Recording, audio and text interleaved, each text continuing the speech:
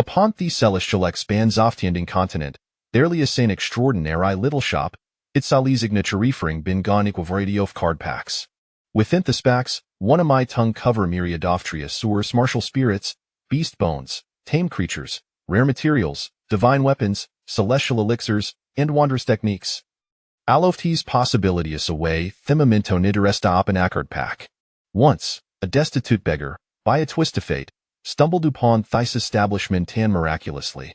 Drew a suprematum beast fiery lion king ultimate lyrising tobi komiso virig nofti beast taming realm. Similarly, Ayung Sionify Alpha family, initially lacking ingent, wandered into thop. In a stat of confusion and unexpectedly derwane exquisite martial spirit drunken Rainero. Wick transformed hame into a master or share a fun paralleled skill. Nestled within the dragon was city of Wujing dynasty, this modest shopkeatly occupies a secluded corner. Where the proprietor, Song Qian, languidly and so worthy counter, stifling eons while his stomach blig rumbles. Truly unfortunate had an own I would traversariomes, would have squandered my savings in instant noodles. And snacks, rather than suffer this gnawing hunger gnaw. Songqian lamented, rubbing his belly in silent regret. Indeed, Songqian is a traveler between worlds, yet this journey I sunlikethers. Ashi has brought his entire household long to Wissen realm. On that fateful day, Hahad stood as usual for a milof kickenelgreis, only to find the two panopening his front door. The familiar dilapidated hallway had transformed into this quaint little shop, with his shop situated conveniently in it. Thothakiped with all the necessary furnishings and appliances, plus lackages, water, and electricity. Upon his arrival, Songqian had held onto thread of optimism, even envisioning the landlord's astonished expression upon discovering a substance. However, several days shave passed, and the last of these instant noodles has long been consumed, leaving him with not butalf bega flour, aram nant from his parents' last visit. Alas, Songqian possesses no culinary skills, and the half bega flour cannot become a draw. He gazed at the bank card in Hishand, 6th sandy wand. Through laboria stoilat the construction site, nor indred a sworth less a scrapaper. How vexing perhaps a should simply discard it, here solved, bending the card in half and tossin jitin to the trash. A thismament, tuot hots consumed hymeny, tosami how transformed the half. Bega flour and steamed bunstazishiti hishinger two. To fulfill the task set forth be the system to gain to power of cell preservation. The system, a communbun foremost revealers, is Songqian's golden opportunity. Presently, his golden opportunity to manifest itself as thys establishment known as the first shop off all heavens. Thought Henemiof de Chopexud's grandeur, the interior is rather humble. Apart from the counter Songqian reclines, there rise merle ya Iraq in the corner. Upon this rack sit woe palms ized boxes, one he adorned with. The intricate design saw various divine beasts, theather covered in striking depictions of legendary weapons. These boxes sereth beast card box and divine weapon card box, each filled with card packs, each pack concealing gackard. By drawing a card, one may obtain tea contents within. For instance, extracting a dog card from beast card box would conjure all oil canning accompanied before a theaser. As Songqian perused these descriptions, memory of previous experiences with card drawing game has flooded his mind. Young man, do you wish to grow stronger? Do you aspire to possess a million combat power? Thindrawalkard. Young lady, do you desire a complete runsteray god to your character? Thindrawalkard. Ali Aoying folks, do we earn 4 5-star divine you and sore crossover skins? Thindrawalkard. The 3 loaf drawing cards brings joy, yet it can also lead to madness, even financial ruin. However, Songqian had never spent a demi on such games. His greatest investment Thadmer Libineza Zayu and Aishiel Karjat the Apininga Fagami. Shaking off these fanciful thoughts, Songqian began to contemplate how to complete these systems first task towel Comhi's inaugural customer. Before him, Onesme transparent panel visibility. The following displayed Novici Tashk first customer task description Shafas opened. Anticipate here Revaloft he first customer, task reward guaranteed fricker draw. Yet, this seeming lies simple to Skadvex Songqian for several days. The shop's remote location and sparse food traffic, coupled with its rudimentary decor, often caused any would but patrons to turn away for a thigh vins at foot inside. Tomic matters worse, these system forbade Songqian from personally soliciting customers in the street. claiming it would undermine the prestige of the first shop off all heavens. Now, Hekuden la hapa faranev zoltander through the door. At which point would employ Hiselo quince to persuade them to part with their wealth. After all, before hauling bricks, had been a master of sales. However, as dusk fell and twilight approached, Sonkyan found new opportunity to showcase higher skills. Every time Isomioni approached at the door, before Heckle Devon rise, they would hast I liar treatise of flaying from his fortune. Enough thoth this must first address my hunger. If I don't eat soon, is shall perish, had decided, prioritizing the conversion of tea half-baked flour into mid buns. With a bag of flour in hand, he'd parted the shop, making ease way toward the nearest food street. Ha harbored no concerns for the shop's safety, for the system's protection ensured the Tevens listral being skewed not pilferazing aware. After some researching gone deliberation, Sonkyan finally halted in front of fast med bun shop. The proprietor weighs a kind liant, clad in a witty apron, her fashioned hands dusted with flour. Sonkyan refrained from interrupting here immediately, choosing instead to wait patiently. Only when the shop was devoid of otter customers did Heddy Heemsel fond enter, holding Thebagoffler. Excuse him, dear sister, may I trouble you for a moment? He sweetly inquired. Up in hearing Gis' voice, the shopkeeper raised her head, looking quizzically at Sonkyan. What is it? Ario Herita Bibens? How many wool do you like? She said directly. No, I am no Therato Percus buns. You see, I am Theonero finally open shun nearby, and having just begun, I fin myself without fins. I wish to trade this bag of flour for a few buns stew at might that be acceptable? Sonkyan explained, revealing the content soft tea bug. Perhaps pleased be thermofin dear minto rang conted be Sonkyan's appearance, the antexamined the flour and the bacon nodded. All right, no need for trade shall simply jivvy few. Let me pack them for you, she said with a smile, waving her hand. Yet, Sonkyan insisted on making gatrade could no talo thisto be comely an act of charity, especially Zinka still had flour thome. His goal waste to otta his heart's content. Seeing Sonkyan's resolute demeanor and curious gaze, the ant ultimately agreed to steam a batch of buns using his flour. Asked the awaiting the bun stobe ready, Sonkyan busied himself, assisting customers and performing various tasks, displaying a commendable work ethic. Having previously worked as restaurant server, these tasks gemissalid him.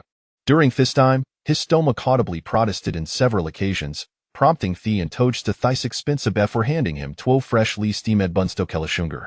As Sonkyan's of Arethibins, Hekudna thelp but praise a their fluffiness, delightful aroma, tender texture, and lingering aftertaste. Before long, the Bachof bun steamed from Sonkyan's flour was finally complete. As Thelid was lifted, steam billowed forth, Andric for Grant swafte through the air, farmarintising thank the previous offerings. Youngman, I must say, the flowery abroadistrally exceptional. Mighty o chariot's origin, I would like it to procure some, the and tremarkadasa package the buns, admiration evident in her voice. This question momentarily left Sonkyan's speechless. She had no knowledge of Hesidius within Thwujing dynasty. Surely, Hekud no tad middo having purchased a dite from a supermarket? Thefler is secondary your skillus watrally matters. I fitwariani anils, no matter how fine a thefler, they could not produce such no white, perfectly rounded buns. Sonkyan cleverly complimented. Fortunately, the ant did not press further on this matter. After receiving Thebagof buns, Sonkyan immediately took Kokon, blowing Ganitkant libo foresta finget into his mouth. His shunger had reached a boiling point that Wabunshi had consummé dearly or merely wedded dissipetit. Additionally, Hesupto demonstratita theant that the flour he brought, poisoned of good quality. As twilight descended, Sonkyan bid farewell to Theantan made highs way back toward the street where his shop was located. The Bunin Hishand continued to tempt them, and before he had exited the street, he had ever danather. However, just as she stepped out, a sudden sensation oftingling coursed down his back. Instinctively, Sonkyan became alert. Over the years, he had honed a skill whenever he sensed Simeon watching him with a intent, he would feel a chill run down his spine. He discreetly moved toward a more populate area high less scanning his surroundings, for a potential onlookers.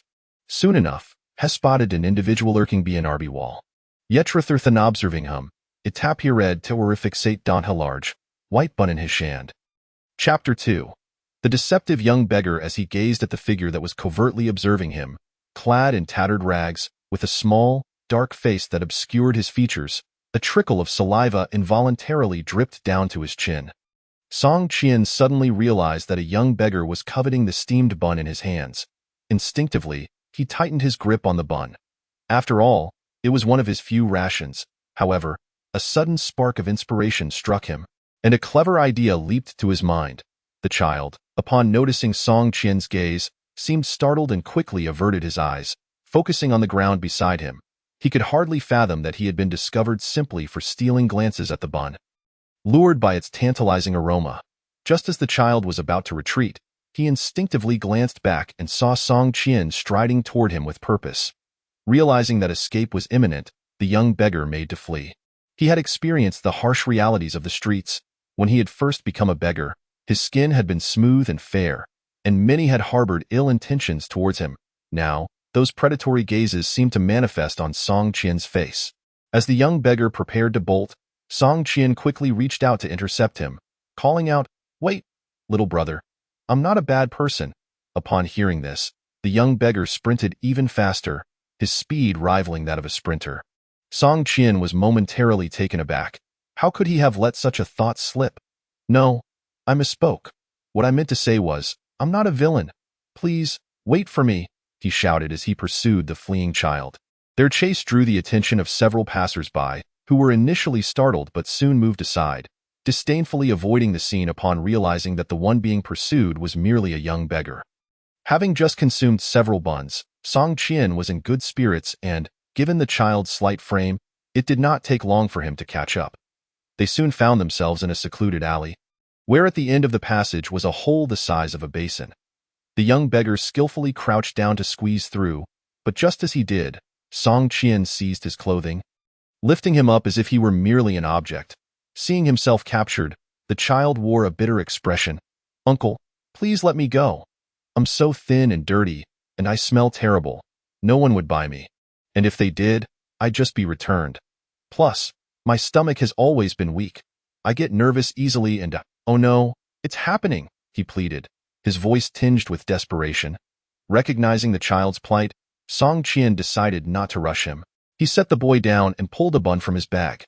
"Little brother, don't be afraid. I noticed you eyeing the bun in my hand, and I simply wanted to offer you a couple," he said, extending the bun toward the boy. The young beggar, surprised by this unexpected kindness, hesitated. He could hardly believe that anyone in Longhua City would offer food to a beggar. However, he was no novice and refrained from extending his hand too hastily.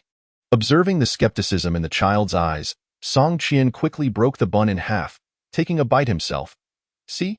No poison here," he said, smacking his lips in a manner that made the bun look utterly delicious.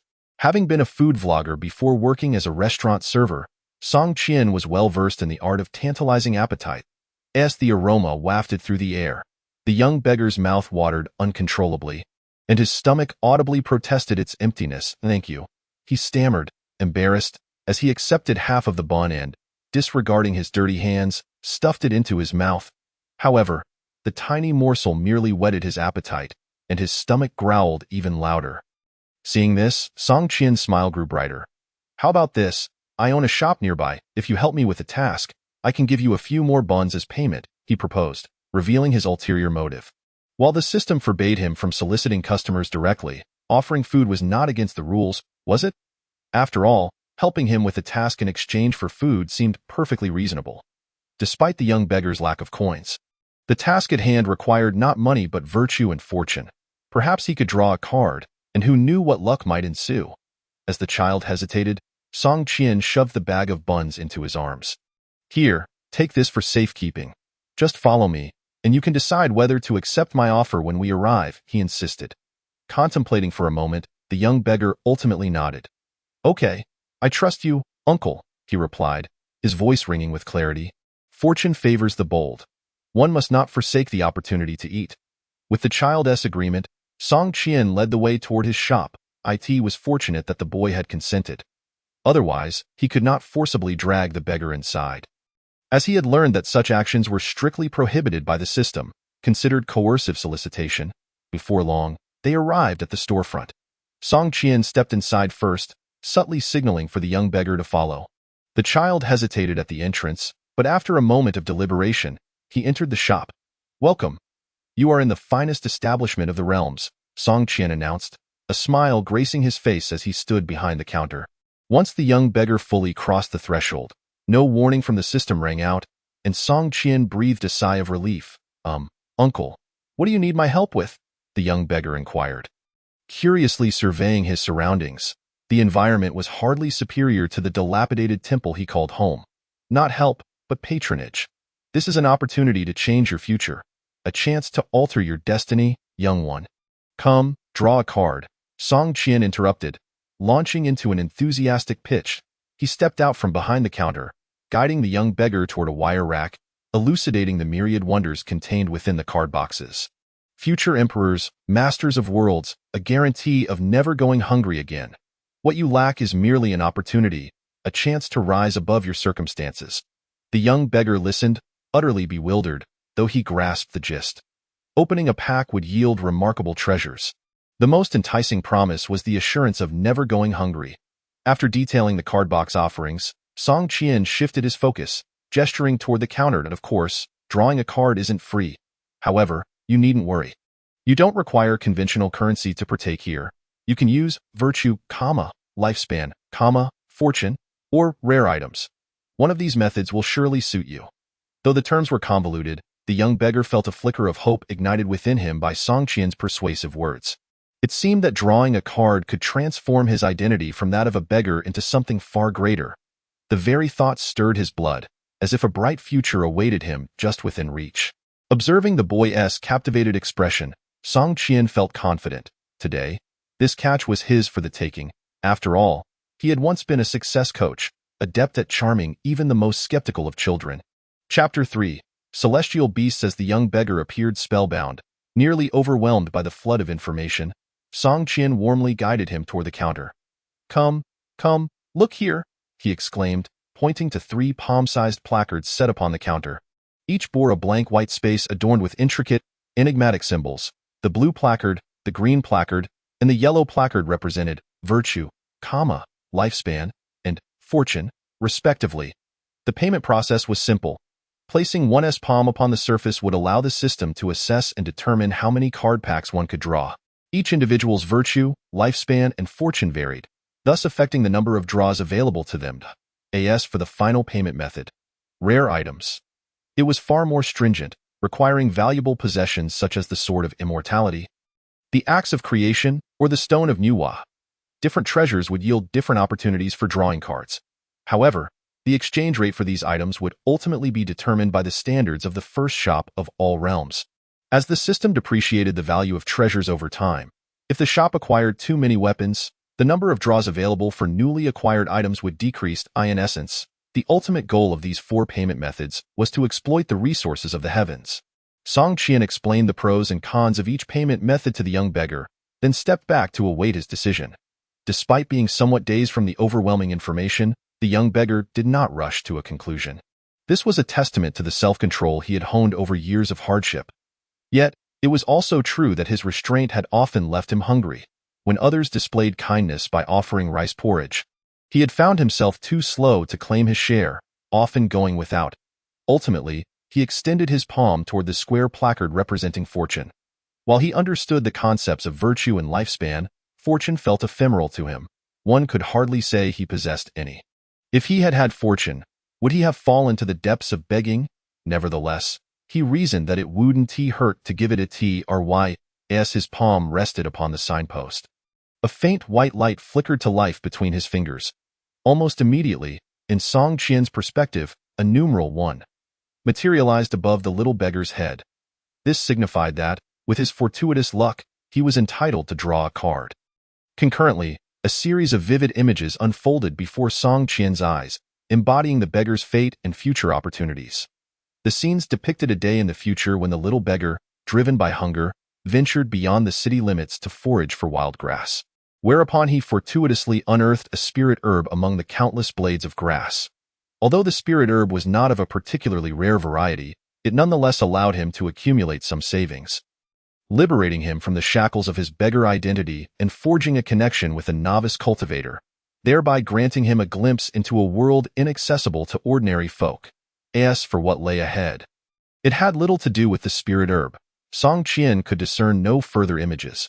The journey from a mere beggar to a cultivator's friend encompassed more than just the spirit herb.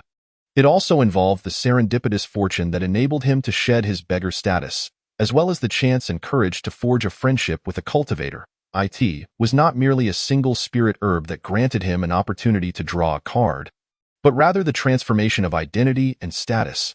The little beggar was so lowly that he had to rely on a single spirit herb to secure a chance, were a powerful cultivator to arrive. Not even 1,000 spirit herbs could procure a single draw.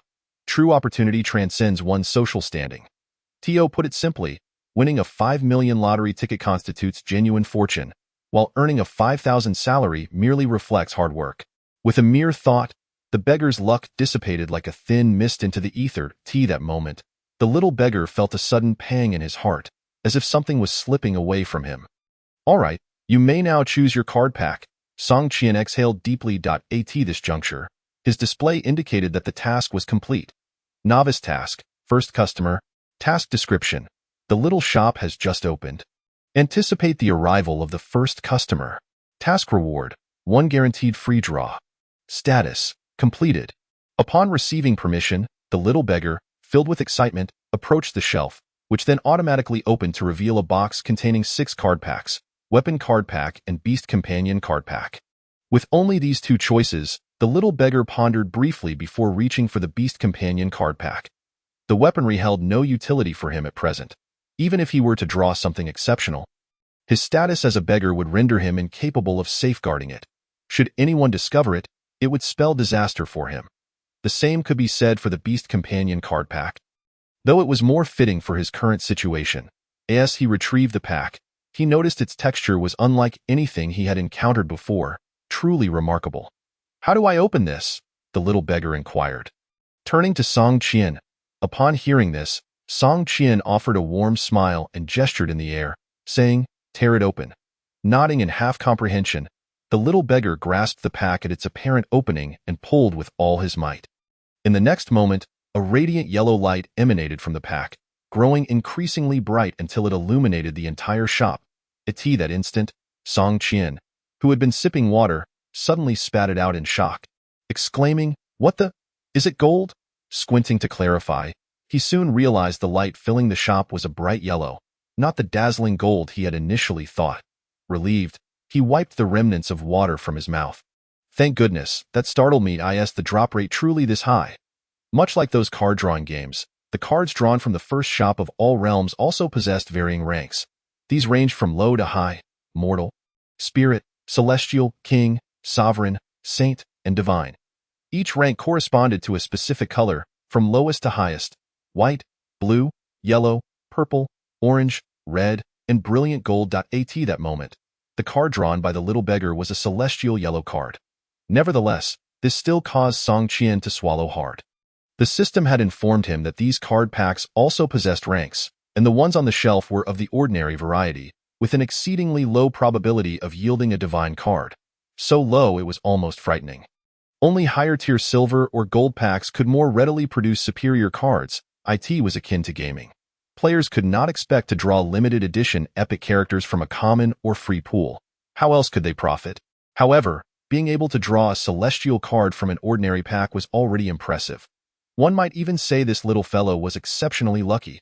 Unlike Song Qian's astonishment, the little beggar was enveloped in the yellow light, his vision consumed by a golden expanse. Before him floated a card radiating an otherworldly aura, adorned with the image of a beast companion. It depicted a lion with flowing black mane, standing atop surging lava and emanating a dark flame from its mouth, exuding an aura that seemed capable of incinerating all in its path. Name: Xian Yin Lion. Bloodline rank: Celestial. Realm: Ninefold blood transformation. Description: with dark flames in its maw, it sweeps across the land, its lion's majesty igniting mountains and rivers. Chapter 4. Thunderstrike Mouse. As the bright yellow light gradually faded, it revealed the astonished visage of the little beggar.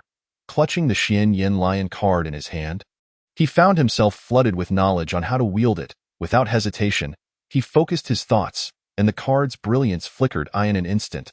A majestic lion, cloaked in pure black fur, materialized within the small shop. its mane bristling and sharp teeth glistening, with prideful green eyes. The imposing Xian Yin lion filled the entire shop. Should anyone enter at that moment, they would find no room to maneuver.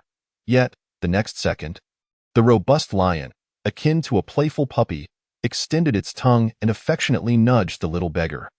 The immense lion's affectionate gesture proved overwhelming for the frail boy, who toppled backward onto the ground. Witnessing this, the Xian Yin lion appeared momentarily bewildered, attempting to assist its master, yet its size rendered it immobile within the confines of the shop. In an effort to mask its embarrassment, the Xian Yin lion turned its gaze to another creature still gasping for breath within the store. Upon fixing its eyes on Song Qian, its demeanor shifted dramatically, an oppressive aura erupting forth, bearing down upon Song Qian. The current Xian Yin lion bore no resemblance to the playful puppy moments prior. The transformation was startlingly swift. Danger detected, initiating thunder punishment? Hurry and put that foolish lion away. Do you not see there's no space in the shop? Song Qian shouted at the dazed little beggar. The boy snapped back to reality at Song Qian's call. Yes. With a thought, the Xian Yin lion's image seemed to flicker as it vanished in an instant. After using the card, the little beggar felt a newfound space within him. The beast companion space served as the realm where contracted beasts resided, emerging only when summoned by their master. This was one of the advantages of the system's cards. No cultivation was required. Merely using a beast companion card could create a space for them, allowing even ordinary individuals without cultivation to benefit without fear of betrayal. It was important to note that in this world, there existed a system for taming beasts, but according to its methods, one would need a certain level of cultivation to establish a beast space, and there was always the risk of betrayal by the beast. Most importantly, the little beggar felt a surge of power erupting within him. Streams of heat and steam wafted from his body, causing a transformation in his physique. If he had once resembled a mere stick, he could now be likened to a robust hound. Boss, what is happening to me? At that moment, the little beggar's mind was still reeling. Everything had transpired far too swiftly for him to comprehend. Congratulations, you have now entered the ranks of cultivators, Song Qian said with a smile. Cultivator? The little beggar's eyes widened with realization. He quickly began to examine himself, discovering he could now introspect his own body, a feat reserved for cultivators. Feeling the immense power within, he realized he had ascended to the 5th level of blood transformation. The blood transformation realm marked the first stage of cultivation in this world, a concept he had overheard before his fall into beggary. It involved refining oneself, honing muscles and bones, and absorbing spiritual energy. There were 10 levels in the blood transformation realm, with the first being the lowest and the 10th representing perfection. Upon breaking through the 10th level, one would transition to the next realm, the profound refinement realm.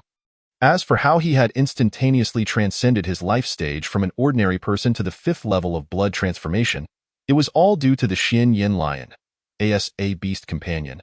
The Xian Yin lion would share its spiritual energy with its master upon forming a contract, aiding in the enhancement of the master's cultivation. In simple terms, the stronger the beast, the stronger the contracted individual. This was one of the advantages of the system. In the world of beast taming, even if one were to command hundreds of monsters, they would still need to cultivate independently.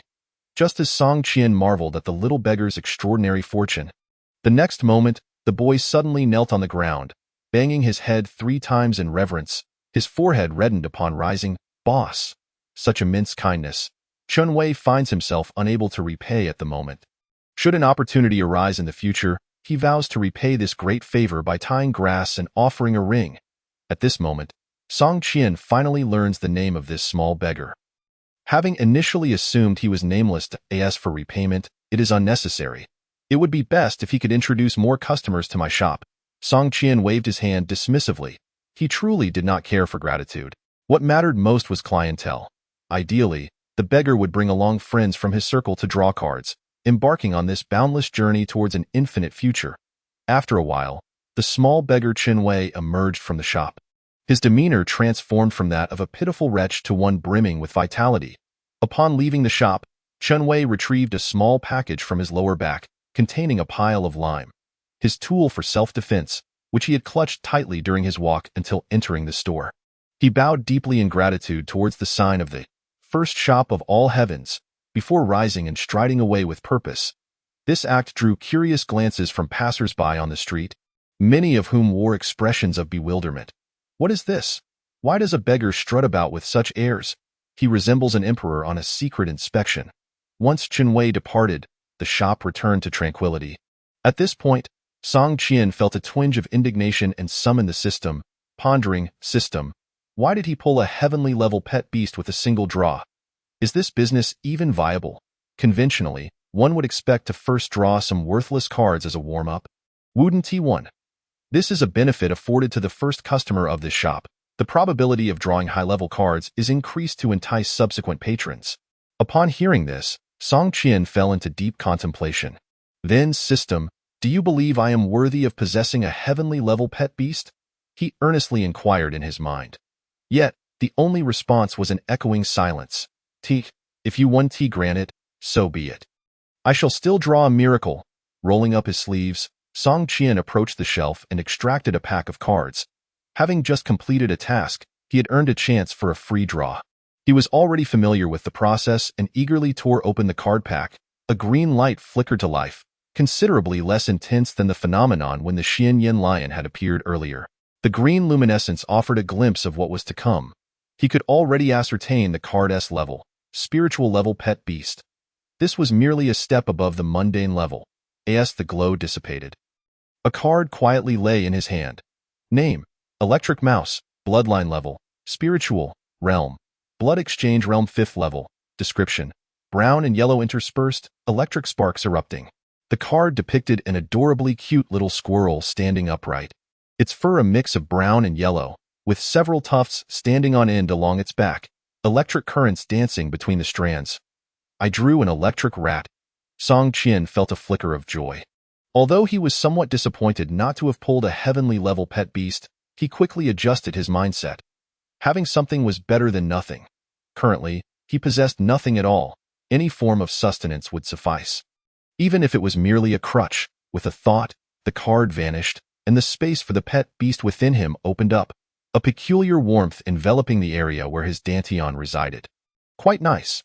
No need for a heating pad in winter. Before him, on the table, appeared a squirrel identical to the one illustrated on the card, and simultaneously, Song Qian's realm ascended from an ordinary person to the Blood Exchange realm 2nd level. Chirp, master.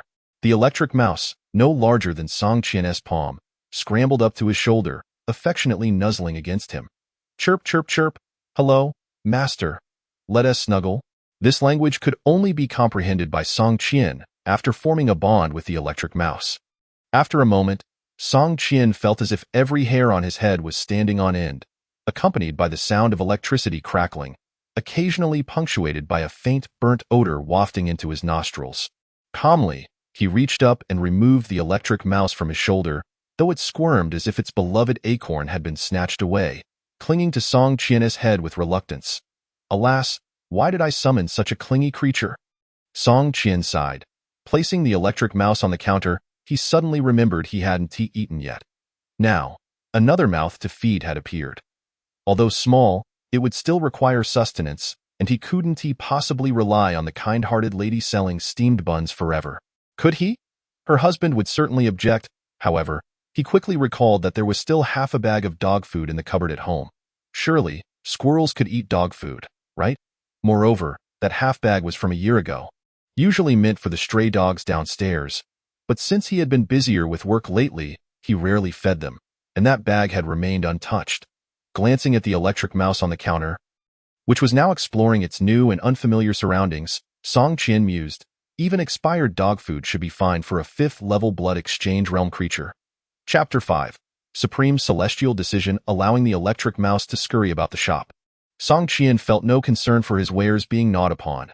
The shelves and counters were protected by the system, and the card boxes were securely guarded. One could not even touch them without payment. Should anyone attempt to steal a card pack without paying, the system would unleash heavenly retribution, obliterating the offender. Approaching the door, Song Qian observed that twilight had descended, casting shadows upon the street, which was now sparsely populated. It seemed unlikely that any customers would come by. Since there's no one around, it's better to close up early, Song Qian murmured. Locking the shop door, he returned behind the counter and picked up the remaining half bag of steamed buns. Due to his excitement and gratitude towards Song Qian, Chenwei had not taken the buns that Song Qian had promised him. "Mouse, let us head home," Song Qian called out. "Chirp," the electric mouse responded, leaping from beneath the shelf to the counter in a flash, jumping onto Song Qian's trousers. Truly, the electric mouse was swift, a remarkable display of speed. Song Qian marveled. Holding the buns, he opened the large door behind the counter and stepped inside. Upon entering, the scene transformed entirely, as if the space had shifted. The living room was furnished with a television, sofa, refrigerator, dining table, shoe cabinet, and computer desk. The concrete walls were painted with formaldehyde, a standard feature of a modest dwelling. And all the furniture was modern industrial remnants, the worst of which dated back over a decade. Placing the buns on the table, Song Qian ventured into the living room, bending down to search for that half bag of dog food. The electric mouse had already climbed onto Song Qian's shoulder, but due to Song Qian's prior warning, it refrained from nuzzling his head and instead curiously observed his actions. Chirp, chirp, chirp. Communicating telepathically, the electric mouse kindly inquired if Song Qian needed assistance in his search. Confronted with the electric mouse's goodwill, Song Qian felt a pang of guilt, realizing he might not be acting very humanely. A fleeting thought crossed his mind. Perhaps he should reconsider feeding the mouse expired dog food. Yet, if he did so, the mouse would have to share the few buns he had. Resolutely, Song Qian extinguished that budding conscience and continued his quest. The electric mouse's consumption of expired dog food was inconsequential. He could not allow himself to go hungry. A child must be nurtured to endure hardship, and this first lesson would commence with consuming expired dog food. Yes, all of this is for its own good, he reaffirmed in his mind. Had the electric mouse been aware of Song Qian's current thoughts, it would likely have ceased its desires to nuzzle against him. Fortunately, the dog food had been placed within easy reach, and it did not take long for Song Qian to unearth it. Opening the bag, he took a handful of dog food and sniffed it. "Not bad. No strange odors," Song Qian exclaimed with delight. Turning towards the kitchen, he retrieved a white porcelain bowl from the cupboard and filled it halfway with dog food, then set it before the electric mouse. "Here, little one, this is your meal. Give it a try and let me know how it tastes."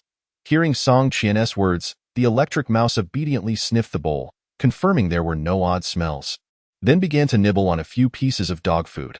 After a while, Song Qian lifted the electric mouse to inspect it thoroughly, ensuring everything was all right before returning it to its bowl for its meal. Satisfied with the scene before him, Song Qian took a moment to glance at the ingredient list on the dog food bag. The first ingredient was meat. The rest were of no concern. Sigh, feeding my pet beast meat while I chew on cold buns. What a magnanimous master I am. Song Qian felt an overwhelming sense of greatness. "I say that right, little mouse?" "Chirp," the electric mouse responded happily. Seeing the electric mouse enjoying its meal, Song Qian turned to grab a few buns for himself and sat on the sofa to eat alongside it. Within a few bites, the buns had vanished. And despite having attained a higher cultivation level, his physical needs and digestive capacity had escalated, leaving him hungrier than before. Was he truly expected to sell his own body for food? Surely, there must be a demand for brick movers in Longhua City. As these thoughts swirled in his mind, anger surged within him, and he found himself increasingly displeased with the system. What kind of logic is this? I'm practically starving, seeing stars before my eyes. System, do you truly have no regard for humanity? If you were going to transport me here, you could have at least warned me in advance so I could stockpile some provisions. Even more infuriating. Other transmigrators at least received starter packs or beginner benefits. In contrast, I've arrived here with nothing but a small shop, spending my days either hungry or just plain starving. After much effort, I finally completed a task, yet I could not find a meal, which has now added yet another mouth to feed. Upon hearing Song Qian's scolding, even the electric mouse, which had been engrossed in its meal, looked up in confusion. What? Its little mind was racing. Who was the master referring to? There is no one else in this room. The atmosphere suddenly fell silent.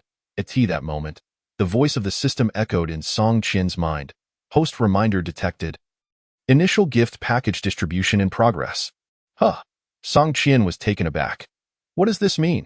He had been in this world for several days, and the system had never mentioned the initial gift package. Host reminder. So, you, with your bushy eyebrows and big eyes, forgot to give it, did you? Song Qian's eyes widened in exasperation as he exclaimed.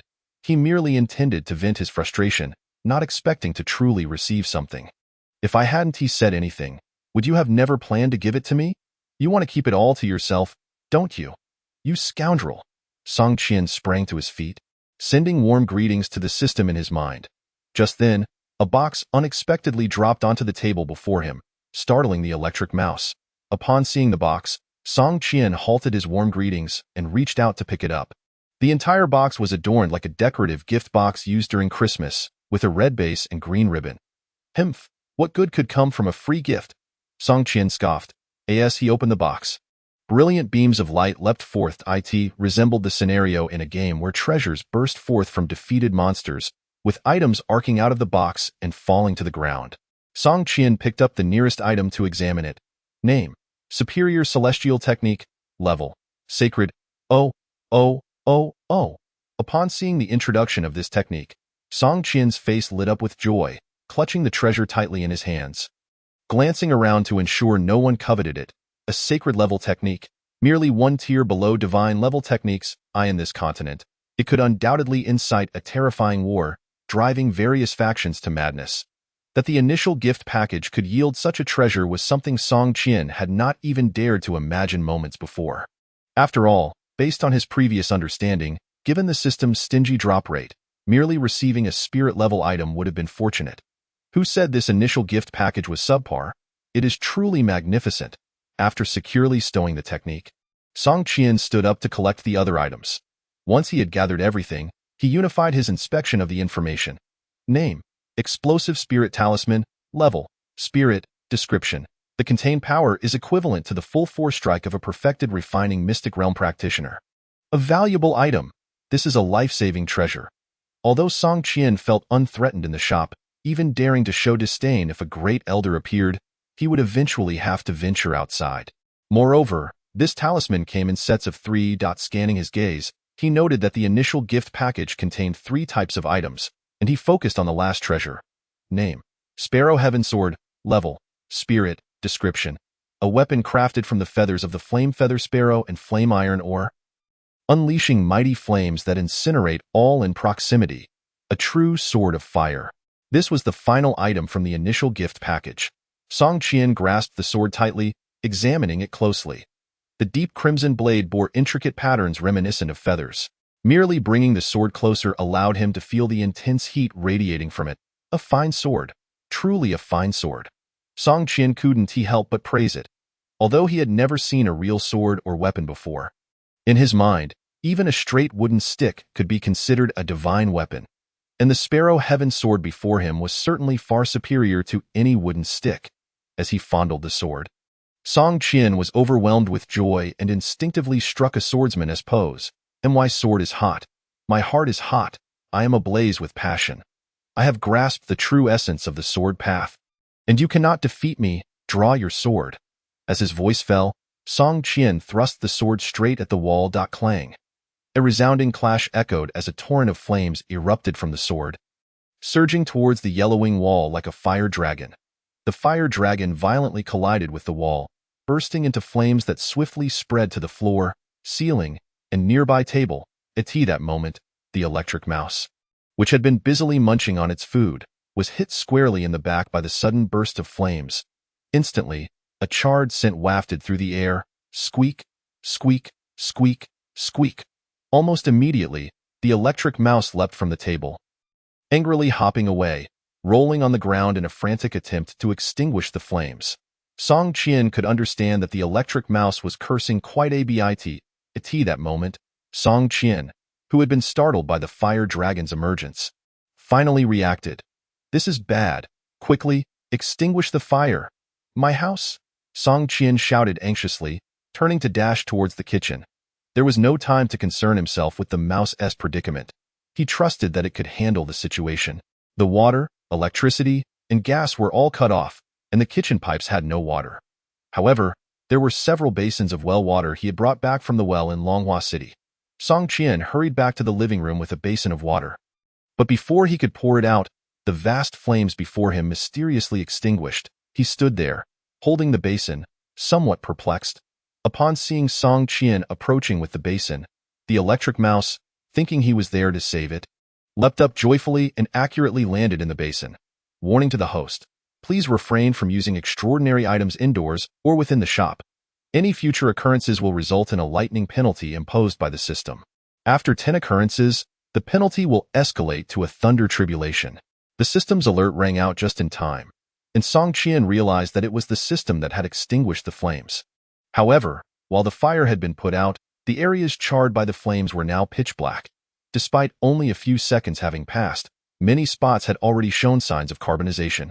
Swallowing hard, feeling a slight pang of anxiety, Song Qian placed the basin on the table and quickly retrieved the Sparrow Heaven Sword, storing it in the space the system had provided. This sword was indeed dangerous. It seemed unwise to use it lightly unless absolutely necessary, unless provoked. Song Qian set a small internal boundary for himself. He glanced at the black marks on the wall, feeling somewhat nonchalant. Given that a mishap had already occurred, he resolved to forgive himself for this momentary lapse in judgment. What else could he do? He certainly couldn't let the landlord come looking for repair fees and compensation in this world. He picked up the electric mouse, which was nearly soaked in the basin, and headed to the bathroom to dry it off with a towel, aside from a few singed patches of fur. It appeared to be fine at that moment. The electric mouse nestled in Song Qian's palm, affectionately rubbing against him. Having not witnessed Song Qian's earlier swordplay, it was oblivious to the origin of the flames. Seeing Song Qian approaching with the basin, it believed he had come to rescue it and was further endeared by being dried off. If Song Qian could see the electric mouse's affection for him at that moment, he would realize that its fondness for him was nearly overflowing. Emerging from the bathroom, Song Qian had little else to do, so he tidied up and returned to his room with the electric mouse to sleep. The only two ways to alleviate hunger were eating and sleeping. Once asleep, hunger would vanish and dreams would encompass everything. Meanwhile, Qin Wei, having exited the first shop of all heavens, hurried back to his dilapidated temple before the city gates closed. After calming his nerves and ensuring no one was around, he raised his hand to summon his pet beast from its space, bringing forth the Xian Flame Lion. Once summoned, the lion remained quietly in place, wary of accidentally colliding with Qin Wei. Qin Wei, on the other hand, looked at the Xian Flame Lion with excitement, feeling the immense power and boundless potential within its body. Revenge is within reach. I, Qin Wei, am on the path to vengeance. Qin Wei shouted joyfully, indifferent to the volume of his voice, for there was no one around to hear him. Like many cliché stories, Qin Wei was not originally a professional beggar. Before becoming one, he was the young master of a prestigious family, destined to grow up and become a domineering figure like his brother, bullying the weak and insulting the elderly. However, before he could unleash his tyranny, his family fell victim to a powerful adversary due to his brother's misdeeds, leading to the annihilation of the entire clan. Fortunately, he escaped and, with the help of a senior beggar, embarked on the path of begging. Of course, he had no knowledge of who his enemies were. He was not home during the massacre, or he would not have escaped. Nevertheless, the desire for revenge burned within him. Meanwhile, the Xian Flame Lion, sensing its master's elation, roared happily in response. Roar, roar! The sound reverberated like thunder, startling nearby animals resting around the dilapidated temple, causing them to flee in panic. Fortunately, with no one around, the lion's roar did not carry far. At that moment, Qin Wei's fondness for the Xian Flame Lion grew. Sleep? What sleep? I want tea sleep today. As night fell, Qin Wei felt no inclination to sleep. Normally, as a beggar, he could hardly fill his stomach, leaving no room for nighttime activities. At night, he would simply sleep to conserve energy. Now, he mounted the Xian Yin Lion directly, sitting steadily upon its back. Go. Let me witness the extent of your power. At Qin Wei's command, the Xian Yin Lion sprang forth, bursting out of the dilapidated temple. That night, the trees surrounding the ruined temple snapped one by one, and the beasts inhabiting the nearby mountains disappeared without a trace. By dawn, numerous passers-by, witnessing the scene around the temple, paused in awe, murmuring in astonishment. Among them, the most distressed were the woodcutters, whose livelihood depended on ascending the mountains to gather firewood for sale in the city. Upon seeing the vast expanse of broken trees, a singular thought occupied their minds. Who has encroached upon our work? Is there a competition even in woodcutting? I have not heard of any new woodcutters taking employment in Longhua City. Meanwhile, Song Qian was oblivious to the events unfolding outside the city. He had just risen and was contemplating where to procure his breakfast. Observing the similarly sleepy electric mouse awakening beside him, Song Qian resolved to find it a job.an exemplary pet should learn to alleviate its owner's burdens, and he was confident it would be eager to assist. The electric mouse could generate electricity and move swiftly. What suitable work could there be for it? As Song Qian contemplated this while seated on his bed, the electric mouse remained unaware that it was about to be thrust into the depths of what would be known as work. A realm not particularly bright. Chapter 7. Unerring predictions. Gazing at the electric mouse, he realized that finding it a job in the city would prove challenging. However, he could certainly assign it tasks at home. Regardless, work must exist. If the electric mouse were to remain idle, bouncing around the shop without a care, Song Qian would undoubtedly find it unsettling. Hence, it was imperative to secure it a role. Electric work? Perhaps? Charging appliances should suffice. An idea sparked in Song Qian's mind. He directed his gaze toward the few electrical items in his home, ultimately deciding to test the electric refrigerator. After all, he had no need for other appliances. Watching television was futile in a world devoid of signals, and charging his phone or computer was similarly impractical without connectivity. The washing machine had not been used in over a year, as he only possessed 2 sets of clothing that he washed by hand. Without further ado, Song Qian seized the electric mouse and approached the refrigerator. He unplugged it and handed the plug to the electric mouse. "Come, demonstrate 100,000 volts for your master," he instructed. The electric mouse, still dazed from sleep, clutched the plug, bewildered. However, it quickly grasped what Song Qian wanted. To generate electricity. Squeak! It responded and began to exert itself on the metallic plug. Gradually, the fur on its body, unscorched by previous attempts, began to puff up, followed by a faint sound of electrical friction. Crackle, crackle. Suddenly, a small sphere of lightning formed around the electric mouse. Wait. Something was amiss at that moment. Song Qian remembered that he had not specified the voltage to the electric mouse.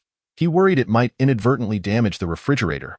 Yet, his concern proved unwarranted as the refrigerator emitted a distinct sound characteristic of old machinery in operation. Almost immediately, Song Qian, standing outside the refrigerator without opening the door, felt an unmistakable chill envelop him. And no matter how old his refrigerator was, it should not be this cold. He hastily flung open the refrigerator door. And before he could peer inside, a wave of icy air assaulted him. It instantly reminded him of the childhood days spent tossing snowballs into each other's clothing on a frigid, snowy day. This bone-chilling cold caused him to shiver. Goodness, has the refrigerator mutated? He exclaimed, trembling as he shut the door. After a moment, his body temperature returned to normal. System, what on earth is happening? How has the refrigerator transformed? He mentally inquired. Inquiries about puzzling matters were best directed to the system. Soon, a notification chimed in his mind. During the traversal of different worlds, certain uncontrollable minor issues may arise due to the uncertainty of time and space. This is a normal phenomenon, and the host is advised not to panic. Minor issues? The refrigerator mutating is considered a small problem. It feels as though the interior is approaching absolute zero. Song Qian scoffed. Observing the system's silence, he chose not to belabor the point and continued to investigate the refrigerator. Upon further examination, he discovered that the temperature inside surpassed that of any cold storage he had previously encountered. He placed a cup of water within, and before long, it froze solid. Instinctively, his gaze drifted to the several basins of well water in the kitchen. An idea struck him. He smacked his thigh, conceiving a brilliant plan. He could sell shaved ice. By freezing the well water into ice blocks and then selling the shaved ice, he could generate some funds for his meals. After all, prior to becoming a successful motivational speaker, he had sold shaved ice in his community. Back then, due to its cleanliness and affordability, coupled with the familiarity of the neighborhood, he had barely managed to sustain the business before it faltered. Even now, his manual ice shaving machine lay gathering dust on the balcony. The authentic Song-style shaved ice was about to make a comeback. However, he faced a dilemma. He lacked the funds to purchase ingredients such as milk, red beans, condensed milk, and honey, all of which were rather expensive in this world. Perhaps he should first engage in some other ventures to accumulate initial capital. What could he do that required no investment? Song Qian pondered, momentarily at a loss. Then, A memory surfaced of his previous profession before selling shaved ice. He had set up a fortune-telling stand by the overpass. He had originally intended to pursue fortune-telling as a lifelong career. However, a crackdown on street vendors in the area had extinguished his rising career in the fortune-telling domain, prompting his shift to the shaved ice business. He had earned the title of Iron-Mouthed Oracle, skilled in reading people's expressions, which had often led to confrontations with dissatisfied clients. His initial capital for the shaved ice venture had been accumulated through the punches and kicks of clients. With the scars on his body serving as testimonials to his abilities, resolute, Song Qian began to prepare, hauling a table and chairs from inside and setting them up at his shop's entrance. He tore a white bedsheet, wrote Iron-Mouthed Oracle in bold letters, and hung it on a clothesline outside, ready to open for business. The system may not permit him to attract customers to the celestial shop, but it had no authority over his fortune-telling endeavors. As for the electric mouse, still diligently supplying power to the refrigerator, it might not need the refrigerator yet, but its job was essential after all. A refrigerator required continuous power 24 hours a day. Song Qian had assigned the electric mouse a working schedule from 8 in the morning to 10 at night, leaving 10 hours for leisure, meals, and sleep. He felt he was being exceedingly generous. Dressed in the attire he had worn while pedaling on the overpass, Song Qian affixed a fake beard to his face. One must adopt a professional attitude towards work. There could be no sloppiness. His ensemble had been meticulously designed to catch the eye instantly, conveying an impression of eccentricity and expertise in the field. For instance, a person dressed in monochrome would be overshadowed by someone adorned in vibrant colors. Naturally, the latter would draw the first glance. "Mouse, guard the house diligently while I venture forth to earn us some sustenance," Song Qian declared, embodying an air of confidence as he stepped outside, laughing heartily. "I shall not return without a fortune of 10,000. Yet, let it be known, should I encounter the valiant defenders of Long City, I shall divine their fates." The electric mouse gazed at Song Qian, its eyes gradually shimmering with excitement. Although it could not comprehend his words, it sensed the confidence radiating from him, an inexplicable assurance. Encouraged, the electric mouse cheered itself on, determined to assist its master and not become a liability. It continued to supply power to the refrigerator, even when Song Qian returned at noon to feed it, remaining steadfast in its duties. This dedication touched Song Qian, who promised to reward the electric mouse with extra meals after its shift, further motivating it to work diligently. Witnessing this scene, Song Qian reflected that when it came to training the mouse, no one understood it better than he did. Song Qian's approach to fortune-telling was anything but conventional. He had never thoroughly studied divination texts, believing them to be thoroughly exhausted by his peers. Instead of competing in a saturated market, he preferred to carve out a new niche. If he truly possessed the gift of unerring predictions, he would have long ago ventured into lottery tickets or predicted the outcomes of the World Cup, profiting handsomely from such insights. Since accuracy eluded him, he resolved not to be overly concerned with precision. What truly mattered in fortune-telling? Was it absolute correctness? No. The essence of fortune-telling lay in garnering a reputation among clients. Thus, he summarized a few key phrases for future generations to learn. Praise the clever, intimidate the gullible, encounter a hot-tempered individual, and one could reap considerable reputation, for a single slap would not be less than 5,000. Otherwise, the client might not depart. Chapter 8. A full stomach setting up his stall at the entrance. Song Qian sat quietly in his position, silently reciting the catchphrases he would employ in his fortune-telling. Attracting customers was essential in this line of work. Aside from the timid and superstitious, few would randomly decide to seek a fortune on the street. Even if such individuals existed, they would be difficult to deceive, as they tended to be assertive and contemplative. Thus, the art of drawing customers' attention was also a skill in itself. What a deception! Fortune-telling is not difficult. The real challenge lies in how to draw people in. The streets are already sparsely populated, and Song Qian's shop is tucked away in a corner at the end of the lane, making it even less likely for many to pass by. At this juncture, one must resort to the common techniques employed by street vendors to attract customers. Shouting. This is an art, a highly sophisticated craft. Of course, fortune-telling cannot be conducted like selling fish or vegetables, with loud calls. There are a few unique phrases associated with fortune-telling, which sound esoteric yet remain accessible enough for those unfamiliar with the full context to grasp the general idea. It is akin to reading comprehension. From a total of 10 points, the customer must understand 8. while the remaining two rely on the fortune teller's interpretation. For instance, there are sayings like those with four corners on their heads will surely be wealthy. A round head signifies longevity and prosperity, while a low or missing crown often leads to a short life. One should fear a life devoid of longevity, or when fortune turns, joy blossoms. After many years, the pestle has finally flowered. All chaos will cease, and 10 people will praise it. When passers-by come along, reciting one or two of these lines will inevitably pique the curiosity of some, at which point Song Qian could leverage his silver tongue. With customers arriving, how could he not read their fortunes? However, despite Song Qian's good intentions and having memorized his lines for the entire morning, few people approached, and many cast him strange looks. What was amiss? Did no one in this world believe in fortune-telling?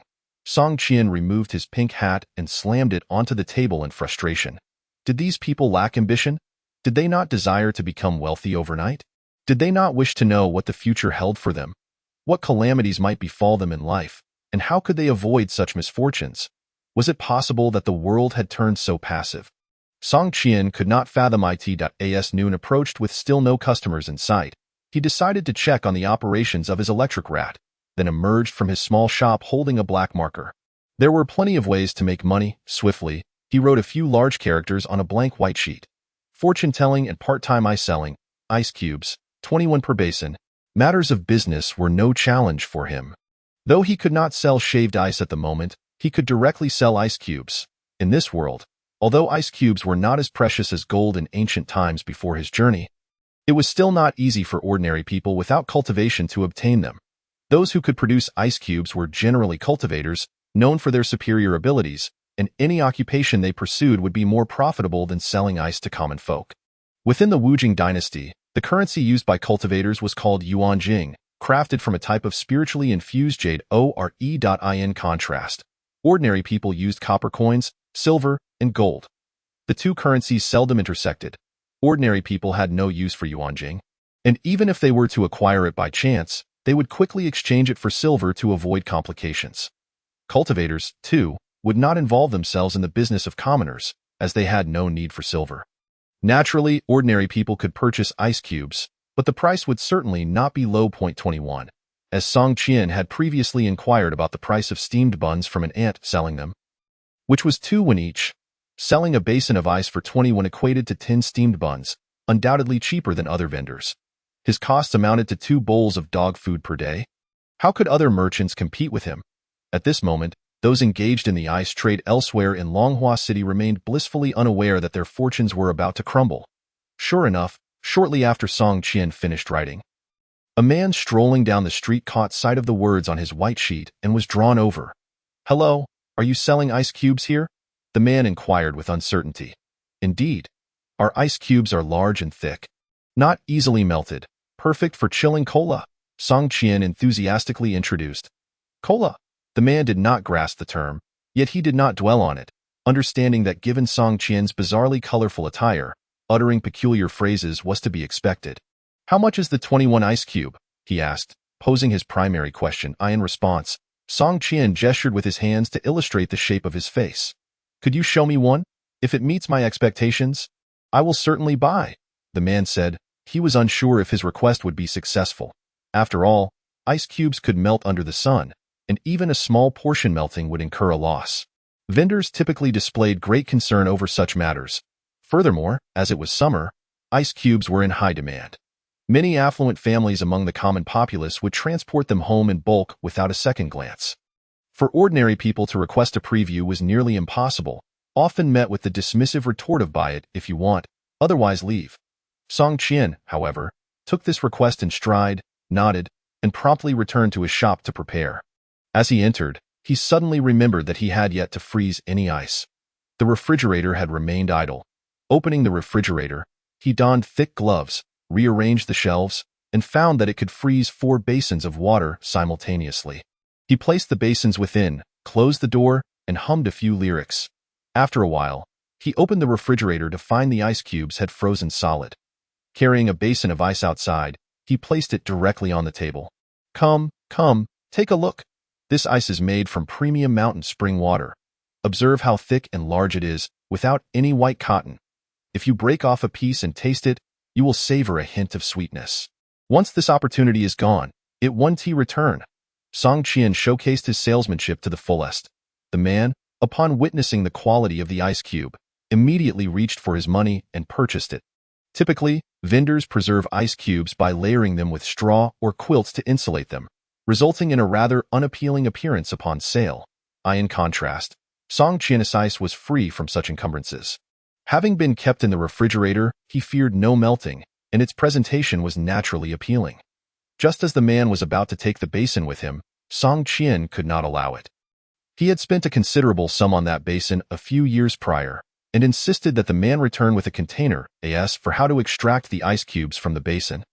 An idea struck him. He drew out the Ktion sword, placing the blade against the water basin for a few seconds, causing a thin layer of ice to melt and the cubes to drop free. The man returned with a container to take the ice cubes, subsequently informing his neighbors, leading to even more people flocking to buy ICE.in just one afternoon. Song Qian no longer worried about his next meal. Rice, steamed buns, pancakes, dumplings, chicken, pork, beef, lamb. He could now indulge in whatever he desired. Of course, he could not neglect the sustenance of the lightning rat. However, adhering to the principle of avoiding waste, he decided to wait until the rat finished the remaining half bag of dog food before switching to a different type. After all, he was a man who understood the value of every grain. Little did he know, two significant events that sparked discussion transpired that day in Longhua City. One circulated among the ordinary populace in the outer district, proclaiming the emergence of a shop selling inexpensive ice cubes. The other took place in the inner district, where cultivators resided, and it spread like wildfire. Have you heard?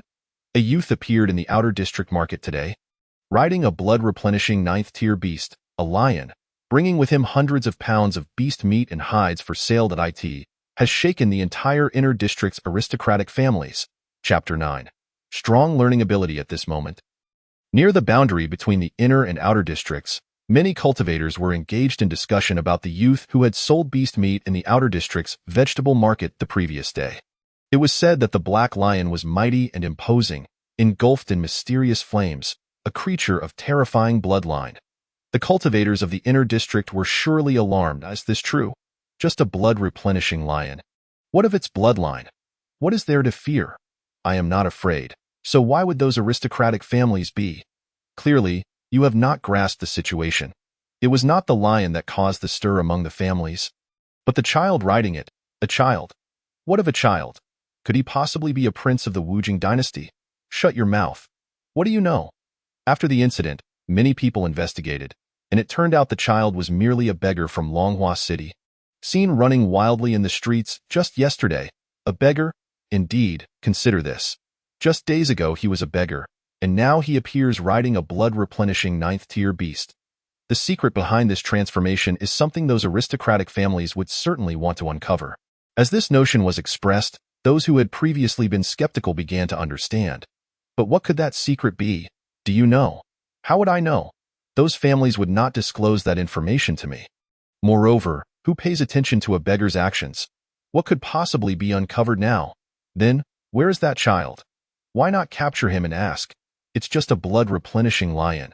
I could easily crush it with one hand. To call you foolish is an understatement. Such a significant event occurred yesterday. After selling the beast meat, he left the city. Why now? He has likely fled to another city. So how could we find him? Where would we even begin? Furthermore, are you really that formidable? You are merely in the early stages of the Xian realm. That lion possesses a formidable bloodline. It could easily dispatch a small cultivator like you without breaking a sweat. Tisich, as if you are any different from a mere beginner in the Xian realm. Forget it. Let us go drink. This matter hardly concerns us minor cultivators. Indeed, let us head to the inner district. I have saved quite a few yuanjing at the Jinhua Tavern. I shall spend them all today. Speaking of the Jinhua Tavern, have you heard? Yesterday, the worthless young master of the Liu family drunkenly created a scene at the Jinhua restaurant and was subsequently thrown out yet again. This marks yet another establishment that has refused him entry. Now, there is not a single restaurant in the inner city willing to accommodate him. It is rather pitiable, if you ask me, this useless young master of the Liu family. Diske, a group of individuals strolled towards the inner city, oblivious to the fact that they were brushing past the very secret they had just discussed. At the end of the street, Song Qian approached, laden with packages, on his shoulder. The electric mouse looked around curiously, thoroughly enjoying itself. Today, Song Qian had given the electric mouse a day off to accompany him on a shopping spree. It would be impossible to return to the inner city in the future, as all expenditures would be in Yuanjing. Perhaps he could con a few cultivators into earning some Yuanjing before returning. Song Qian lamented to the electric mouse perched on his shoulder. Zhi, the electric mouse agreed enthusiastically. However, the culinary offerings in the inner city were indeed far superior to those in the outer city. The enticing aroma wafting from the restaurant they had just passed lingered in his nostrils, making him crave it intensely. Song Qian reminisced. Zhi, the electric mouse concurred, having also caught a whiff of the delightful scent, which was reminiscent of exquisite pastries infused with the fragrance of rare dried fruits, causing it to drool over Song Qian's shoulder. Despite the hunger shared by both man and mouse, their lack of Yuanjing ultimately forced them to bypass the delectable delights. Song Qian, however, was quite content, having forgotten the enticing aroma after walking a few streets, leaving the electric mouse on his shoulder, still salivating. As they wandered closer to the street where their shop was located, Song Qian suddenly wore a look of surprise. "Mouse, do you feel that there are more people on the streets of the outer city today?" he inquired.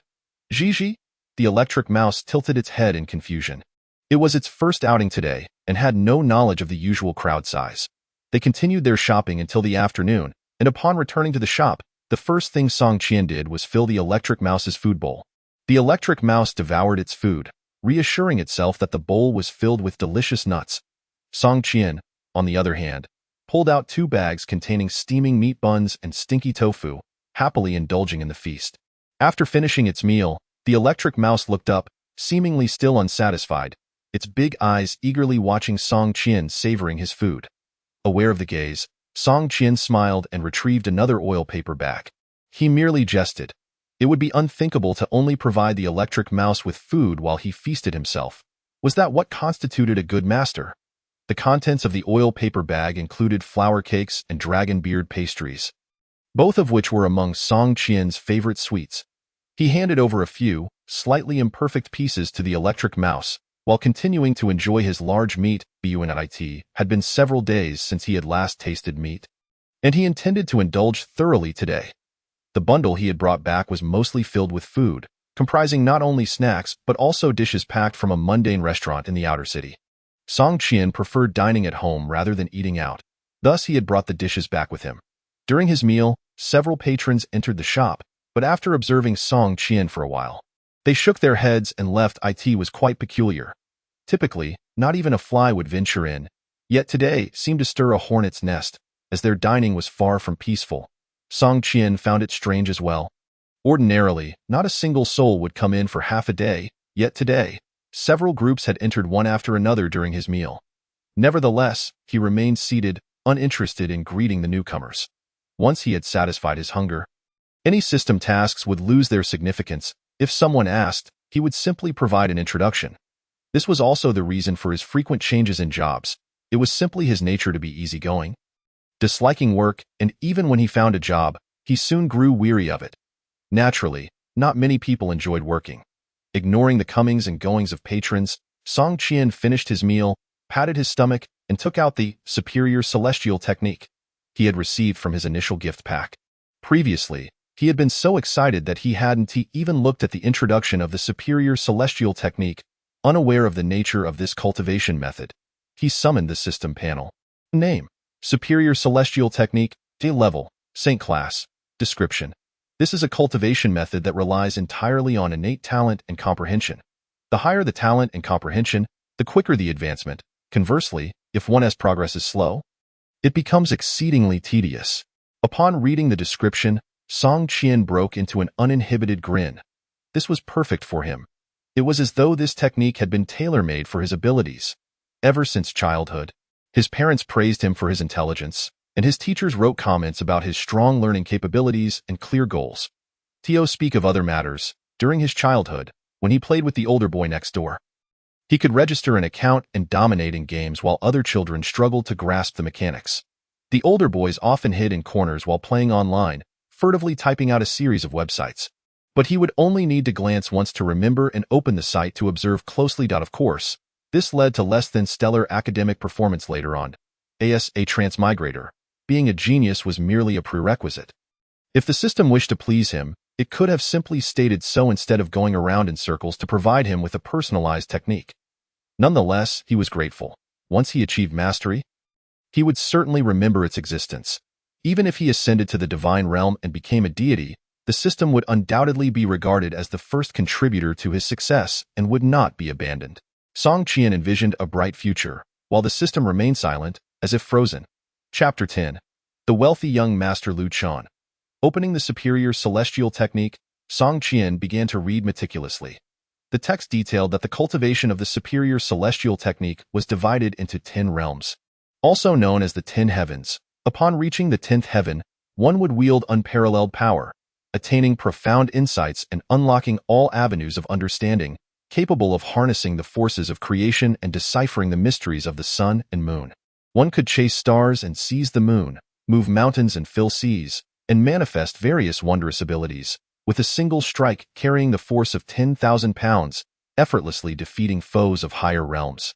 Most importantly, there were 10 realms to progress through, and with each realm attained, the practitioner would awaken a unique ability. In total, one could awaken 10 different abilities across the 10 heavens. These abilities were not limited to 72 but were countless, including but not limited to invisibility, water manipulation, fire breathing, immense strength, distant vision, enhanced hearing, and the ability to move mountains and fill seas, among others. However, the specific abilities awakened were entirely random. After reading through the entire text, Song Qian marveled at the fact that he understood every single word. Mouse, hold off on eating for a moment. Assist me with protection, as I intend to cultivate my divine skills, he instructed, halting the electric mouse, which was munching on the flour cake. Song Qian settled himself, closed his eyes, and began to silently cultivate the superior celestial technique. As time passed, day turned to dusk outside, and after a prolonged period of meditation, Song Qian finally opened his eyes. Why this time? The electric mouse had devoured every last morsel of the flour cake. Ordinarily, he would have been furious that not a single piece was left for him. However, now, he was filled with excitement regarding the prospect of mastering the supreme technique. Indeed, it was a saint-level technique.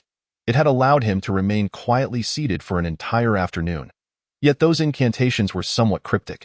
Even for a genius like him, he had yet to decipher them fully after an entire afternoon. Truly, the highest techniques were profound. Song Qian mused aloud, utterly oblivious to the electric mouse beside him. Unbeknownst to him, while he practiced, the electric mouse, having finished the flour cake, grew bored and opened the superior celestial technique in front of Song Qian, beginning its own cultivation. At this moment, the electric mouse had already reached the entry-level stage after a full afternoon of practice and was on the verge of touching the threshold of the first realm of the superior celestial technique. Yes, while Song Qian had yet to grasp the meaning of the celestial technique, the electric mouse had already approached the threshold of the first realm. It is essential to note that, as a spirit-level companion beast, the electric mouse's innate talent was not particularly high. It could hardly be deemed a genius. Fortunately, Song Qian was unaware of this, nor could he check the electric mouse's progress. Otherwise, he would certainly harbor doubts.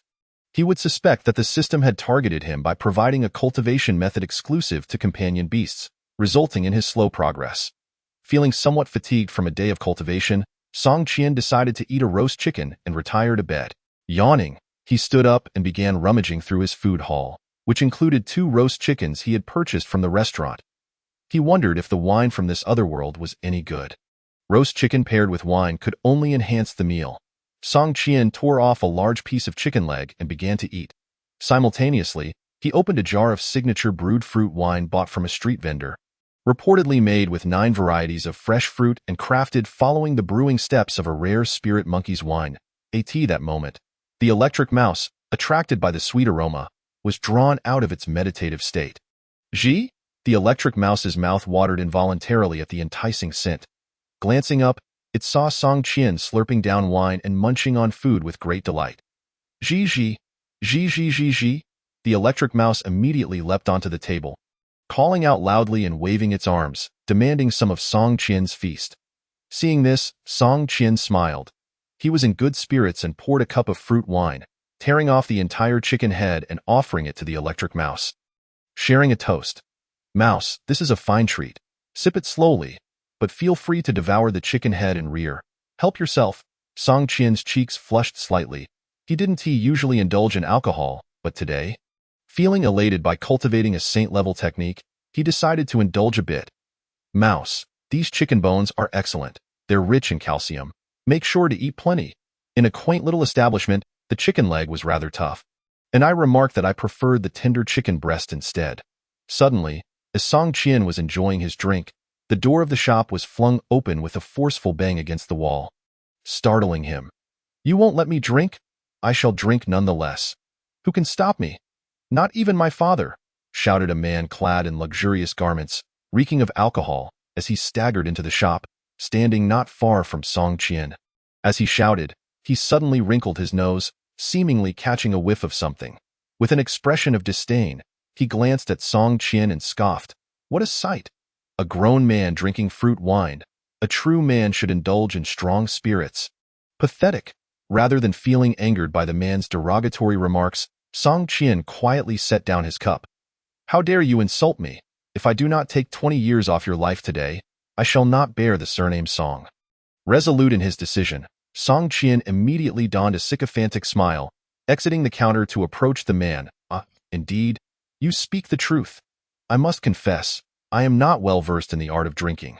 May I inquire your esteemed name? Sir, he inquired.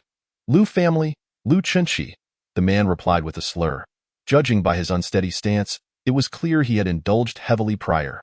Lu Chenshi? Song Qian pondered, recalling a vague familiarity with the name but could not quite place it. Nevertheless, regardless of the man's identity, it did not hinder Song Qian's intent to profit from him. I asked the esteemed guest here to partake in our humble offerings? Song Qian asked, of course. I am here to spend money. Bring forth your finest wines, Lu Chenshi bellowed, tossing a few glimmering crystals from his sleeve. Song Qian merely cast a fleeting glance at the sparkling gems before directing Lu Chenshi towards the counter. Come, before we indulge in libations, there are a few formalities to attend to, Song Qian stated. Formalities? What formalities? Other establishments have none, Lu Chenshi scoffed, though his body betrayed him, leading him to press against the payment sign indicating lifespan. In that instant, a notification appeared above his head. 7. Extractable chances, 7 times. The payment for a standard box was a decade of life, while more advanced boxes required a greater sacrifice. Song Qian was unaware of how the system calculated these 3 payment methods. However, he knew that any lifespan sold would not be credited to him. Not greedy, he merely deducted 1 chance to draw, equivalent to 10 years of life. He felt no remorse for costing Lu Chenshi a decade of his existence. After all, who knew? Perhaps, like the previous patron, Chenwei, Lu Chenshi might draw a heavenly level card. How bothersome! Can we not get to the drinks more swiftly? Lu Chenshi exclaimed, shaking his head, feeling as though he had lost something. However, in his current state, he was unable to think further. Under Song Qian's guidance, Lu Chenshi casually selected a pack from the beast card box and tore it open. Instantly, a radiant glow filled the shop, startling Lu Chenshi. From the pack emerged a beam of azure light. As the brilliance faded, Lu Chenshi found himself holding a card with a dazed expression. Name: 100 Speed Hound. Level: Spirit level. Description: remarkably swift. Its unique mane can generate wind blades that possess the power to sever small trees. This creature. Lu Chenshi's eyes sparkled with a newfound determination. He ceased speaking, instead focusing intently on the sudden influx of information in his mind, and began the summoning process. A flash of light enveloped him, and a wave of refreshing energy surged through him as a hound, cloaked in verdant fur and standing nearly half a man's height, appeared before him, panting eagerly and looking up at him. Simultaneously, Lu Chenshi felt a shackle within him shatter. I have finally broken through to the 3rd level of blood exchange, Lu Chenshi exclaimed with joy in that moment. The surge of energy from his newfound realm expelled the alcohol from his system. Having been trapped at the 2nd level for an extended period, he had not anticipated breaking through today, in such an unassuming little shop. The 100 Speed Hound, sensing its master's elation, leapt up joyfully, placing its front paws on Lu Chenshi's shoulders and licking him enthusiastically. All right, enough. Stop, Lu Chenshi managed to exclaim, attempting to stifle the hound's exuberance, his face now drenched in its saliva. The hound was at the 5th level of blood exchange, and its exuberance had Lu Chunchi pinned to the ground, momentarily rendering him unable to escape. Witnessing this, Song Qian felt a twinge of dismay. He had not anticipated that Lu Chunchi would summon a spirit-level beast. Just moments ago, he had hoped for a mere mundane-level creature. System, how accurate is this card-drawing process? It feels as if there are no mundane cards within. 3 draws, 1 heavenly and 2 spirit levels. This is far too high a rate. At this rate, I shall suffer a loss. Are we even making a profit? Song Qian silently grumbled to the system. Rest assured, esteemed host, the card-drawing probabilities in the shop are equitable for all. Whether blessed with fortune or plagued by misfortune, all patrons receive the same treatment upon entering the establishment. Hearing this, Song Qian could only roll his eyes in resignation. He was well aware of this fact and merely expressed his frustrations. The shop existed in its own space, entirely insulated from the external laws of nature, ensuring that even the most fortunate could not draw superior cards if it was not their destiny. Even if the fabled Emperor Li, who commanded the heavens, were to visit, he would receive no better treatment than an ordinary patron. You are indeed fortunate, dear guest, Song Qian congratulated. Meanwhile, Lu Chunchi, regaining his composure, used his arm to pin the 100-speed hound down. Rising to brush off the dust from his clothes, now fully aware, he gazed at Song Qian with fervent admiration. Seeing his demeanor, Song Qian felt a flicker of apprehension. He wouldn't kneel, would he? Lu Chunchi's expression mirrored that of Chen Wei before. Almost identical in every detail. I am Lu Chunchi of the Lu family. I am immensely grateful for this fortuitous encounter.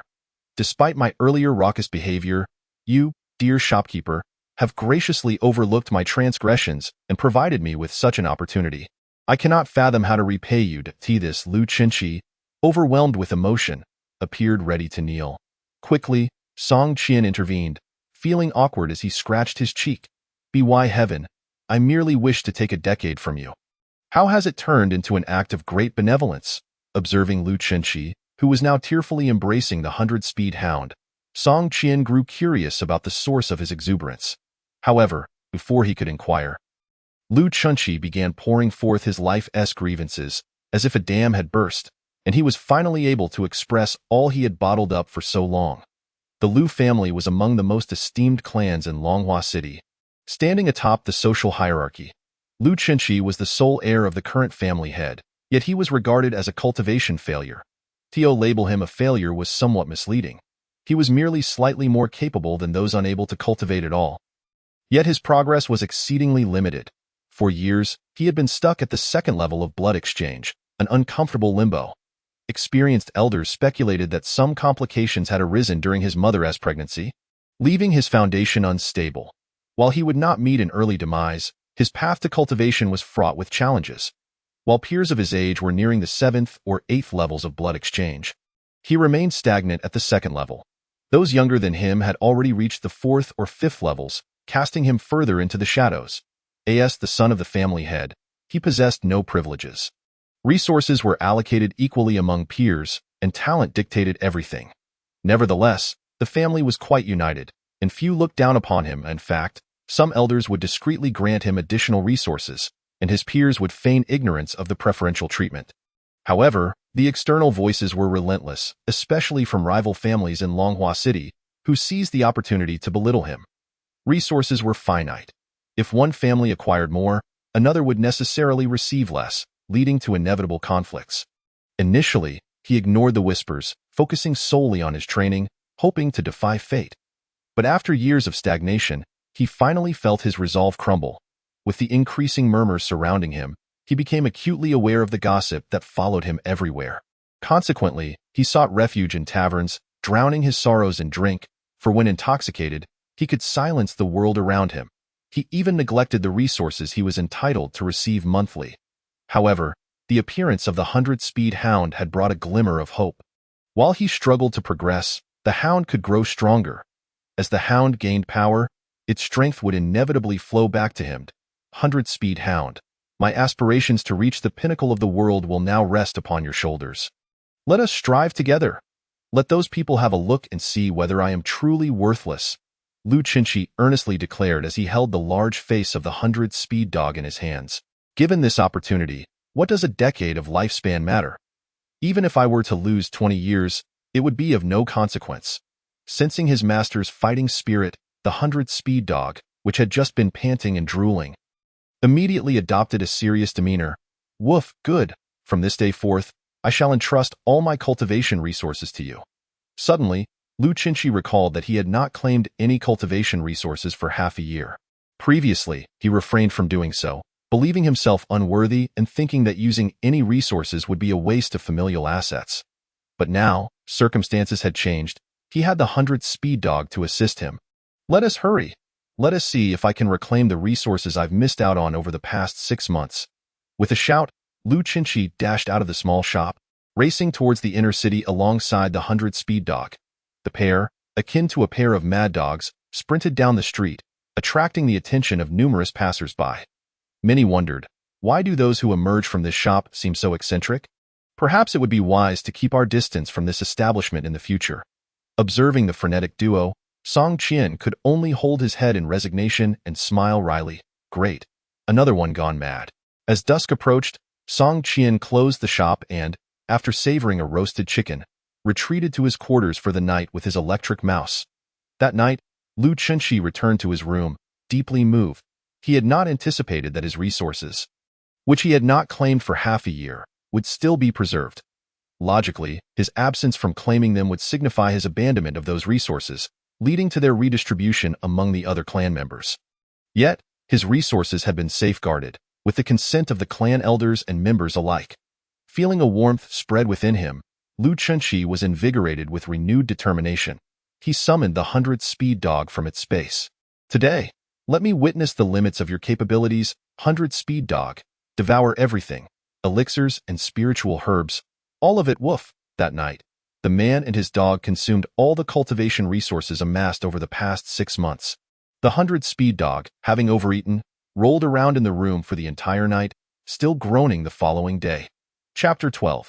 Asleep to break through the next day, Song Qian rose early, stretching his limbs before opening the shop for business. He chose not to set up a stall outside to tell fortunes or sell ice. He had enough for meals and did not desire to work as for luring customers in for card draws. That was not something he wished to engage in at this moment. He simply wanted to cultivate the superior celestial technique. Currently, he had yet to complete even one cycle of the Zhou Tian. His internal meridians were disorganized, resembling a jumbled mess, akin to staring blankly at a math problem in a previous life, completely at a loss. However, he believed that with his exceptional intellect, he would surely discover the solution to circulate the superior celestial technique through one Zhou Tian. Throughout the day, customers came and went, but adhering to a principle of silence unless questioned, Song Qian let many potential customers slip away. Many had come merely due to rumors of ice, only to be dissuaded by his excuses regarding the preparations needed for ice making. Others, upon entering and seeing Song Qian's mere second-tier blood exchange realm, did not even bother to inquire, turning on their heels and departing. As night fell and Song Qian locked up, exhaustion overcame him, and he collapsed onto the sofa. Mouse, I have wonderful news. After a day of diligent cultivation, I can now circulate a Zhou Tian within my body. Isn't that impressive? He exclaimed to the electric mouse, who was seated beside him, meditating. The electric mouse, now fully devoted to cultivating the superior celestial technique, had even sacrificed its sleeping hours for practice. The electric mouse, disturbed from its meditative state, gazed at Song Qian with confusion. I am asking, isn't your master remarkable? Song Qian insisted, yearning for recognition and praise, which fueled his motivation to continue his cultivation. Master is the best. The electric mouse, though unaware of the context, complied with a few squeaks to please Song Qian. Afterward, it affectionately nudged Song Qian's palm and then turned back to resume its meditation. It had already cycled through 36 Zhou Tian of the superior celestial technique and was on the verge of entering the first tier of its realm. At such a critical juncture, it was quite generous of it to spare a few seconds to acknowledge Song Qian. Observing the electric mouse's demeanor and glancing at his still warm hand, Song Qian wondered if it had been merely going through the motions. He mistakenly believed that the electric mouse was merely imitating his actions. Unbeknownst to him, the electric mouse had already mastered the superior celestial technique and was advancing more rapidly than he was. Why not? Let us forego sleep tonight and dedicate ourselves entirely to cultivation. Song Qian contemplated. No, adequate rest is crucial for learning. We must cultivate scientifically and avoid straying into the demonic path. Justifying his decision, Song Qian happily went to eat before retiring to his room. Upon awakening, Song Qian stretched languidly in bed and suddenly sprang up, feeling the flow of spiritual energy within him. A surge of vitality coursed through his being, each pulse of power more invigorating than a hearty meal. How is it that I have reached the third tier of blood exchange?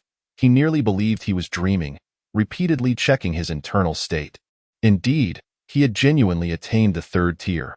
Overjoyed, he flopped back onto the bed, writhing in delight like a slippery eel, sending sheets and blankets tumbling to the floor. I told you that a good night's sleep could resolve issues. It's like rebooting a computer when it crashes. Restarting solves 99% of problems. Adequate sleep is indeed vital for learning. The teacher was right.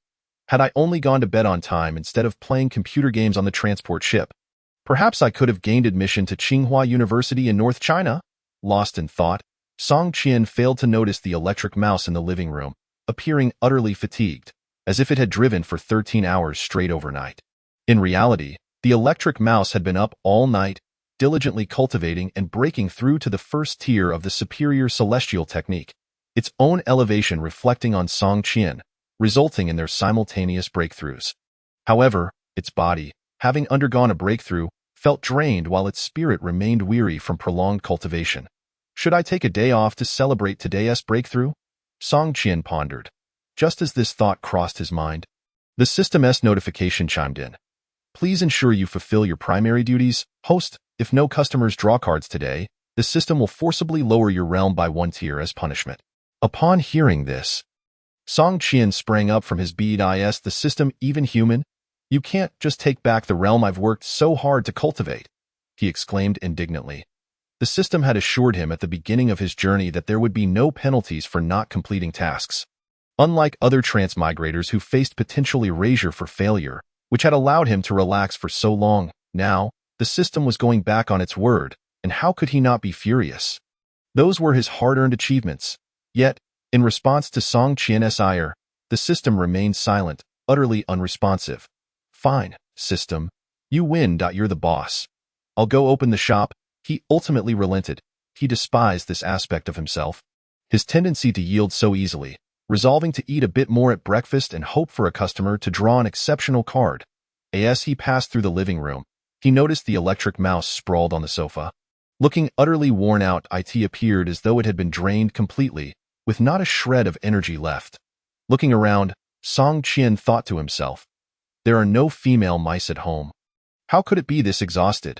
Though just recently threatened by the system, Song Qian, considering himself kind-hearted, granted the electric mouse a day off, informing it that it could rest and need not supply power to the refrigerator.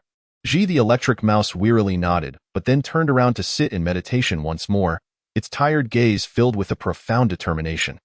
Song Qian assumed this was merely the electric mouse's habitual response to resting and paid no further mind. Turning to open the shop, today, he intended to cast aside his lethargy. With the system's threat looming, he could no longer ignore the customers entering his establishment. However, for some inexplicable reason, not a single customer came through the door all morning.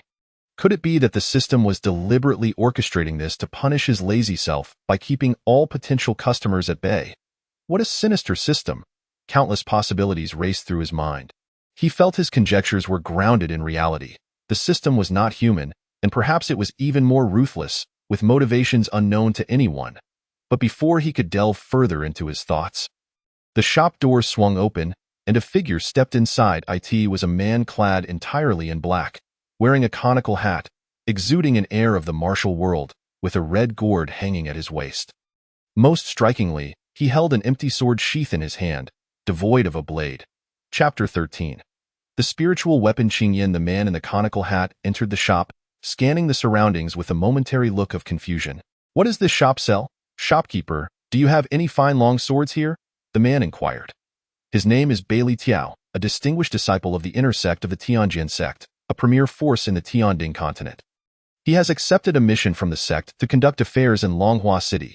Before his departure, A junior brother with whom he shares a close bond informed him of a potential opportunity that awaited him in Longhua City. Bailey Tiao holds great trust in this junior brother, who, unlike the majority of the sect members who cultivate the sword path, stumbled upon a divination book in the library and has since pursued the art of divination. Although this junior brother's comprehension of swordsmanship is akin to that of a simpleton, he possesses an extraordinary talent for fortune-telling, having accurately predicted several events concerning his fellow disciples, earning him considerable renown within the sect.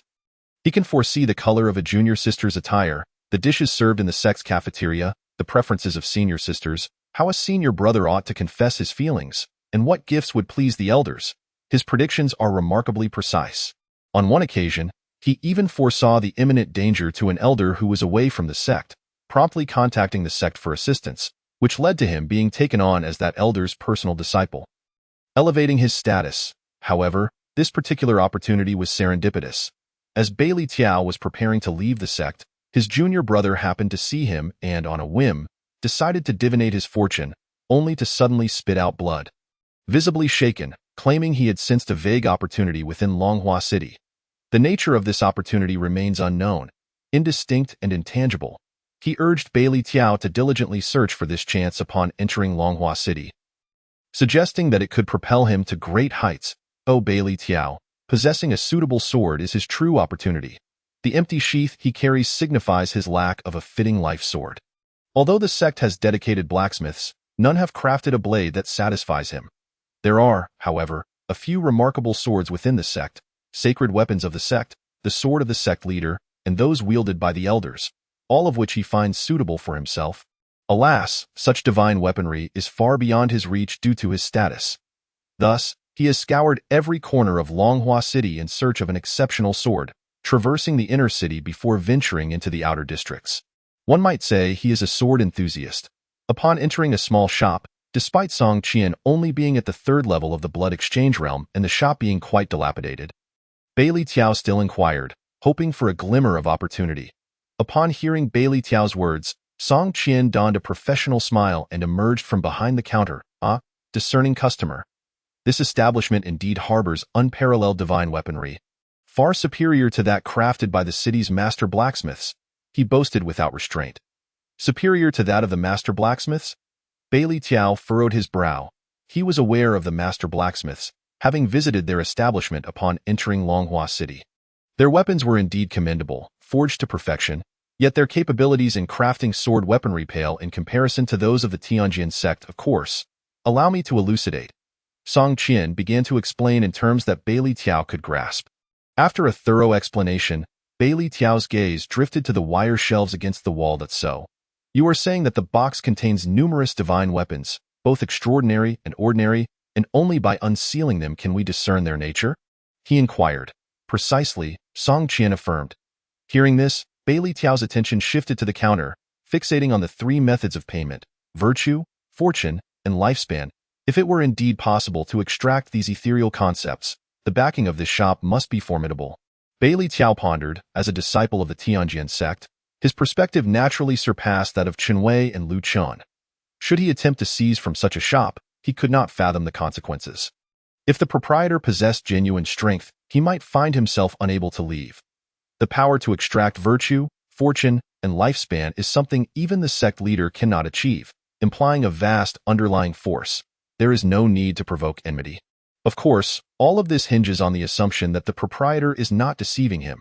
If he were to be duped, the Tianjin sect would not be so easily trifled with. After a moment of contemplation, Bailey Tiao spoke. You mentioned a fourth method of payment, bartering, correct? I wonder if this item I possess qualifies. With that, he flipped his palm, revealing a green token. This token was given to him by his master before his departure. It is a life-saving jade token that can withstand a single fatal blow, though its efficacy diminishes against opponents of higher realms, at most enduring an attack from a peak spirit body realm practitioner. My sword path is unwavering. I have no need for such defensive trinkets, Bailey Tiao stated. The spirit body realm is the third stage on the path of cultivation, following the blood exchange and profound realm stages. Observing the jade token in Bailey Tiao's hand, Song Qian immediately reached out to take it. System. Can this be exchanged? Song Qian silently queried. In an instant, the jade token vanished from his grasp, and a number appeared above Bailey Tiao's head.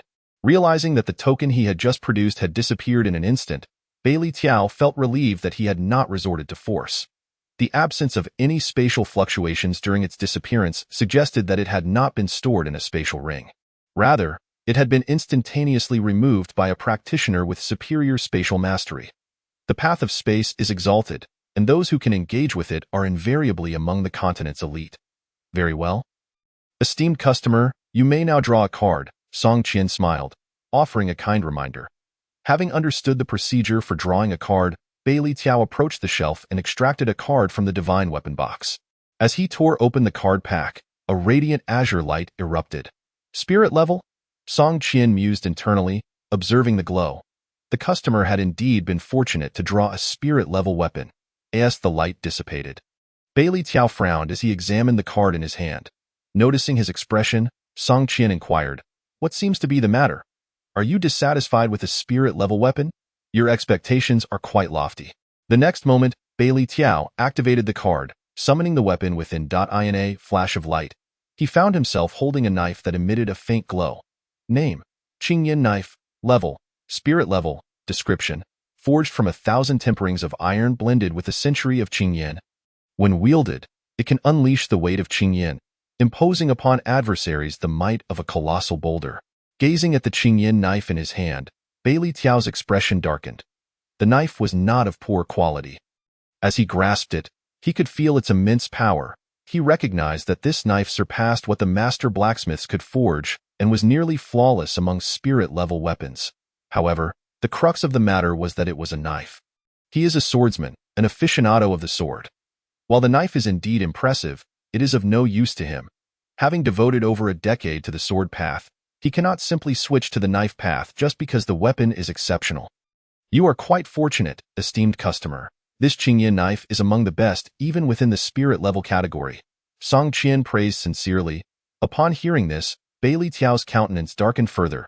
If you are not satisfied, there are other payment methods available, Song Qian continued to entice. Hearing this, Bailey Tiao's expression softened slightly as he regarded the shelf, seemingly weighing his options. He had not brought any valuable treasures with him during his descent from the mountain. Should he resort to the other 3 payment methods, as a disciple of the Tianjin sect, he understood the significance of virtue, fortune, and lifespan and would not part with them lightly. No, I have other pressing matters. I will return to patronize your esteemed shop in due time, Bailey Tiao said with a respectful bow, the long knife still in hand as he turned to leave. He had yet to fulfill the mission assigned to him by the Tianjin sect.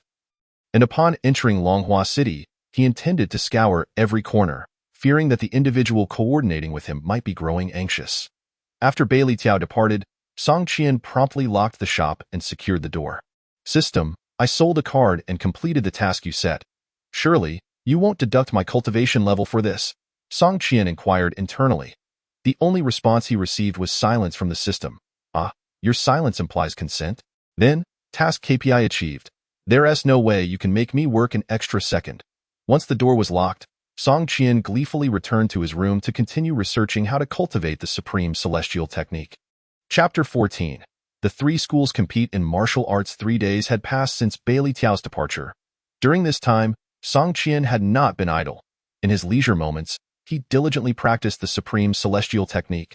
He had cycled the spiritual energy generated by the technique within his body for 25 cycles, and was merely a day or 2 away from breaking through to the significant milestone of 36 cycles. Feeling the surging spiritual energy within him, he could sense he was inching closer to the first realm of the celestial technique. Throughout these 3 days, Song Qian adhered strictly to the opening and closing times dictated by the system, ensuring he provided no opportunity for the system to exploit. However, whether customers arrived or drew cards was of no concern to him. Squeak, do you think someone with my extraordinary talent finds it so arduous to cultivate the supreme celestial technique? If it were anyone else, they might wait until the next millennium to complete 36 cycles. After completing a cycle, Song Qian, embracing the principle of balancing work and rest, paused to chat with the electric mouse. As he spoke, he playfully poked the electric mouse's chubby cheek. However, the electric mouse merely responded with a couple of perfunctory squeaks before resuming its meditative state. The electric mouse had already broken through to the first realm of the supreme celestial technique and was now striving towards the second realm. Deeply engrossed in its practice, Song Qian observed that the electric shock mouse showed no inclination to engage with him. He decided not to make a fool of himself. Stretching lazily, he rose to his feet and exited the store. Craving a breath of fresh air, he noted with perplexity that the foot traffic on the street had diminished. Just yesterday, several cultivators were loitering in the outer city, yet today, not a single one was in sight. Song Qian cast a curious glance around the street. Suddenly, his gaze shifted towards the inner city. With his third level of blood exchange realm cultivation, he sensed an unusual increase in the fluctuations of spiritual energy within the inner city. As if numerous cultivators were congregating in a single location in the inner city, at the site of the Tri-Family Martial Arts Tournament, a vast arena stood, currently filled with at least 1,000 cultivators of varying ranks.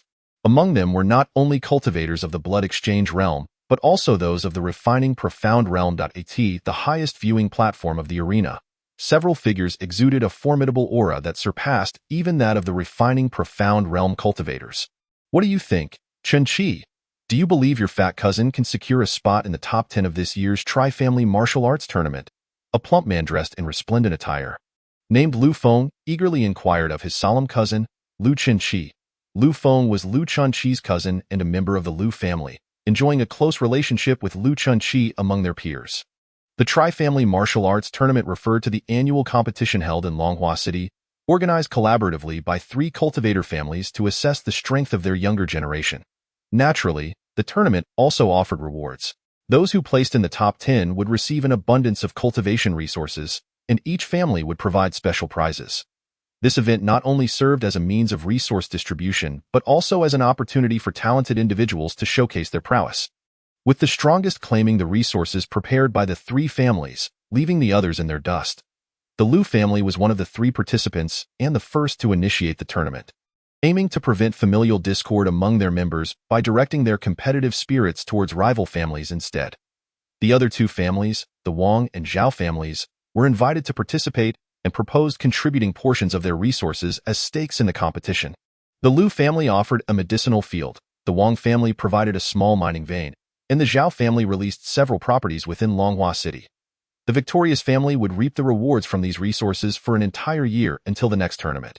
This enticing incentive had only served to amplify the competitive fervor among the younger generation, leading to growing animosity between the 3 families. The Lu family had not secured a championship in the tournament for 3 consecutive years, rendering the younger members unable to hold their heads high in front of their peers from the other 2 families. Cousin, you're currently at the 8th level of blood exchange realm. Among the 3 families, only 3 individuals have reached the 9th level. As long as you don't encounter those 3 9th level cultivators, you still have a good chance of making it into the top 10, Lu Chenqi analyzed earnestly. Lu Feng nodded in agreement upon hearing Lu Chenqi's assessment. Indeed, as long as I steer clear of those 3 9th level fellows, I still possess the strength to fight. Lu Feng chuckled, patting Lu Chenqi on the back. If I make it into the top 10, I'll be sure to share the rewards with you. Lu Chenqi smiled in response. He shared a close bond with his cousin and felt no need to decline. In their childhood, whenever Lu Feng bought a skewer of candied hawthorns, he would insist on saving a few for Lu Chenqi. Among all his peers, Lu Feng was undoubtedly the one with whom he had the best relationship. However, a burning ambition ignited within Lu Chenqi. He too yearned to shine brightly in this Tri-Family Martial Arts Tournament, sensing the diligent efforts of his pet, the 100-speed dog, to grow stronger. Lu Chenqi brimmed with confidence. Even if he didn't reach the top 10, he was determined to shed the label of being a waste. 100-speed dog, let us ascend to the pinnacle of this Tri-Family Martial Arts Tournament together. Lu Chenqi silently vowed. Before long, the crowd within the arena swelled, and figures began to materialize in the stands. The time had come. The Tri-Family Martial Arts Tournament was officially underway. Suddenly, a voice rang out from above. As a figure leaped down from the stands, landing in the center of the arena, the cultivators seated around began to assess this individual's cultivation level. It was the refining profound realm, with a commanding shout. The entire arena came to life as countless figures emerged, each possessing the cultivation of the refining profound realm. These were the judges selected from the 3 families, tasked with officiating the tournament. The vast martial arts area within the arena was divided into multiple platforms, where the younger generation of cultivators would engage in fierce competition. Lu family, Lu Siyuan, to Platform 30, Wang Family, Wang Xintian, to Platform 31, Zhao Family, Zhao Shangqian, to Platform 18. In an instant, the martial arts competition commenced, as figures appeared on the platforms. And with the judge's signal, the battles began. At this moment, Lu Feng awaited his turn, conversing with Lu Chunqi about various matters. Cousin, your cultivation isn't sufficient. If you face someone weaker, try to fight a couple of rounds. But if you encounter opponents far beyond your capabilities, don't hesitate to surrender. If your opponent is from our Lu family, they likely won't go too hard on you. However, if you face someone from the other two families, they will undoubtedly humiliate you. In that case, don't let your pride get the better of you. Run if you can, and I'll seek revenge for you, Lu Feng advised earnestly. Listening to Lu Feng's earnest counsel, Lu Chunqi nodded in agreement. Understood, cousin. You needn't worry. Your clever little cousin won't place himself in danger, Lu Chunqi replied with a wry smile. Lu Feng's intentions were well-meaning, yet he found himself hearing the same warnings year after year, to the point where it had become almost monotonous. Seeing Lu Chunqi's compliance, Lu Feng refrained from further admonitions. Gradually, Lu Feng's name was called. Upon hearing it, he exchanged a brief farewell with Lu Chunqi before heading towards the designated platform. As he positioned himself on the platform, both combatants introduced themselves. Lu Family, Lu Feng, 8th level of Blood Exchange Realm, please guide me. Wang Family, Wang Xingtian, 9th level of Blood Exchange Realm, please guide me. In that instant, Lu Feng felt as though the sky had fallen upon him on the platform, witnessing the overwhelming aura emanating from his opponent, which undoubtedly belonged to the 9th level of Blood Exchange Realm. Lu Feng was drenched in cold sweat. Damn it. How unfortunate to face such a formidable opponent in the very first round. If I lose here, my hopes of entering the top 10 will be utterly dashed. Anxiety churned within him. He and Lu Chunqi had boasted about securing a top 10 position in the tournament, with promises of sharing the rewards. The gap of one level, though merely the disparity of the Blood Exchange Realm, should not be too pronounced, right? Perhaps he still had a chance to defeat this opponent, Lu Feng thought to himself. Though there were indeed prodigies capable of overcoming such disparities, Lu Feng was acutely aware that he was not one of them.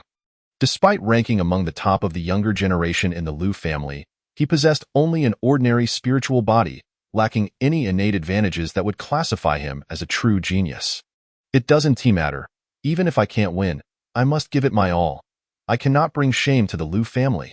Resolutely, Lu Feng steadied himself, channeling his internal spiritual energy and assuming an offensive stance. Meanwhile, his opponent, Wang Xingtian, appeared relaxed and unconcerned, as if Lu Feng were of little consequence. I've heard of you, Lu Feng. You're among the top 10 of the Lu family's younger generation, but alas, your luck has run out. You won't even make it past the first round, Wang Xingtian taunted with a smile. In an instant, Wang Xingtian shifted his demeanor, becoming serious. This was the Wang family's ultimate martial art, the Heavenly King Hand Seal. It was said to be derived from a legendary secret tome, showcasing an expansive and formidable technique. In the face of Wang Xingtian's provocation, Lu Feng feigned indifference, focusing intently on adjusting his own state. Moments later, both combatants were fully prepared. With a decisive command from the judge, they launched into action. In a heartbeat, the platform transformed into a battleground, as the two collided with the force of cannonballs. Lu Feng had intended to endure a few more exchanges, but he was taken aback by Wang Xingtian's astonishing speed. In just one clash, his arms went numb. Yet, there was no time to recover. The outcome was already determined. Wang Xingtian roared, accelerating his speed. Heavenly King Hand Seal. He unleashed the most powerful strike of the Heavenly King Hand Seal, spiritual energy surging from his arm like a tidal wave, crashing into Lu Feng, who was unable to evade in time. Instantly, Lu Feng was sent spinning through the air, akin to a kite severed from its string, landing outside the platform. As predicted, the outcome was sealed. Simultaneously, the heads of the Lu and Zhao families exchanged glances, their brows furrowing as they observed Wang Xingtian on the platform, a half-step towards the innate spiritual body. It seems the Wang family has produced a true talent, remarked the head of the Zhao family, his expression tense as he turned his gaze towards the Wang family patriarch, who was sipping tea and enjoying the spectacle. Sensing the scrutiny, the Wang family patriarch smiled, leisurely setting down his teacup. Just a stroke of luck.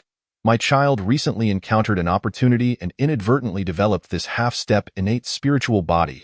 I didn't he expect him to be so eager to showcase his prowess. Striking with such intensity, he will face consequences for this.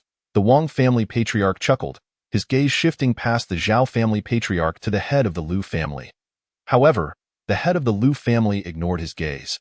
Focusing intently on Lu Feng, who was struggling to rise from the ground, his steps unsteady, clearly suffering from internal injuries. Fortunately, Lu Chunqi had been watching closely and rushed over to assist him, bringing him to the rest area for treatment by the Lu family members.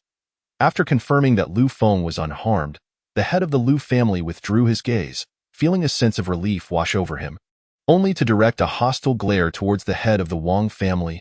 Truly, the Wang patriarch had sired a remarkable son, a half-step innate spiritual body. Should fortune favor him, he could cultivate into a true innate spiritual body, at which point he would undoubtedly be hailed as a genius. Yet, it remained uncertain when such an opportunity might present itself in this lifetime. The head of the Lu family spoke with evident displeasure. Lu Feng shared a fraternal bond with his son, Lu Chunqi, and their close relationship was well known, so it was only natural for him to feel vexed in response to the pointed remarks from the Lu patriarch. The head of the Wang family displayed no signs of displeasure. Instead, a smug expression graced his features. Indeed, if his son lacked great fortune, he would likely never achieve the level of an innate spiritual body. And the disparity between the two was immense. The Wang patriarch remarked, referring to Lu Chunqi as your esteemed son. Enough of this verbal sparring with a rogue, the Lu patriarch retorted. The implied meaning was not lost on him. And with a cold snort, he turned his attention back to the martial contest. What could he do? There was no comparison. The opponent's son was already a half-step innate spiritual body, while his own child was still uncertain if he could even break through to the Xian realm in this lifetime. Reflecting on his diligent child, the Lu patriarch couldn't help but sigh inwardly. Caught between the two, the head of the Zhao family felt quite awkward. Although he maintained a friendly rapport with the Wang family, he had no desire to offend the Lu family excessively, thus he refrained from intervening. Nevertheless, he cast his gaze upon Wang Hengtian on the arena, lamenting when his own Zhao family might produce a prodigy with an innate spiritual body. The so-called spiritual body is fundamental to the cultivation of practitioners. Whether human, beast, or even the essence of plants, all beings seeking to cultivate require two crucial elements: the spiritual body and the spiritual root. All living things possessing a spiritual root can comprehend knowledge, possess wisdom, and learn to harness it. For instance, among humans, nearly everyone is born with a spiritual root, allowing them to grasp various teachings. Of course, this is not to say that the spiritual root is insignificant. For humanity, it is an inherent gift, while for other beings, it symbolizes status and hierarchy. Take the demon race, for example. Those with the spiritual root are deemed demons, capable of understanding and speaking human language, whereas those without it are merely referred to as beasts, devoid of wisdom, mere wild animals. This distinction holds true for other races as well. Having a spiritual root versus lacking one creates a chasm between them. The spiritual body, then, is the foundation upon which beings can cultivate. To embark on cultivation, one must possess a spiritual body. Attempting to cultivate without one would lead to an inability to bear the energy, resulting in catastrophic consequences. Mildly, one might be left incapacitated, and severely, one could lose their life.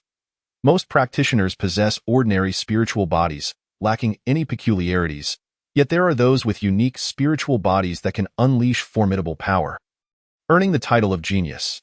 Unique spiritual bodies are further divided into innate and acquired types. Innate spiritual bodies, as the name suggests, are those that are present from birth. For example, the longevity body, which boasts a lifespan exceeding that of ordinary practitioners, living for centuries even without cultivation, and upon cultivation, their lifespan far surpasses that of others at the same level. Similarly, the fire spiritual body, which is innately attuned to flames, finds it significantly easier to cultivate corresponding techniques or become an alchemist. Innate spiritual bodies come in many forms. In contrast, acquired spiritual bodies refer to those developed through diligent effort, representing the miraculous achievements of powerful practitioners. For instance, the Copperhead Ironarm's body is recognized as an acquired spiritual body, rendering the body as tough as bronze or iron. Even the sharpest blade cannot penetrate it. Another example is the Sun body, epitomizing extreme rigidity and radiance, honing an intensely solar physique, emanating a brilliance that deters any onlooker from approaching. Chapter 16. Blood Exchange 7th level. The three family heads each harbored their own thoughts, this moment. After entrusting Lu Feng to his family members, Lu Chenxi returned to the arena, his gaze locking onto the returning Wang Hangtian. This person has harmed my cousin. Although I may not be his equal, should we cross paths, I must restore some dignity for my cousin. Lu Chenxi resolved silently.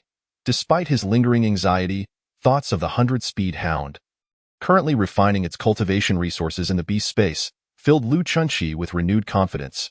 Before long, a referee's shout signaled that it was Lu Chenxi's turn to compete. As he ascended the stage, many eyes turned toward him. As a well-known failure in Longhua City, he was met with a barrage of scornful glances.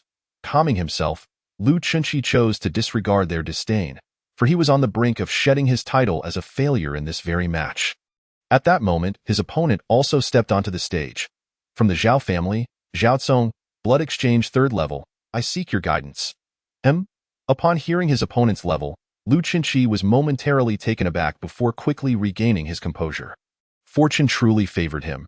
He had drawn a novice for his first match. In this tri-family martial contest, all participants were practitioners at the Blood Exchange level, with pairings entirely random, meaning it was possible for a Blood Exchange 9th level to face off against a Blood Exchange 1st level. Thus, Lu Chenxi was not overly surprised. From the Lu family, Lu Chenxi, Blood Exchange 4th level, I seek your guidance. That night, he had diligently fed the 100-speed hound cultivation resources, resulting in a rapid elevation of its level overnight, which also reflected back on him, advancing him to the Blood Exchange 4th level. This match could be described as quite effortless. Lu Chenxi had cultivated for many years, while his opponent had trained for only a short while, naturally giving Lu Chenxi a significant advantage in experience. Furthermore, with his opponent's level lower than his own, a few exchanges later, he seized upon a flaw and sent his adversary tumbling off the stage. At this moment, the owners of the scornful gazes that had initially anticipated Lu Chenxi's embarrassment could only scoff dismissively. Truly, he had stumbled upon good fortune, facing a newcomer at the Blood Exchange 3rd level. Indeed, had he encountered those practitioners who had begun their training alongside him, he would likely have been defeated in mere moments, and no matter, his luck would soon run dry. Having already eliminated all practitioners at the Blood Exchange 3rd level and below, he would undoubtedly struggle against the remaining opponents. Among these onlookers were those from families opposed to the Lu family, as well as others who sought merely to ridicule Lu Chenxi, deriving pleasure from mocking someone they deemed inferior. Unlike the jeers from these individuals, the head of the Lu family watched from the stands with astonishment in his eyes. He never anticipated that his son had actually broken through to the Blood Exchange 4th level. The last time they met, he had only been at the Blood Exchange 2nd level, and had stagnated for quite some time. Could it be that my son possesses great fortune? The Lu patriarch mused with quiet delight. Suppressing his excitement, he turned his gaze toward the head of the Wang family, noting that the latter was engrossed in observing the other arenas, entirely oblivious to Lu Chenxi's progress. At this moment, Lu Chenxi had returned to the resting area, beginning to adjust his breathing. Feeling the abundant power coursing through him, he could hardly contain his joy. Though he had only defeated a junior at the Blood Exchange 3rd level, it marked his first step towards redemption. He pondered, unaware of what level the 100-speed hound would reach upon emerging, and how it would further elevate him in his beast space. The 100-speed hound was currently digesting the cultivation resources it had accumulated over half a year. And once fully absorbed, its strength would likely surge once more. At this juncture, Lu Chenxi felt none of the earlier anxiety. Instead, a resolute momentum surged within him. Not long after, when the referee called his name again, Lu Chenxi strode confidently towards the arena. Meanwhile, the head of the Lu family, having closely observed his son, was taken aback by Lu Chenxi's current demeanor. He seemed like a completely transformed individual, akin to a sword poised to be unsheathed. Chenxi now bore a striking resemblance to his mother, exuding such confidence. Whether this was a blessing or a curse remained uncertain. The Lu patriarch sighed internally. Let us hope that he does not attract undue attention from others. Retracting his gaze, the Lu patriarch shifted his focus to the other members of the Lu family, for as the family head, he could not solely fixate on his own child. At this moment, Lu Chenxi ascended the stage, with his opponent also leaping onto the platform. From the Lu family, Lu Chenxi, Blood Exchange 4th level. I seek your guidance. Oh? You are the so-called failure renowned throughout Longhua City? A failure who has garnered more fame than we so-called geniuses. The opponent looked down on Lu Chenqi with contempt, perceiving his Blood Exchange 4th level strength as nothing more than that of a fly. In the face of this provocation, Lu Chenqi merely smiled, unperturbed. If I am a failure, then should you fall to me, what shall you be called? A failure even more so? Lu Chenqi replied leisurely, hemph, sharp-tongued yet lacking in skill. I shall not only send you off the stage, but ensure your mouth is silenced before you go. The opponent's eyes glinted coldly. Following this exchange, the referee intervened to halt their dialogue. And the opponent presented his details. From the Wang family, Wang Hangshan, Blood Exchange 7th level. With a tone dripping with disdain and lacking any respect, Wang Hangshan declared, Blood Exchange 7th level. Upon hearing this, Lu Chenqi felt a tightening in his chest. He had hoped to stall for time, only to discover that his adversary was indeed a Blood Exchange 7th level practitioner. It appeared he would need to unleash the 100-speed hound. What's this? Afraid? You still have time to concede and leap off the stage, or perhaps kneel and kowtow a few times, and I might spare you from a beating as you exit. Observing Lu Chenqi's lack of reaction, Wang Hangshan mocked. However, in the next instant, he beheld something seemingly coalescing before Lu Chenqi. Woof! A crisp bark rang out as the 100-speed dog emerged from the beast's space. Simultaneously, as it materialized, its realm began to ascend. 7th level of the Blood Exchange realm. Just like the opposing Wang Xingshan, it too had attained the 7th level of the Blood Exchange realm. Concurrently, the elevation of its realm began to resonate, causing the spiritual energy within Lu Chenqi to surge, shattering the shackles of his own realm in an instant, propelling him to the 5th level of the Blood Exchange realm. The exhilaration of becoming stronger without any cultivation was truly delightful. Lu Chenqi let out a sigh of relief. No one could have anticipated that within just a few days, he had advanced from a 2nd-level practitioner of the Blood Exchange realm to the 5th level. Even within the Lu family, and in Longhua City, achieving such rapid progress through 3 realms in a short span was something only the most gifted could accomplish. At that moment, he continuously expressed his gratitude in his heart to Song Qian, the proprietor of the Celestial First Shop. Simultaneously, had he not been intoxicated and accidentally wandered into that shop, he likely would still be relegated to the role of a mere backdrop in this martial arts competition among the 3 families. Suppressing his excitement, Lu Chenqi cast a glance at the 100-speed dog before ultimately resting his gaze upon Wang Xingshan. Let us engage. 7th level of the Blood Exchange realm against 7th level of the Blood Exchange realm. It is entirely fair. Chapter 17. Instant kill. Lu Chenqi's breakthrough attracted the attention of many practitioners, as spiritual energy surged from his core. Upon witnessing the 100-speed dog on the stage, many were unable to suppress their astonishment. Why is there a demonic beast on the stage? Are the disciples of the Lu family seeking external aid for their duel, and with a demonic beast at that? Is this in accordance with the rules? Wang Xingshan questioned the 100-speed dog before him. Meanwhile, the referee's gaze turned to Lu Chenqi, seeking an explanation. The 100-speed dog is my companion beast.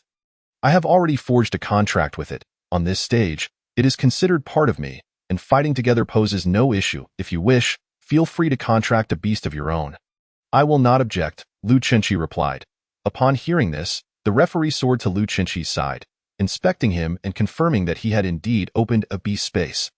Lu Chenqi cooperatively retrieved the 100-speed dog and then released it once more. The commotion on this stage drew the attention of many, particularly as a demonic beast had appeared. The gaze of the Wang family patriarch was also drawn to the scene. Upon seeing Lu Chenqi's face, he smirked disdainfully and turned his attention to the patriarch of the Lu family. What great prowess the Lu family possesses to procure such a demonic beast for the protection of their child.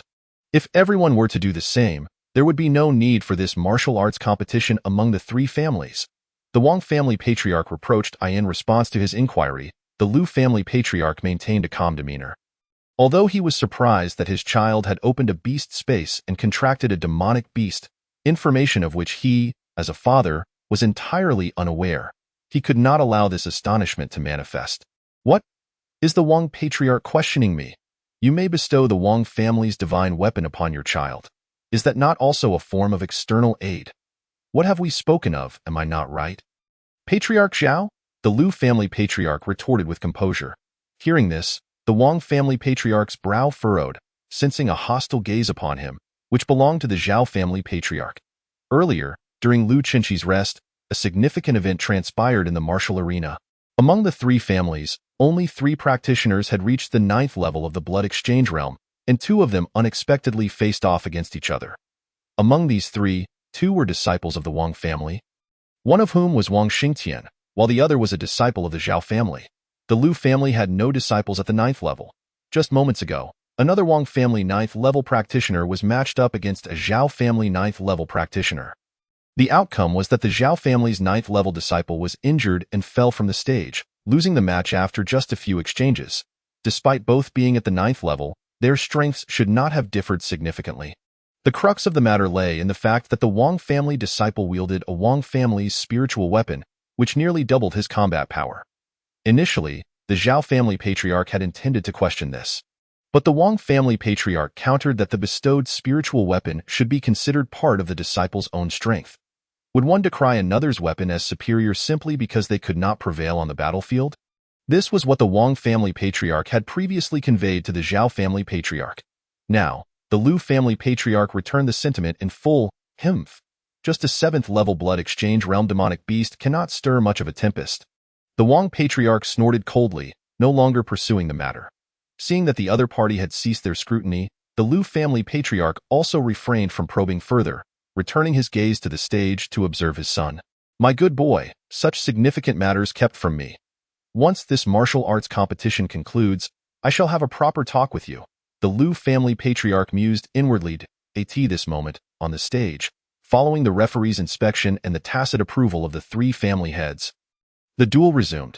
Wang Xingshan assessed the 100 speed dog, which appeared discontented as it faced Lu Chenxi, weighing the strengths of both sides.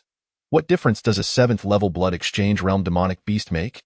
As it stands, the martial arts competition does not permit loss of life, yet your pet does not fall under that prohibition, Wang Xingshan declared harshly. In response to his words, Lu Chenxi remained unfazed.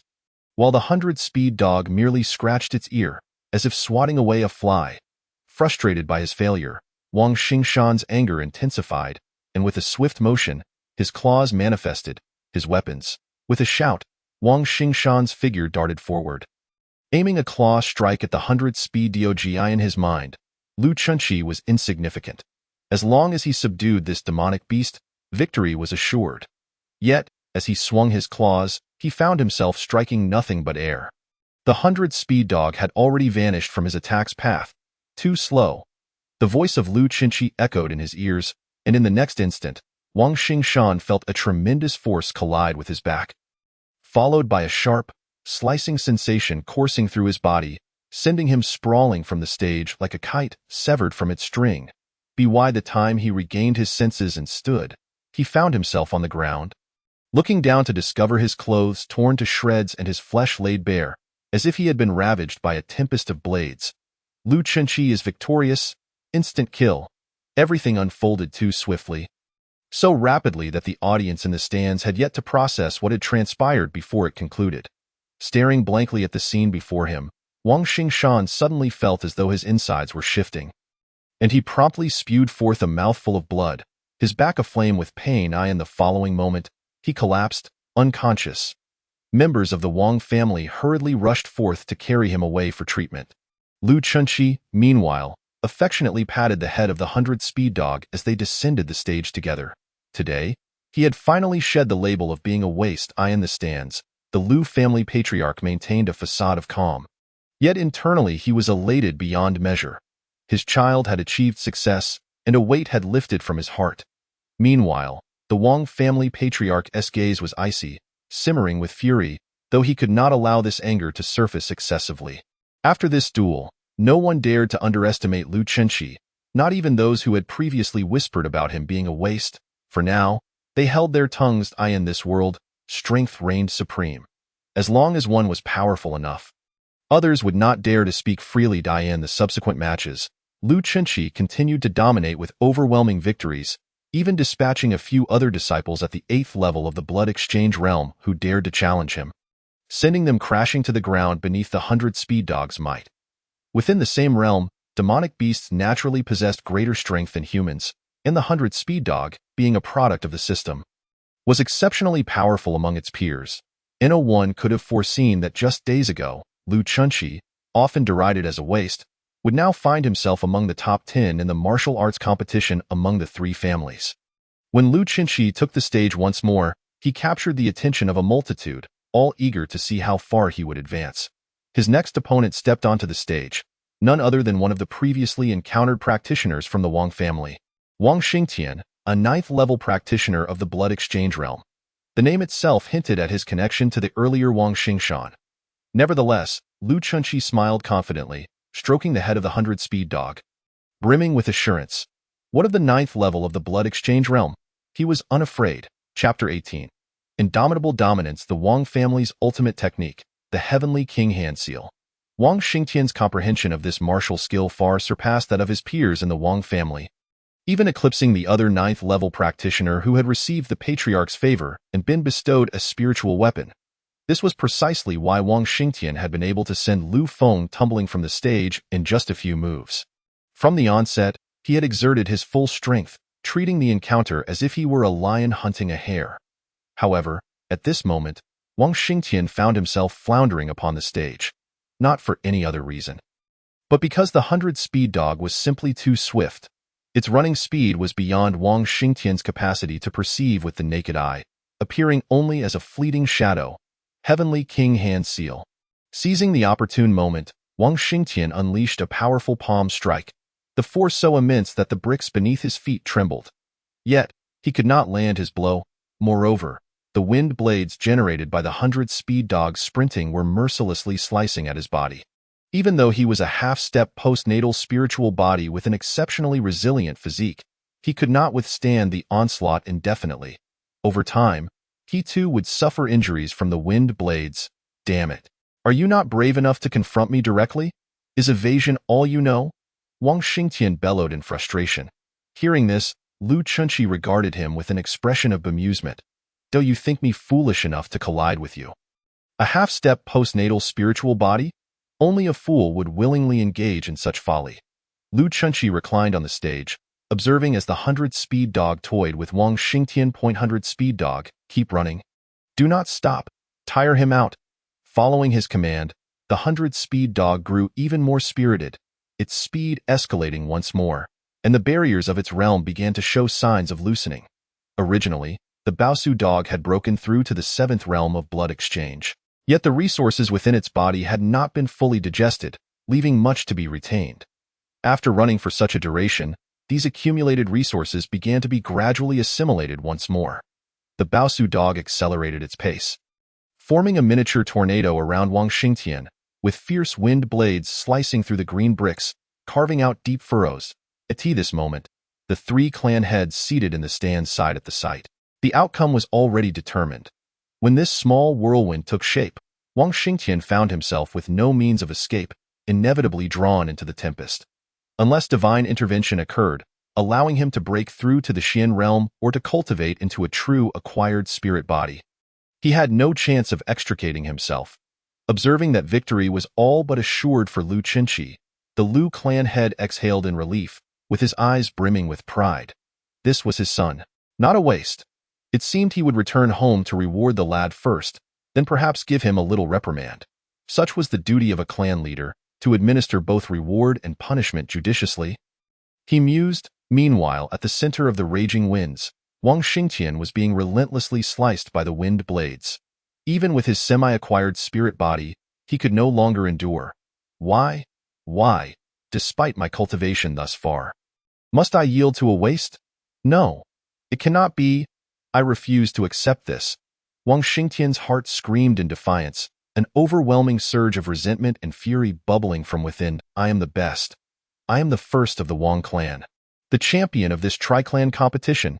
In the next moment, that indomitable rage erupted from his being, as spiritual energy surged wildly throughout his body, exuding an aura that swept in all directions. In that fleeting instant, the three clan heads in the stands rose to their feet simultaneously. The acquired spirit body has been achieved. The first to speak was the Wang clan head, who was ecstatic, never expecting that a true talent would emerge from his lineage. something far beyond ordinary praise. He felt a tinge of regret for not having provided Wang Xingtian with a protective spirit weapon. What type of acquired spirit body is this? It seems to defy adversity in its breakthrough. Inquired the Zhao clan head, puzzled. It is the unyielding dominance body. The manner of his breakthrough indeed aligns with his current predicament, replied the Lu clan head, a flicker of concern rising in his gaze. The unyielding dominance body is birthed from unyielding spirit and fury. At this moment, on the arena, Wang Xingtian, having successfully cultivated his acquired spirit body, wore a face of arrogance. With a mere shake of his arms, he tore open a gap in the swirling wall of the tornado, as if ripping through paper. Not far off, Lu Chunxi, still observing the battle, could not suppress a gulp. What is happening? Shouldn't he be the protagonist in this triclan competition? How did he break through to an acquired spirit body?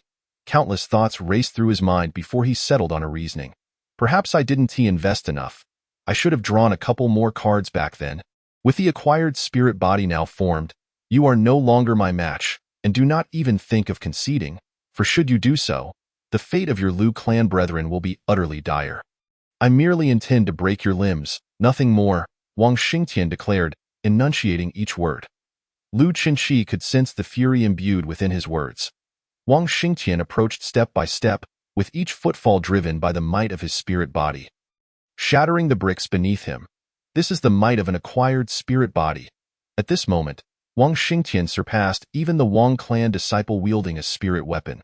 No matter how formidable the weapon, it ultimately relies on its wielder, while the spirit body is a veritable product of oneself. Now, Wang Xingtian could withstand several attacks from a practitioner at the Xian realm. Such was the power of this unique spirit body.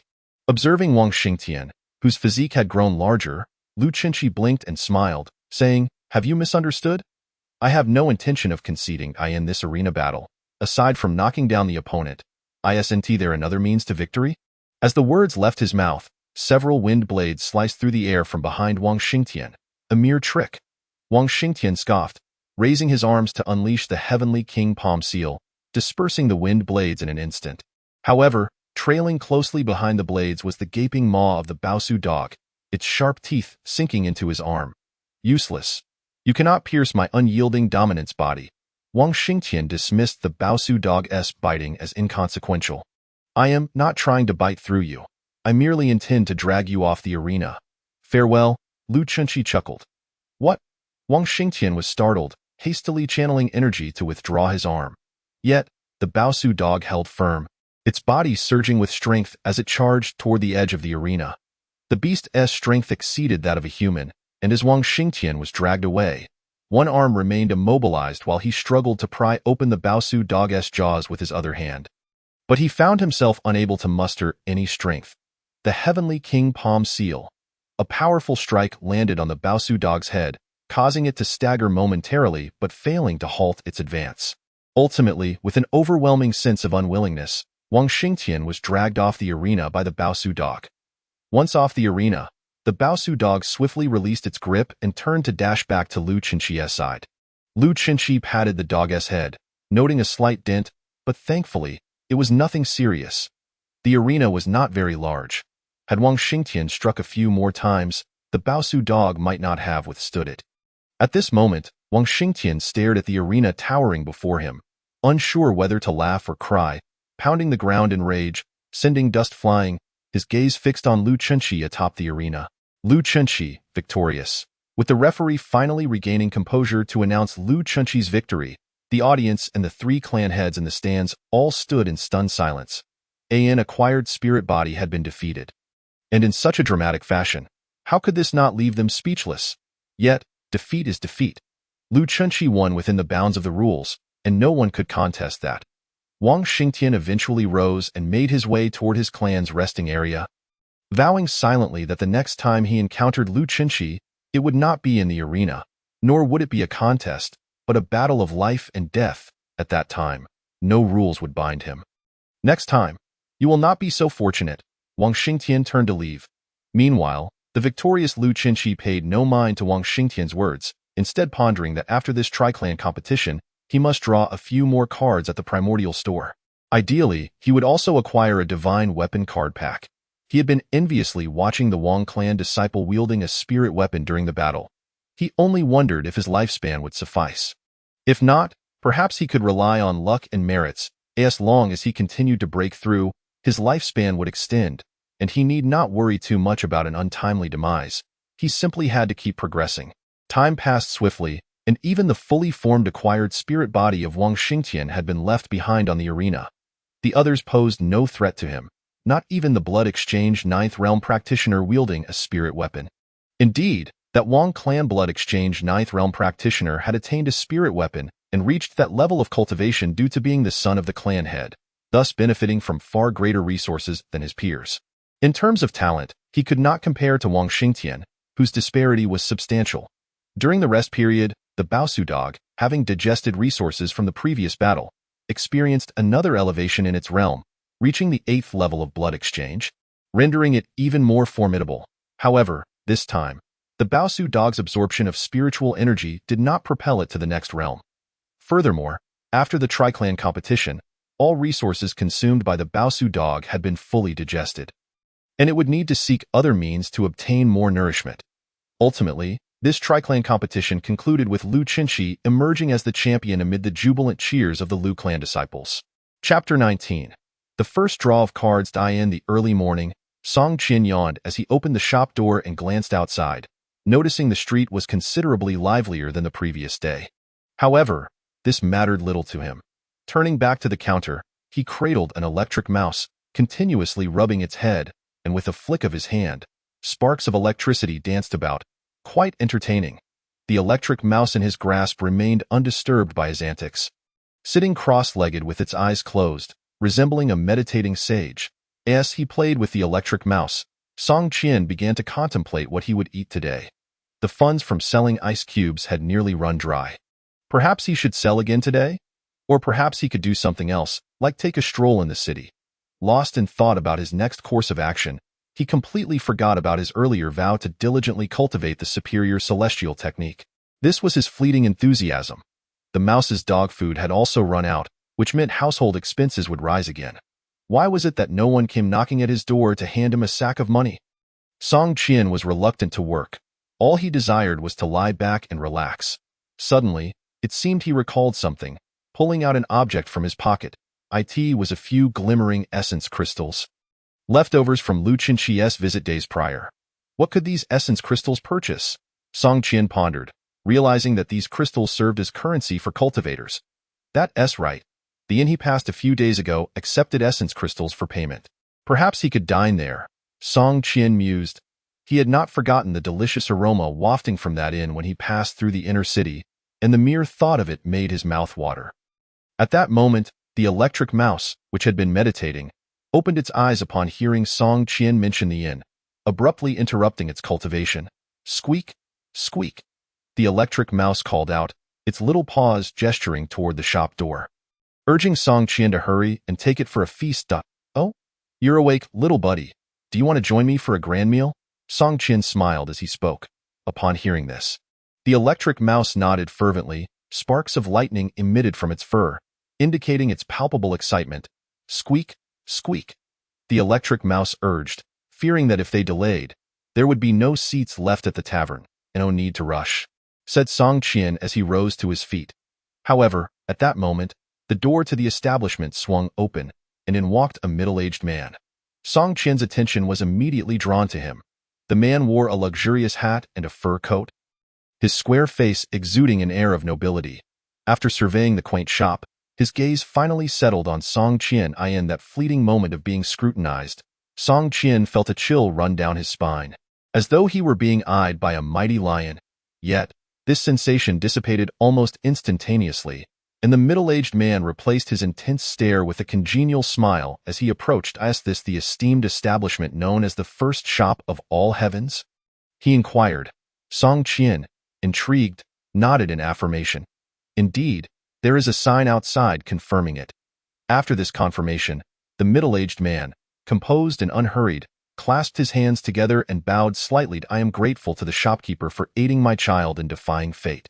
I am Lu, the head of the Lu family, here to express my profound gratitude. Indeed, This man was the patriarch of the Lu family and the father of Lu Chunqi. After Lu Chunqi had triumphed in the martial arts competition among the three families, he sought out the means by which Lu Chunqi had grown stronger, meticulously inquiring into every detail. Upon learning about the wonders of this shop, he resolved to visit personally, not for any trivial reason. But if what Lu Chunqi claimed was true, then this establishment was indeed a formidable force.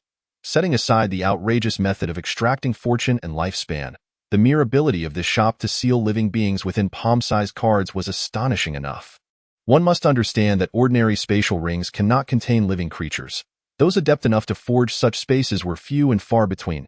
As the head of the Lu family, he had heard of one or two such cultivators in his lifetime, but had never encountered them.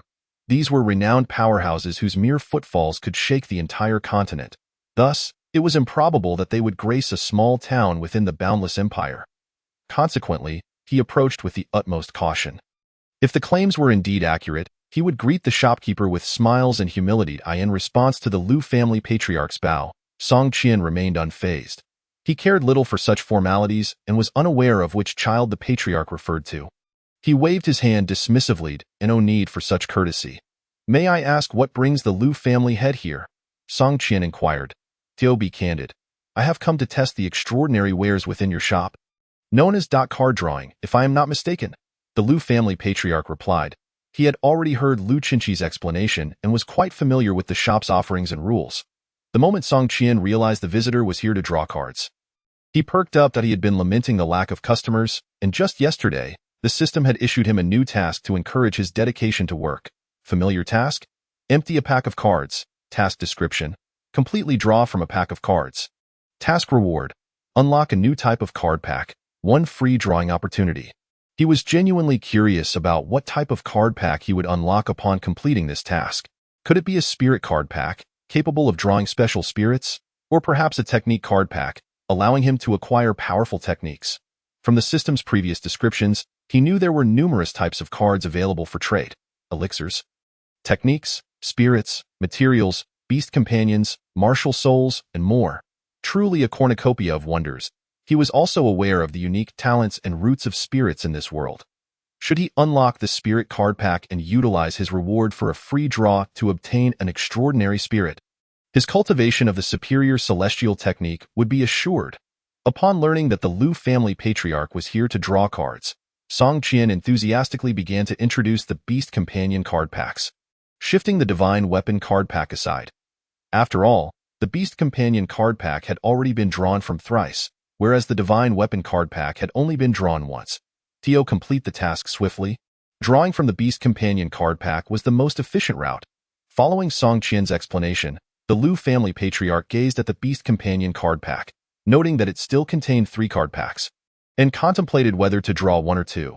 Observing the Lu family patriarch's hesitation, Song Qian quickly interjected, "You are in luck, esteemed guest. There are still 3 cards left in this beast companion pack." Just recently, a young beggar drew a pack and ended up with a heavenly level beast companion. This beast companion was robust and formidable, truly. Song Qian continued to extol the virtues of the beast companion cards, even mentioning that the packs might yield even higher level beasts. Indeed, it was a possibility. He was not lying. This was precisely what the system had conveyed to him. Meanwhile, the Lu family patriarch, upon hearing Song Qian's words, was inwardly astonished. He was aware of the tale. That young beggar had once been an ordinary person, only to transform into a cultivator overnight, riding a heavenly level beast to sell meat in the outer city, shaking the very foundations of the inner city's prominent families. He had even dispatched individuals to seek out that young beggar, and now his gaze toward the card pack burned with fervor. Why not go all in? Recalling his son's prodigious 100-speed hound and the recently acquired heavenly level beast, the Xian Flame Lion, the Lu family patriarch felt an increasing urgency. Resolute, he produced a spatial ring and handed it to Song Qian. "Shopkeeper, do take a look. Can these items be exchanged for 3 drawing opportunities?" the Lu family patriarch inquired. He was not inclined to employ alternative means of payment, for he understood the significance of fortune and lifespan. Bartering treasures was the most advantageous choice for him. As the family head, he controlled the majority of the Lu family's resources, and moreover, he had just recently acquired the rewards from the martial arts competition among the 3 families. which included spiritual mines, medicinal fields, and several enterprises within the city. This is also a means to bolster the family's strength. Utilizing family resources is reasonable, the Liu family patriarch mused internally. Song Qian accepted the spatial ring and submitted it for evaluation. The contents were indeed plentiful: spiritual mines, spiritual stones, various elixirs, beast bones, beast pills, and numerous spiritual herbs unfamiliar to Song Qian. After a comprehensive assessment, the system determined that it was worth 2 drawing opportunities. Esteemed guest, these items can be exchanged for 2 drawing opportunities, Song Qian announced as he carefully stored the ring, fearing the Liu family patriarch might change his mind. The Liu family patriarch, upon hearing that only 2 opportunities were granted, did not display any negative emotions. In his view, the process of sealing living beings into cards justified the demand for such resources. After receiving permission, he produced 2 card packs without hesitation and swiftly tore them open. Instantly, 2 beams of light burst forth. However, they were merely 2 white lights. Name: Persian cat. Level: ordinary. Description: the Persian cat squints its eyes, daintily balancing on its toes. Name: Shiba Inu. Level: ordinary. Description: a heart healer. Ambassador of smiles, possesses poor obedience and does not heed commands. Song Qian was taken aback.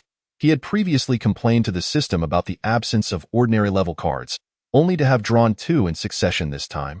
Meanwhile, the Liu family patriarch gazed at the cards in his hand for a considerable time before summoning them. The beast companion space opened, and a flash of light revealed a Persian cat sitting on the ground, affectionately rubbing against the Liu family patriarch's calf.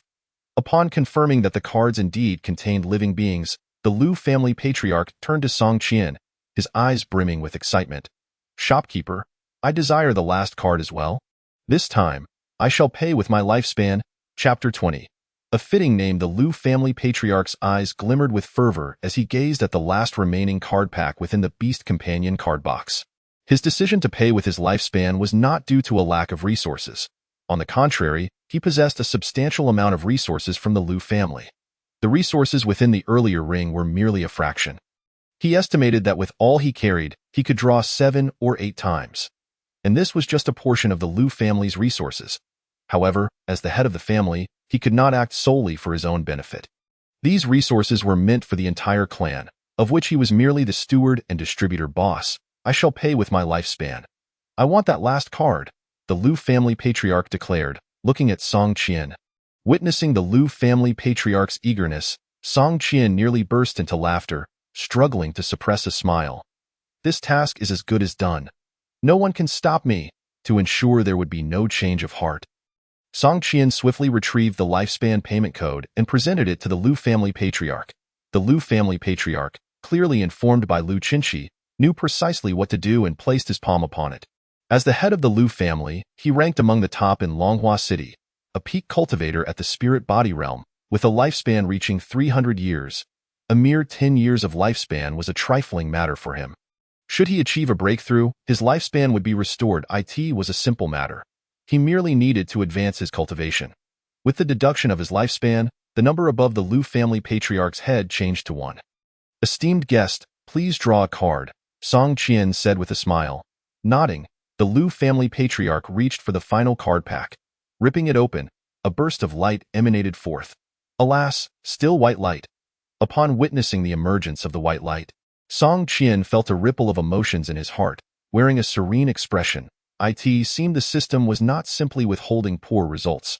Rather, it was saving them all for a single occasion. Song Qian nearly laughed aloud, stifling a chuckle and quickly turning away. He had misjudged the system. Who said it was inadequate? It was, in fact, quite splendid. However, he had a premonition that he might lose a customer. 3 consecutive draws, all yielding ordinary level cards. He had previously engaged in card draws within the game, often finding himself with nothing but clear blue skies and white clouds, or perhaps a mere small purple card after several rounds of 10 draws. He believed he had already experienced enough misfortune. Unexpectedly, however, the head of the Liu family drew cards and ended up with only white clouds, devoid of any blue skies. He couldn't help but wonder if the system had any sort of guarantee mechanism. At this moment, Song Qian found himself in a state where he felt like laughing yet hesitated to do so. It wasn't that he feared the other party would strike him. With the system's protection, No one could harm him within the store. Rather, he feared that a smile from him might lead to the loss of a valuable customer, considering the individual was the head of a prominent family of cultivators, capable of providing him with substantial business. However, at that moment, the head of the Liu family was too preoccupied with his own complex emotions to pay attention to whether Song Qian smiled or not. He gazed at the card pack in his hand, torn between laughter and tears. Name: Hairless cat. Level: Common. Description: This creature is devoid of fur, and its skin tends to be oily. Beware when it stands up, as it transforms into a harbinger of destruction, wreaking havoc in your abode. The head of the Liu family wore a complex expression, at times solemn, at others relieved, frowning, and then chuckling softly. Ultimately, he pocketed the cards in his hand and turned about to Song Qian. My luck has been rather poor, which has provided you with some amusement. Shopkeeper, I shall return when I have the next opportunity. The head of the Liu family spoke in a deep tone. At this moment, Song Qian sensed a faint, almost imperceptible aura emanating from the head of the Liu family, which was quickly suppressed. Clearly an effort to contain his emotions, and no need to worry. I've seen far worse. I've witnessed individuals draw hundreds of times without obtaining a single gold card, only to vent their frustration by smashing their keyboards. It's nothing to fret about. Song Qian waved his hand dismissively. May I inquire about your name, esteemed head of the Liu family? Given that the other party had contributed such a substantial order and assisted him in completing a task, it was only proper to ask for a name, rather than simply referring to him as the head of the Liu family. Upon hearing this, the head of the Liu family nodded and introduced himself. I am Liu Nige. May I ask for the esteemed shopkeeper's name? Upon hearing the name, Song Qian's expression shifted to one of sudden understanding. In a wonder, he drew 3 white cards in a row. The name certainly aligned. It was a name that exuded a sense of foreboding, a name that resonated with darkness. At this moment, Song Qian took a closer look at the head of the Liu family, noting that his skin indeed appeared somewhat dark, or perhaps rough. With a slight twitch of his lips, Song Qian clasped his hands together and replied, I am Song, with the single character Qian. The head of the Liu family returned the gesture. I shall not delay you further, shopkeeper Song. Farewell. After saying this, the head of the Liu family turned and departed, moving with greater speed than when he had arrived. The moment he exited the shop, Song Qian distinctly sensed a surge of spiritual energy outside, wildly agitated. Once he confirmed the other party's departure, Song Qian returned to the counter, eagerly inquiring of the system. System, what about my task rewards? What type of new card box will it be? He mused inwardly. Due to the exhaustion of the pet card box, the system will restock tomorrow. The new card box will appear simultaneously with the restock. Please be patient, host. Upon hearing the system's response, Song Qian pursed his lips. You could have mentioned that beforehand. It's not as if that would cost you a piece of meat. If you don't say anything, then fine. What a useless system, he muttered under his breath. The system, however, remained unresponsive to his complaints. In this regard, Song Qian appreciated the system. No matter how much he scolded it, it never retorted. He recalled how, in the novels he had read prior to his transmigration, some systems would retaliate against mere complaints with immediate consequences, striking the protagonist with a lightning bolt that left them feeling numb. However, there was little point in scolding a system that did not respond. Thus, Song Qian's ire subsided significantly, and he temporarily suppressed his curiosity, turning to attend to other matters.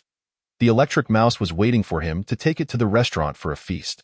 Meanwhile, the electric mouse was nearly bouncing off the walls, having halted its training, eagerly anticipating Song Qian's invitation to indulge in the delectable foods it had caught a whiff of the other day. Snatching up the electric mouse, who was still perched on the table, Song Qian burst through the door without locking it.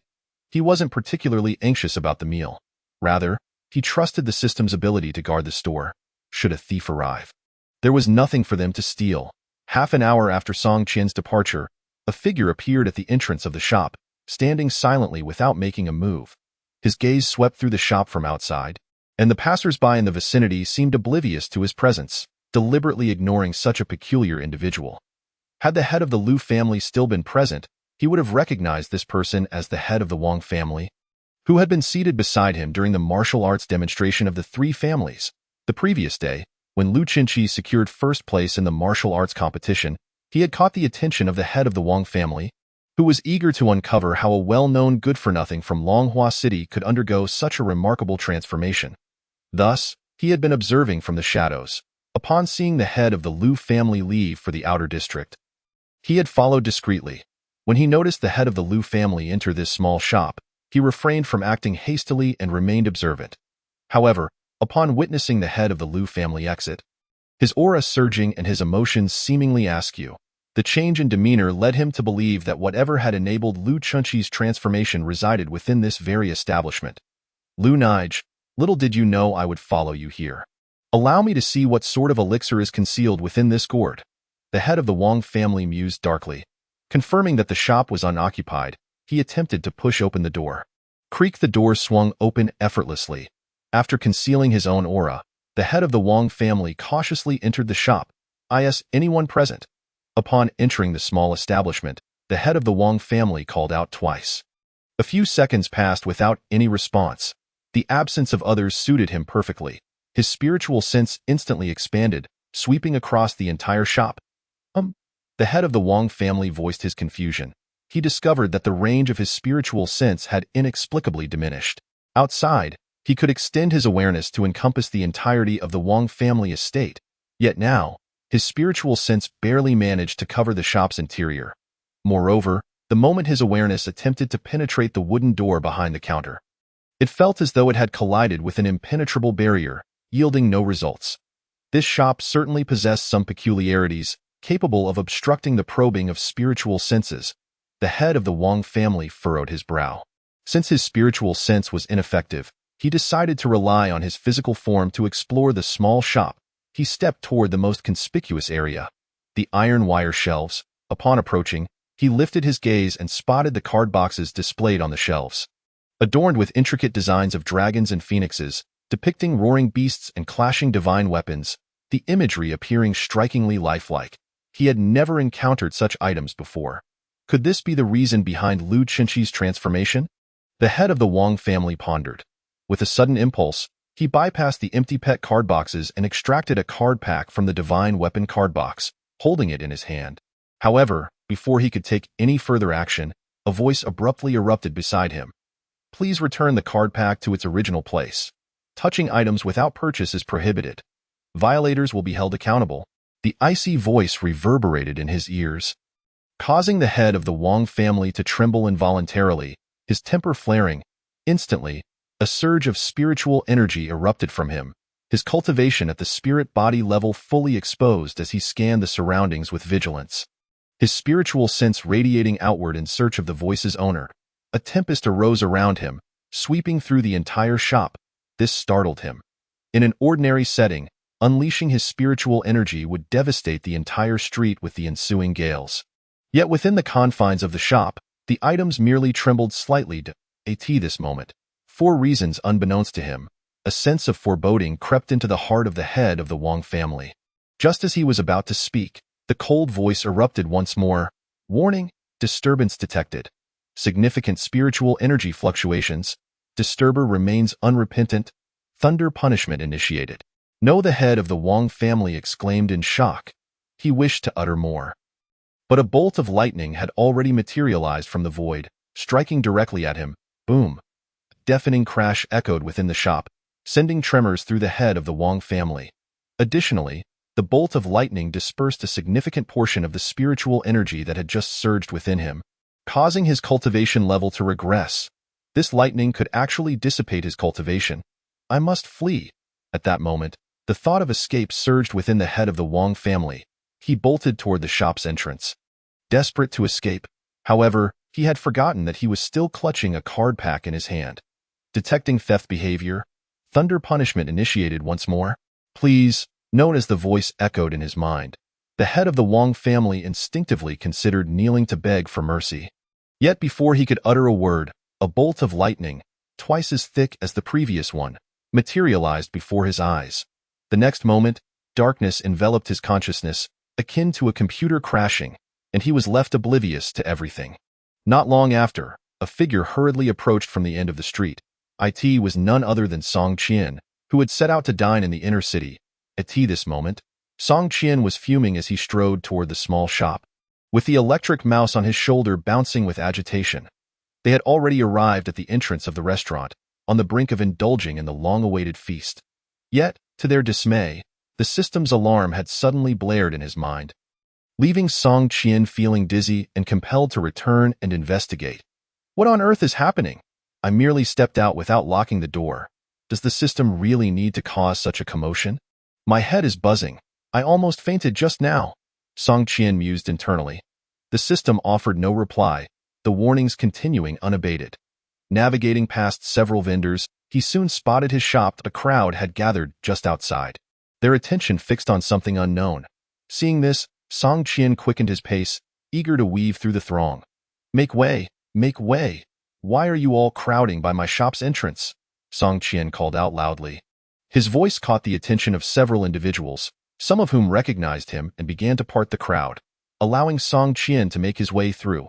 As Song Qian navigated through the throng of people, he spotted, not far from the entrance of his shop, a grotesque humanoid figure drenched in blood, its tattered clothing and singed hair reeking of a foul, charred odor. At that moment, the creature lay motionless on the ground. System, what is happening? Song Qian pondered internally. Approaching cautiously, he prodded the figure with his foot, causing the skin at the impact site to rupture like brittle parchment, releasing a spurt of crimson blood. A troublemaker has intruded into the store with the intent to steal precious items. The system has enacted a divine punishment and expelled them from the premises. Please fulfill your duty, ensuring the safety of the store and preventing such incidents from recurring. The system's alert echoed in his ears. Elucidating the situation. After absorbing the information, Song Qian frowned as he regarded the figure before him. Upon closer inspection, he realized this was neither someone he recognized nor a previous customer of the shop. Is this the reason for my summons? Song Qian expressed his dissatisfaction. He observed that the figure lay a considerable distance from his shop, closer to the center of the street, thus minimally affecting the shop's image. Let someone else deal with it.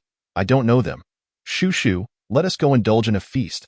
After locking the shop's door, Song Qian ignored the unconscious head of the Wang family and headed towards the inner city.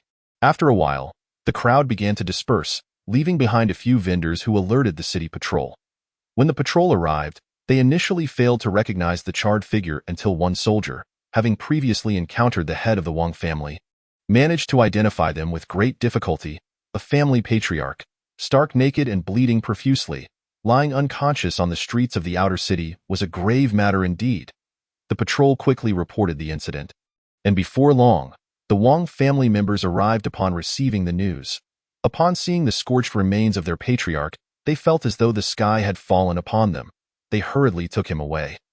In their haste, they further damaged the already fragile skin of the Wang family head, causing blood to splatter as if it were of no consequence. It was fortunate that the patriarch had attained the spiritual body realm, cultivating a robust physique that prevented fatal injury.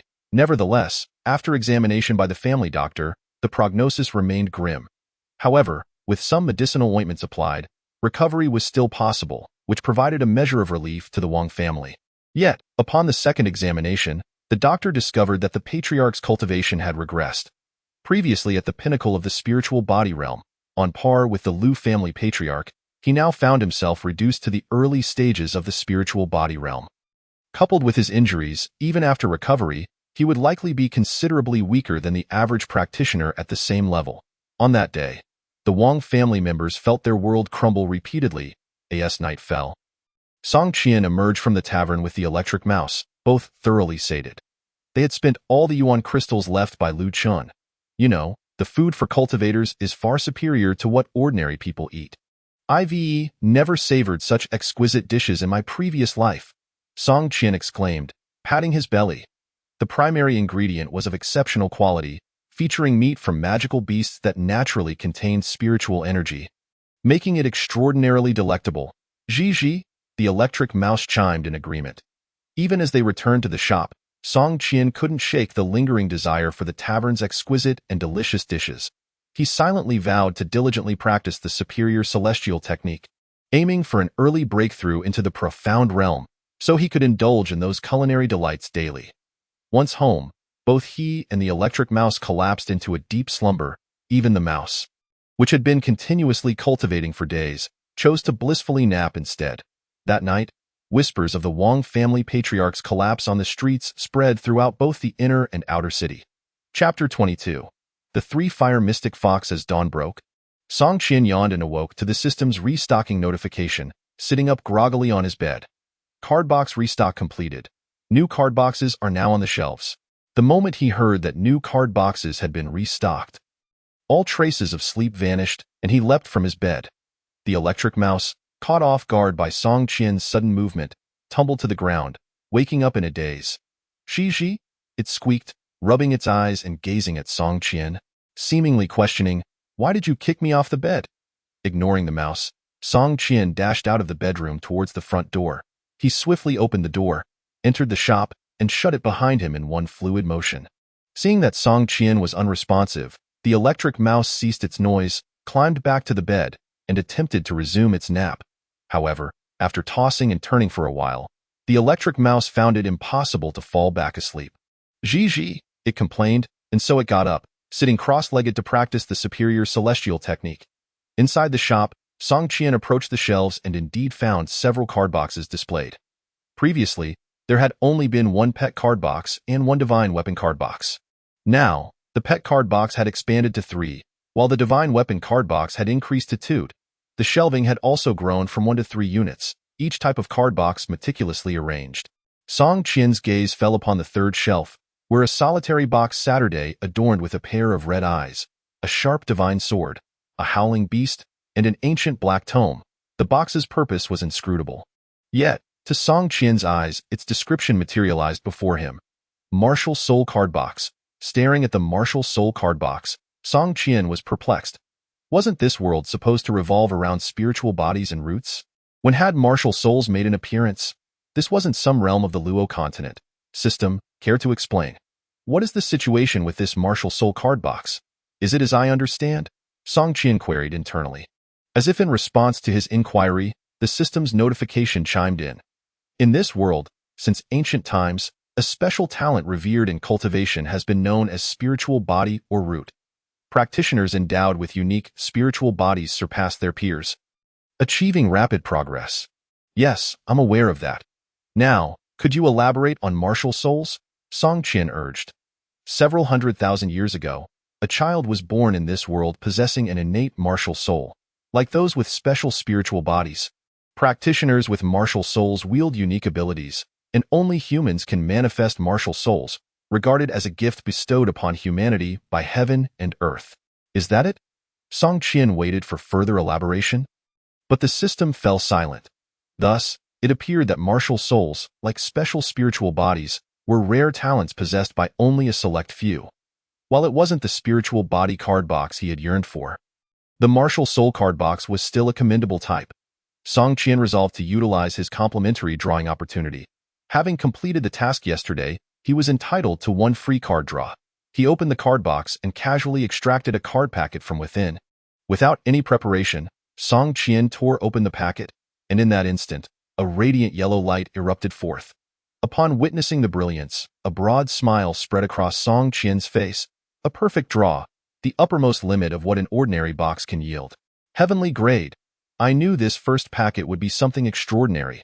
The odds are fantastic, he exclaimed joyfully. As the light faded, a card lay quietly in his palm. Name: Three Fire Mystic Fox. Grade: Heavenly. Description: 3 tails ablaze. Fox flames soaring. The card's illustration depicted a red fox with 3 tails, each tail ignited by flames of 3 distinct colors: red, purple, and white, illuminating the entire expanse. Gazing at the card, Song Qian's eyes gleamed with excitement. His newfound cultivation allowed him to gather spiritual energy within, which flowed through his body, illuminating wherever it concentrated. With spiritual energy pooling in his eyes, not only did they radiate light, but his vision also sharpened. If he desired, he could illuminate any part of his being. What a remarkable item. System, if I use this, will it cause any excruciating pain akin to having my soul torn apart? I've read in novels that such things often come with caveats. Song Qian expressed his concern. Rest assured, host. Products from the system carry no side effects. Song Qian detected a hint of pride in the system's icy tone. Perhaps he had misheard. How could the system be so arrogant? It wasn't a sentient being. After receiving the system's confirmation, Song Qian promptly decided to use the card. A flash of yellow light enveloped him, and the entire card transformed into a luminous stream. Piercing into his forehead, a tingling sensation coursed through his brow. Swiftly, Song Qian turned his attention inward, his gaze entering his sea of consciousness. The sea of consciousness, also known as the sea of awareness, is where the memories and souls of living beings reside. At the center of his sea of awareness floated a miniature, semi-transparent version of Song Qian, drifting like a specter. This represented his soul's manifestation, a phenomenon exclusive to cultivators who embark on the path of cultivation. The manifested soul is referred to as the life soul. Beside his life soul stood a towering three-fire mystic fox, its three tails ablaze with flames. The three flames, each a different hue, cast an array of chaotic colors throughout the sea of awareness. As Song Qian gazed at the red fox, he attempted to reach out with his consciousness to touch it. The moment his awareness made contact with the fox, a phantom of the three-fire mystic fox materialized above him, hovering 3 feet above his head. The phantom of the three-fire mystic fox emerged. The entire shop was instantly enveloped in a sweltering heat. The three-fire mystic fox hovered majestically above, exuding an air of unparalleled nobility. 3 ethereal tails swayed gracefully behind it, and 3 flames ignited, each radiating a terrifying aura. It seemed that should even a single flame descend, it could incinerate the entire Longhua city. This martial spirit appears to possess formidable power, Song Qian marveled, as his consciousness withdrew from the sea of awareness. He had fully absorbed the information regarding the three-fire mystic fox. Extending his right hand, a white flame ignited upon it, dancing as if it were alive. He opened his palm, revealing the Kation sword that had emerged from the initial gift package. Until now, he had merely used the Kation sword to heat his meals atop the gas stove at home. Finally, it could serve its true purpose. The white flame entwined around the Kation sword, rendering the entire blade a ghostly white. With a single sweeping motion, Song Qian brought the Kation sword down, unleashing a streak of white sword light. The white blaze, akin to a fox's cry, cleaved into the wall, exploding instantaneously and dispersing into countless small white flames. These myriad small flames adhered to the ground, igniting spontaneously, growing ever larger, and soon enveloping the entire shop in a sea of white fire. Standing amidst this inferno, Song Qian remained unscathed, for the white flames, courtesy of the three-fire mystic fox martial spirit, did not scorch his body. Rather, they coiled around him, providing a sense of comfort. The splitting white flames were the first wondrous application of the three-fire mystic fox's abilities. Each of the 3 flames possessed distinct powers. As the flames expanded, consuming the entire shop, Song Qian felt no trepidation, assured by the system that the establishment would remain intact. Indeed, as the flames filled the room, they suddenly froze in place, as if a pause button had been pressed, and the fire dissipated in an instant. Warning: the use of extraordinary abilities within the shop is prohibited. Any further transgression will result in divine retribution. The system's frigid notification echoed in his ears, sounding colder than ever before. Thunderous rumbles accompanied the warning, as if a storm were imminent. Song Qian smirked, retracting the Kation sword and the three-fire mystic fox martial spirit. If I can't even test it, I won't argue with you this time, system, especially considering I drew a heavenly grade card today. He waved his hand dismissively. Chapter 23. A partnership in progress. Heavenly grade martial spirits vary in strength even within the same rank. After gaining insight, Song Qian discerned that the power of his three-fire mystic fox martial spirit, if fully unleashed, surpassed that of ordinary heavenly grade spirits by a considerable margin. Most martial spirits awaken a singular ability. For instance, beast martial spirits either manifest to confront foes or fuse with cultivators to enhance their strength. Weapon martial spirits either materialize as weapons or augment the wielded arms. However, his three-fire mystic fox martial spirit boasted 3 flames, each with unique abilities, and the flames could also be utilized to empower his weapons. Even among heavenly grade martial spirits, it stood as a paragon, rivaling some of the lesser king-grade spirits. System, are you secretly infatuated with me? How else could I have drawn such an exceptional item? Song Qian chuckled, tapping the counter. Nonetheless, I prefer women, and you, being a genderless machine with a mechanical voice, are simply unattainable. In response to Song Qian's teasing, the system fell silent, Noticing the lack of banter, Song Qian chuckled awkwardly. Never mind, given the heavenly-grade martial spirit, I suppose I shall open the shop a bit earlier today, he declared. Rising, he returned to his room to change clothes. And after feeding the electric mouse, he diligently supervised its work. We can't forget our duties just because there's plenty to eat at home. Mouse, don't forget your roots, Song Qian insisted. While he worked, the electric mouse was also required to contribute. Reluctantly, the electric mouse was brought to the refrigerator to provide power. Upon returning to the shop, Song Qian opened the door and flipped the sign. With no customers entering, he began to cultivate the superior celestial technique, reigniting his passion for training, spurred by the three-fire mystic fox martial spirit. However, how long he could maintain this momentum remained uncertain.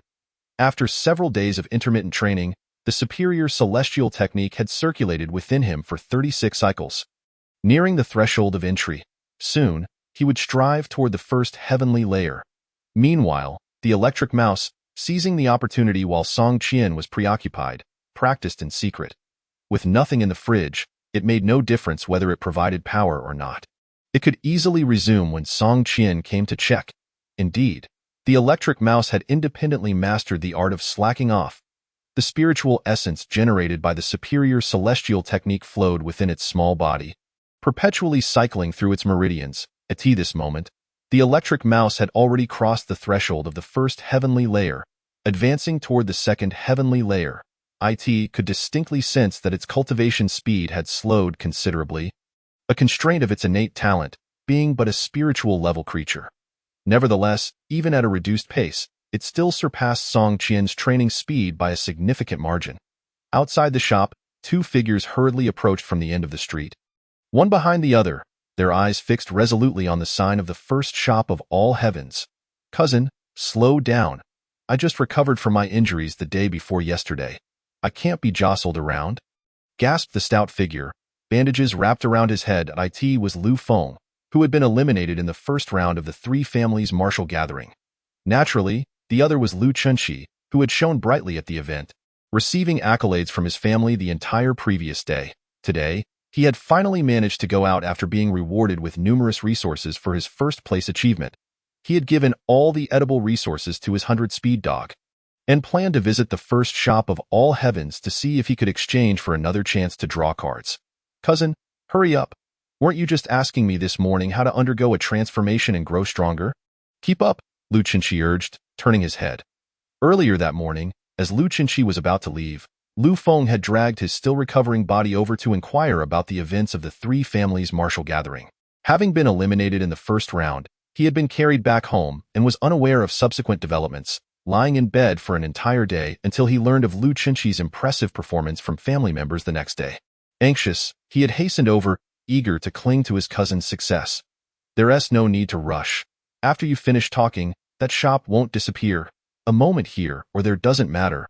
Lu Feng wheezed. Who said that? The card packs in that shop are limited. What if we arrive late and they're all gone? If you can't keep up, should I carry you? Lu Chunxi retorted. Huh? There's a limit? If we arrive late? Won't they be gone? Lu Feng exclaimed, urgency flooding his voice. The moment he heard that the card packs were finite, he quickened his already limping pace, nearly catching up to Lu Chunxi. Observing his cousin's frantic demeanor, Lu Chunxi found it amusing. Upon learning of the limited card packs, Lu Feng became more anxious than himself. When his cousin had asked how to become stronger, he had shared everything, as they shared a close bond. Especially considering how miraculous that shop was. He knew that his cousin would eventually shine as well. Moreover, just yesterday, his father, Lu Enigu, the head of the Lu family, had given him a stern lecture regarding the shop's affairs, leaving him with a lingering discomfort. The reason for his father's reprimand was not due to any secrecy about the shop, but rather his father's anger over Lu Chunxi having recklessly expended 10 years of his life without understanding the situation. Fortunately, the outcome had been favorable. Otherwise, he might have faced severe consequences. The slight pain in his backside was, thus, a contributing factor to Lu Feng's hurriedness, or else he would have already dashed into the first shop of all heavens, leaving Lu Feng far behind. The two, one nursing a sore backside and the other an aching body, finally arrived at the front of the first shop of all heavens. As they approached, Lu Feng reached for the door. But Lu Chunxi restrained his arm. Given Lu Feng's injuries, Lu Qinqi was now easily able to hold back his cousin, who was at the 8th layer of blood exchange. What's the hold up? Let us get in already. Lu Feng turned, puzzled. Cousin, once we enter, remember to be courteous. The shopkeeper is a remarkable individual with extraordinary capabilities. Don't provoke him, Lu Qinqi cautioned, his expression serious. I know. You've mentioned it several times at home. My ears are about to develop calluses. I'll be absolutely respectful, Lu Feng replied. Assured that his cousin would behave, Lu Qinqi released his grip, and together they opened the shop door and stepped inside. Hearing the commotion, Song Qian, who had been cultivating, opened his eyes. Upon seeing the two figures, one of whom was a previous customer, his spirits lifted. A returning customer, moreover, he recalled that the son of the Lu family head, whom Lu Qinqi had mentioned, was none other than Lu Qinqi himself. Instantly, Song Qian's opinion of Lu Qinqi improved significantly. After all, he was a substantial client, having introduced two customers, yesterday his father, and today his cousin. Upon entering the shop, Lu Qinqi maintained his composure, while the previously eager Lu Feng now appeared somewhat timid. Hello, boss, Lu Qinqi greeted first. With a smile, Song Qian stepped around the counter. How many draws are you planning today? He inquired cheerfully. Chapter 24. Yet another heavenly grade. Naturally, entering the shop meant drawing cards, as there were no other services offered. Boss, do you think I can exchange these items for a chance to draw cards? Lu Qinqi asked, presenting a cloth bag. It was a storage bag, considerably less expensive than a storage ring. Song Qian accepted it and handed it to the system for appraisal, swiftly receiving a response. You have arrived at the perfect moment. A new shipment has just arrived at the store today. Would you care to take a look? Song Qian gestured towards the third shelf on the far wall. Lu Qinqi followed the direction of his finger and was astonished to see that the store's shelves had multiplied, as had the number of card boxes, including the release of new ones. New card boxes? What type are they? Lu Qinqi inquired as he approached the shelves, with Lu Feng closely trailing behind. They are Wuhuan card boxes, Song Qian casually remarked. Upon hearing the term Wuhuan, Lu Qinqi's outstretched hand trembled abruptly. Coming to a halt, he turned to look at Song Qian, his pupils dilating in astonishment. What had he just heard? Wuhuan card boxes? As a native of this world and the heir of a cultivation family, he was certainly not unfamiliar with the term Wuhuan. It represented an innate quality as significant as that of special spiritual entities. The fact that this small shop was selling Wuhuan was utterly unfathomable. He could understand items like pets or weapons, as they were tangible entities that could easily be displayed. But how could something like a Wuhuan be materialized? It was a gift from heaven, and no one could accurately predict which individual would awaken their Wuhuan. Even the mightiest beings on the continent could not manually create Wuhuan, a creation of the heavens. Could it be that they extracted someone else's Wuhuan and placed it into a card? How would that even be done? By opening their skulls? By soul extraction? Are you serious, boss? I can't be mistaken. Lu Feng interjected, unable to contain his curiosity. Looking at the chubby speaker, Song Qian smiled faintly. He relished the sight of customers displaying such navet, making it all too easy to deceive them. Of course, this establishment never engaged in deceit, always adhering to the principles of honesty. Upon hearing this, Lu Feng retracted his neck, his gaze shifting to the Wuhuan card boxes. Contemplating his thoughts, Lu Qinqi, however, lowered his head in contemplation for a moment, then lifted it with resolute determination. Boss, I wish to extract a Wuhuan. Lu Qinqi looked towards Song Qian. In response, Song Qian did not hastily agree but instead began to explain. Let me make this clear. The price of Wuhuan card boxes is considerably higher than that of the other two types. The resources you just provided are insufficient. Extracting a Wuhuan card box requires 30 years of lifespan. 30 years of lifespan? Lu Qinqi's face was a portrait of shock. If he remembered correctly, the lifespan required for pet and divine weapon card boxes was only 10 years. Moreover, I must remind you that there is also a probability of drawing a mundane-level Wuhuan from the Wuhuan card boxes, which has minimal utility. Ultimately, the decision resides with you. Mundane-level Wuhuan, unlike the extraordinary beings that awaken in this world, do not all possess formidable strength. Mundane-level Wuhuan include items such as kitchen knives, brooms, ladles, dustpans, rolling pins, domats. And the like. They are comparable to mundane pets, at best materializing to assist in cooking. The cost of 30 years of lifespan is simply not worth it. To put it simply, It's akin to drawing a card in a game and ending up with a mere avatar frame or discount coupon. After this explanation, Lu Qinqi did not make an immediate decision. He had witnessed mundane level cards before. His father had returned home yesterday with 2 cats and a dog, and aside from being a source of amusement and petting, they were utterly useless. A single spirit herb or elixir could satiate them, and by the time he stepped out, they would barely have digested it, with their strength barely improved. Marginally better than having nothing at all. Logically, he shouldn't hesitate at the cost of 30 years of lifespan, but a voice in his heart, like a devil, whispered, What if? What if he drew the grand prize? Lu Qinqi's current state mirrored that of Song Qian, who had once bought a lottery ticket every day before crossing over. What if he won? He would be a millionaire. Song Qian did not disturb Lu Qinqi, but instead attended to Lu Feng, who was quicker in his decision-making. Lu Feng realized he could not afford to spend 30 years of lifespan on a single draw. Even if he drew a good card, what if it turned out to be a mundane one? 30 years of lifespan would be squandered. Hence, he decisively opted for the pet card box and the divine weapon card box. He first rummaged through his belongings to exchange for a single draw opportunity, then attempted to test his luck, only to discover he had none. He then expended an additional 10 years of lifespan. In total, he had 2 draws, one for a pet and one for a divine weapon. Ancestors, bless me with a win. Ancestors, bless me with a win. Lu Feng chanted fervently. His demeanor suggested he was about to offer a sacrifice. After his supplications, Lu Feng tore open the 2 card packages in his hands. Instantly, 2 beams of light, one blue, one white, burst forth. One was a spirit-level divine weapon, and the other was a mundane-level PET. As the glow faded, Lu Feng scrutinized the cards in his hand. Song Qian leaned in to observe as well. Noting that the spirit-level divine weapon was a spear radiating an aura of sharpness, while the mundane-level pet depicted a small, white, furry dog baring its teeth. Song Qian recognized the dog immediately, not even needing to look at the name. It was the evil poodle. This breed was notorious for its poor reputation, though Song Qian was unaware of the specifics. Despite possessing a mundane-level card, Lu Feng was relatively satisfied. He limped out of the shop and summoned the spirit-level spear. The spear was sharp, surpassing all the weapons he had ever seen. What a treasure! Truly a treasure. It's even superior to the weapons of the divine craftsman.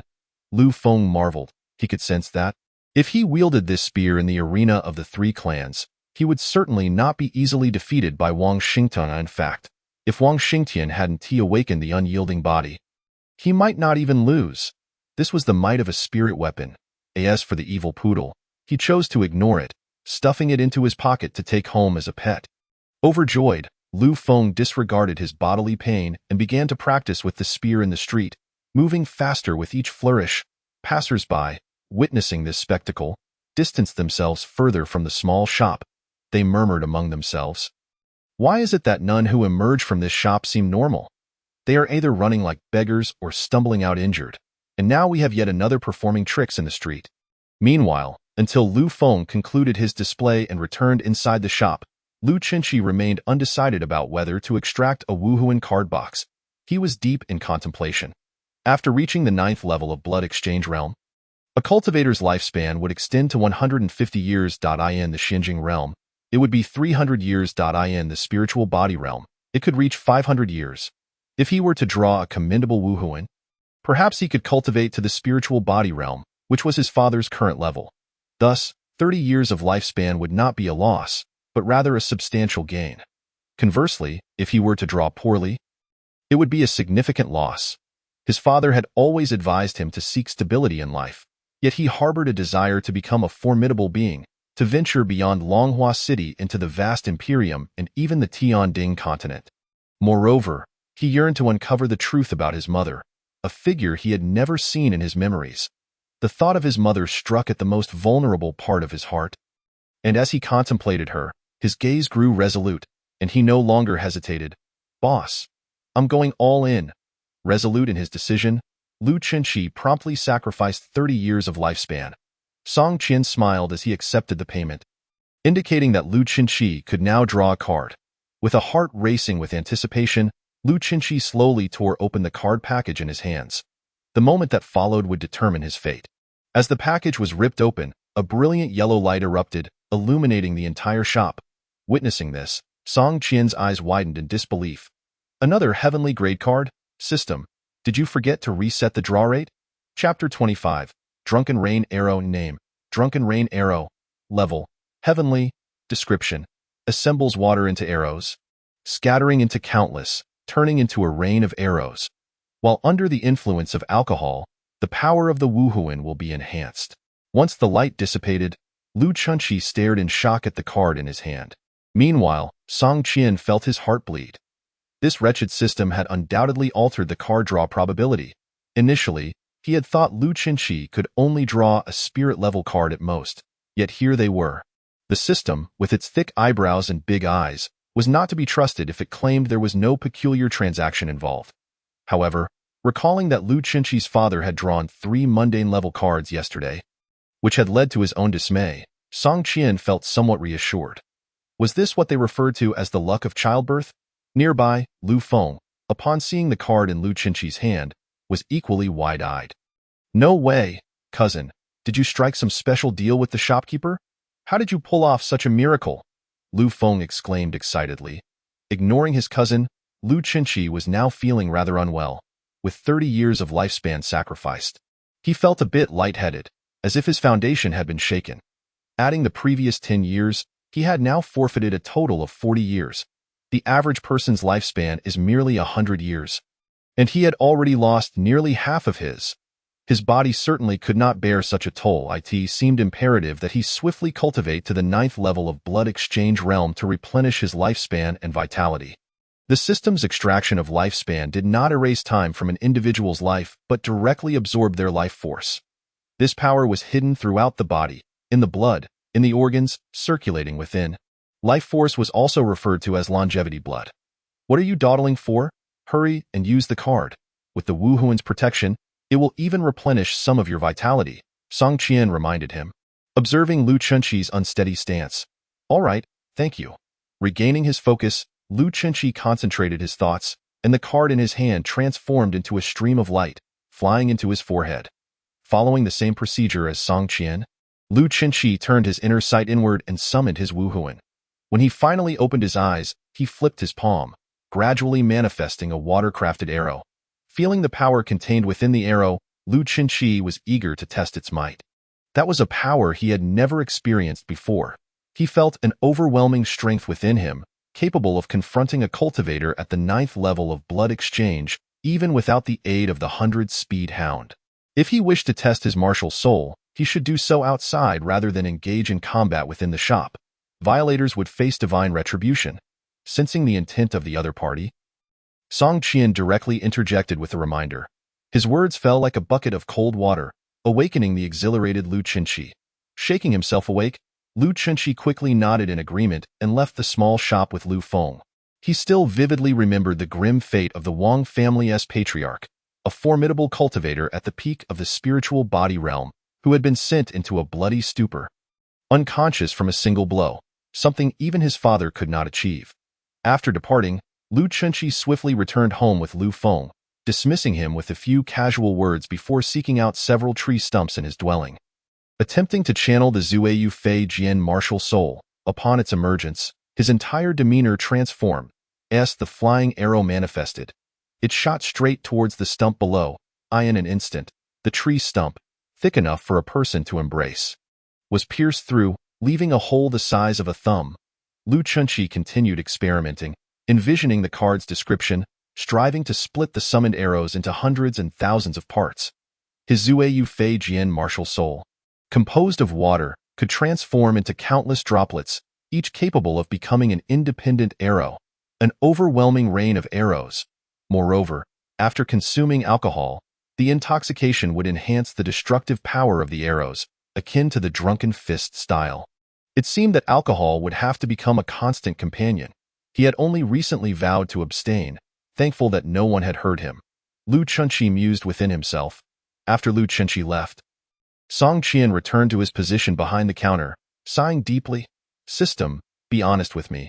Is that Lu Chunqi the son of destiny in this world? I can't shake the feeling that you are currying favor with him. The last time he attempted to deceive him, it resulted in Lu Chunqi drawing a spiritual grade pet. This time, however, he directly pulled a heavenly-grade martial soul. What chance did he have to profit now? Was it not said that even Emperor Li would have to tread carefully? So, the system is merely bluffing us, isn't it?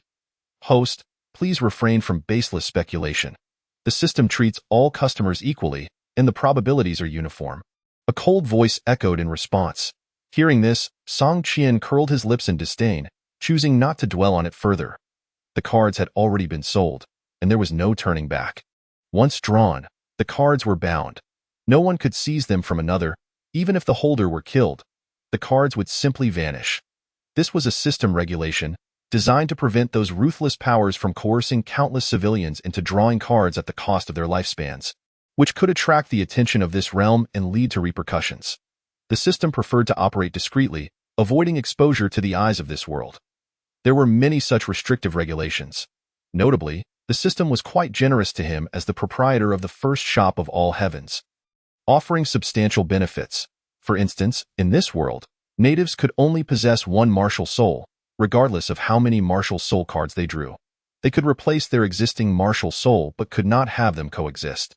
Furthermore, any replaced martial soul would disappear entirely. In contrast, as the owner of the first shop of all heavens, he enjoyed the privilege of possessing multiple martial souls simultaneously. If his card-drawing opportunities were sufficient, he could even fill his entire sea of consciousness with martial souls. Of course, even if he could, he would not do so. Having numerous martial souls was not necessarily advantageous. Not only were there distinctions in their levels, but one also needed to practice and utilize them frequently for growth. The power of a newly awakened martial soul was not comparable to one that had been awakened for a decade.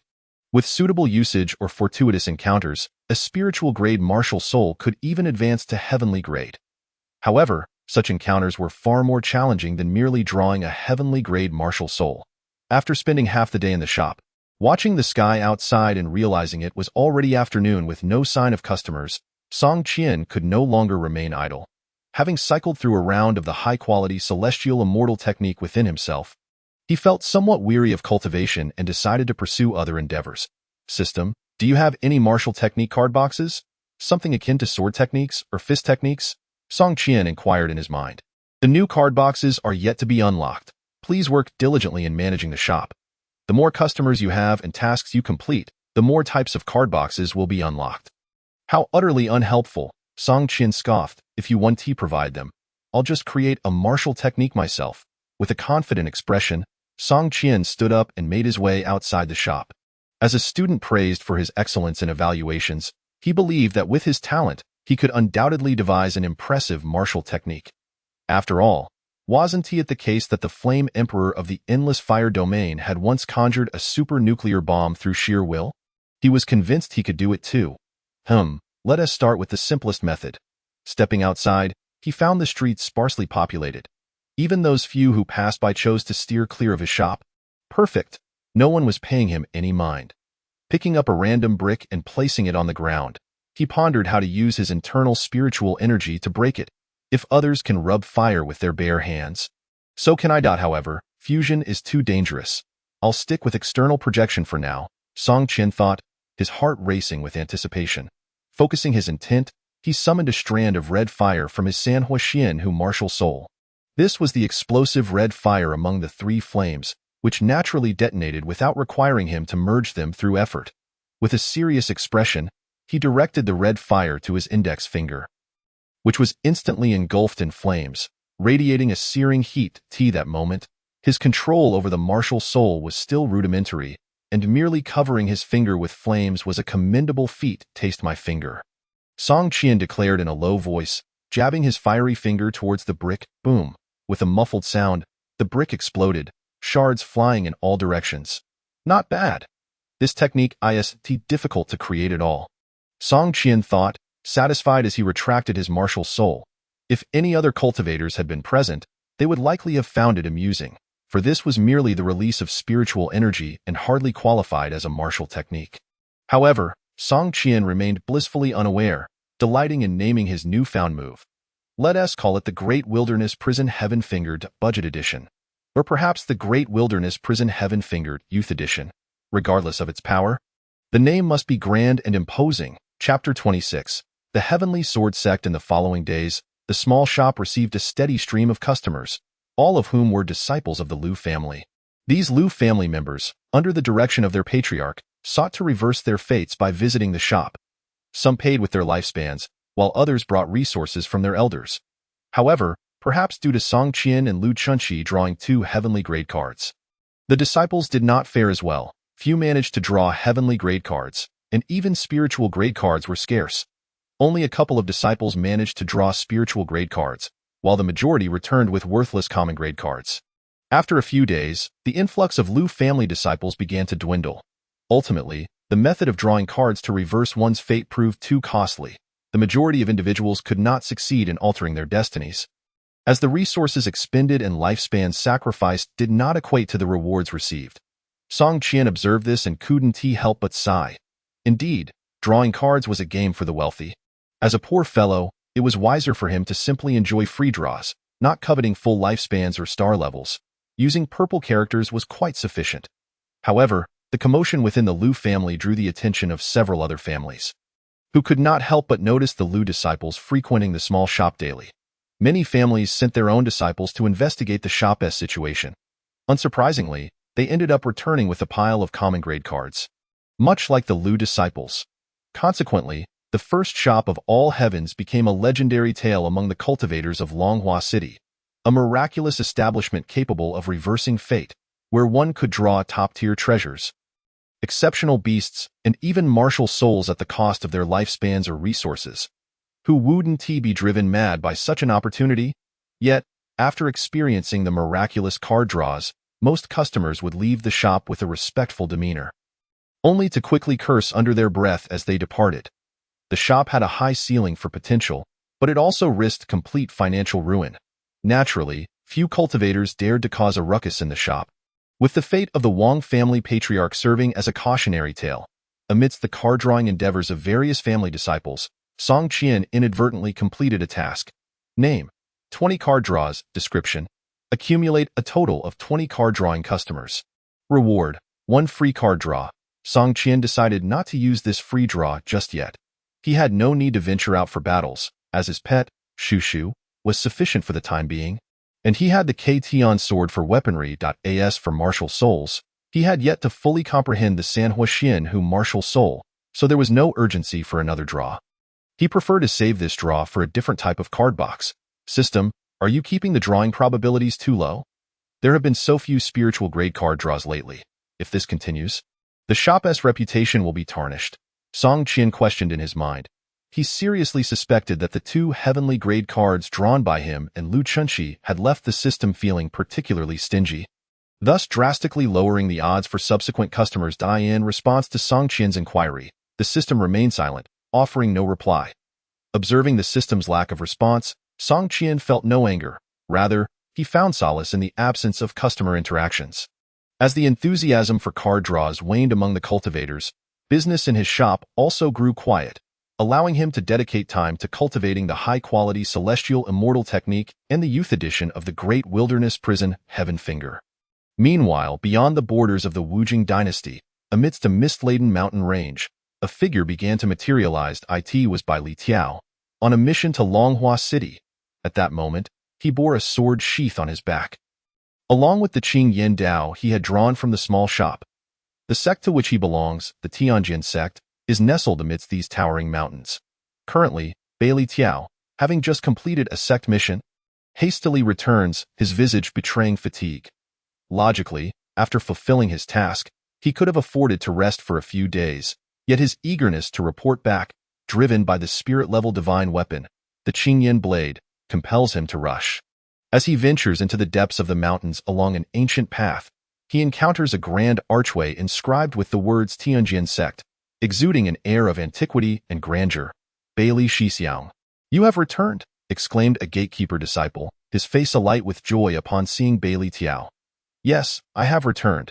Bai Li Tiao offered only a few brief words of greeting before continuing his ascent up the mountain. Among the mountains lies a relatively flat expanse, a primary gathering area for the sect's disciples, rich in the essence of heaven and earth. Upon reaching the task submission site, he promptly handed in the sect's mission without lingering to examine his rewards. Standing in a square, He gazed upwards to behold three majestic peaks piercing the heavens within the Tianjin sect, imposing and magnificent. These three principal peaks symbolized the three major factions within the sect: Tianjin Peak, Huanjin Peak, and Beijian Peak, each corresponding to distinct paths of cultivation: Tianjin lineage, Huanjin lineage, and Beijian lineage. Beili Tiao belongs to the Tianjin lineage. Outer disciples operate at the mountain's base under the supervision of the outer elders, while only those who enter the inner sanctum can choose a path and ascend to a main peak for cultivation. Now, Beili Tiao seeks to enter Tianjin Peak in search of the inner elder of the Tianjin lineage, his master, Dugu Sanlang. Upon reaching Tianjin Peak, at a modest courtyard halfway up the mountain, Beili Tiao finds his master basking in the sun on a small porch. Without hesitation, he knocks on the door. Receiving no response, he enters. His master is indifferent to such formalities, believing that excessive decorum could be off-putting. Inside the courtyard, he sees an elderly man with a white beard reclining on a rocking chair at the center. Gently swaying, "Good disciple, you have returned." Without even looking up, the elder recognizes Beili Tiao's presence. "Master." As he approaches, Beili Tiao bows respectfully. This venerable figure is indeed his master, Dugu Sanlang. "Well, how was your descent? Did you encounter anything intriguing in the Wujing Empire? Pray, share your tales with me." Dugu Sanlang rocked in his chair, eyes closed, nodding slightly. Beili Tiao chuckled wryly in response. His master, unlike other cultivators, did not possess an ethereal demeanor but resembled a childish old man. Enamored with various novelties, among his favorites are the novels penned by mortals, particularly those embellished with illustrations. "Master, during this excursion, I did indeed come across something marvelous, a wondrous little shop selling extraordinary items." Upon hearing this, Dugu Sanlang's eyes shot open with keen interest. "The wondrous little shop, do enlighten me." Beili Tiao then recounted his experiences in detail, including his adventures in Longhua City. After listening intently, Dugu Sanlang's eyes sparkled with excitement. "Sealing living beings within cards, surpassing our Tianjin sect's forging techniques. If this is true, it is indeed remarkable." Dugu Sanlang stroked his beard thoughtfully. At that moment, Beili Tiao reached into his bag and produced the Qingyan blade. Upon seeing it, Dugu Sanlang's eyes widened in astonishment as he took the blade for a closer examination. After a while, he began to praise it. "What an exquisite spiritual weapon! It certainly appears to surpass the quality of those crafted by our sect's artisans. However, as for its specifics, I am no expert. Come, let us seek out your Shirshu for further appraisal."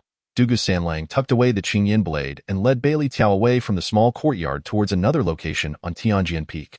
Chapter 27. Elder Song. Dugu Sanlang, his robes askew and the Qingyan blade in hand, hastened down Tianjin Peak, dragging Beili Tiao along in a whirlwind of energy. Along the way, numerous outer disciples, upon seeing Dugu Sanlang, attempted to greet him, only to be startled into silence as he rushed past. "It's over. Elder Dugu has gone mad." Wielding a divine weapon as if to strike down his own disciple, many disciples silently lamented. Dugu Sanlang was not known for his stern demeanor, often appearing carefree and irreverent towards the sect's higher-ups.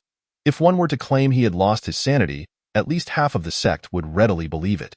Among them were disciples who shared close ties with Beili Tiao, who, upon witnessing Dugu Sanlang's fervent dragging of Beili Tiao, assumed he had committed some grave error. "Elder Dugu, surely this can be discussed calmly. Such punishment upon a disciple is unwarranted." Bang! Just as an outer elder attempted to intervene, he was sent sprawling into the nearby bushes by the force of Dugu Sanlang's protective aura. The disparity in strength between inner and outer elders was akin to a chasm. Observing this scene, Beili Tiao could only silently apologize. He was powerless to resist his master's fervor and had to endure being pulled along. Soon, Dugu Sanlang brought Beili Tiao to a particular area where the warmth in the air was palpable. This was the domain of the Tianjin sect's forging lineage. Without pausing, he dashed into a cluster of buildings. Disciples encountered along the way stared in shock at the duo. "Elder Dugu has lost his mind again. Best to keep our distance." However, unlike the outer disciples, many within this area seemed accustomed to such antics, stepping aside to avoid the pair. Unobstructed, Dugu Sanlang burst into the heart of the area, entering the residence of the forging elder. Upon kicking open the door, he found the forging elder enjoying tea, his expression one of serene contentment. The sudden intrusion caused the elder to spill some tea as he looked up in surprise. Dugu, if you dare barge in here without reason again, I shall toss you into the forge for 3 rounds, hammering you into scrap. The forging elder exclaimed, though his demeanor suggested he was used to such disruptions. Casually brushing off the tea stains on his attire, why the urgency? You, old rascal, have nothing better to do than lounge and sip tea. I have something splendid to show you, Dugu Sanlang retorted defiantly. The forging elder, being Dugu Sanlang's closest associate, was accustomed to his antics. Dugu Sanlang strode in confidently, plopping down opposite the elder and crossing his legs. Splendid? What could it possibly be?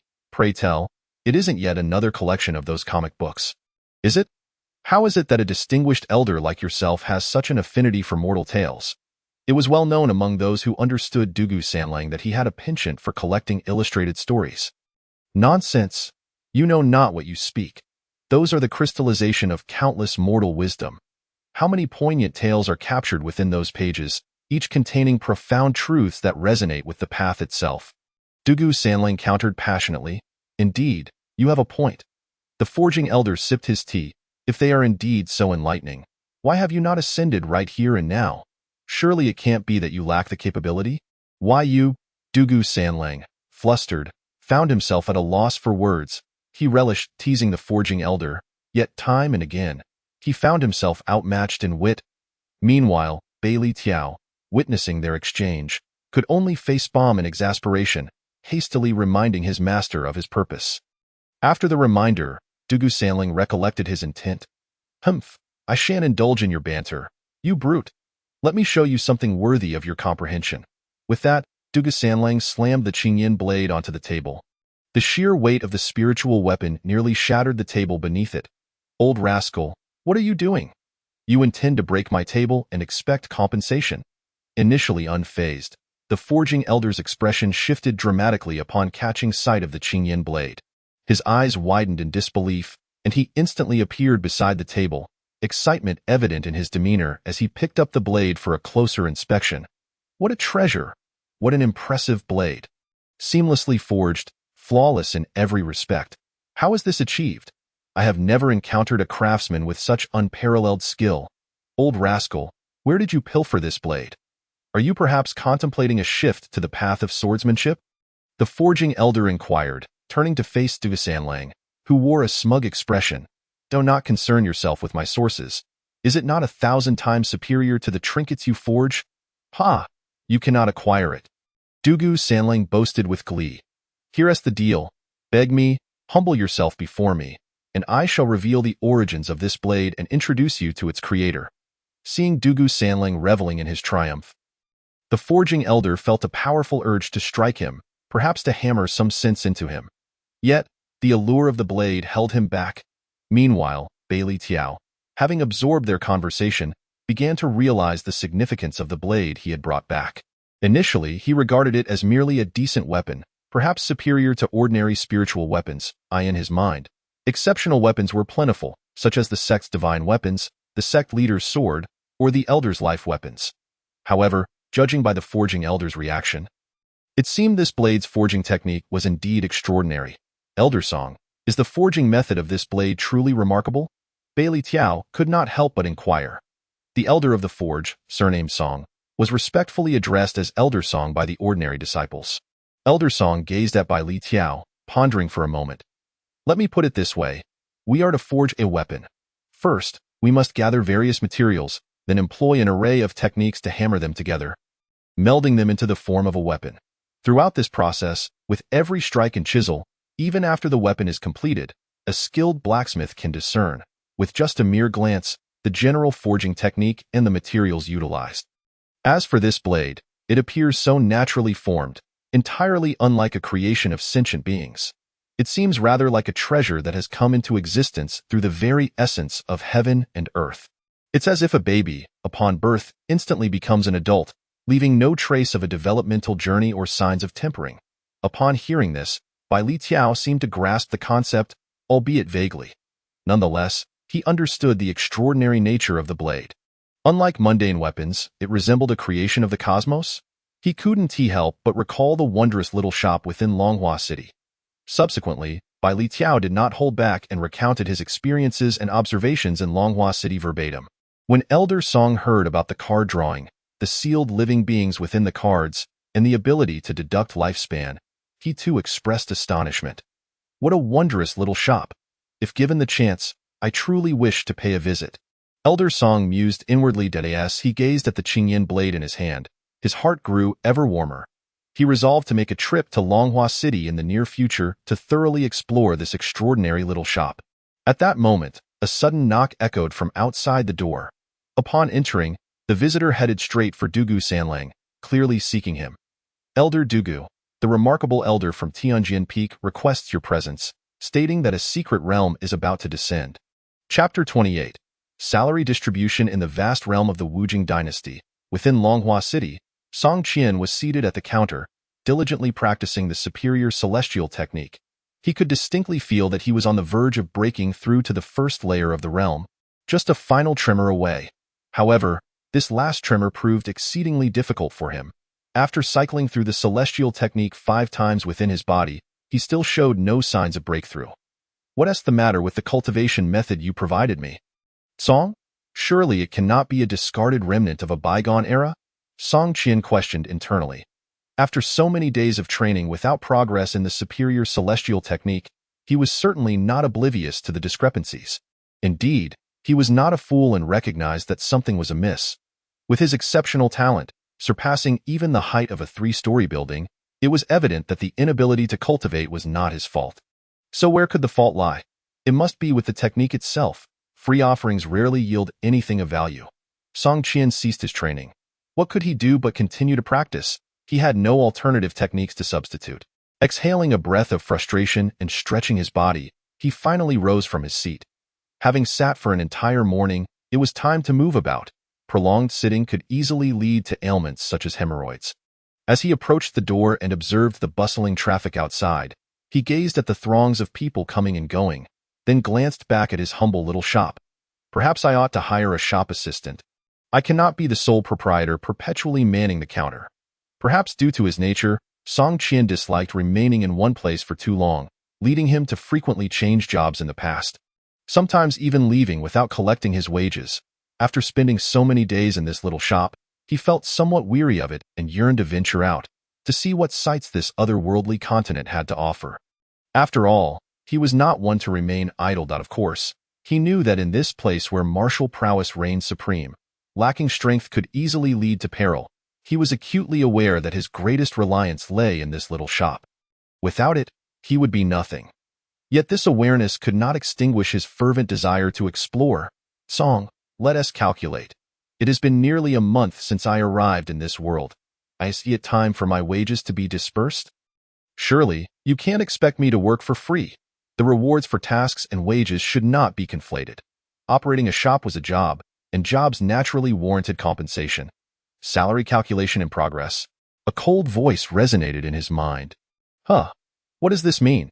You actually require prompting to distribute wages. Thankfully, I haven't been overly diligent, or I would have suffered a significant loss. Options are now available. Please select one from the following options to be dispersed as this month's salary. Option 1, 30 years of lifespan. Option 2, 100 cultivation spirit crystals. Option 3, 1 additional card draw. Option 4, increase in personal fortune. I can actually choose my salary, Song Qian exclaimed. Carefully considering his options to avoid being swindled by the system, he gazed in astonishment at the translucent screen before him, his thoughts racing. Option 1. An increase in lifespan would allow him to live 30 years longer. However, observing his robust physique, he felt little need for it. As Lu Chunchi had mentioned, as long as he continued to break through realms, his lifespan would naturally extend. 30 years hardly seemed significant. Moreover, given the dangers of this world, encountering a formidable adversary or a fearsome beast could easily lead to premature demise. Having more lifespan was futile unless one chose to remain hidden until all threats had perished. As for utilizing it for card draws, he was no fool. How could he risk his own lifespan for mere card draws? Such an addiction could spell doom for him in this lifetime. Option 2 was unfamiliar to him, so he skipped it for now. Option 3 granted him an additional card draw opportunity, yet he found the system's card draws rather dubious. suspecting it might secretly adjust the odds to yield nothing but mundane cards, making it unnecessary for the time being. Option 4 was vaguely described. Luck, as such, held no value within the shop, as everyone had the same card draw probabilities. However, it could be beneficial outside, though he was uncertain how much it would increase. Song. What is the purpose of the Cultivation Spirit Crystals in Option 2? The Cultivation Spirit Crystals are exclusive to the system and are used to accelerate the host's cultivation speed. They can be utilized for technique training or realm breakthroughs. After the cold voice concluded, Song Qian felt he had gleaned some understanding. It was akin to experience cards in a game, wherein each card contained a certain amount of experience that, once used, would enhance his experience and facilitate leveling up. Then I shall choose the Cultivation Spirit Crystals. By the way, will my salary be fixed henceforth, or can I choose anew each month? Monthly wages will be determined based on the sales performance of that month, and the content of the salary may be reselect each month. Hearing this, Song Qian felt reassured and gleefully opted for the Cultivation Spirit Crystals. Of course, he did not doubt his own cultivation talent. He merely believed that the technique provided by the system was subpar. After all, the adage holds, what is given for free is often the most expensive. He even felt that the superior celestial technique imparted by the system was designed to be utilized alongside the Cultivation Spirit Crystals to achieve successful cultivation. This was a bundled sale, something he was all too familiar with. After making his selection, a cloth pouch materialized out of thin air on the table. Song Qian picked up the pouch and opened it, discovering 100 colorful hexagonal crystals within. It seemed these were indeed the Cultivation Spirit Crystals the system had mentioned. Holding the Cultivation Spirit Crystals, Song Qian was instantly filled with renewed confidence in his cultivation journey. Song, how do I use these? Under the system's complimentary guidance, Song Qian quickly understood the method for utilizing the Cultivation Spirit Crystals. Although he had interpreted them as experience cards, the absorption process for these spirit crystals was not instantaneous. Rather, it resembled a buff. During the absorption process, Song Qian's cultivation speed would significantly accelerate. Taking out one spirit crystal, he placed it in the palm of his hand, circulating his inner qi, and immediately felt something flowing out of the crystal and into his body. Instantly, he felt an overwhelming desire to cultivate, his eagerness propelling him into action. With the superior celestial technique paired with the Cultivation Spirit Crystals, his cultivation speed soared. In no time, he had cycled through an entire round. This pace astonished him. Under normal circumstances, he could only complete a third of the cycle within such a brief period. Truly, this was the proper cultivation speed for the technique. The system had undoubtedly modified it, intending to bundle it with the spirit crystals. In that moment, Song Qian felt he had uncovered the truth of the matter. He would never admit that it was a flaw in his talent. In the ensuing time, Song Qian uncharacteristically refrained from slacking off, instead committing himself to earnest cultivation. This was akin to the distinction between a struggling student and an academic prodigy. The struggling student finds studying to be a torment, easily straying from the path, resulting in disarray. Conversely, the academic prodigy derives joy from every problem solved, tirelessly pursuing knowledge as if it were a game. Currently, Song Qian resembled the latter. Cultivation filled him with delight. However, once the spirit crystal was fully absorbed and shattered, he instantaneously transformed back into a struggling student, feeling as though ants were crawling all over him at the mere thought of cultivating again. Opening his eyes, he stared blankly at his surroundings. Dusk was approaching, and he had been cultivating for an entire afternoon. Glancing at the bag of spirit crystals on the table, Song Qian contemplated reaching for another crystal but hesitated at the pouch's opening. He felt an emptiness creeping in. The rapid pace of cultivation had been exhilarating, a euphoric sensation that, once indulged in, could lead to oblivion. Yet upon pausing, he found himself reluctant to return to that delightful state. It was as though he had momentarily ceased to be himself, having developed an overwhelming obsession with something that had consumed an entire afternoon without respite. This was terrifying. He had become addicted to cultivation. Cultivation should be a gradual process. Perhaps he would use them again tomorrow. Song Qian stored the pouch away and began assessing his cultivation progress. He realized that the superior celestial technique had unknowingly broken through to the first layer. Upon breaking through to this layer, he awakened a new divine ability. Chapter 29. True Dragon's Roar, True Dragon's Roar. A furious roar inherited from the ancient True Dragon. With a single roar, all demons retreat, and all beasts submit. As he gazed upon the awakening powers within himself, Song Qian felt a surge of curiosity, eager to test his abilities. He opened his mouth and let out a couple of roars, wondering if they would cause any harm.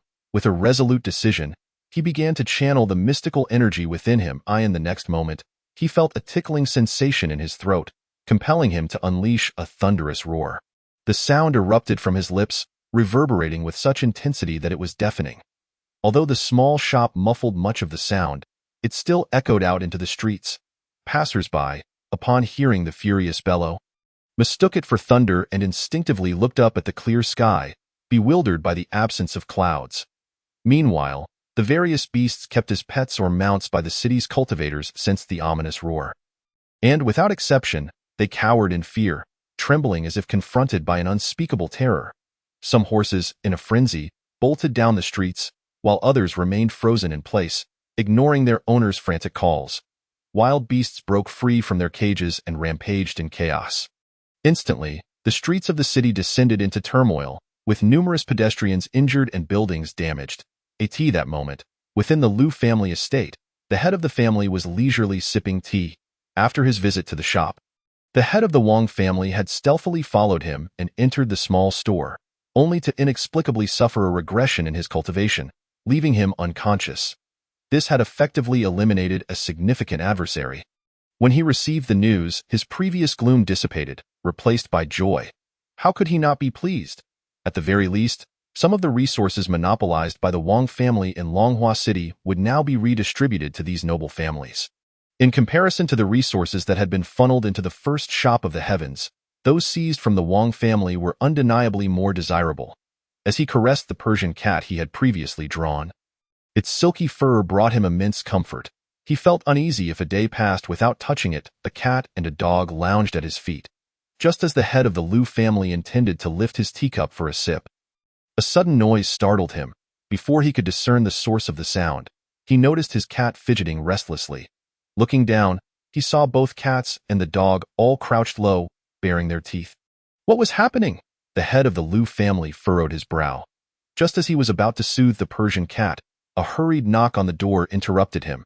Ignoring the distressed pets, he stored them away in his beast space and rose to open the door.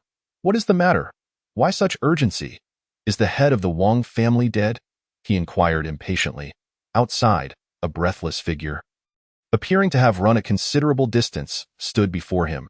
Upon recognizing the face, he realized it was the Liu family's chief steward. Master, there's trouble outside the city. Something has happened, the steward finally managed to say after catching his breath. What do you mean there's trouble? I'm perfectly fine. Just tell me what happened outside, the master urged. Outside the city, a secret realm has appeared. The secret realm has descended. Meanwhile, within the first shop of the heavens, Song Qian remained blissfully unaware of the chaos he had inadvertently caused. He returned to the counter, clutching his throat, feeling parched as if that single roar had drained all the moisture from his mouth. System. He murmured, only to find himself stunned into silence. After several attempts, he discovered that he could not produce any sound at all. What was happening? He pondered, but the system offered no answers. Fortunately, after a brief moment of recovery, he was able to emit faint sounds, albeit only intermittent nos. Although it was an improvement from his initial silence, he wondered about the lingering effects of the true dragon roar. It seemed that his current strength was insufficient, causing him to lose his voice after such a powerful call. Otherwise, he couldn't fathom another explanation. Indeed, after nearly an hour, his voice gradually returned, even more resonant than before. Song Qian reflected. This true dragon roar had imposed a silence-inducing negative buff upon him. He would need to use it sparingly in the future. Moreover, he had yet to witness any tangible power from this technique. Observing the shop, pristine and undamaged, he discreetly labeled the true dragon roar as impractical. After glancing outside and noting the lack of patrons, he locked the door and retired to his quarters for a restful sleep. He slept soundly, having exerted much energy during the previous ordeal. That night, the citizens of the city busied themselves capturing the rampaging beasts that had escaped. Preliminary reports indicated significant economic losses, with many cultivators injured by their own pets, suffering from unexpected calamities. The following day, as he opened the shop, Song Qian looked into the bag containing his cultivation crystals.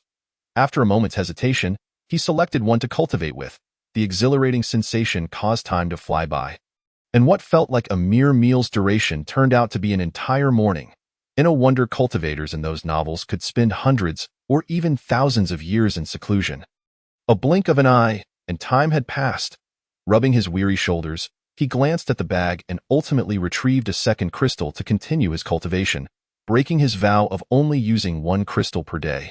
Ah, these cultivation crystals are truly delightful. He mused. He was cultivating for self-preservation, not simply for the pleasure of using the crystals.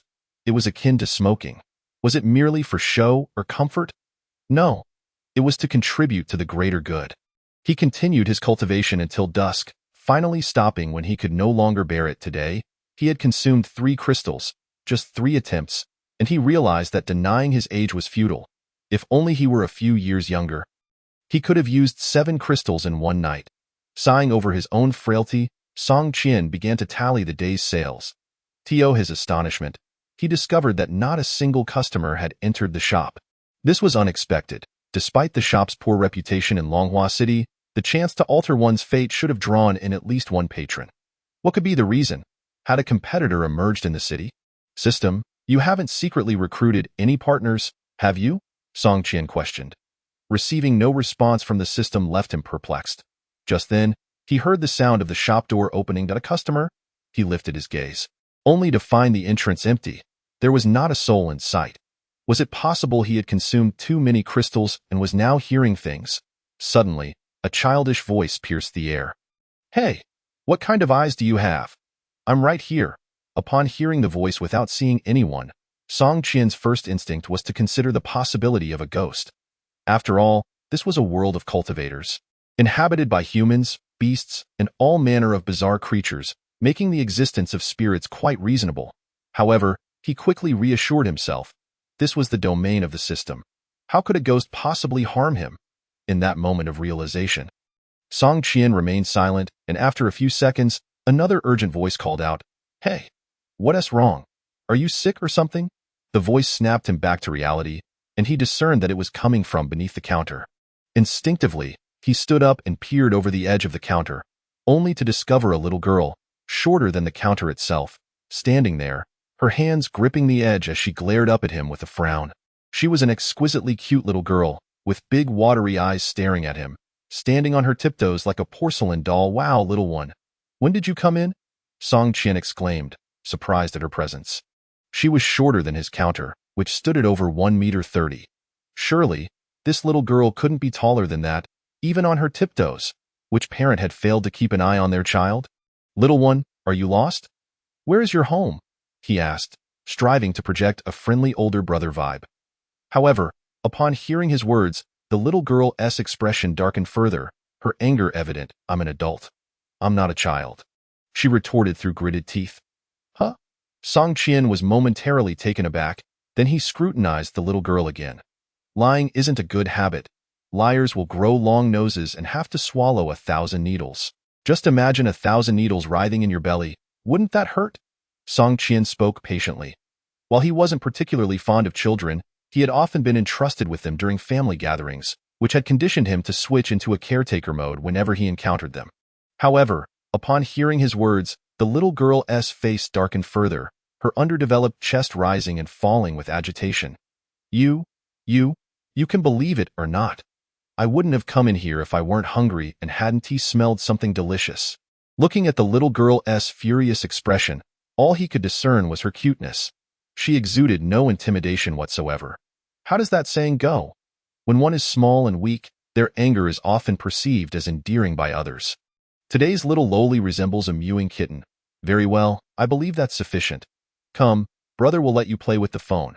Tell me, who is your mother? Is she someone from this street? I shall assist you in finding her. Song Qian instinctively reached for his phone, the ultimate tool for pacifying children.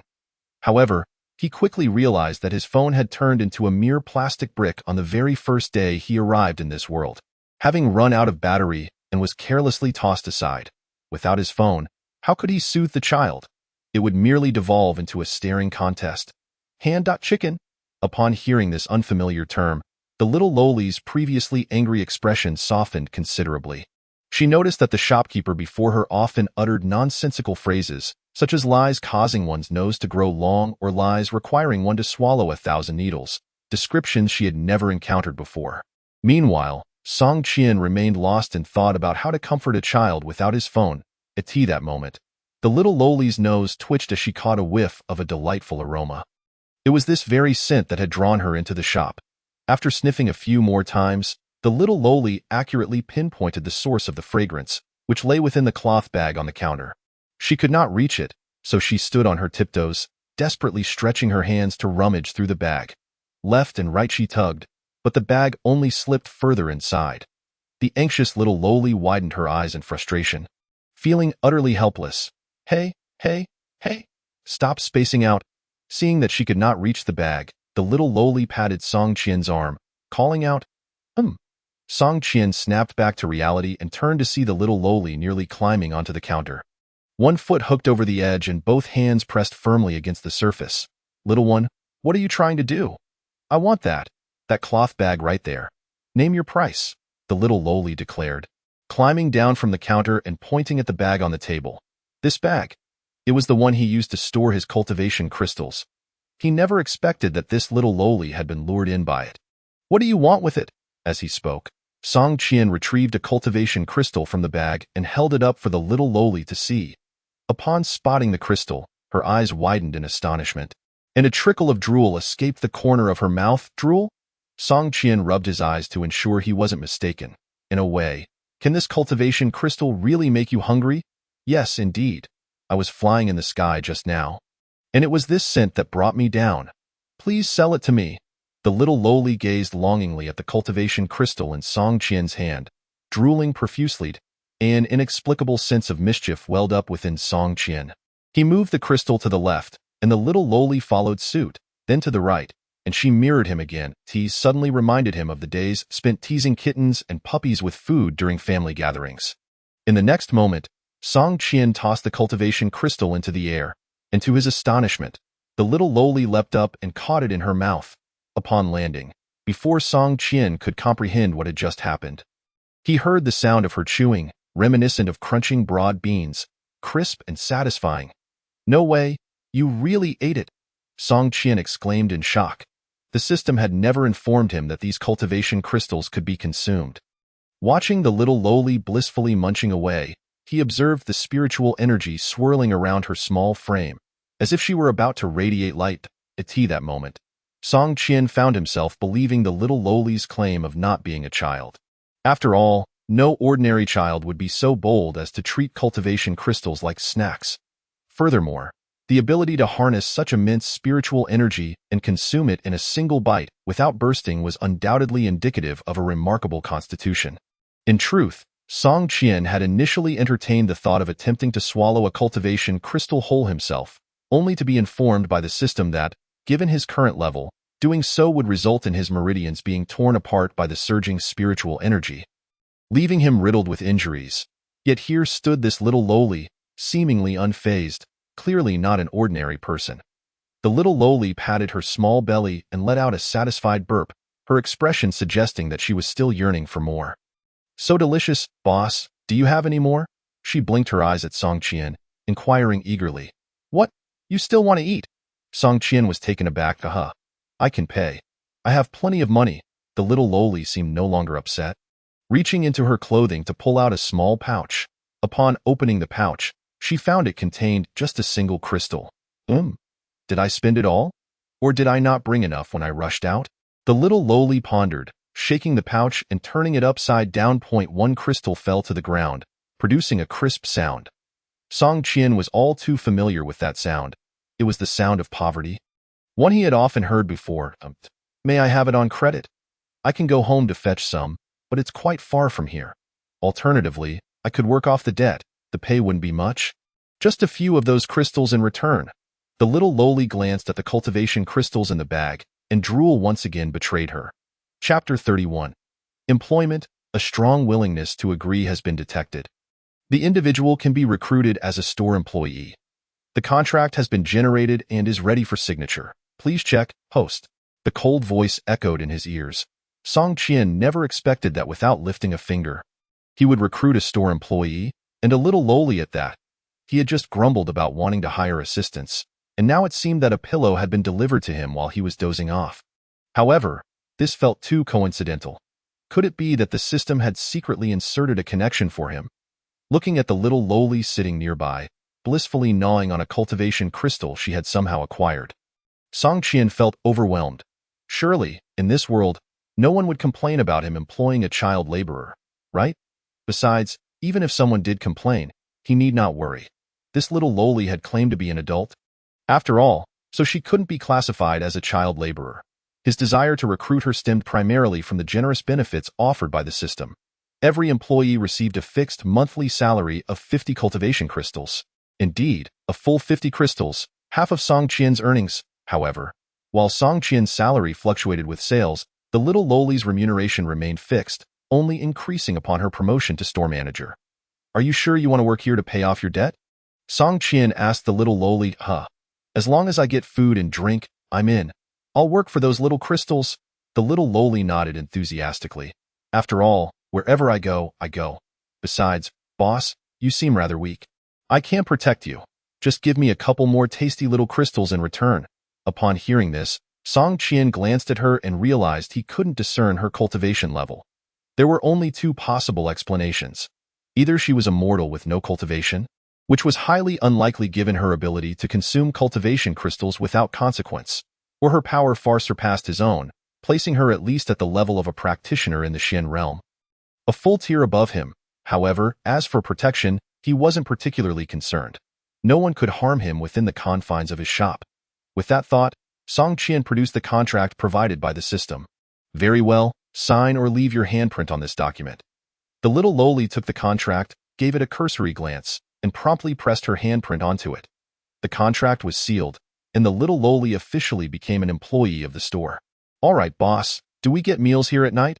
Nothing extravagant, just 2 of those little crystals will suffice. I'm not picky.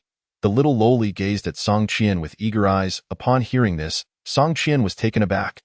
She was asking for 2 crystals right off the bat, and she wasn't he picky? He was using only 3 a day, and she had already consumed 2. Now she wanted more? No, but rice and steamed buns are unlimited. Rice and steamed buns? Upon hearing this, the little lowly's enthusiasm immediately waned. Then never mind. I'm not hungry, boss. Where do I sleep? Where to sleep? Song Qian pondered for a moment. He still had 1 room available. Originally used as a storeroom, it should be sufficient after clearing out the clutter, although it might be a bit dusty. All right, follow me.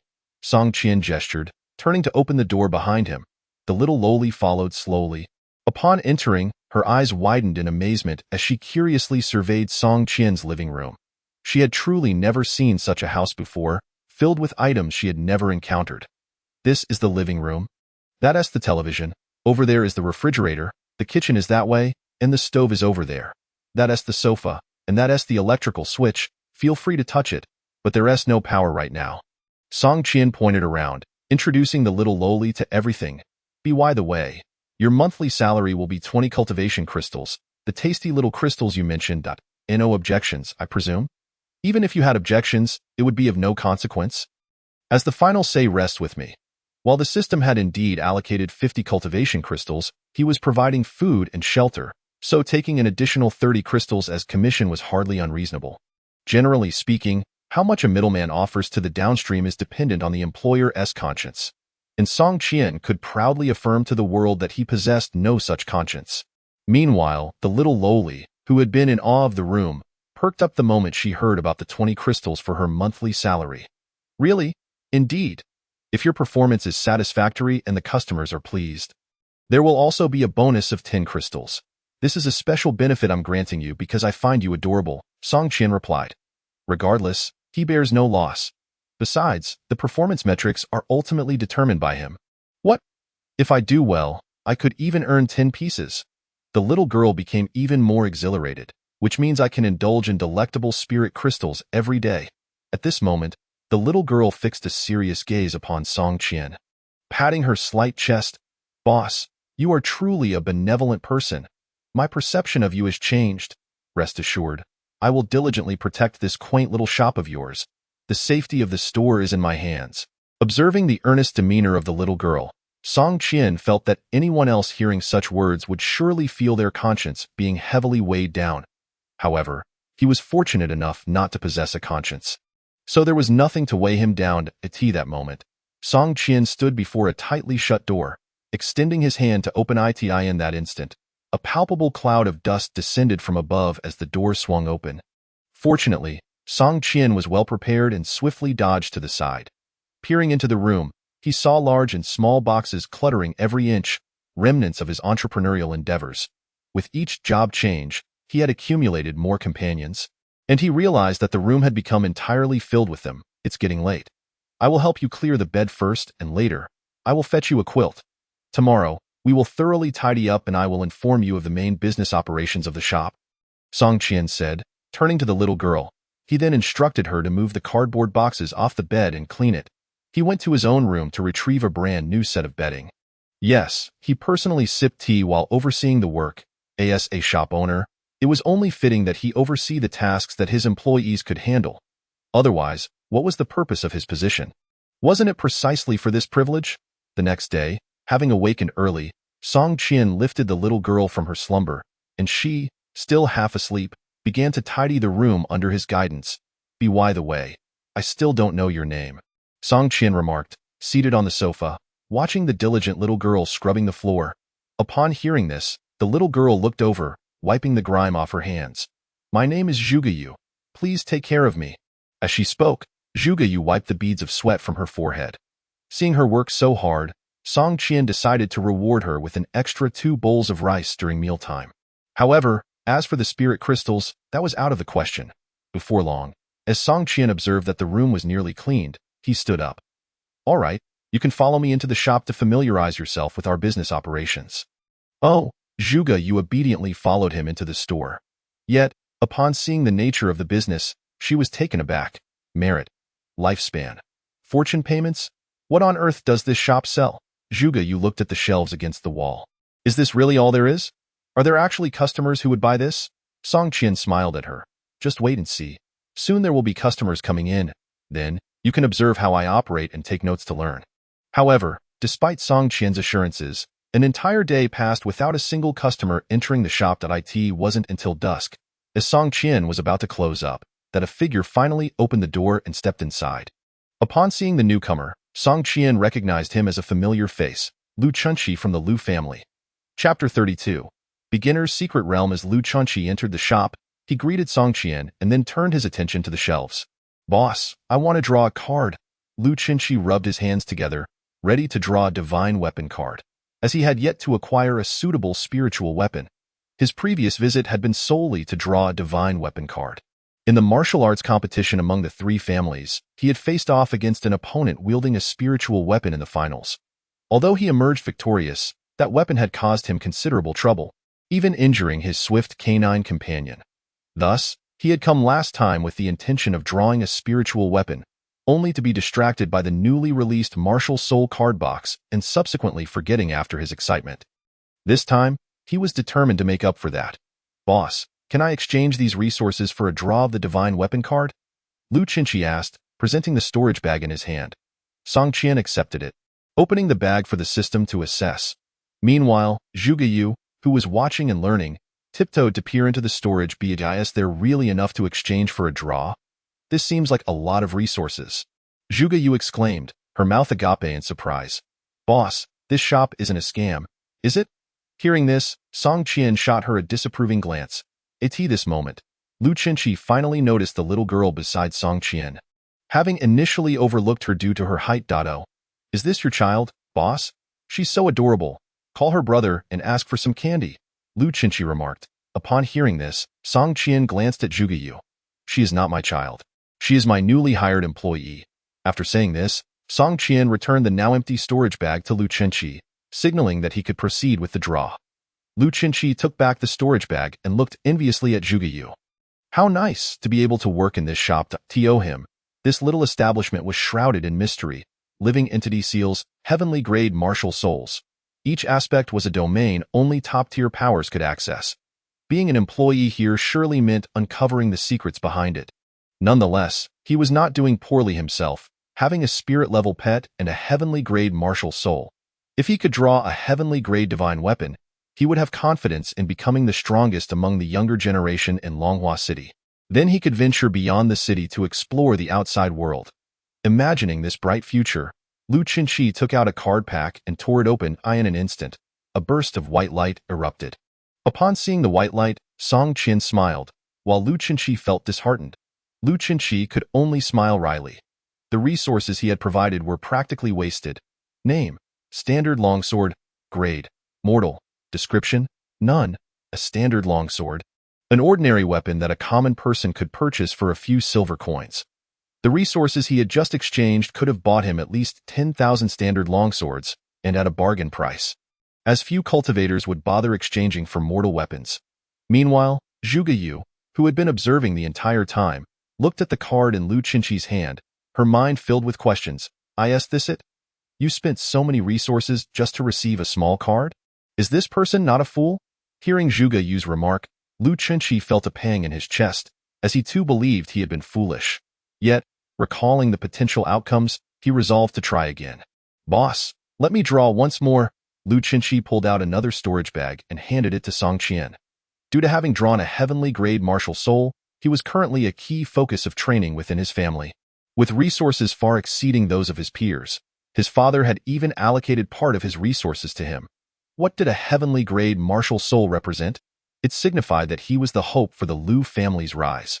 Such privileges were not excessive. After exchanging for another opportunity to draw a card, Lu Qinshi tore open another card pack. However, the white light reappeared. This time, looking at the standard cleaver card in his hand, Lu Qinshi nearly spat out blood in frustration. Twice he drew a white card. Was he destined to be like his father, who drew 3 consecutive white cards? His father at least had a pet he could pet for relaxation. What could he do with a cleaver? Perform street acts, perhaps? Boss, let me draw again. Lu Qinshi's eyes turned red. How could a gambler lose every time? How could a child cry every night? He refused to believe it. With that, Lu Qinshi pulled out his last storage bag of resources. He had originally followed the principle of not putting all his eggs in one basket, storing his resources separately, but now, not only were there no eggs, but the basket was nearly empty. For this final attempt, Lu Qinshi held the card pack, his hands trembling slightly. I don't even need a heavenly grade one, just a spirit grade will suffice, he prayed. Song Qian watched this unfold, reflecting that the human standard was indeed this way. If one could not achieve their original aim, they would settle for less. Just like a gambler at a gaming table, originally hoping to win 1,000,000. But after losing, would settle for winning back 100,000, and then just wanting to break even, until they lost all their money, borrowing another 100,000, convinced they would win, mortgaging their house and car. I don't need this hand anymore, just go with them, my dear wife. Ultimately leading to a broken family and estrangement. Fortunately, he was not a gambler. Meanwhile, Zhuge Yu was equally dumbfounded. From her perspective, exchanging 3 bags of resources merely resulted in a few small cards. What a lucrative business. At the same time, she cast a furtive glance at Song Qian, a bit worried if the shop owner could fend off any potential threats. At that moment, Lu Qinshi finally steeled his resolve and tore open the card pack in his hand. Green light. Upon seeing the green light, Lu Qinshi was overwhelmed with joy, feeling even more exhilarated than when he had drawn the heavenly grade martial soul. As the light faded, a card lay quietly in his palm. It was a spiritual weapon longsword, named Water Spirit Sword. Excitedly clutching the card, Lu Qinshi's expression was uncontrollable, unsure whether to laugh or cry. After the initial excitement, Lu Qinshi immediately used the card, summoning the Water Spirit Sword. After a burst of light, he held the long sword in his hand as spiritual energy began to gather. At that moment, Zhuge Yu stared in astonishment at the Water Spirit Sword that had suddenly appeared before her. Wait, where did this come from? I didn't sense any spatial fluctuations. Zhuge Yu's eyes widened as she looked at Song Qian. Is this the secret of this little shop? Song Qian chose not to explain but instead patted her shoulder. Don't worry about the details. Just consider it as the big boss working behind the scenes. Big boss? Upon hearing this term, Lu Qinshi, who was still in a state of excitement, suddenly regained his composure, feeling as though he had stumbled upon a secret. Indeed, this establishment seems to possess significant backing, and it appears that their influence is quite formidable. Just as he was contemplating this, Song Qian turned his gaze towards him. By the way, I have a few inquiries to make. Lu Qinshi, taken aback, replied, I assure you, I shall speak candidly. Well, it's nothing of great consequence. I merely wish to ask why the disciples of the Lu family have ceased drawing cards? Song Qian remarked casually. Upon hearing this question, Lu Qinshi was momentarily taken aback, but then he understood. You see, Boss Song, a couple of days ago, a beginner's secret realm was discovered several dozen miles outside the city, and now our disciples are all preparing to enter and explore this realm. The beginner's secret realm was, in fact, the reason for his visit to enhance his own strength through card drawing. A beginner's secret realm? Song Qian queried, somewhat perplexed. However, before he could pose further questions, a chilling mechanical voice echoed in his ears. Task triggered. Current task is time-sensitive. Please complete it promptly. Task name: eliminate competitors. Task description: a beginner's secret realm has emerged several dozen miles outside Longhua City, attracting all the patrons to your establishment. Please proceed to the secret realm, destroy its core, and eliminate the competition. Task reward: unlocking of the host's exclusive card box. 1 card drawing opportunity. Chapter 33. World History Class: the host's exclusive card box. Song Qian was momentarily stunned by this reward. It was not a new type of card box. However, given its name, it should be unique to him, inaccessible to others. System: what does this exclusive card box entail? Is it a spirit card box, a martial soul card box, or perhaps a mixed card box from which anything can be drawn? Song Qian pondered internally. You will come to know upon the completion of the task. The cold voice responded. Song Qian understood. Since the system chose not to divulge, he would refrain from further inquiries, as he would eventually find out. With this thought, Song Qian turned to Lu Qinshi. What exactly is a beginner's secret realm? Could you enlighten me? Given that he was entirely unfamiliar with the concept, it was prudent to gather some knowledge beforehand. Lu Qinshi, upon hearing this, was slightly taken aback and looked at Song Qian with curiosity. The matter of secret realms was common knowledge among nearly all cultivators in the Tianding continent. It was a veritable essential reading in life, and he found it peculiar that the proprietor before him was unaware of it. Boss Song, you are unfamiliar with secret realms? Lu Qinshi inquired, puzzled. In response, Song Qian wore a similarly bewildered expression. Is this secret realm truly that remarkable? I ought to be informed. Well, if I were privy to the information, would I need to consult you? We are old friends. Please, do share, Song Qian urged. Upon being addressed as an old friend, Lu Qinshi felt flattered, surprised that such a mysterious shopkeeper considered him a friend. However, he evidently overthought it. According to Song Qian's understanding, a person met for the first time was a new friend, while those met 2 or more times were regarded as old friends. He would casually refer to anyone he encountered as a friend while out soliciting customers. Then allow me to explain, Boss Song. To discuss secret realms, we must first touch upon the history of our Tianding continent. Are you aware of this? Upon hearing this, Song Qian shook his head.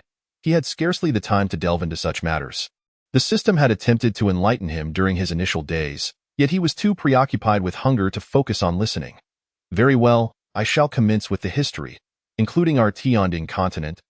There are a total of 7 continents in this world. Ancient legends speak of a time when these 7 continents formed a single entity, which subsequently fractured into 7 due to a cataclysmic disaster. Furthermore, it is said that there exists a primordial land at the heart of the world, from which the 7 continents emerged. However, records regarding this primordial land are scarce in contemporary times. As for secret realms, they are believed to be fragments of land that fell into the void during this cataclysm, gradually evolving into what we now term secret realms. Upon hearing this, Song Qian felt a flicker of recognition. He recalled the system mentioning the 7 continents, of which he currently resided in the Tianding continent. Aside from that, he could recall only a few names: Longxi continent, Sweki continent. He had been too preoccupied with his hunger to commit much more to memory. Please continue. I am listening. Song Qian signaled for Lu Qinshi to proceed. Lu Qinshi resumed. The so-called beginner's secret realm is defined by its size and the rules that have emerged from its evolution. Affected by the drifting in the void, each secret realm manifests unique rules. For instance, the current beginner's secret realm outside Longhua City imposes a realm restriction, allowing only cultivators below the spirit body realm to enter. Those at or above this level will be suppressed by the rules and subsequently ejected from the realm. Beyond the beginner's secret realm, there exist advanced and king-level secret realms, among others. Within these realms lie many resources left behind from the Great Destruction era, which is why each time a secret realm materializes, it incites fierce competition among cultivators. This constitutes all the information I possess. After Lu Chunqi finished speaking, he bowed to Song Qian and departed. As he still had preparations to make for entering the secret realm. Meanwhile, Song Qian furrowed his brow in contemplation. This presents quite a dilemma. System, what will happen if I choose to forego this task? Song Qian thought to himself. While he was eager to explore, venturing into such a perilous place amidst numerous cultivators competing for resources was not appealing. At least not at this moment. His strength was still insufficient. Ever since his inexplicable breakthrough to the 4th stage of blood transformation during his last sleep, he had diligently cultivated over the past few days and had now managed to reach the 4th stage. However, at this stage, he was little more than a larger-than-average mouse. Thrown into a secret realm, he would scarcely know how he met his demise. Rest assured, the system will provide assistance. Assistance? What kind of assistance? Song Qian queried, puzzled. Secret realm map initializing. The voice announced, and suddenly a semi-transparent screen manifested before Song Qian, revealing a map with a small at the center, presumably representing him, surrounded by a vast void of gray. Map not loaded. You have yet to enter the secret realm. Is this it? Song Qian waited for quite some time, but the system remained silent. Will this map aid my defense? If I encounter cultivators? Will I not be in dire straits? Whether you choose to participate or not, should the task remain incomplete, the host's exclusive card box will be permanently sealed. The system's voice resounded, colder than ever. Upon hearing this, Song Qian halted momentarily. System, had you stated this earlier, I would have agreed without hesitation. Rest assured, I shall assist in dismantling that secret realm, as this little shop is also my enterprise. Song Qian shifted his stance, declaring earnestly he was a person who could not bear to see others plead. He had a soft heart, indeed, a soft leg as well. With that said, Song Qian turned to the still astonished Zhuge Yu and gently patted her shoulder.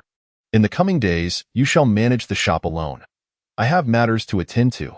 Remember to treat our guests well, and do encourage them to draw from the Martial Soul card box. It's rather pricey.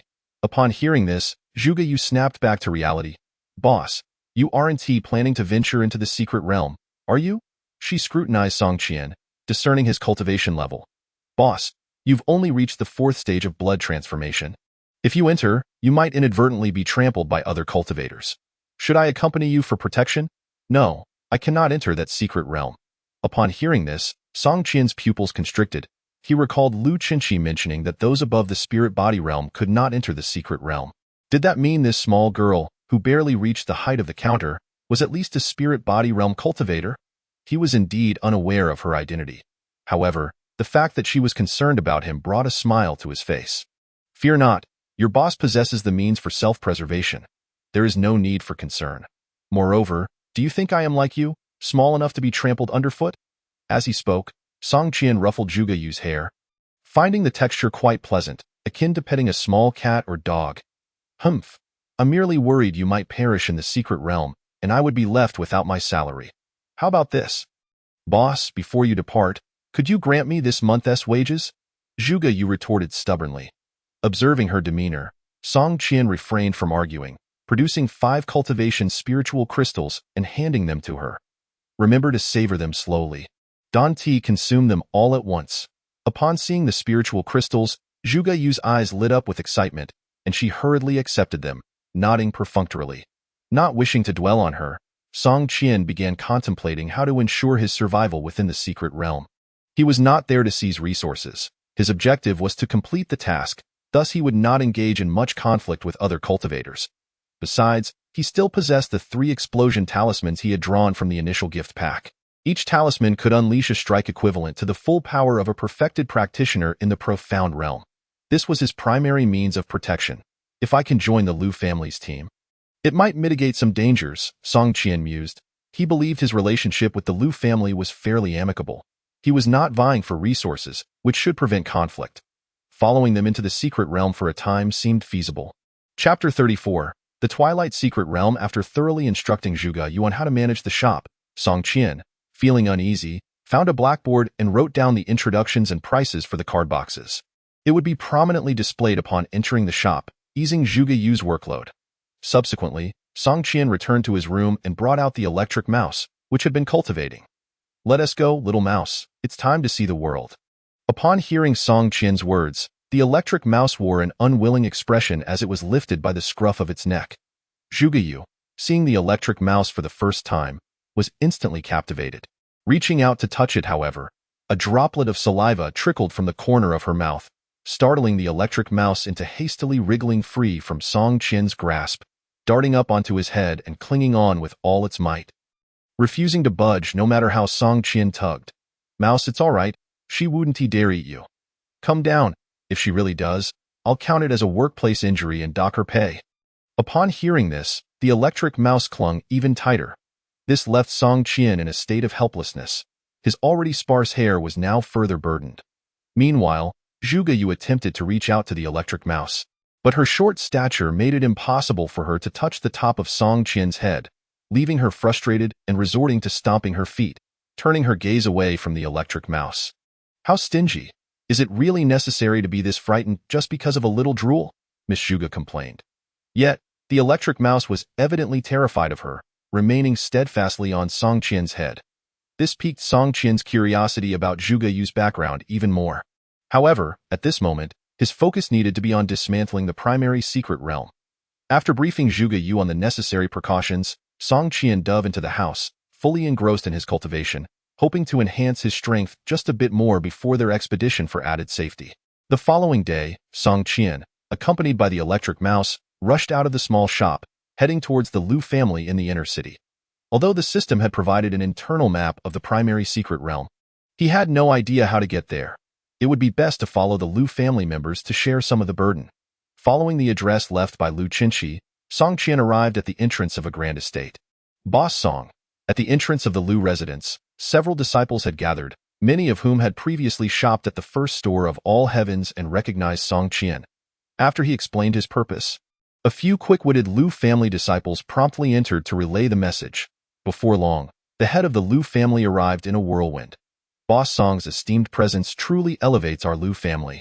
I've been quite occupied these past few days and haven't had the chance to visit you." The Lu family head greeted warmly. "No trouble at all, head of the Lu family. Your dedication to the Lu family is commendable. I've come today upon hearing that a primary secret realm has appeared outside the city and thought it prudent to join your party, if that is agreeable." Song Qian replied courteously that of course, it is convenient. The disciples are currently assembling and I, as an elder of the Lu family, will lead the way to the entrance of the primary secret realm. Your timing is impeccable. Boss Song. The two exchanged pleasantries. One was the shrewd head of the Lu family, while the other was a seasoned professional, both adept at flattery. Before long, the Lu family disciples had gathered, among them Lu Chenqi, who was closest to Song Qian, and beside him stood Lu Feng, who had previously drawn a spirit-level spear at the shop. After a brief greeting, they formed a small team. Additionally, several disciples who were significantly older and more distinguished than the others were present in the group. Lu Chenqi introduced them as the Lu family's practitioners who had reached the profound realm and had been dispatched to guard various interests in the city, now recalled to accompany them into the secret realm. Song Qian noticed that among these profound realm practitioners, there was an elderly man with a head full of gray hair. At such an advanced age, he was still venturing into secret realms. What an arduous endeavor. Song Qian mused in his past life, one would have been enjoying retirement at such an age. Yet in this world, it was still a time for striving. The lifespan of a profound realm practitioner could extend to 200 years. 70 or 80 years was indeed the prime age for perseverance. At that moment, an elderly man of a distinctly higher caliber approached Song Qian. Although he too had gray hair and a beard, he emanated an entirely different aura, almost ageless, with skin as smooth as if it had been airbrushed. The elder slightly bowed to Song Qian. "Boss Song, I am Lu Qining, the elder leading this expedition for the Lu family. The family head has briefed me about you." "Thank you, Elder Lu," Song Qian replied politely. After they exchanged greetings, Elder Lu turned to the Lu family disciples and began outlining the precautions for entering the secret realm. First, do not act alone. Second, it is best to avoid unknown entities. Third, do not deceive others, nor allow yourself to be deceived. Fourth, Lu family disciples must unite to confront external threats. Fifth, Your life is more valuable than treasures and resources. Act decisively when necessary. As each point was reiterated. Song Qian couldn't help but recall his past life, where at the end of each semester, the school would announce similar precautions over the loudspeaker. What not to do during the holidays, like walking on thin ice, visiting internet cafes, engaging in dangerous activities, completing homework on time, not swimming alone, or going out alone at night. The similarities were striking. Clearly, the Lu family disciples were equally weary of these reminders, with some even drifting off into daydreams, much like his own school days. Finally, once Elder Lu finished his lengthy briefing, the Lu family team set off, marching towards the location of the secret realm. Leaving Longhua City, they approached a vast forest nearby, known as the Twilight Forest, named for its location in the direction of the setting sun. The primary secret realm was nestled within this Twilight Forest, hence it was also dubbed the Twilight Secret Realm. As they stepped out of Longhua City, some disciples who had been chattering fell silent. The entire team suddenly enveloped in a tense stillness. It was evident that this was the first time for many of them to embark on such an exploration, and they were anxious. Fearing they might not return or that they might perish within, however, Song Qian was unfazed.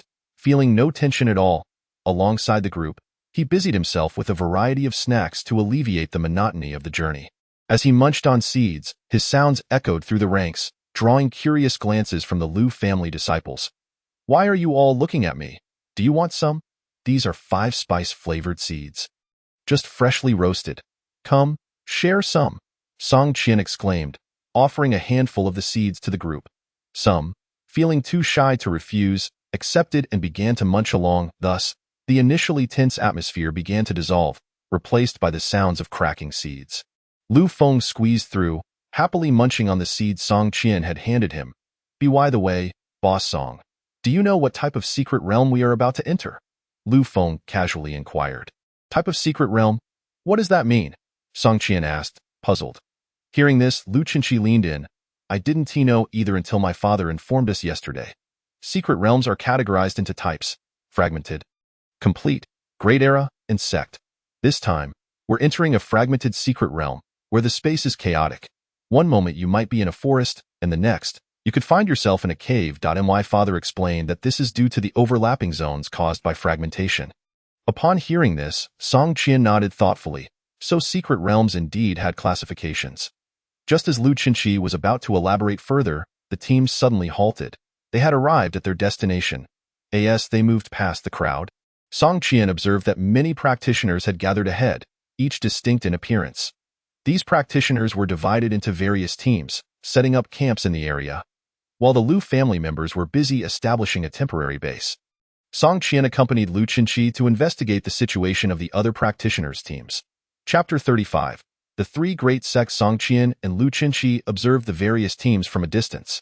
Beside one camp, a long sword was plunged into the ground, emanating an inexplicable and formidable aura, as if it could rend all that approached. These are the people of the Heaven Sword sect. Their sword energy reaching the heavens, overflowing everywhere, Lu Chenqi explained. Heaven Sword sect?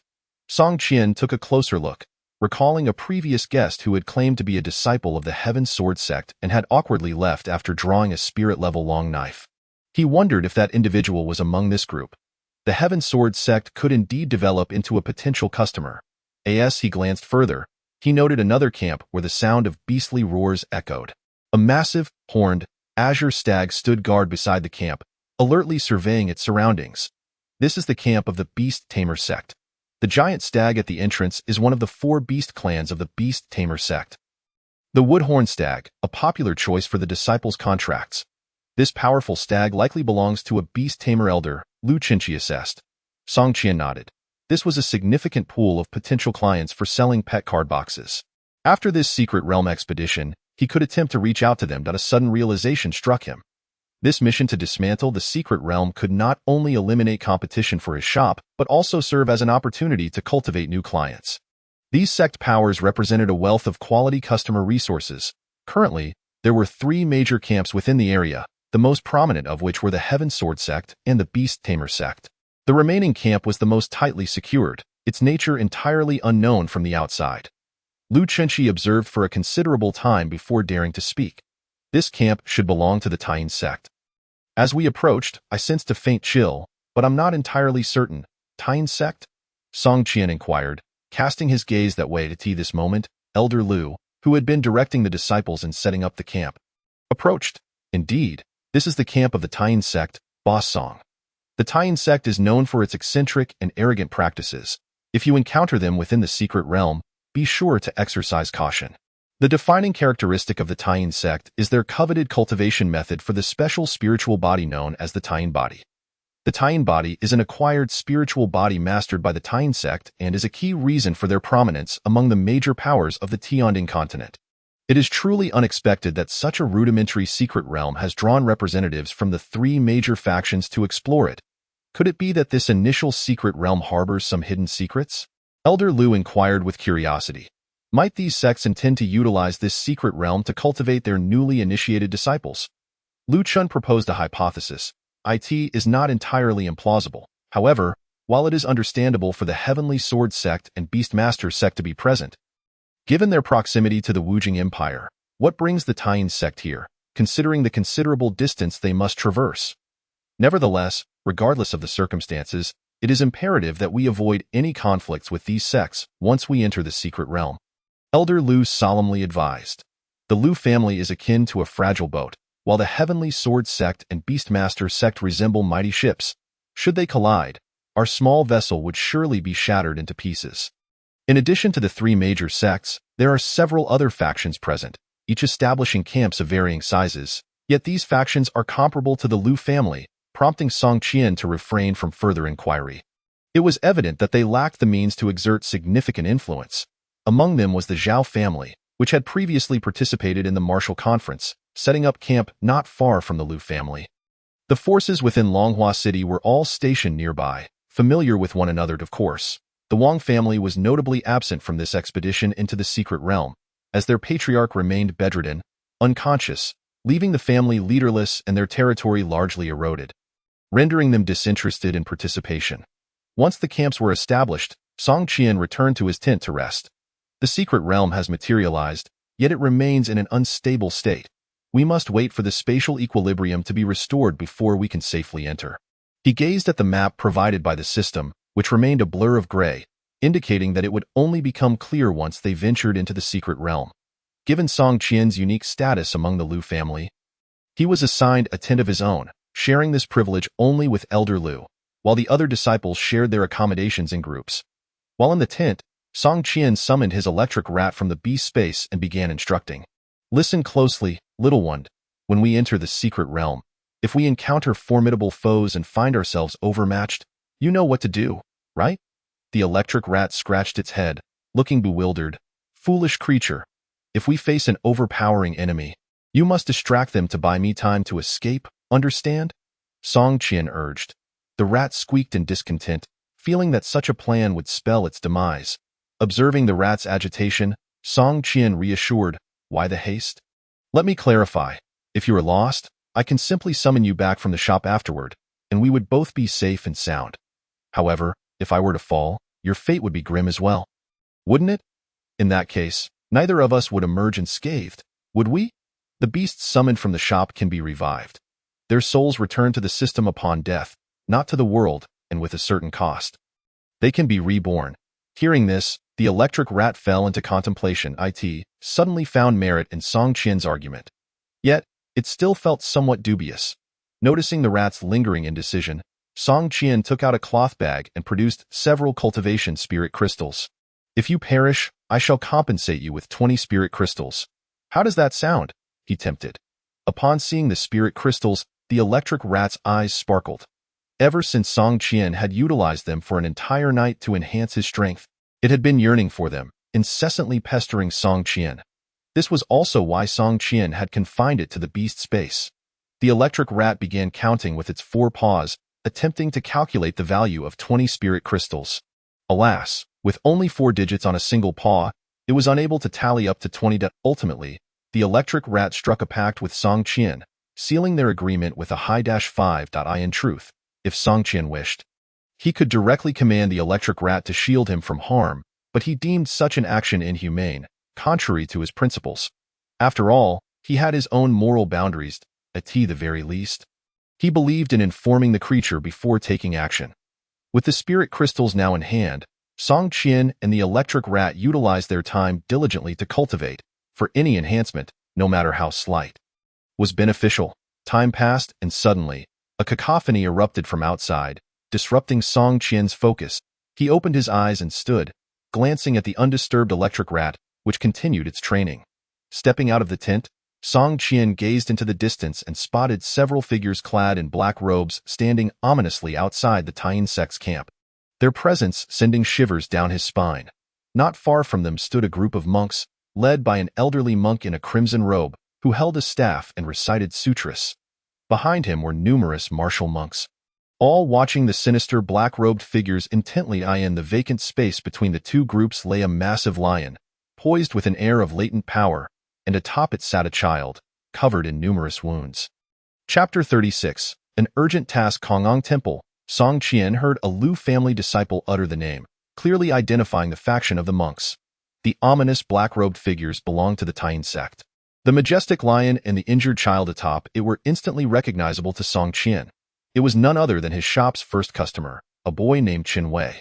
The shop had only ever seen 3 heavenly grade cards, leaving a profound impression on him. It seemed that a conflict was brewing among these 3 factions.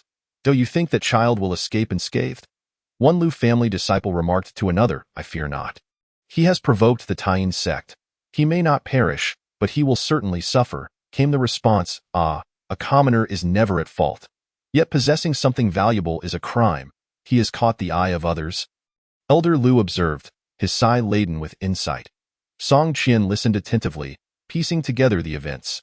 It appeared that Qin Wei had crossed paths with a disciple of the Taiyin sect, who had set his sights on the mystical lion beneath him. A confrontation ensued, resulting in the Taiyin disciple being injured. In retaliation, he returned to his sect to summon aid, subsequently wounding Qin Wei in an attempt to capture him. The majestic lion fled, only to be subdued by an elder from the Taiyin sect.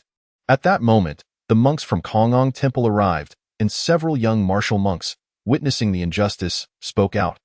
The Taiyin sect, however, was quick to retaliate, escalating the situation. Umitba, practitioners of the Taiyin sect, with the secret realm about to open, why provoke discord at this time? Let us not escalate matters further. Let us retreat peacefully. The elderly monk spoke slowly, staff in hand.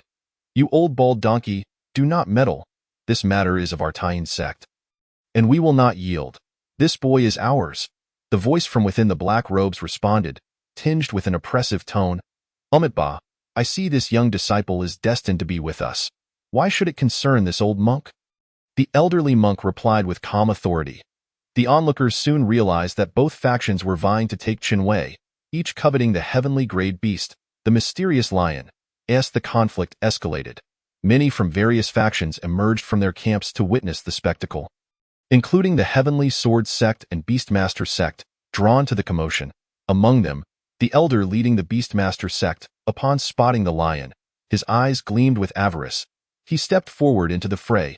"I see this young brother has a connection with my Beastmaster sect. Why not join us as a disciple? With your talent, you shall become a core member in just a few years. When it comes to cultivating beasts, my Beastmaster sect is unrivaled on the Tianding continent," he declared, surveying the members of Kongang Temple and the Taiyin sect. His intentions were clear. The lion was of exceptional quality, a heavenly grade beast. Even within the Beastmaster sect, it would be considered a top-tier specimen.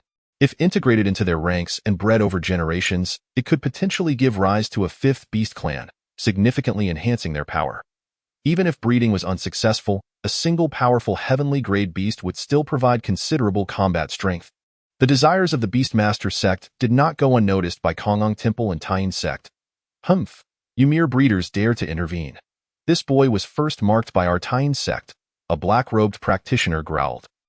3 factions clashed over a single individual, or rather, over a beast, before the secret realm had even opened, creating an atmosphere fraught with tension. Those observing began to cast their gazes toward the Heavenly Sword sect, wondering if they would involve themselves. Should they choose to do so, it would become a contest among 4 factions for one individual. However, the expectations of the onlookers were soon dashed. The Heavenly Sword sect showed no interest in matters of humanity. Their focus solely on the sword, and while heavenly-grade beasts were indeed precious, they would not act recklessly. Yet, among the ranks of the Heavenly Sword sect, Song Qian spotted by Li Tiao, the one who had drawn a spiritual-grade long sword from his shop. Standing at the forefront of the group. What are you all clamoring about? Why not engage in battle instead of merely exchanging words? Suddenly, a voice boomed from within the Heavenly Sword sect's camp. Resonant and powerful. Simultaneously, 3 streams of vertical sword energy surged forth, cascading toward the leaders of the other 3 sects like falling stars. The elder of the Beastmaster sect was the first to react. Unleashing a powerful wave of energy that roared like a beast, intercepting the sword energy, in the next moment, his Beastmaster wooden-horned deer moved to the forefront, its antlers radiating tremendous force, shattering the incoming sword energy with a resounding crash.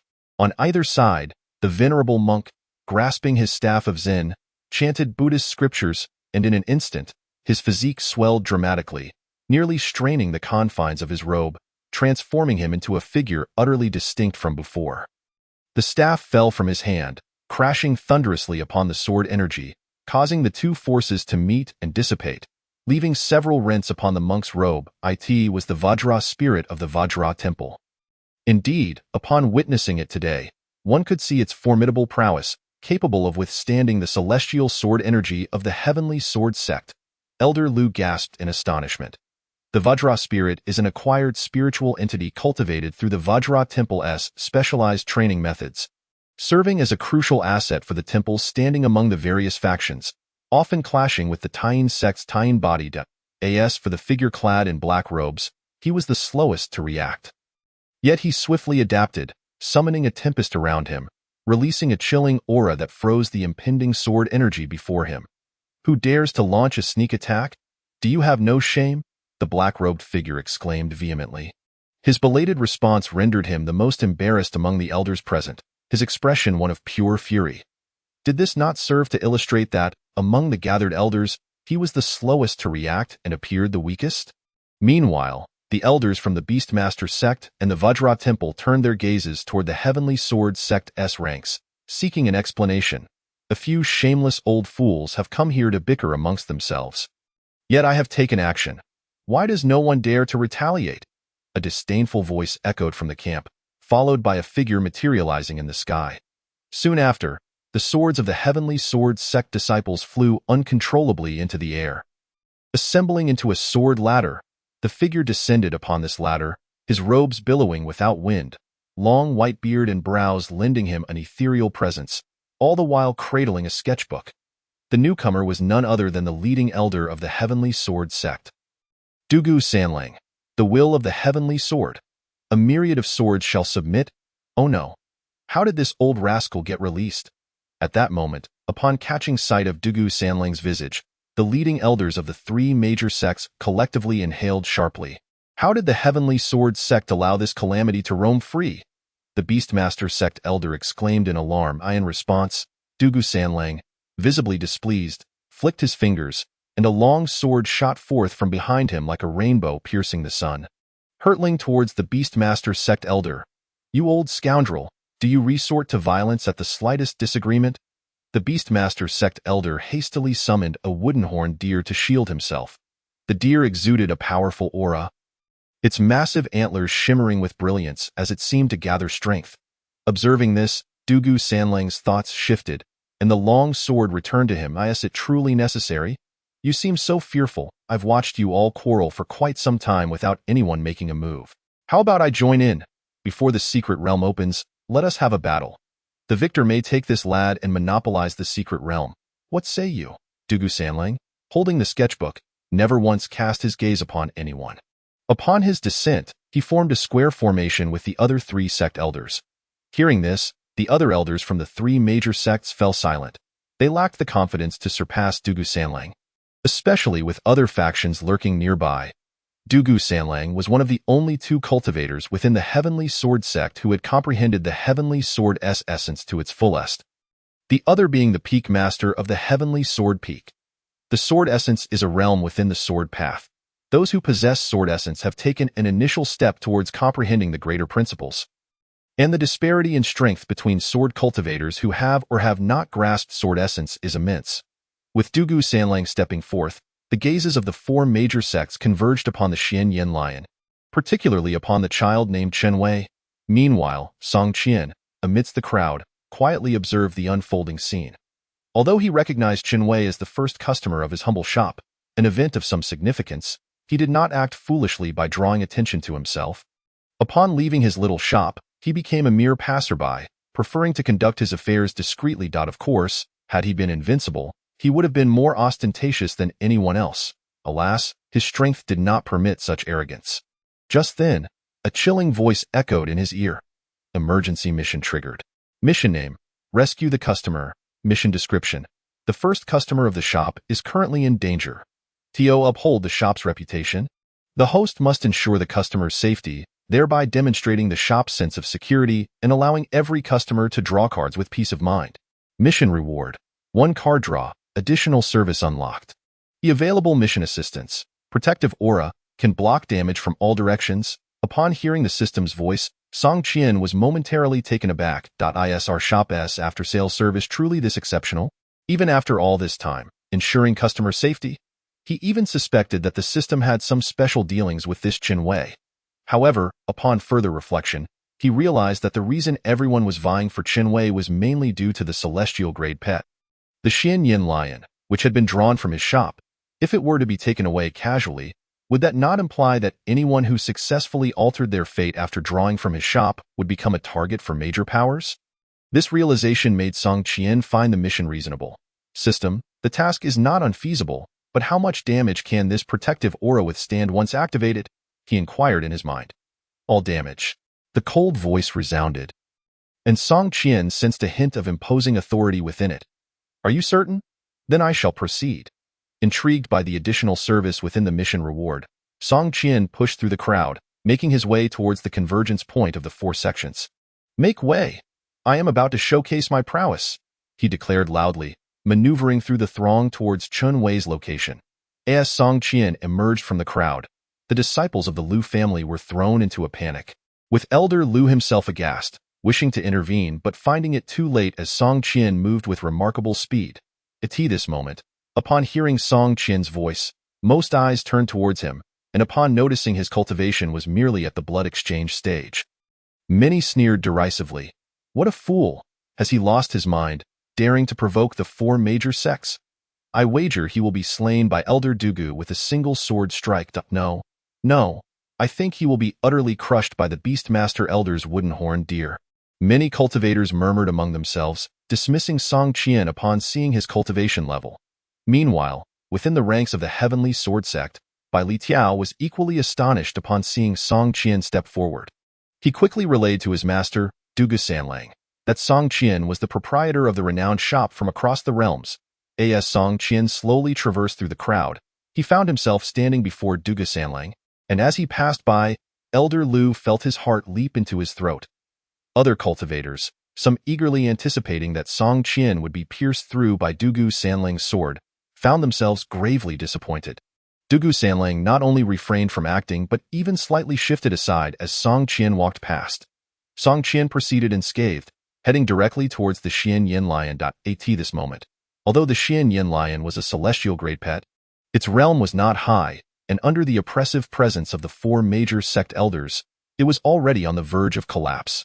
Upon seeing Song Qian approach, the Xian Yin lion strained to lift its body, extending its head in an effort to nuzzle against Song Qian's hand. Song Qian gently patted the lion's head and checked on Chen Wei's injuries. Boss Song, Chen Wei exclaimed with delight upon seeing Song Qian. Instinctively relaxing, a wave of fatigue washing over him as he promptly fainted.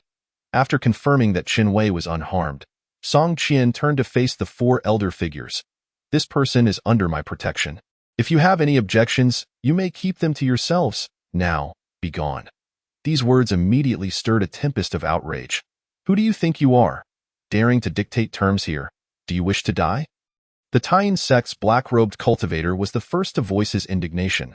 As he spoke, the elders from the Vajra Temple and the Beastmaster sect also wore displeased expressions, ready to respond. Yet, in an instant, they glanced at Dugu Sanlang, only to find him calm and unperturbed, showing no signs of anger. Something feels off.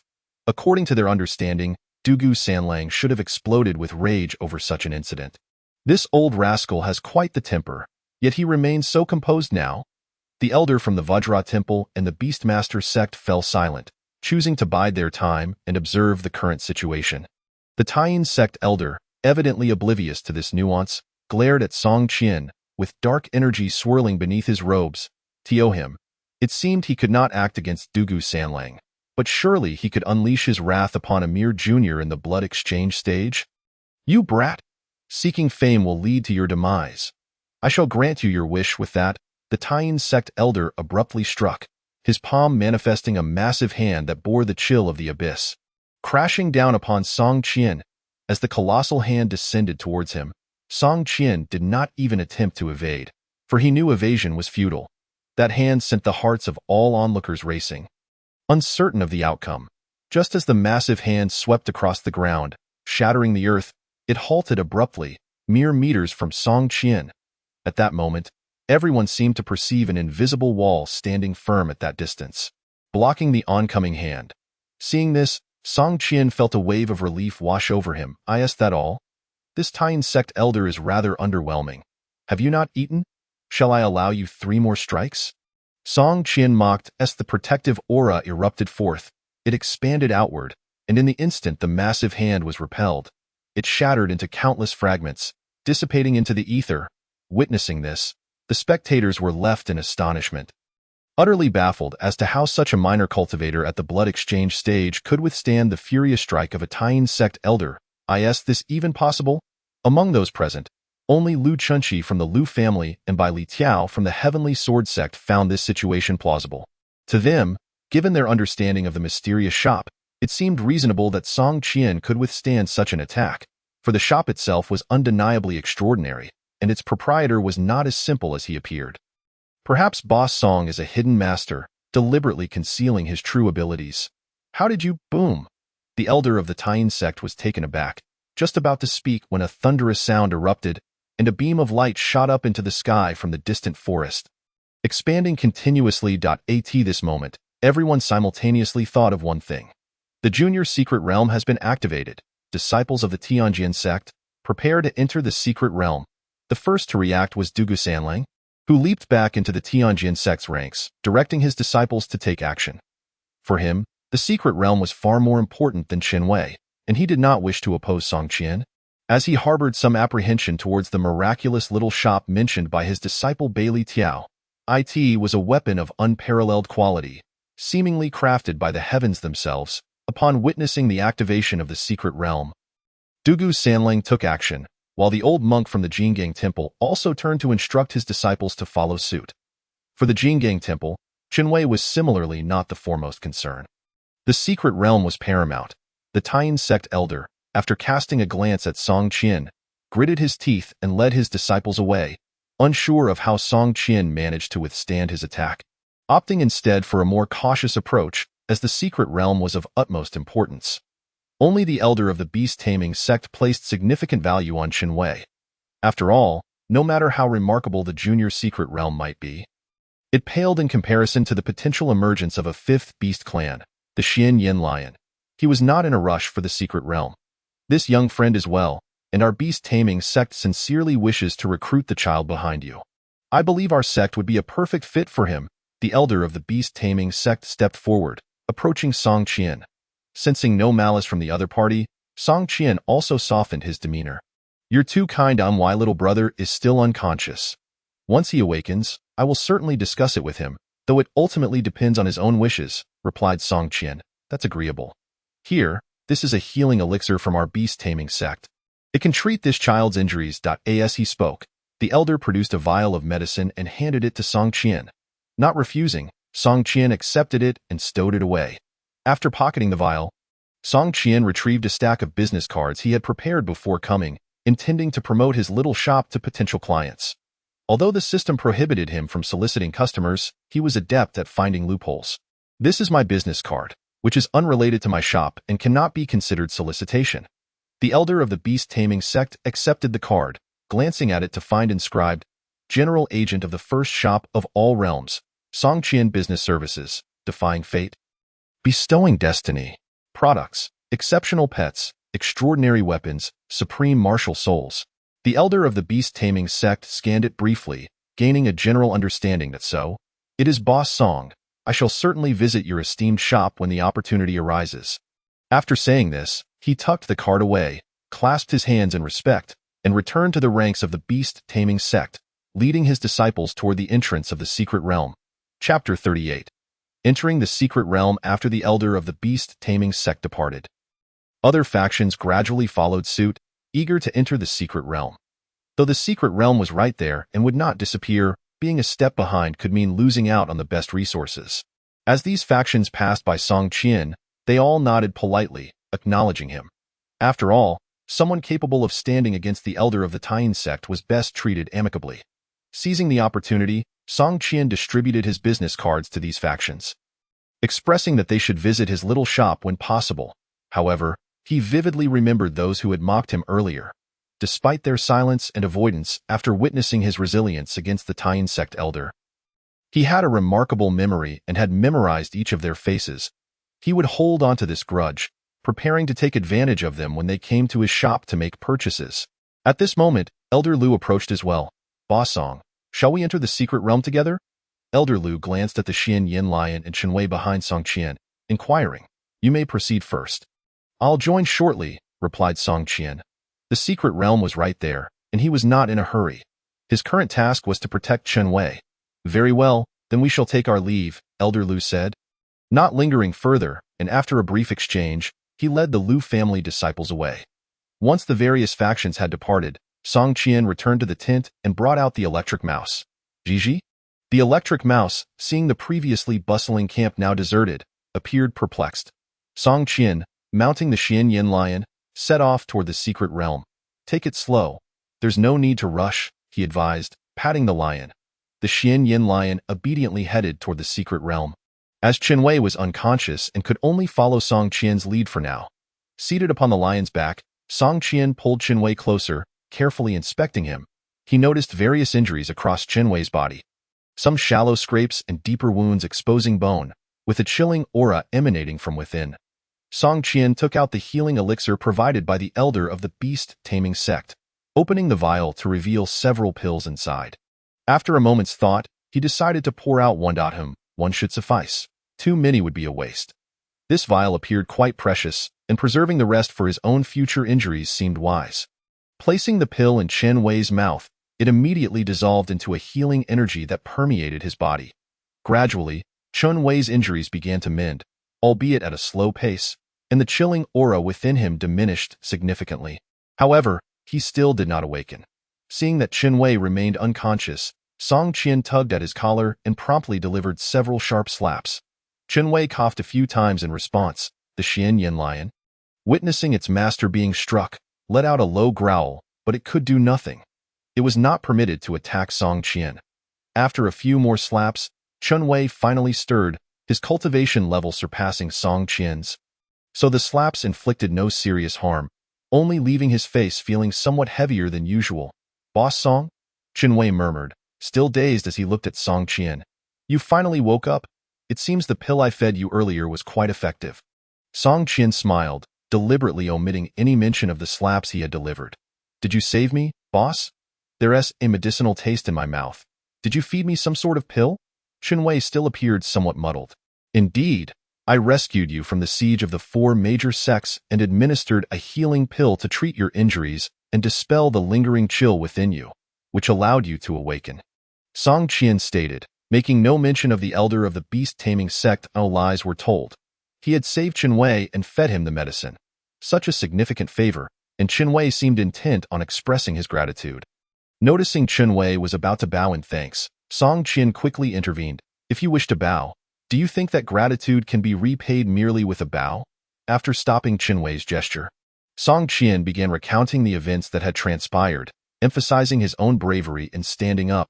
He subtly hinted at the newly released martial soul card box in his shop that could enhance one's strength. Chen Wei listened eagerly, promptly declaring that he would visit the shop upon returning and draw a martial soul card. Song Qian nodded in satisfaction. This young man was quite perceptive. Chen Wei then began to circulate the spiritual energy within him, initiating his own recovery process. During this time, Song Qian inquired how he had ended up in this situation, and Qinwei explained that he had come to collect resources in the junior secret realm, intending to sell them at the little shop for card draws. Song Qian immediately recognized this young lad's savvy. He was a promising customer. Gradually, the Xian Yin Lion approached the radiant beam of light, which continued to expand, while the figures of various factions around them dwindled significantly, leaving only a few individuals watching the beam. Dugu Sanlang stood at the forefront, observing Song Qian with keen interest. The elder of the beast-taming sect wore a friendly expression, while the old monk of the Jinggang temple sat in meditation, lost in thought. Only the elder of the Taiyin sect gazed at Song Qian with an expression of fluctuating emotions. Contemplating whether he should take action now, it appeared that the younger generations of the major factions had already entered the secret realm. Elder Lu spotted Song Qian and greeted him. The Xian Yin Lion, however, did not halt its advance, heading straight for the beam of light, fearful of being obstructed by the other sect elders. As they approached the light, a wave of brilliance enveloped Song Qian, and he suddenly experienced an unsettling premonition. Promptly, he summoned the electric mouse back into his pet space. Similarly, Qinwei sensed something awry and retracted the Xian Yin Lion into his space. At this point, they were entirely enveloped in golden light, unable to discern their surroundings or each other. Eventually, even sound faded away. When Song Qian regained his senses, he found himself in a dense forest, with no sign of Qinwei beside him. System. Where has Qinwei gone? Song Qian pondered internally. Unsure of the situation, he could only consult the system. After the activation of the secret realm, the space has not stabilized, causing random teleportation to various locations within the realm. The system's cold voice replied, "So that was it?" Qinwei immediately opened the map provided by the system, revealing its true layout. After a cursory glance, he noted that the map contained 3 distinct regions, which were not interconnected but rather overlapped like sheets of paper. To travel to another region, one would have to enter specific locations to be teleported elsewhere. His objective, the core of the secret realm, was displayed, yet due to the overlapping nature, its precise location remained unknown. System, can't you make this map any more detailed? Am I supposed to traverse all 3 regions? Song Qian questioned internally. The system remained silent in response. All right, you're quite impressive. I'll find a way myself, Song Qian replied helplessly. Summoning the electric mouse, which emerged still dazed, it had only seen the golden light before being retracted into the pet space. Completely unaware of the circumstances, Ji, the electric mouse interrogated Song Qian. Song Qian explained the random teleportation and how, without his intervention, they would have been scattered throughout the secret realm. After clarifying the situation, Song Qian gazed at the map and began his journey toward the marked location. He intended to first explore the forested area. As for Qinwei, he could only wish him good fortune. After all, his protective mission seemed to be, wait, why is my task still ongoing? Song Qian summoned the task list and discovered that the urgent task he had just faced remained incomplete and still in progress. Upon reflection, he realized that the system had indeed not issued a completion notification. Did that mean he still had to find Qinwei and ensure his safety until he exited the secret realm? However, on second thought, since the task was unfulfilled, the protective barrier provided by the system had not been revoked, which meant he was invincible within this secret realm. Chapter 39. A frantic breakthrough staring at the unfinished task. Song Qian pondered for a moment, silently praying that Qinwei would not fall prey to others before he could locate him. If that happened, his mission would surely fail. The map did not display any information regarding other living beings. And when Song Qian inquired with the system, he was met with silence. Thus, he was left to search on his own, although having a map was far superior to the chaotic flurry of disciples from various factions. He made his way directly to the core of the secret realm, but he could not overlook the resources he encountered along the way, for he too needed to sustain himself. Song Qian had to commend the map, as it indicated several resource-rich areas. Not far from him lay a medicinal garden, where dozens of spiritual herbs thrived. Conveniently, it aligned with the core point of the secret realm, prompting Song Qian to decide to visit there first. Mouse, prepare for battle. Something might suddenly emerge from the nearby foliage, Song Qian advised. He often encountered randomly appearing drunken men in the roadside bushes, but this world likely held no such inebriates, only potentially more dangerous beasts. Squeak!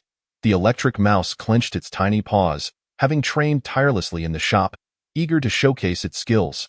Now, the electric mouse had reached the 7th level of the blood exchange realm, a testament to its relentless efforts. Relying solely on its innate talents, unlike Song Qian, whose advancement depended on the energy it provided. Following the map for a short distance, Song Qian felt the air around him grow dense with spiritual energy. And the map indicated he was nearing the medicinal herb area. Just then, the nearby grass began to stir. Song Qian immediately became alert, drawing his sparrow sky sword and scanning his surroundings. The electric mouse also bristled, crackling with electricity. Suddenly, a low growl echoed, and a figure swiftly emerged from the grass, its jaws wide open, lunging towards Song Qian's neck. It was a wild wolf. At that moment, the electric mouse on his shoulders sprang into action. Dashing out like a bolt of lightning, electricity crackling. The wolf was swift, but the electric mouse was swifter. The electric charge struck the wolf's head with a resounding impact, accompanied by the sound of shattering bone. The wolf howled in agony and collapsed. Once the electric light dissipated, the electric mouse stood atop the wolf's head, vigorously stomping down with its tiny paws, producing a series of muffled thuds. "All right, mouse, if you keep stomping, you'll squish its brains out." "Let it be," Song Qian interjected. He contemplated how to handle the wolf. If he skinned it, he could sell the pelt for a good price, perhaps even more profitable than selling ice. If all else failed, he could sew a wolf fur hat for himself. After all, he had experience operating a sewing machine at his relative's house before he started his fortune-telling stall. Suddenly, an idea struck him. If memory served correctly, wolves were pack animals, right? Wolves, being social creatures, typically acted in groups, including during hunts. Just as he concluded this thought, the surrounding grass began to tremble, and low growls reached his ears. It seemed that the lone wolf was merely a scout, and the main pack was now approaching. Pairs of eerie green eyes fixated on Song Qian, locking onto his arms, legs, neck, and head. Every part of him was targeted by these beasts. Seeing himself surrounded by a pack that appeared to number at least a dozen, Song Qian remained unperturbed. With the protective energy surrounding him, the wolves could not breach his defenses. Nevertheless, he sought to use this opportunity to hone his combat skills. Moreover, upon glancing at the wolves, he noted they were only at the 4th or 5th level of the blood exchange realm, barely small fry. "Mouse, stay behind me. It's time for me to show my strength." Song Qian called out to the electric mouse, then plunged his consciousness into his inner realm. A 3-tailed red fox materialized above Song Qian, and 3 flames ignited in the air, instantly scorching the surrounding area with unbearable heat. A pale white flame flared in Song Qian's hands. As the wolf pack encircled him, their attention fixed on the white flame, they seemed to hesitate, unwilling to advance. "Mouse, have you ever seen fireworks?" Song Qian suddenly remarked. "Squeak." The electric mouse climbed onto Song Qian's shoulder, puzzled by his comment. Song Qian raised the split white flame above his head, as if a deity were bestowing fire upon mortals, and suddenly clenched his fist. In an instant, the flame in his hand shattered, scattering countless small white flames like a fireworks explosion, drifting outward. Before the wolf pack could react, the flames landed on the ground and upon the wolf's fur. Wherever the white fire touched, it ignited. In a heartbeat, an inferno erupted. The wild wolves howled in distress, scattering in all directions. Most were engulfed in white flames, which quickly consumed them, forcing them to roll on the ground in a futile attempt to extinguish the fire. However, it was no easy feat. This was no ordinary fire, but one conjured from the essence of martial spirits. How could it be easily extinguished? Within moments, the wolves rolling on the ground began to emit a burnt odor, gradually losing their vitality. Upon witnessing the lifeless wolves, Song Qian felt a twinge of regret. He had acted impulsively. The exquisite wolf pelts were all ruined by the flames. What a waste! "Mouse, why didn't you stop me from doing something so foolish?" Song Qian lamented. He had been too engrossed in showing off, completely neglecting the prospect of profit. Hearing this, the electric mouse felt wronged, pointing at itself. "Squeak." The electric mouse, bewildered, gestured at itself, seemingly asking, "Are you blaming me? I can't control you. Wasn't it you who wanted to see fireworks?" Ignoring the electric mouse's protests, Song Qian feigned ignorance, satisfied as long as he could shift the blame. "Good, just take the blame." Seeing that the pack of wolves had been nearly incinerated, Song Qian extended his hand, drawing back the blazing white flames that enveloped the area. Once the flames returned to his grasp, the surroundings fell into darkness, creating a void of several meters around him. Relieved, Song Qian stepped toward the area marked on the map and soon arrived at his destination. Before him lay countless shimmering spiritual herbs. Upon closer inspection, they far exceeded the mere dozen indicated on the map. There were at least hundreds.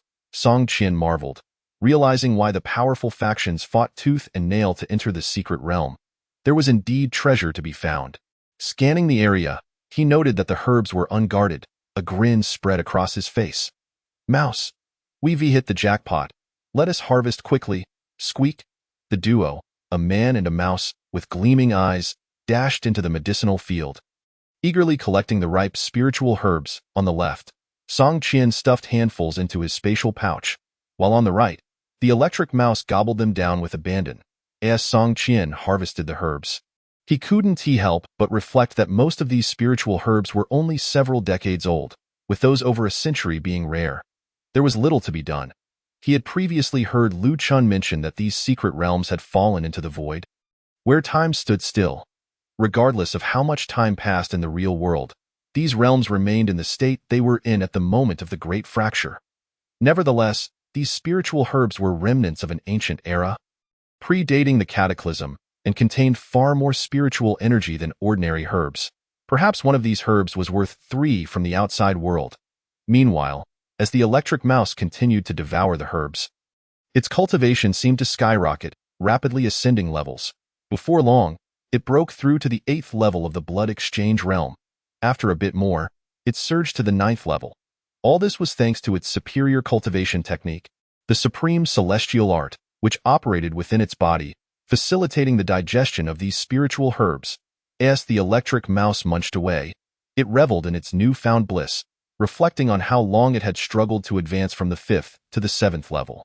Now, after just a brief moment of consuming these herbs, it had jumped 2 levels. What era was this? Why still adhere to traditional cultivation methods? This was the way of cultivation that suited it. At this moment, the electric mouse shed tears of joy. It reminisced about the hardships of its past. Chapter 40. I enjoy luxury, you suffer. Once Song Qian collected the last visible spiritual herb, he turned and wiped away the non-existent sweat from his forehead. Glancing at the electric mouse, he was taken aback to see that the electric mouse had grown considerably in size, its fur-covered belly protruding as if it were pregnant. Now, the electric mouse lay on the ground, struggling to extend its tiny paw to pick its teeth. It had consumed far too many spiritual herbs, and the speed at which its cultivation technique digested them could not keep pace with its voracious appetite. Meanwhile, its cultivation had surged, stabilizing at the pinnacle of the blood exchange realm, mere steps away from breaking into the profound realm. Seriously, mouse, how many herbs did you eat to get this big? Song Qian strolled to the side and poked the round belly of the electric mouse with his finger. He was apprehensive that he might inadvertently puncture its belly. Squeak. Squeak. The electric mouse weakly protested, lifting its tiny paw to scratch the spot that had just been prodded. In despair, Song Qian had no choice but to lift it up and place it on his shoulder.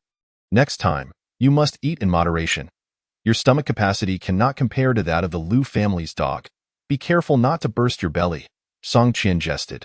Hearing this, the electric mouse, filled with regret, gave Song Qian's shoulder a gentle thump with its tiny paw. It lamented why it could not grow an additional stomach. Once it broke through, it would certainly find a way to expand its stomach to consume more resources.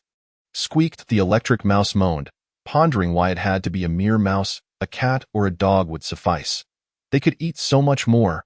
Observing its comical demeanor, Song Qian could not suppress a chuckle. But suddenly, he felt a surge of spiritual energy erupting from his abdomen, rushing through the meridians of his body. The spiritual energy from the mouse had reacted. If someone were to witness Song Qian at that moment, they would undoubtedly be taken aback. There he was, clutching his abdomen, as his realm continuously ascended. Blood transformation stage 5, breakthrough. Blood transformation stage 6, breakthrough. Blood transformation stage 7, breakthrough. Blood transformation stage 8, breakthrough. Blood transformation stage 9, breakthrough. At this point, Song Qian's realm soared like a rocket, breaking through in the blink of an eye. The rapid movement of spiritual energy even formed swirling vortices around him. Eventually, His realm stabilized at the pinnacle of the blood transformation stage, matching that of the electric mouse. Meanwhile, the electric mouse shrank once more, reverting to its previous size. It wore a bewildered expression, as the massive spiritual energy it had amassed was rapidly dissipating.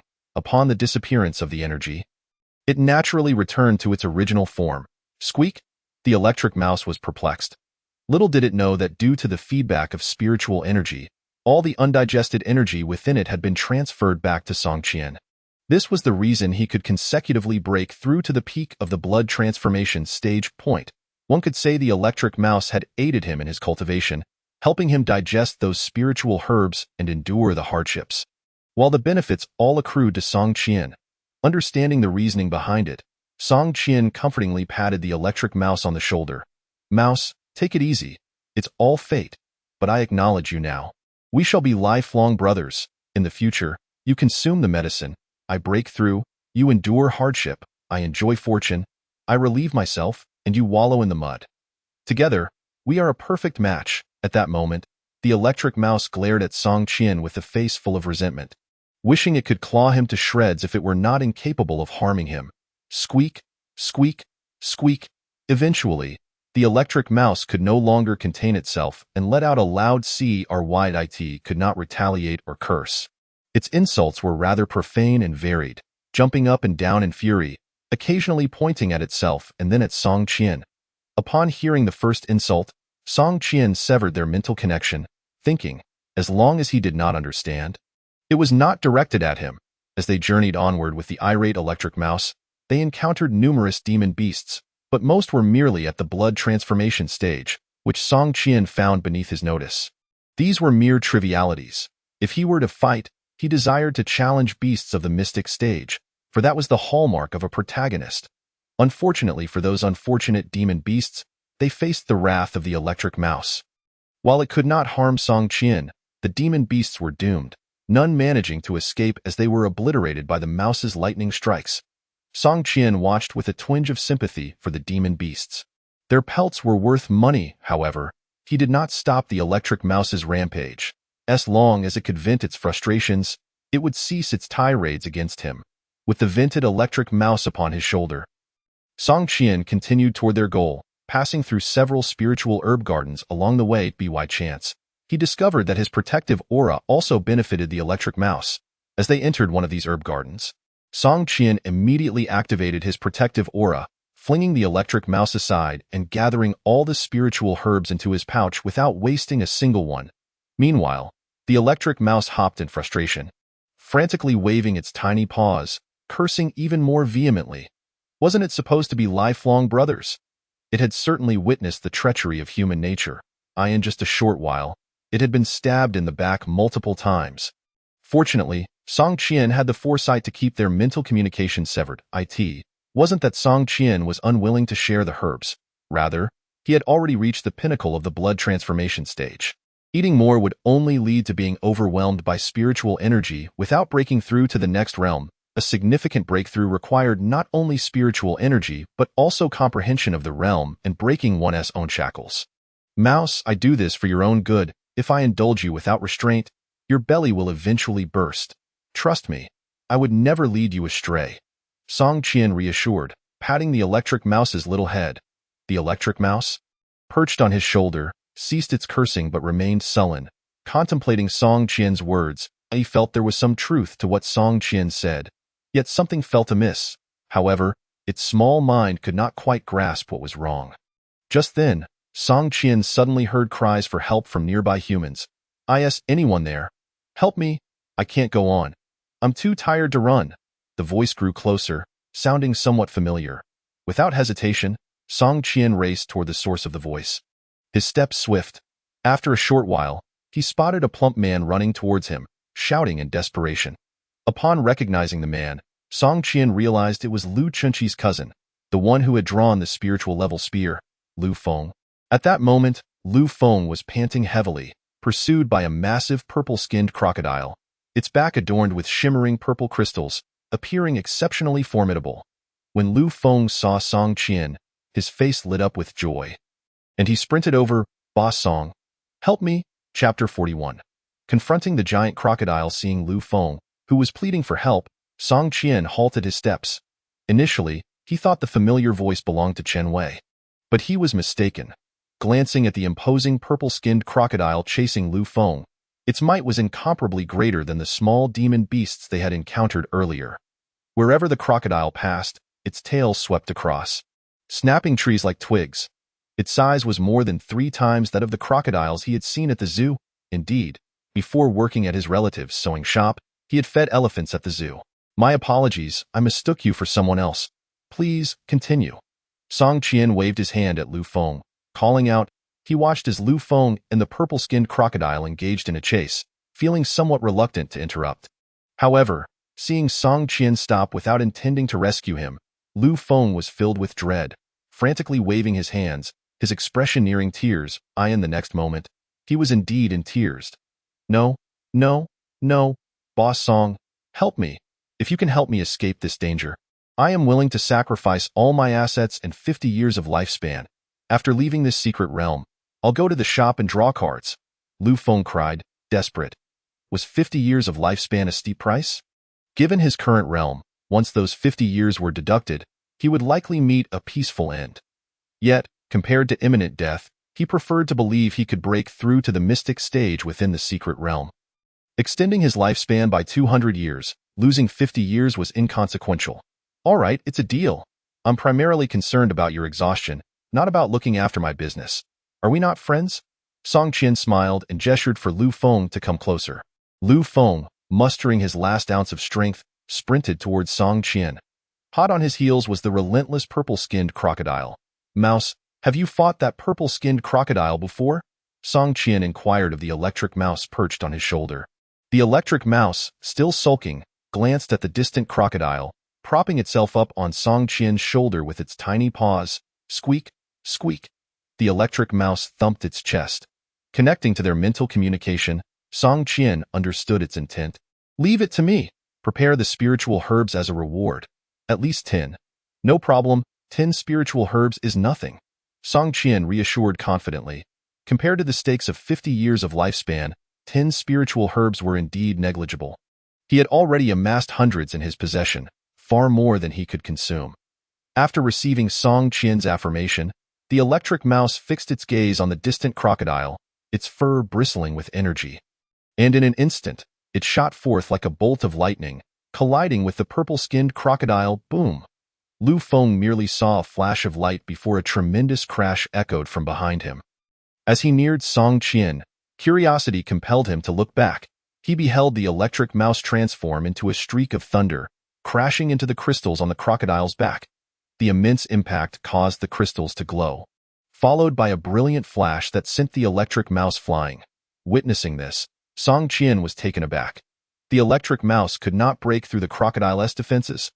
Given that the electric mouse had already reached the pinnacle of the blood transformation stage, if it couldn't breach the crocodile's defenses, could it be that this purple-skinned crocodile possessed the strength of the mystic stage? Contemplating this, Song Qian was inclined to call the electric mouse back. However, the electric mouse, driven by the prospect of 10 spiritual herbs, stabilized itself after being flung away and continued its assault. This time, it was enveloped in a tempest of lightning, bolts striking like swords towards the purple-skinned giant crocodile.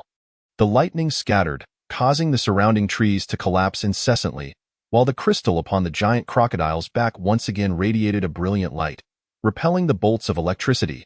Observing this, Song Qian's mind stirred, and an explosive spirit talisman appeared in his hand, ready to be thrown at a moment's notice should the situation turn dire.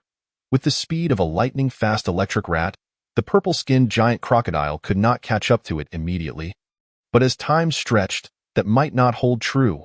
Moreover, upon witnessing that its lightning could not harm the giant crocodile, the electric rat grew furious. This purple-skinned giant crocodile was utterly detestable, hindering its chance to harvest 10 spirit herbs. Enraged, the electric rat activated the superior celestial technique, darting forward with the swiftness of lightning, and astonishingly, it split into 2. This was not a mere illusion born from speed, but a genuine division. An external avatar, This was the manifestation of its innate divine ability awakened upon the breakthrough of the superior celestial technique to the first level. Song Qian rubbed his eyes to ensure he was not hallucinating. He did not recall the electric rat possessing such a skill. Could it be that the rat had secretly developed some ability behind his back? He was unaware that the electric rat had been cultivating the superior celestial technique. Before he could ponder further, the electric rat had already split into two, with both rats circling around the purple-skinned giant crocodile, weaving lightning together to form an electric net. The net descended in an instant. Enveloping the giant crocodile, however, the giant crocodile merely opened its massive jaws, its sharp teeth slicing through the net effortlessly. Yet, as the lightning struck within its mouth, it elicited a howl of agony from the giant crocodile. Leaving its mouth tingling from the shock, "Oh no!" Lu Feng shouted in alarm from the side. He wanted to say more, but the next scene left him wide-eyed in disbelief. One of the electric rats suddenly charged forward. Taking advantage of the giant crocodile's inability to close its mouth, and directly plunged into the cavern of its gaping maw. What was it doing? Was it committing suicide? Lu Feng turned to Song Qian. Meanwhile, Song Qian furrowed his brow, a thought blossoming in his mind. As the electric rat entered the giant crocodile's mouth, the jaws snapped shut, its razor-sharp teeth seemingly capable of grinding everything to dust. However, mere moments after the electric rat entered its belly, an excruciating pain surged within the giant crocodile, causing it to writhe in agony upon the ground.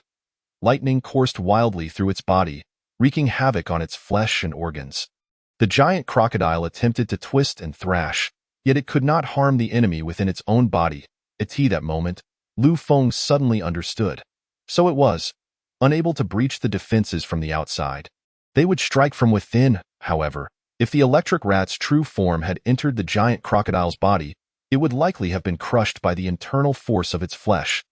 Thankfully, with the external avatar, it was not a loss to him. The electric rat ceased its rapid movement, cautiously observing the thrashing giant crocodile. Gradually, the giant crocodile's movements diminished, and blood began to trickle from its mouth, staining the ground beneath. Finally, the giant crocodile lay utterly still.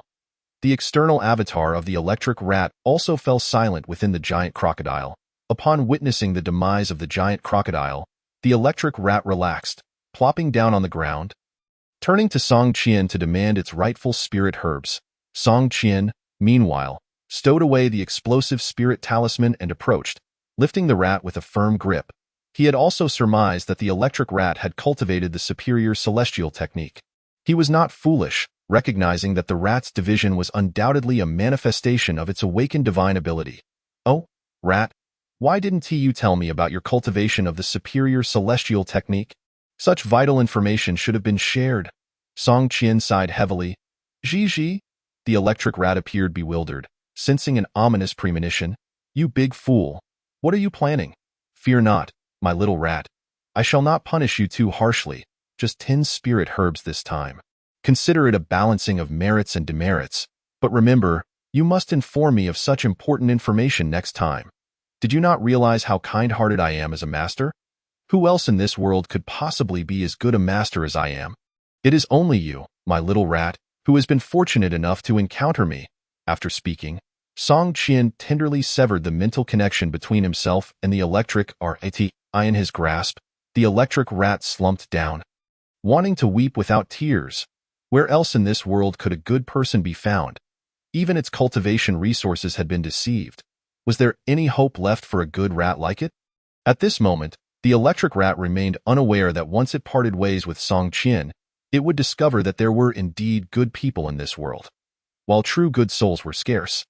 Those who surpassed Song Qian in goodness were plentiful. Chapter 42.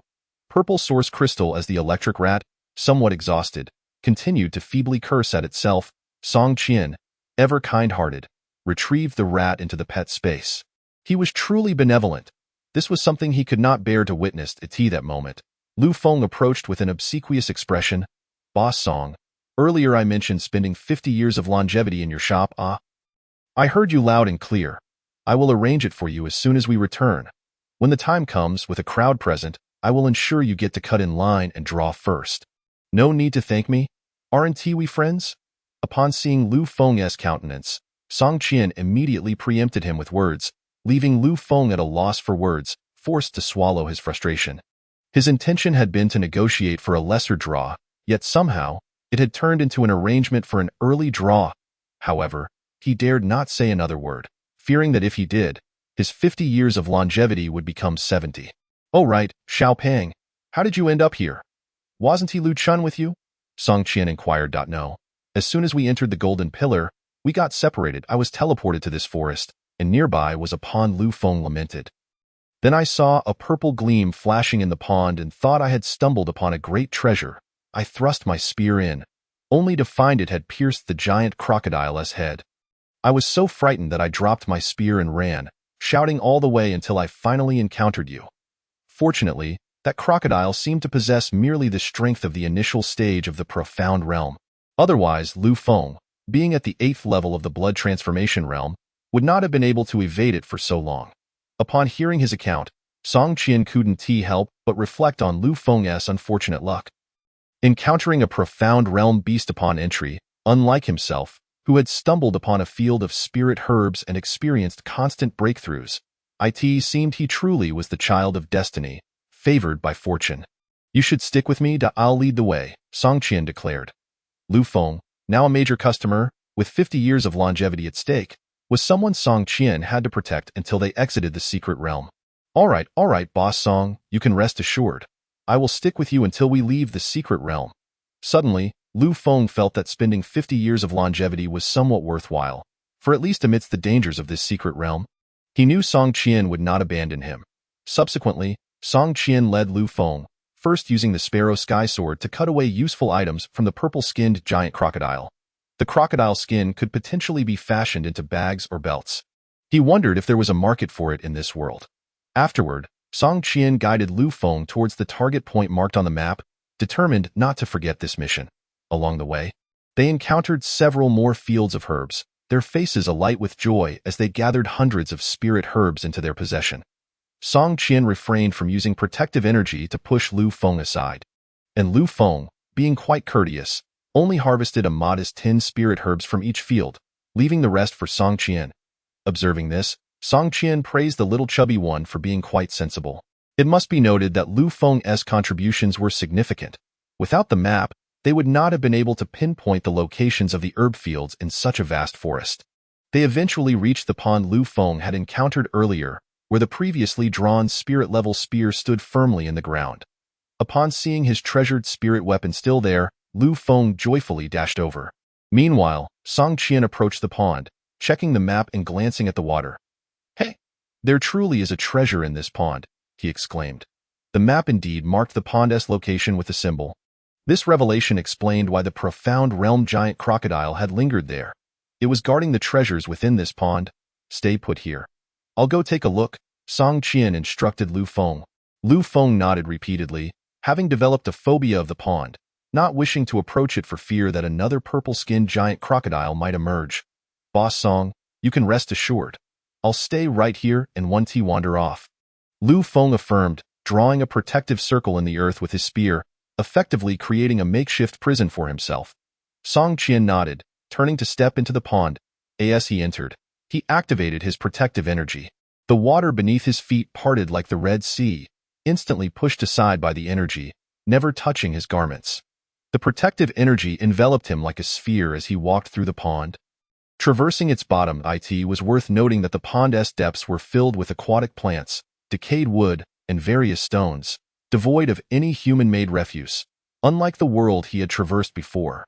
After a while, just as Lu Feng began to worry that something had happened to Song Qian, he finally emerged from the depths of the pond. At that moment, Song Qian climbed up, cradling a purple crystal that was half his size in his arms.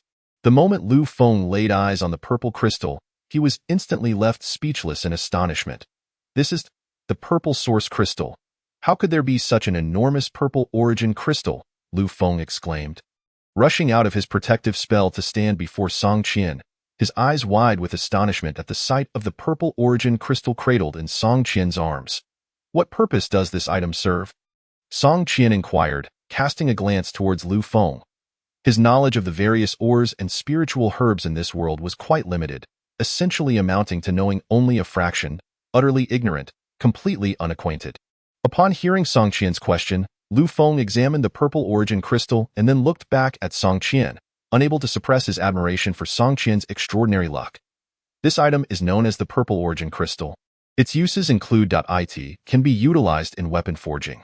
When ordinary forging materials are combined with the purple origin crystal, the resulting weapons will be enveloped in a layer of purple light, granting them the ability to deflect enemy attacks, much like the purple-scaled giant crocodile we encountered earlier. As he spoke, Lu Feng suddenly realized that the purple-scaled giant crocodile had likely spent years inhabiting this pond. Influenced by the presence of the purple origin crystal, gradually developing a purple crystalline carapace that possessed similar capabilities. Upon hearing Lu Feng's words, Song Qian's eyes lit up. What a marvelous treasure, Boss Song. I have never heard of a purple origin crystal of such size appearing anywhere.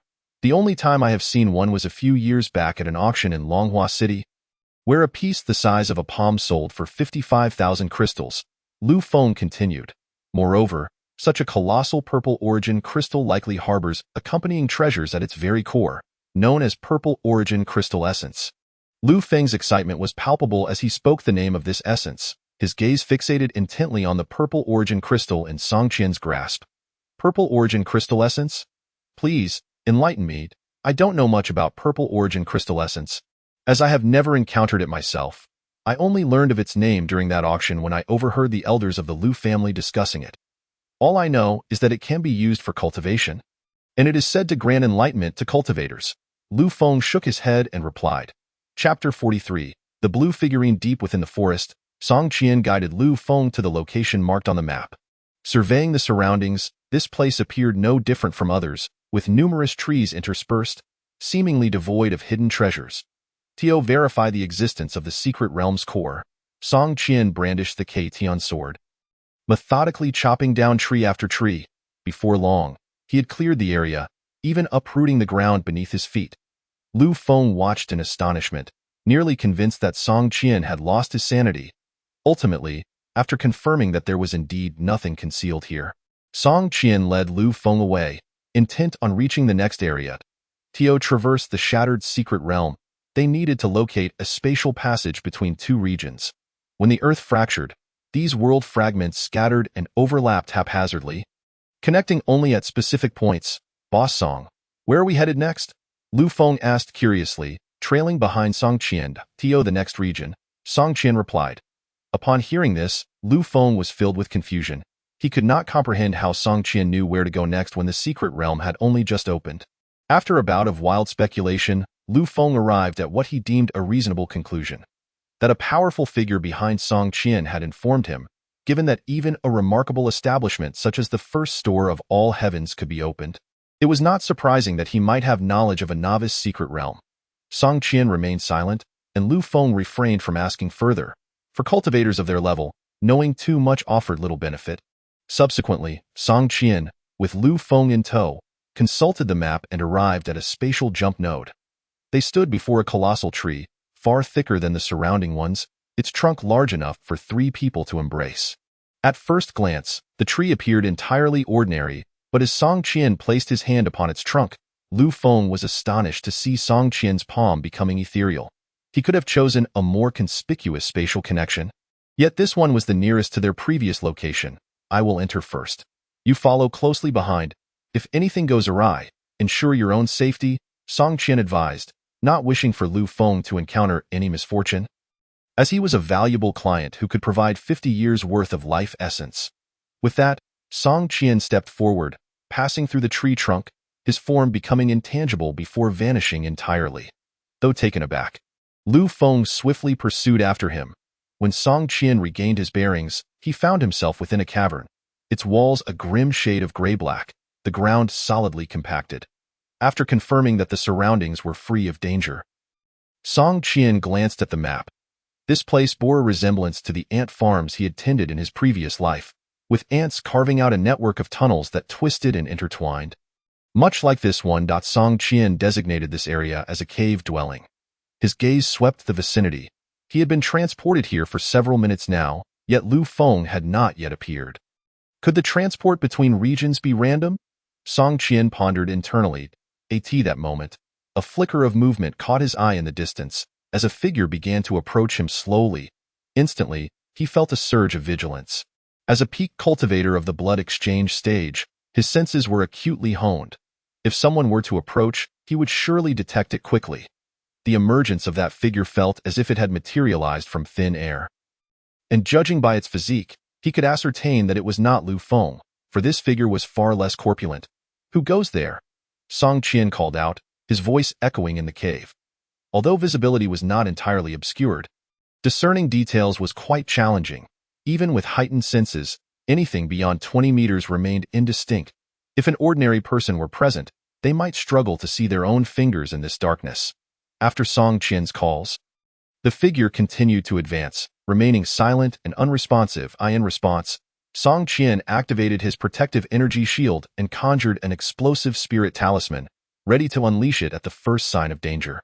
As the figure gradually entered the range of clarity, Song Qian was taken aback. Before him stood a being, or rather, a creature, its skin a pale blue, its eyes dull and lifeless, with outstretched hands that revealed completely blackened fingers. Gliding through the air, a zombie? This was Song Qian's immediate impression upon seeing the creature. However, before he could scrutinize it further, the blue-skinned humanoid seemed to catch wind of Song Qian's presence, instantly descending into a frenzy. The creature lunged at Song Qian with a feral intensity, its blackened fingers resembling razor-sharp blades, moving like a mad dog. Song Qian was genuinely startled. Bang, bang, two resounding crashes echoed as the humanoid was repelled by Song Qian's protective energy shield. Crashing forcefully to the ground, at that moment, Song Qian realized that, unbeknownst to him, another humanoid creature had stealthily approached from behind. The second crash was the sound of this creature being flung away. Upon encountering these beings, Song Qian felt little fear. However, the fact that they could approach him so silently was alarming. Were it not for his protective energy shield, he might have been ambushed from behind. "What wicked spirits, witness my great wilderness capturing heaven finger." Song Qian raised his right hand, extending a finger, conjuring a burst of explosive red flames before directing it outward. The flames surged forth, striking the downed humanoid, engulfing it entirely in a fiery explosion, illuminating the surrounding area. Another similarly crafted explosive red flame was summoned, directed towards the creature behind him, resulting in a thunderous detonation that consumed it as well. However, the instant the cave was illuminated, Song Qian's gaze was met with a sight that sent chills down his spine. In the distance, several identical humanoid creatures were advancing towards him, equally silent and expressionless. Their fingers as dark as night. More? Do they truly think I am easily frightened?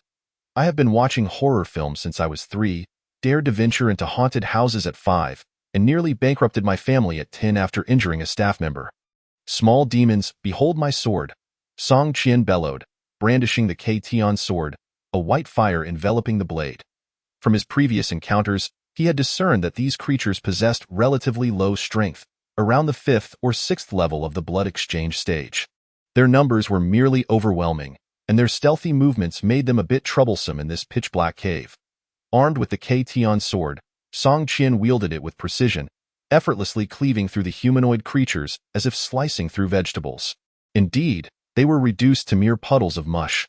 After dispatching the final creature, Song Qian discovered that these beings were entirely composed of a blue clay-like substance. Their resemblance was so lifelike that, had he not known better, he would never have guessed they were made of mud. Song Qian even decided to name these blue clay figures, blue figurines. Chapter 44, The Hall. After resolving the matter of the blue figurines, Song Qian took the time to search through the remnants. Following their defeat, the blue figurines left behind only puddles of blue clay, devoid of any other substance. Surely, this cannot be true? Nothing dropped. Is this secret realm even playable? Such a situation would surely deter clients, Song Qian lamented. The time spent defeating these creatures yielded no rewards, reminiscent of the frustrations encountered in many online games, where the operators would undoubtedly face criticism for such shortcomings. Nonetheless, after a brief moment of disappointment, Song Qian quickly set those thoughts aside. As he perused the map, he discovered that this cavern, much like an ant nest, featured numerous areas distinctly excavated to create larger spaces for storage. Upon closer inspection, it appears that the treasures within the cave are likely stored within these various spaces. After confirming that there was nothing of interest in this particular area, Song Qian stepped away, advancing towards the nearest expansive chamber. Along the way, he encountered numerous cultivators, most of whom traversed the cave in small groups, aimlessly wandering without a clear objective, unlike Song Qian, who possessed a distinct goal. As he journeyed, Song Qian's mind remained active. He speculated that this cave might have once served as a cultivation site for an ancient practitioner, with the blue effigies likely crafted by that practitioner to guard the resources.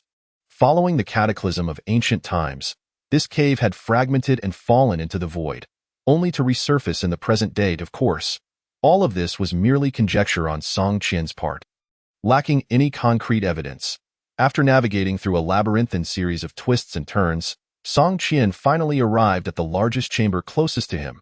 As anticipated, upon peering into the room, he beheld a dozen blue effigies aimlessly wandering about. It seemed these blue effigies were indeed the guardians of the treasure. With his keen eyes, Song Qian noted that a few of the blue effigies were clad in armor, standing in stark contrast to their counterparts, resembling the difference between a centurion and a common soldier. Without further ado, Song Qian activated his protective aura and charged into the fray wielding the K-Tian sword, unleashing a flurry of strikes. The other blue effigies fell effortlessly to his blows, yet those armored ones withstood the impact of the K-Tian sword, producing sparks without sustaining any damage. Remarkable, Song Qian marveled. The blue effigies, with their shadowy fingers, lunged towards him, their dark digits sharp as blades.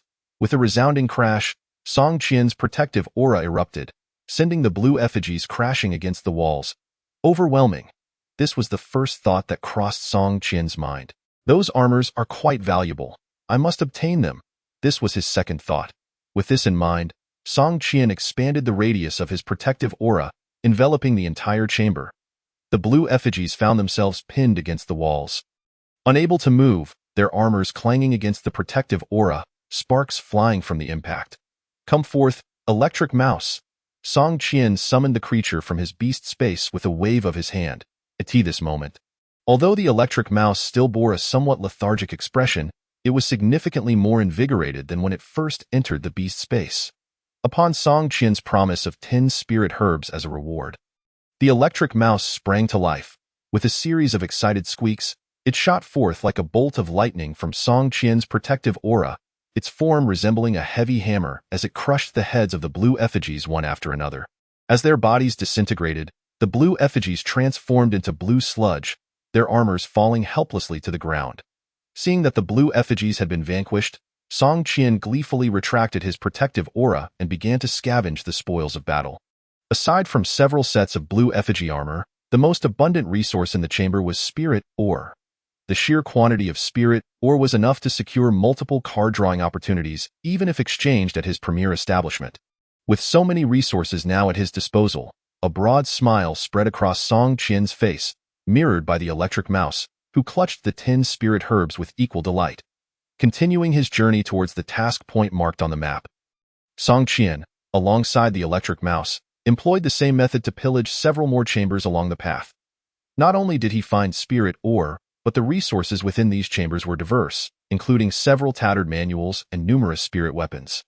However, these manuals paled in comparison to the high-quality celestial techniques he practiced. Upon a cursory glance, he discovered they were indecipherable and thus stored them away. If he could not comprehend them, surely it was a flaw within the materials.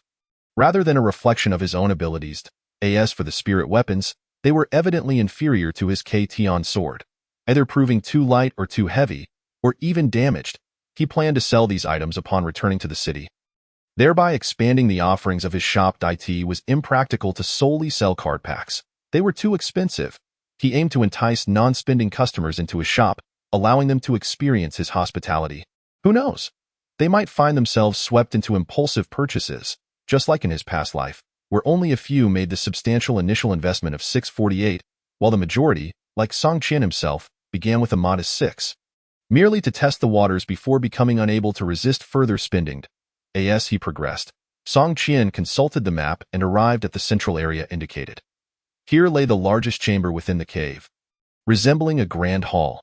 The task marker for the core of the secret realm was located behind this hall. Upon entering, Song Qian was taken aback by the vastness of the hall. so immense that its far end was almost beyond sight. Filled with numerous cultivators, disciples from the Beast Control Sect, the Heavenly Sword Sect, the Vajra Temple, and various families from Longhua City all congregated within this grand space. Many rested within the hall while others surrounded a distant passageway, seemingly captivated by something unseen. "Excuse me, what is everyone so intrigued by?" Song Qian called out as he maneuvered through the crowd. Several cultivators turned to glance at him, recognizing him as the individual who had previously withstood the attack of the Taiyin sect elder unscathed, and they quickly parted in deference as he pressed through the throng. Song Qian spotted familiar faces and greeted them. A few disciples of the Lu family were gathered around Lu Feng, their expressions laden with concern as they gazed toward the passageway. "Song boss, you've finally arrived. Earlier, I followed you into the tree hole and suddenly found myself in a pitch-black corridor, utterly alone. I encountered a few mud beings, but fortunately, they were easily dispatched with a mere touch." Lu Feng hurried to Song Qian's side, recounting his own experience. It turned out that, like Song Qian, he had entered the tree hole and was transported to an unfamiliar location, where he encountered the blue effigies. Realizing their vulnerability, he wandered aimlessly while defeating them until he eventually reunited with a few fellow disciples of the Lu family, leading them to this hall. Regardless of the circumstances, being in Song Qian's presence felt the safest. "Enough about your misadventures. Can someone tell me why everyone has gathered here?" Song Qian inquired, directing his attention to the other Lu family disciples. Upon hearing this, Lu Feng's previously excited demeanor shifted to one of concern as he peered into the passageway, from which purple mist emanated, obscuring visibility within, though he could faintly make out several figures moving about. "Song boss, so many people are gathered here because of a heavenly-grade spirit weapon. Within the passageway lies a heavenly-grade spirit weapon," Lu Feng explained, gesturing toward the passageway. "Heavenly-grade spirit weapon?" Song Qian's interest peaked. Although he had encountered 3 heavenly-grade cards, none had been a divine weapon card. "Are you certain it's a heavenly-grade spirit weapon? It appears you haven't entered. Who told you this?" he inquired, turning to Lu Feng. With a finger pointing toward a nearby group, Lu Feng replied, "Those are disciples from the Vajra Temple.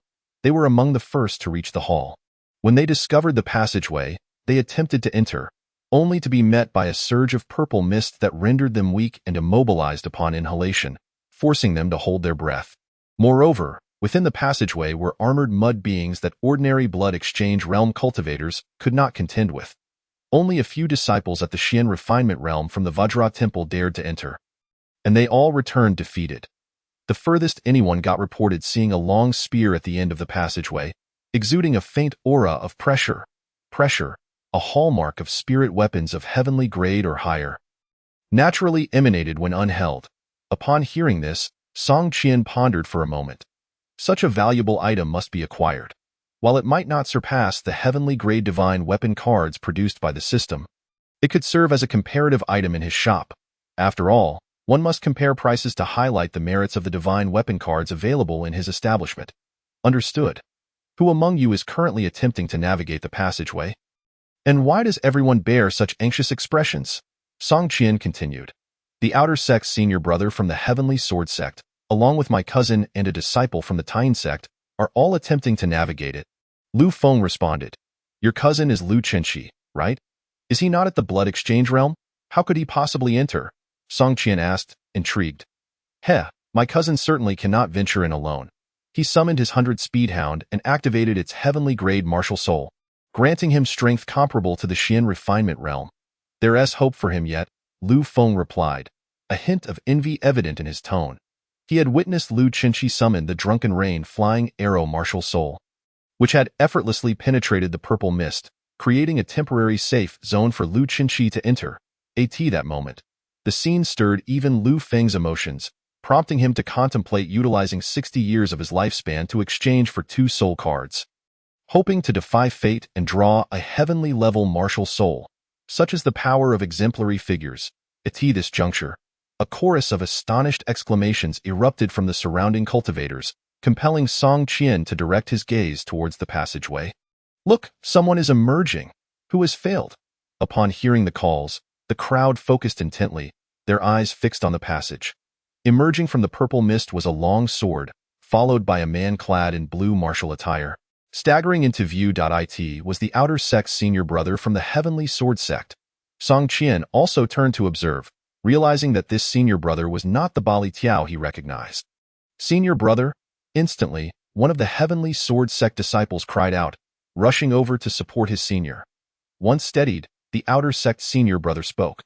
Those mud figures inside are incredibly formidable, and as the passage extends, their strength varies. Upon entering, I encountered those at the initial stage of the profound training realm, but halfway through, they escalated to the mid-stage. Sighing, he continued, when I reached the midpoint, I could no longer endure. There were simply too many of those mud figures, and I couldn't evade their attacks in time, forcing me to flee in haste.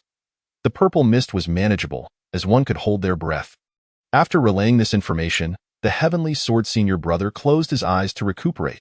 If even the Outer Sect senior brother cannot succeed, it seems we must wait for Inner Sect brother Bali. He is at the pinnacle of the profound training realm and should be able to pass through, remarked a disciple of the Heavenly Sword Sect. Upon hearing the familiar name Bali Tiao, Song Qian felt a pang of regret, wishing he had persuaded Bali to draw more cards at the shop.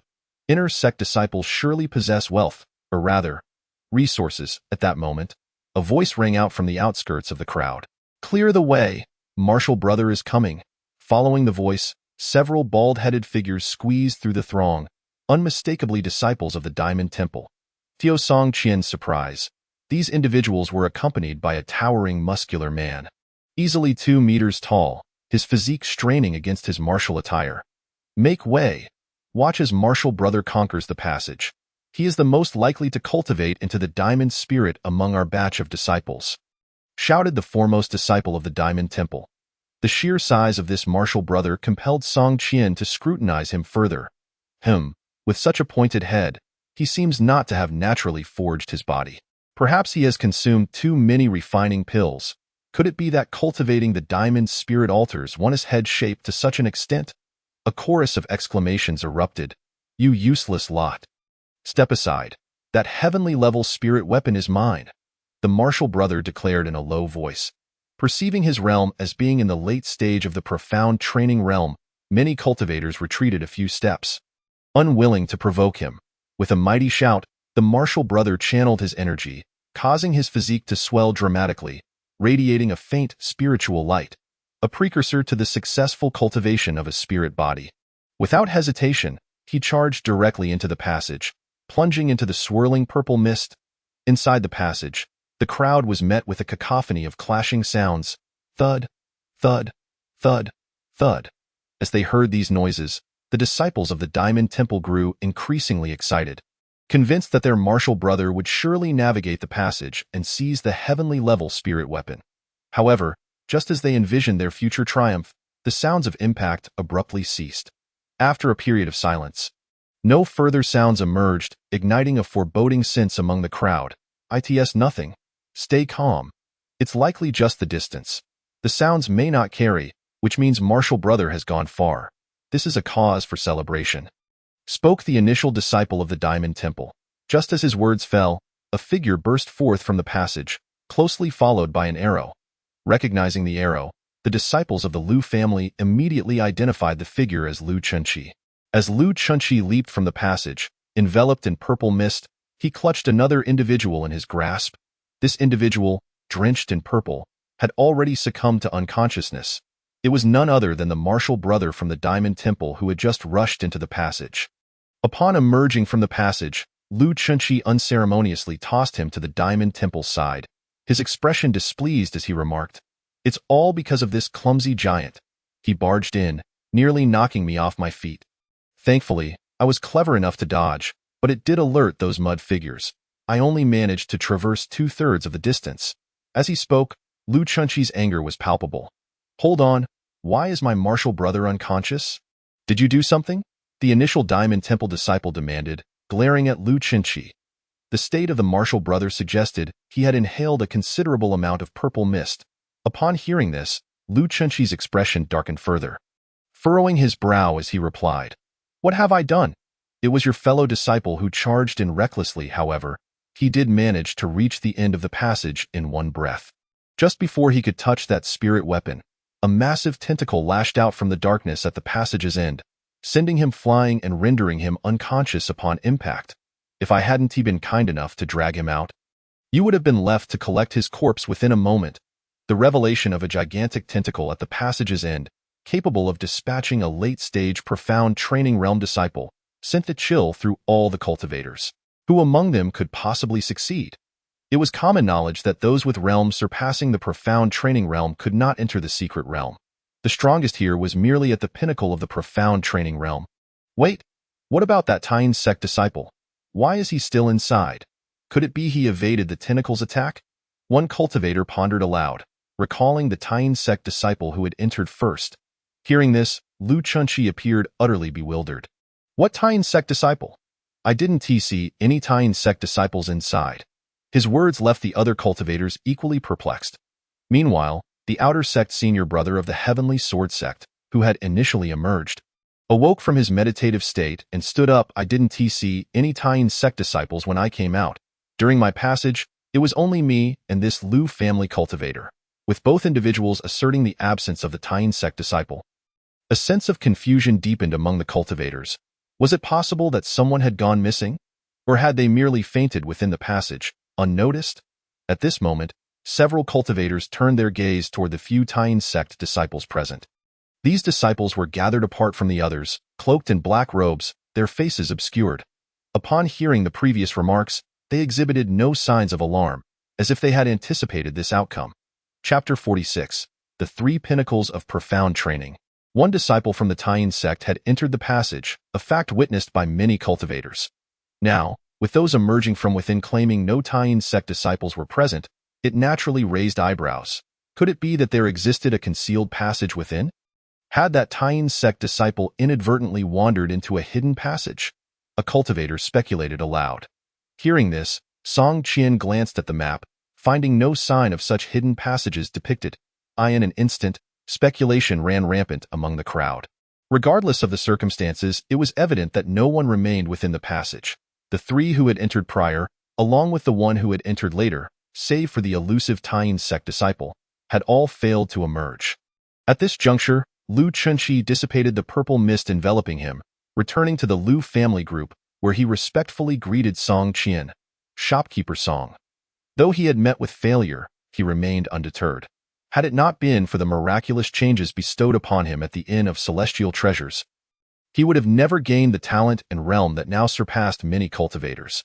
Just as Lu Chunchi exchanged pleasantries with Song Qian, three figures gradually approached from behind the onlookers. Brother Bali? Please, no need for formality. You two may proceed first. Hehe, shall we three walk side by side? Within the secret realm, we three are undoubtedly the strongest. There is no place we cannot go. The three figures advanced into the crowd, drawing the attention of several individuals. Upon recognizing these three, the ordinary cultivators instinctively parted to grant them passage. Three individuals at the pinnacle of the profound training realm, truly the mightiest force within this secret realm. As they entered the throng, they attracted even more gazes. The attire of the three revealed their affiliations. Disciples of the Diamond Temple, Heavenly Sword Sect, and Beastmaster Sect. Among them was Bali Tiao, who walked at the center. Upon seeing him, the disciples of the Heavenly Sword Sect brightened, rushing to greet him. The other two also exchanged pleasantries before heading towards their respective groups. The three pinnacle profound training realm cultivators made their way directly towards the passage. Song Qian shifted his gaze to the other two individuals. The Diamond Temple disciple appeared relatively normal, with typical musculature and a standard bald head, starkly different from the previous martial brother. He exuded a faint, spiritual light that clung to his skin rather than dissipating. The Beastmaster Sect disciple sported two small mustaches and had round eyes, appearing older than any other cultivator present. Beside him, Lu Chunchi introduced, that Diamond Temple disciple is named Zhao Jinwu. It is said he reached the threshold of the Diamond Spirit 3 years ago. I wonder if he has managed to break through since then. And that Beastmaster Sect disciple is called Qianlai. He is quite renowned within the Beastmaster Sect. Although his personal combat prowess is modest, he possesses a peak profound training realm pet, the Celestial Treasure Rat Demon. The Tianbao Rat Demon is one of the 4 great beast clans that embody the essence of the Beastmaster Sect. At this moment, surrounded by the Tianjin Sect, Bailey Tiao caught a glimpse of Song Qian not far away and was taken aback, performing a respectful gesture towards him from afar. Song Qian nodded in response. Shortly after, under the explanations of the crowd, the three peak practitioners of the Qian training realm became aware of the events taking place within the passage. The presence of a heavenly-grade spiritual weapon was undeniably enticing. Even Bailey Tiao, who was immersed in the sword path, could not simply dismiss the allure of a non-sword heavenly-grade spiritual weapon. Even if he had no use for it, bringing it back to the Tianjin sect would still be a significant achievement that might help him obtain his desired weapon. Haha, I shall not be modest with you too. I want that heavenly-grade spiritual weapon. I will enter the passage first, spoke Zhao Jianwu from the Golden Buddha Temple. He raised his arms, and spiritual light appeared behind him, with spiritual energy surging throughout his body as if something within him was about to erupt. Indeed, he had successfully cultivated the diamond's spiritual body. A practitioner exclaimed in astonishment. After cultivating the spiritual body, one would have a tremendous advantage in battles against practitioners of the same realm, especially the diamond's spiritual body, which served as a formidable defensive spiritual bodied. At that moment, Zhao Jianwu stood there.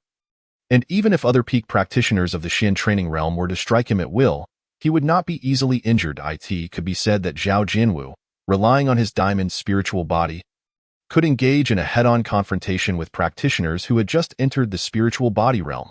No wonder the Golden Buddha Temple sent only him, a peak practitioner of the Qian training realm, into the secret realm. He was already sufficient, a practitioner sighed. Zhao Jianwu then boldly charged into the passage, colliding relentlessly like the martial brother from earlier. Bang, bang, bang, bang. Like cannonballs exploding, Zhao Jianwu barreled through the passage. Even the blue figurines of late Qian training realm strength could not withstand his charge, being smashed into puddles of blue mud through their armor. Unlike the previous martial brother who merely knocked them away, Zhao Jianwu directly crushed the blue figurines. Just as everyone was in awe, a figure had already dashed to the front of the passage.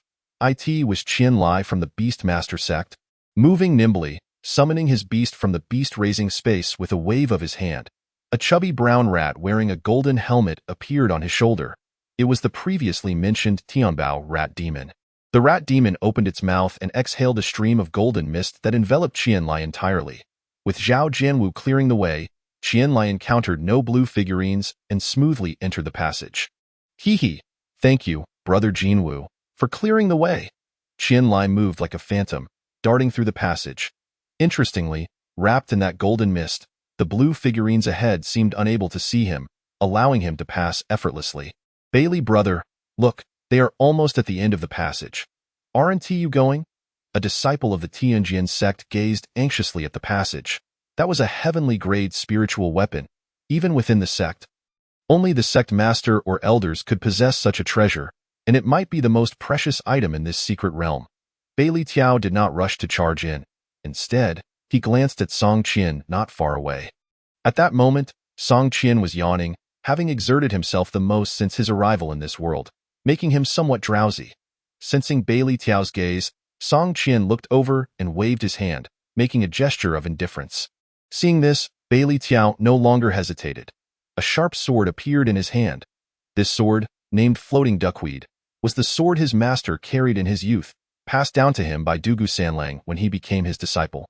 Gripping the sword, his murderous intent became apparent. As a disciple of Dugu Sanlang, he had also cultivated the heavenly sword intent, though compared to Dugu Sanlang, his mastery could only be considered superficial. Despite being merely superficial and not fully developed, it was enough for him to look down upon practitioners of the same realm. The heavenly sword intent manifested, causing the swords of many practitioners around to tremble slightly, seemingly emitting a sword's hum. At the same time, Bailey Tiao charged alone into the passage, swinging his long sword. Starry sword chi. Several strands of sword chi shot forth, instantly piercing through the fragile bodies of the blocking blue figurines, turning them into puddles of blue mud, allowing Bailey Tiao to pass through effortlessly. In just a few breaths, the three figures disappeared into the passage, heading towards a place beyond the sight of the crowd. Leaving behind a group of practitioners in fervent discussion, I guess, Zhao Jianwu from the Golden Buddha Temple has the best chance. His diamond spiritual body is impervious to attacks from practitioners of the same realm. No, I believe Qian Lai from the Beastmaster sect is the one.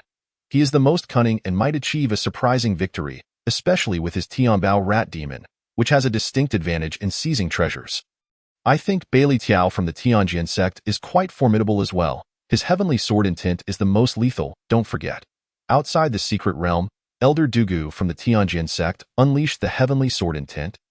Intimidating the other three elders, a group of people debated, while in the Lu family's team, Song Qian was warming up. Everyone, step aside. I'm about to show off. Song Qian summoned the electric rat. Song Qian called forth the K-Tian sword.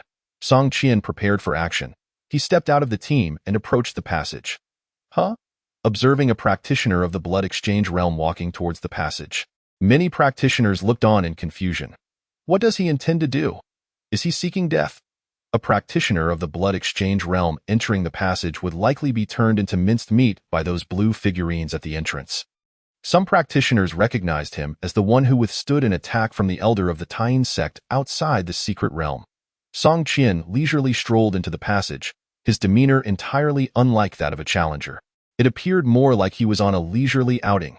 Amidst the astonished gazes of the crowd, Song Qian entered the passage, and countless blue figurines noticed him, rushing towards him.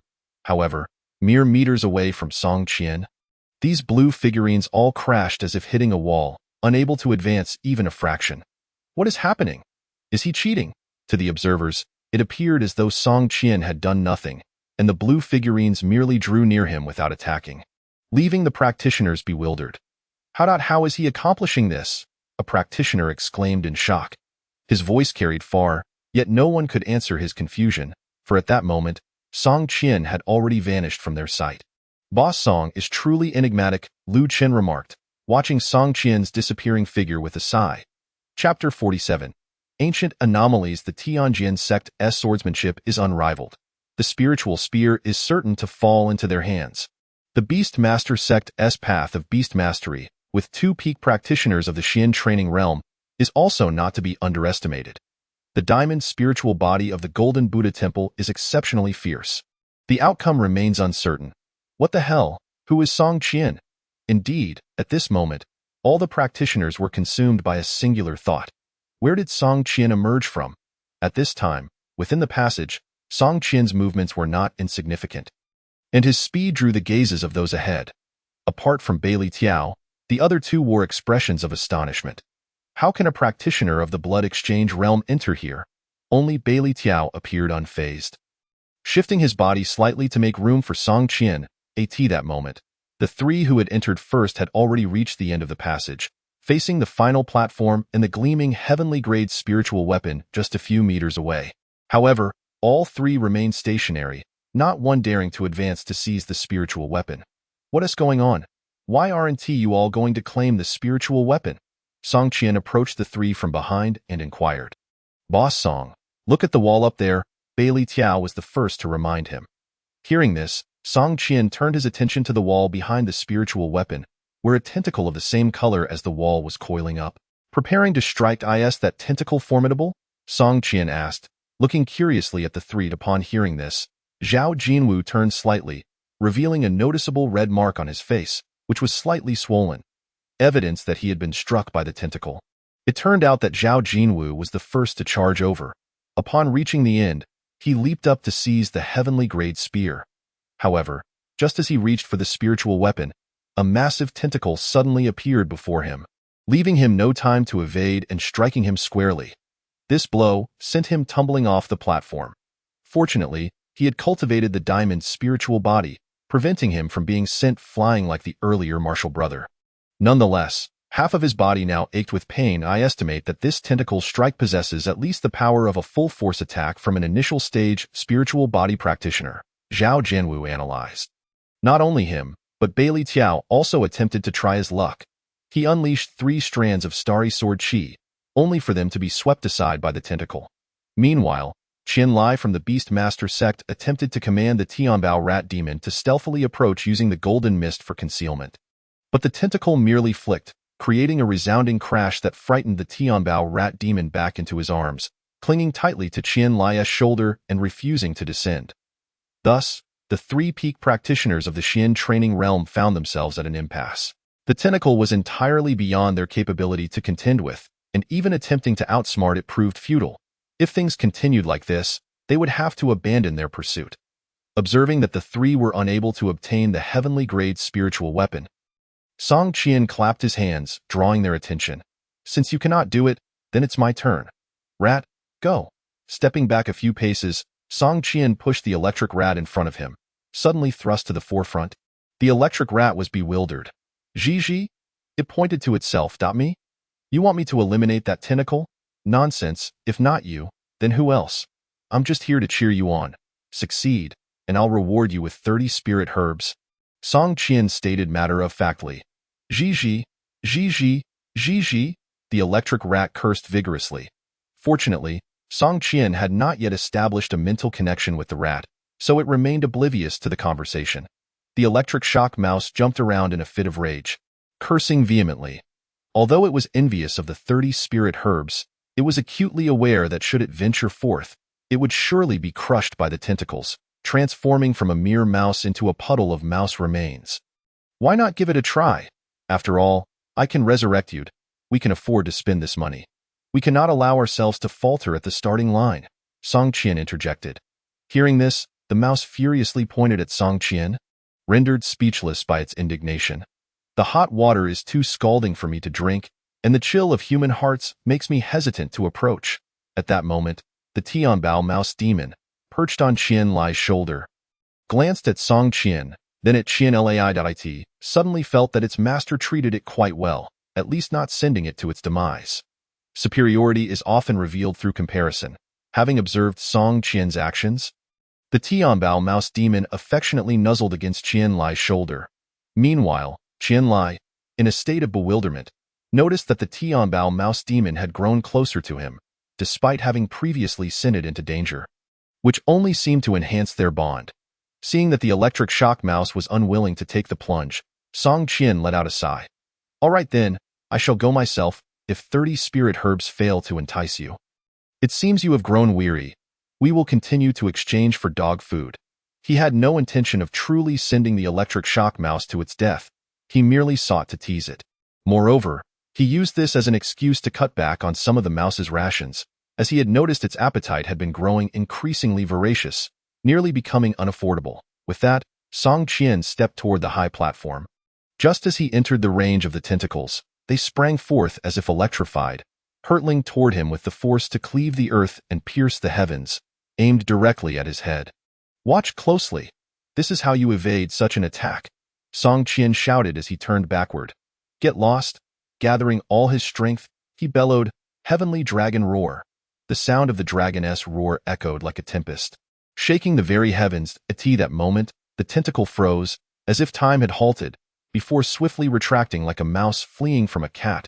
Behind him, the three peak practitioners of the Xian realm felt their eardrums throb painfully at the moment they heard the command to get lost. The most affected was undoubtedly the Tianbao mouse demon on Qian Lai's shoulder. Upon hearing Song Qian's roar, it trembled violently, launching itself away as if propelled, darting out of the passage. The heavenly dragon roar proved remarkably effective. Like the furious roar of an ancient dragon, it instilled fear in all living beings. Song Qian had intended to merely test the waters and display bravado.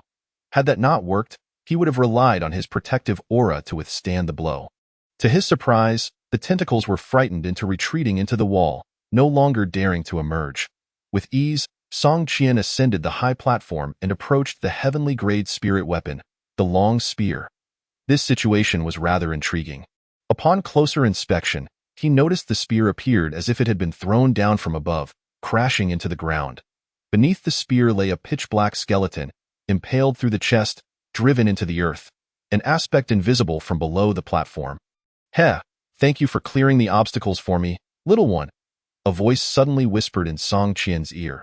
He turned to see a figure appear beside him. If any external cultivators were present, they would undoubtedly recognize this figure as the disciple from the Taiyin sect who had entered the passage earlier. With a swift motion, the figure brandished a dagger towards Song Qian, aiming directly for his throat. Fortunately, the Taiyin sect possessed methods to counteract sound wave attacks. Otherwise, he would have suffered the same fate as the three others. His head throbbing with pain and unable to move, the figure seemed to succeed. Gliding past Song Qian's neck, his gaze fell greedily upon the heavenly-grade spear. He had sensed something amiss the moment he entered the passage and had concealed himself. Using the Taiyin sect's secret technique to hide in the shadows along the wall, waiting for the opportune moment, he carried a breath-holding talisman, allowing him to remain silent for an extended period. Lying in wait until Song Qian and the others arrived before seizing the opportunity to snatch the spear. "You are quite peculiar, brandishing that broken dagger. I noticed you long ago but chose to ignore you." Song Qian's voice rang out, sending chills down the spine of the Taiyin sect disciple. However, before he could react, a sharp pain shot through his body, and he was sent hurtling backward, crashing to the ground below the high platform. On the platform, Song Qian retracted his right foot, brushing off the non-existent dust from his clothing. Merely a bit of wind and frost. He had noticed the disciple's presence from the outset. The passage was shrouded in darkness, and it was nearly impossible to miss a shadow moving along the wall. Having dealt with the Taiyin sect disciple, Song Qian continued toward the heavenly grade spear. The moment his hand grasped the spear, his vision flickered, and he suddenly found himself seeing through the eyes of the spear's previous owner. Surrounding him was a shattered world, where a monstrous black figure rampaged across the earth, devouring countless lives. The spear's master fought valiantly until the very fabric of reality began to tear apart, the ground crumbling, blood raining from the skies. Ultimately, amidst the chaos, the spear was cast into the heavens, crashing down and burying the black figure deep within the earth. In a fleeting glance, Song Qian looked into the distance, witnessing countless black figures resembling locusts, consuming the vitality of this land. A sense of despair washed over him. The spear's master, sacrificing his very essence, had slain only a single black creature, yet upon turning, he beheld an overwhelming multitude. Not only the spear's master but even Song Qian felt a chill run down his spine, a flicker of despair igniting within him. Just then, a brilliant light ignited on the horizon. Before Song Qian could discern what lay within the radiance, the scene before him shattered like a mirage. Chapter 48. Finding the core of the secret realm. As his vision returned, Song Qian found himself back in the passage, gripping the heavenly grade spear, which radiated a dazzling brilliance. A spear that once saved a corner of the world. The spear shimmered with light. Seemingly rejoicing at being wielded once more in that moment, Song Qian dismissed a certain thought. Initially, he had intended to bring the spear back to his shop as a negative advertisement, publicly shattering it with the K-Tion sword to promote his shop's divine weapon card. However, he no longer wished to pursue that course of action. The spear should be reserved for someone of worth. Of course, if anyone sought to take it, they would have to pay. A world-saving endeavor should not hinder his ability to earn. Valuable treasures should not be buried. I vow to find a wealthy, long-lived, and fortunate buyer for you. Song Qian swore to the spear in his hand. Meanwhile, the three individuals below, their headaches subsiding, looked up to see Song Qian firmly grasping the spear. All wearing bitter smiles, they had assumed the spear would surely fall into the hands of one among them, only to be surprised that it had ended up in the hands of the later arrival. Song Qian, among the three, only by Li Tiao displayed little emotional fluctuation. He had anticipated this outcome the moment Song Qian made his move. Observing the dejected expressions of the three, Song Qian chuckled. "Do you three know why you couldn't seize it from me? Do you wish to know how to grow stronger and defy fate?" Upon hearing this, Bai Li Tiao felt a sense of familiarity. Zhao Jinwu and Qian Lai perked up, their curiosity piqued. "Dio, you want to learn? I can teach you." Song Qian crossed his arms, adopting an air of profound mystery. "I humbly request your guidance, esteemed Song Boss." Zhao Jinwu recalled Bai Li Tiao's earlier address and bowed respectfully. "If you would be so kind as to impart your wisdom, I shall offer you a generous reward." Qian Lai was adept at reading people's psychology. Seeing the two so eager, Song Qian grinned. He relished such customers, simple-minded and easily swayed, pure-hearted and untainted, bringing delight to others. "Since your enthusiasm is palpable, I shall share this with you. You were the ones who asked.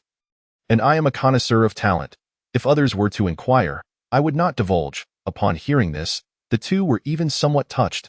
As he spoke, Song Qian produced the K-Tion sword and summoned the electric shock mouse. Lifting it in his hand. "Look at my sword. Look at my mouse. Now think back to that roar I just let out. Do you desire this? All of this comes from a mysterious little shop in Longhua City, called the First Shop of All Heavens, but do not tell anyone it was I who informed you." Not 1900. not 1,800. Right now, it's only 999. Just a bit of luck. As long as you have dreams, you can possess all of this. He nearly slipped back into his old profession. After all, before feeding elephants at the zoo, he had been a background actor in television shopping. Song Qian's words left the two momentarily dumbfounded, gazing at the items he had mentioned. Qianlai from the Beastmaster sect glanced at the electric shock mouse and then at the Tianbao mouse demon on his shoulder, suddenly feeling a disparity between the two mice. Everything belonging to others seemed far superior to his own. The Tianbao mouse demon clan, cultivated over thousands of years by the Beastmaster sect, suddenly felt lackluster. Zhao Jianwu, on the other hand, recalled Song Qian's earlier roar, akin to a dragon's cry. If he could learn that, combined with a sound wave technique called the Big Horn from the Golden Buddha Temple, wouldn't he be invincible within the same realm? Bai Liqiao remained fixated on the K-Tian sword in Song Qian's hand, captivated, as he had devoted his life to the sword path, yearning to find a weapon that resonated with his very essence.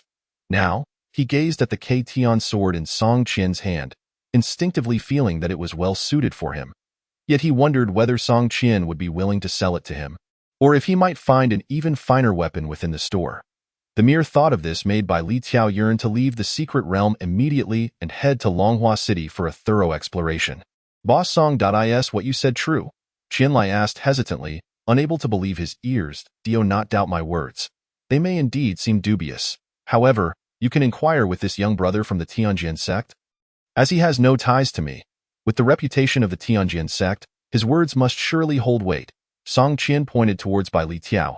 At this moment, all eyes turned to Bai Liqiao. Feeling the intense scrutiny, Bai Liqiao's thoughts were momentarily disrupted. Sensing the eager gazes of the other two, he slowly nodded. Indeed, I can vouch for it. Everything Boss Song has stated is true, and I stand as proof. With that, Bai Liqiao summoned the Qingyin knife, its gleaming blade heavy and imposing. This is what I acquired from the store. The other two, though not well versed in the art of forging, could discern the quality of weapons. And to them, this Qingyin knife appeared far superior to any spirit-level weapon they had encountered. Truly a remarkable weapon, naturally forged, Qianlai exclaimed in admiration. In that moment, their skepticism diminished significantly. Surely, the disciples of the Tianjin sect would not deceive them. Simultaneously, they resolved that once they exited the secret realm, they would certainly pay a visit to the renowned store in Longhua City. With the Tian-level spirit weapon now in Song Qian's possession, they felt no further reason to linger there and promptly turned to leave. Meanwhile, Song Qian compassionately seized the unconscious disciple of the Tian sect from the ground, determined to bring him along. You can't just ambush him without compensation, can you? On the way back, Song Qian systematically relieved the Tian sect disciple of all his possessions, stripping him of his storage bag and valuable trinkets, leaving him with naught but a cheap set of clothes. Upon reaching the corridor's entrance, Song Qian tossed the subdued disciple over to Bai Liqiao, instructing him to notify the Tian sect to bring money for the ransom, with the sum not to be less than 5,000 crystal coins. Should the Tian sect refuse to redeem him, as he gazed ahead, countless individuals faltered after ascending merely 200 steps. Never to proceed further. No, I cannot succumb. I must seek vengeance. I must grow stronger. The enmity towards my family is unendurable. Chen Wei's resolve to reach this point was fueled solely by the hatred burning within his heart. Otherwise, he would have halted like the multitude behind him, stymied at the 200 steps. This is a staircase that only those with immense perseverance can conquer. Time passed unmeasured until, upon reaching the 400th step, a surge of spiritual energy coursed through his being mid-stage of the Xian training realm, a breakthrough. Raising his gaze, Chen Wei discovered that he was now merely a few steps away from that prodigious disciple of the Tian sect. With a firm step upon the 401st, an immense pressure bore down upon him, causing him to gnash his gums in agony. Before him loomed the faces of his enemies. Move, move, move, stubborn legs. You must carry me forth, Chen Wei bellowed, his once leaden legs now resuming their motion. This time, he did not pause until he reached the 500th step, his entire body drenched in the blood seeping from the overwhelming pressure. Every inch of him marred. Yet, all of it was worth it. He now stood shoulder to shoulder with the disciple of the Tian sect. A surge of spiritual energy flooded his being, striking at the threshold of his mid-stage Xian training realm.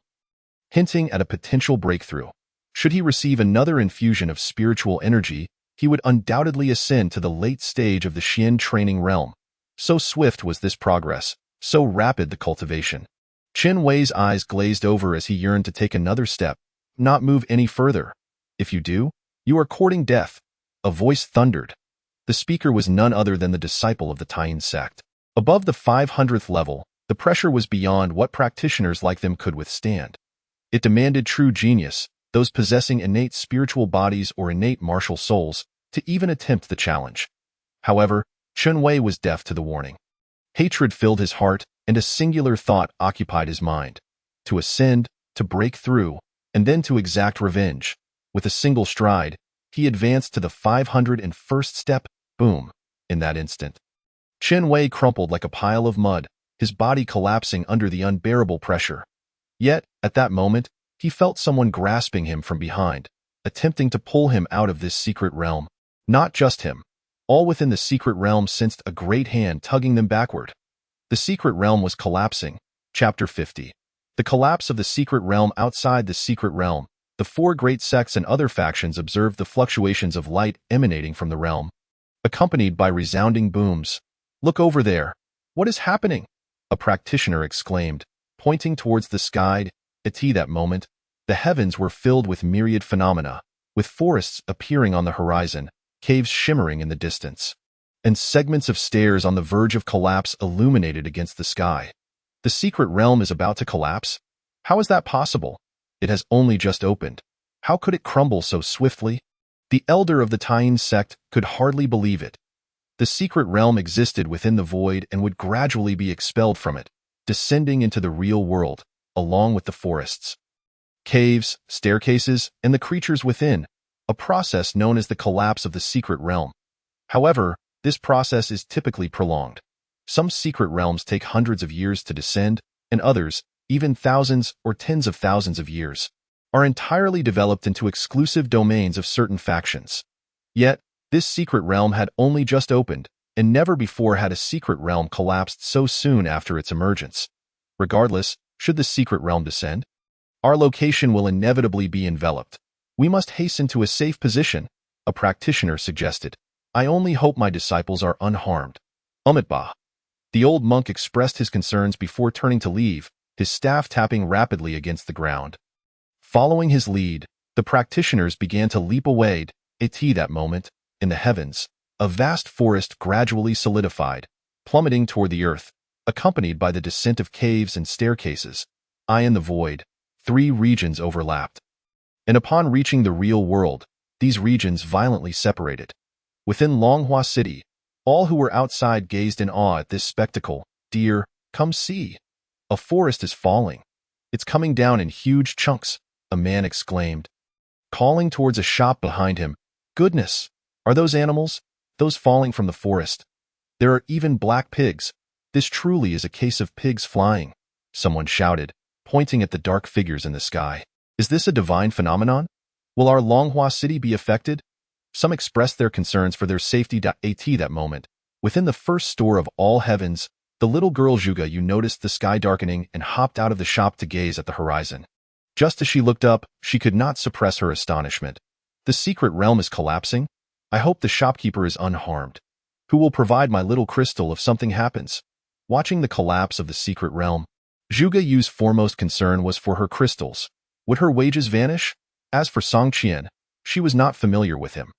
Only those who provided her crystals were good bosses, while those who withheld them were bad ones. She felt no worry for the bad boss in the sky. The secret realm split into three regions, crashing down with a thunderous roar upon the earth below. Meanwhile, within the twilight forest, the beasts that had claimed dominion over the forest were left utterly bewildered. With the sudden collapse of the secret realm, their territory was being destroyed. Countless beasts scrambled to escape the forest, including those of the spiritual body realm, their massive forms trampling over the smaller creatures attempting to flee. Among them was a colossal tiger and a gigantic gorilla, towering over the trees as they raced across the ground. Suddenly, a long sword flew past, claiming the lives of these powerful beasts, which were then captured by Dugu Sanlang into his spatial ring. The pelts and bones of spiritual body realm beasts were valuable commodities, perfect for trading for elemental crystals or purchasing scrolls. Dugu Sanlang mumbled to himself before soaring away. As the secret realm descended. Just before it struck the ground, a great hand appeared, gently cradling the entire realm, placing it down with the utmost care. Inside a stone chamber, Song Qian held a glowing spiritual orb, his eyes closed. The slow descent of the secret realm was his handiwork. The orb in his grasp was comprised of countless wisps of spiritual light that had escaped from the stone tables, chairs, and furnishings he had hewn apart. With the orb in hand, he could manipulate everything within the secret realm. With his eyes closed, he sank his consciousness into his mind's SEA. That moment, visions began to unfold within his consciousness. It was as if he had transformed into a realm unto himself, observing silently. The sky was awash in crimson, the earth lay in ruins, and countless beings had perished, leaving only a few trembling in the shadows. Suddenly, a black hand emerged, parting the clouds, tearing through space, descending from an endless expanse. The colossal hand crashed down upon the ground, and countless practitioners soared forward, yet they could not even delay its descent by a second. They were obliterated by the pressure of the descending palm. Song Qian could not discern the realms of those practitioners, but they traversed the skies, a feat unattainable even by those of the spiritual body realm. Even those above the spiritual body realm could only linger momentarily in the air, unable to move freely. Yet, these practitioners met their demise in an instant beneath the giant hand, a despair greater than that faced against the countless shadowy humanoid monsters. At least then, there had been a semblance of resistance, but against the hand, there was no possibility of defiance. Ultimately, the giant hand fell with a resounding crash, the earth was torn asunder, territories crumbled, and countless fragments were sent flying by the overwhelming force. 3 of which soared into the void together. Such was the scene of annihilation. The memory abruptly halted, and Song Qian withdrew from his mind's sea. Master, do you understand the significance of that great hand from the memory? Who was its master? How powerful was it? Will this world ever face such cataclysmic disasters again? After witnessing the memory, Song Qian felt a chill envelop him. This terror was akin to an experience he had lived through. Unable to alter the outcome, it was a fear he had only encountered once before, as a child when his fever soared beyond 40 degrees. If that great hand were to reappear and descend upon his location, could he survive? Yet, the mere thought of the existence of a system offered him some solace. At worst, he would simply refrain from leaving his little shop. In response to Song Qian's inquiries, the system remained silent, leaving him uncertain if it lacked knowledge or simply chose not to respond. Task completed. The secret realm has been destroyed. Upon returning to the shop, the task rewards will be distributed.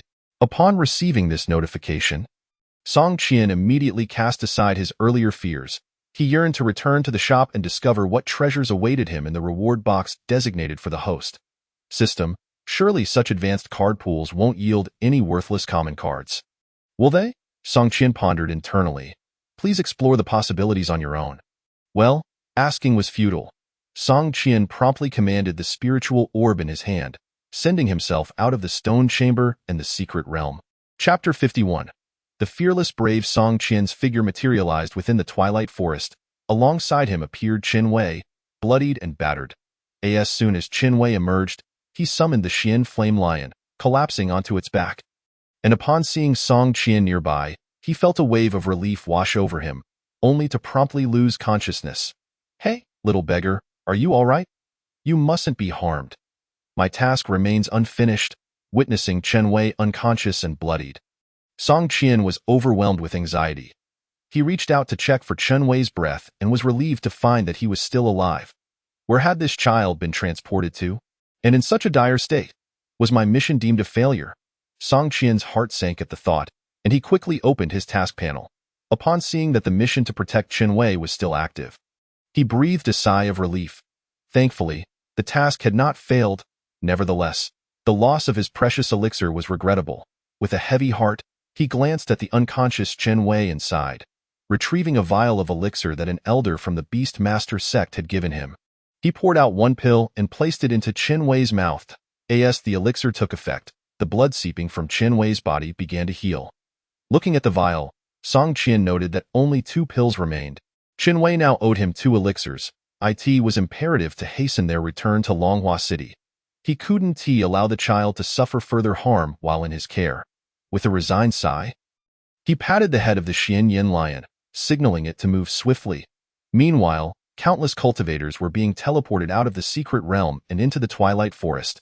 Due to Song Qian's deliberate control, these cultivators emerged unscathed. The Tianjian sect, Bailey Tiao, found his master after carrying the still unconscious disciple of the Taiyin sect and recounted the events in the secret realm. Similarly, Zhao Jianwu from the Vajra Temple and Qian Lai from the Beastmaster sect informed their respective elders of all that transpired. At this moment, the three major sects concurrently fostered the desire to visit Longhua City. The elder of the Beastmaster sect held the business card that Song Qian had previously given him. Scrutinizing it closely, a mysterious shopkeeper. If what he said was true, then it was truly significant. With the secret realm's collapse, they could conveniently rest in Longhua City. The elder of the Beastmaster sect was resolute, especially since Qian Lai's tales were incredibly enticing, particularly the mention of a beast in the shop that surpassed the Tianbao rat tribe. This was indeed a monumental matter. Casting a last glance at the fallen secret realm, the elder led his disciples away, hastily making their way to Longhua City. A similar scenario unfolded within the ranks of the Tianjian sect and the Vajra Temple. The old monk believed that their Vajra Temple had a connection to the Tian-level spiritual weapons in Longhua City and thus should go to save all sentient beings. Amitabha, the old monk, leaning on his staff, moved swiftly with his disciples. Before departing, a minor incident occurred when an elder from the Taiyin sect came to demand the return of their disciple, only to be sent flying by Dugu Sanlang's sword. Get lost. If you want your disciple back, bring money for ransom. Less than 10,000 crystal coins. And there's no chance. Dugu Sanlang suddenly felt that this business was quite profitable. He had no fear of the Taiyin sect.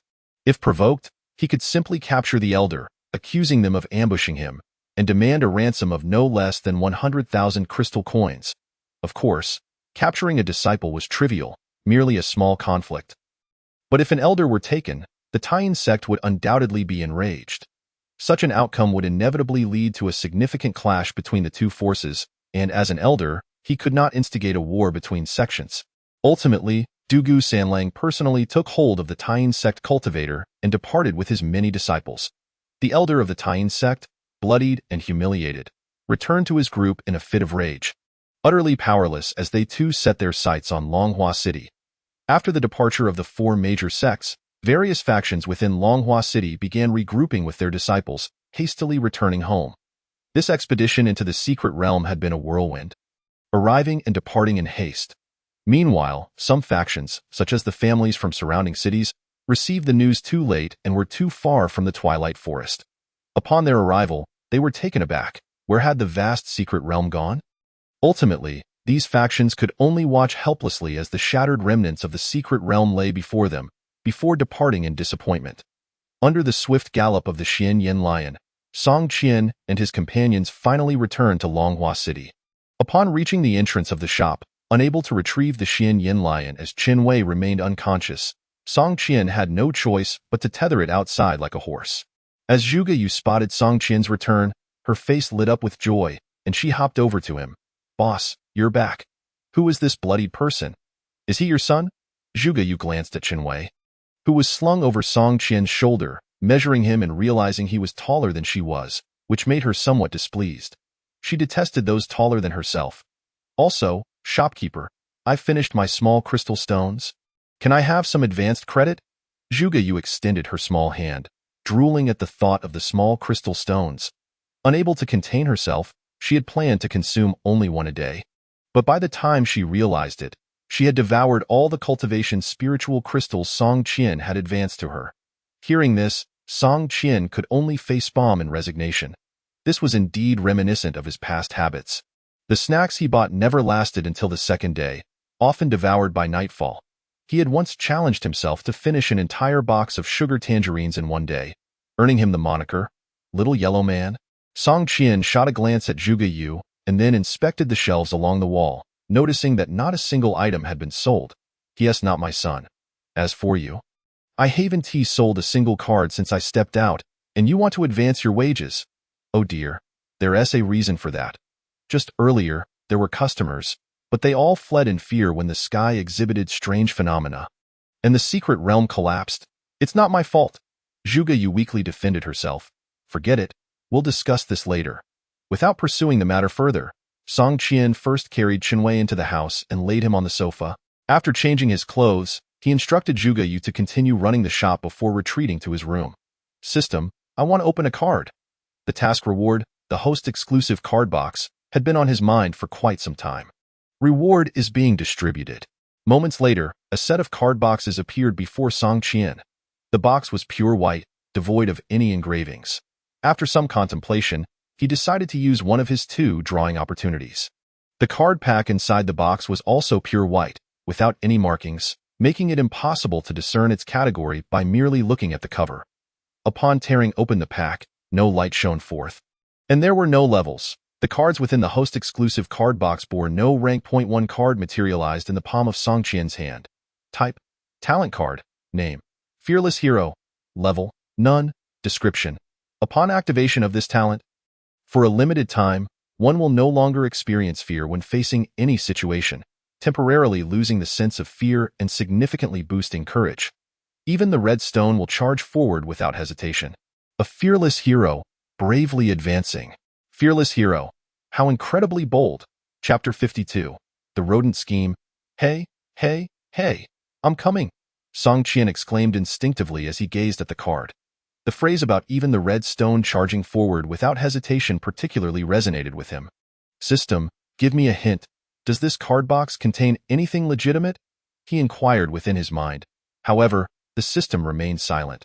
How selectively unresponsive. Song Qian inwardly gestured a middle finger. This ability surely wouldn't be as outrageous as I imagine. Right? If it's useless, then it's undoubtedly my loss. After pondering for a moment, Song Qian decided to utilize this talent card. He silently invoked its use, and the card transformed into a stream of light, piercing into his forehead. Fearless Hero. With a mere thought, Song Qian activated the Fearless Hero state. "Now, how should I test this ability? Little mouse, come forth." Song Qian beckoned, summoning the electric mouse from his beast space. Squeak, squeak. Upon its emergence, the electric mouse pointed at Song Qian, starting to scold him, evidently still miffed about being deceived in the secret realm.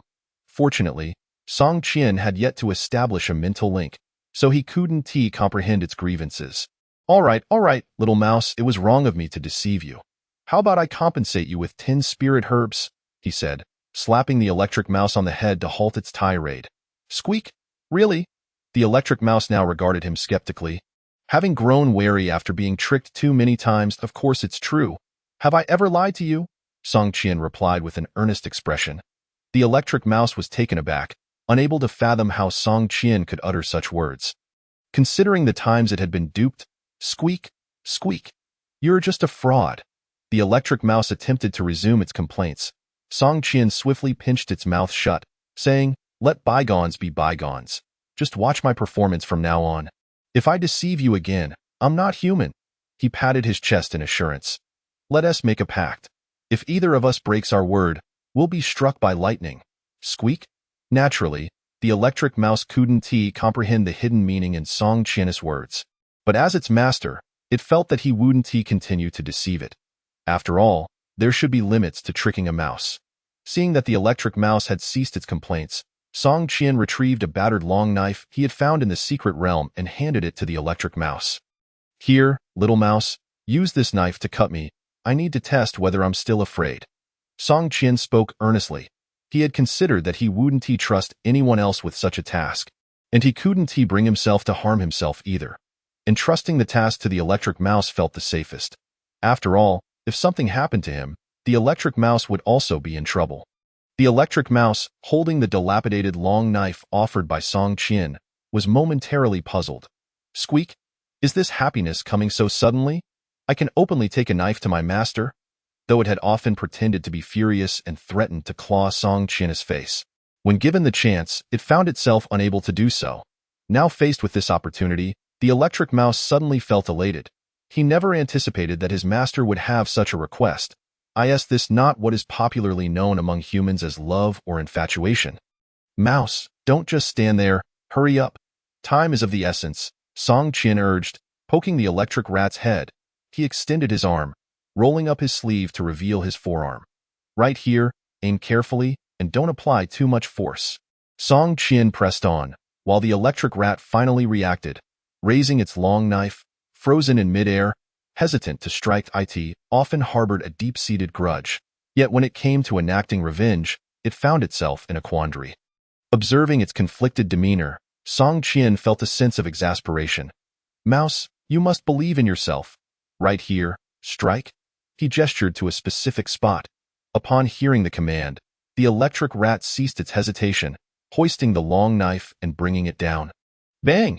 In an instant, the electric rat was flung back by Song Qian's protective aura, crashing against the wall and flattening into a pancake. I forgot I still had my protective aura activated. Are you all right? Mouse? Song Qian inquired with concern, gazing at the pancake-like electric rat on the wall.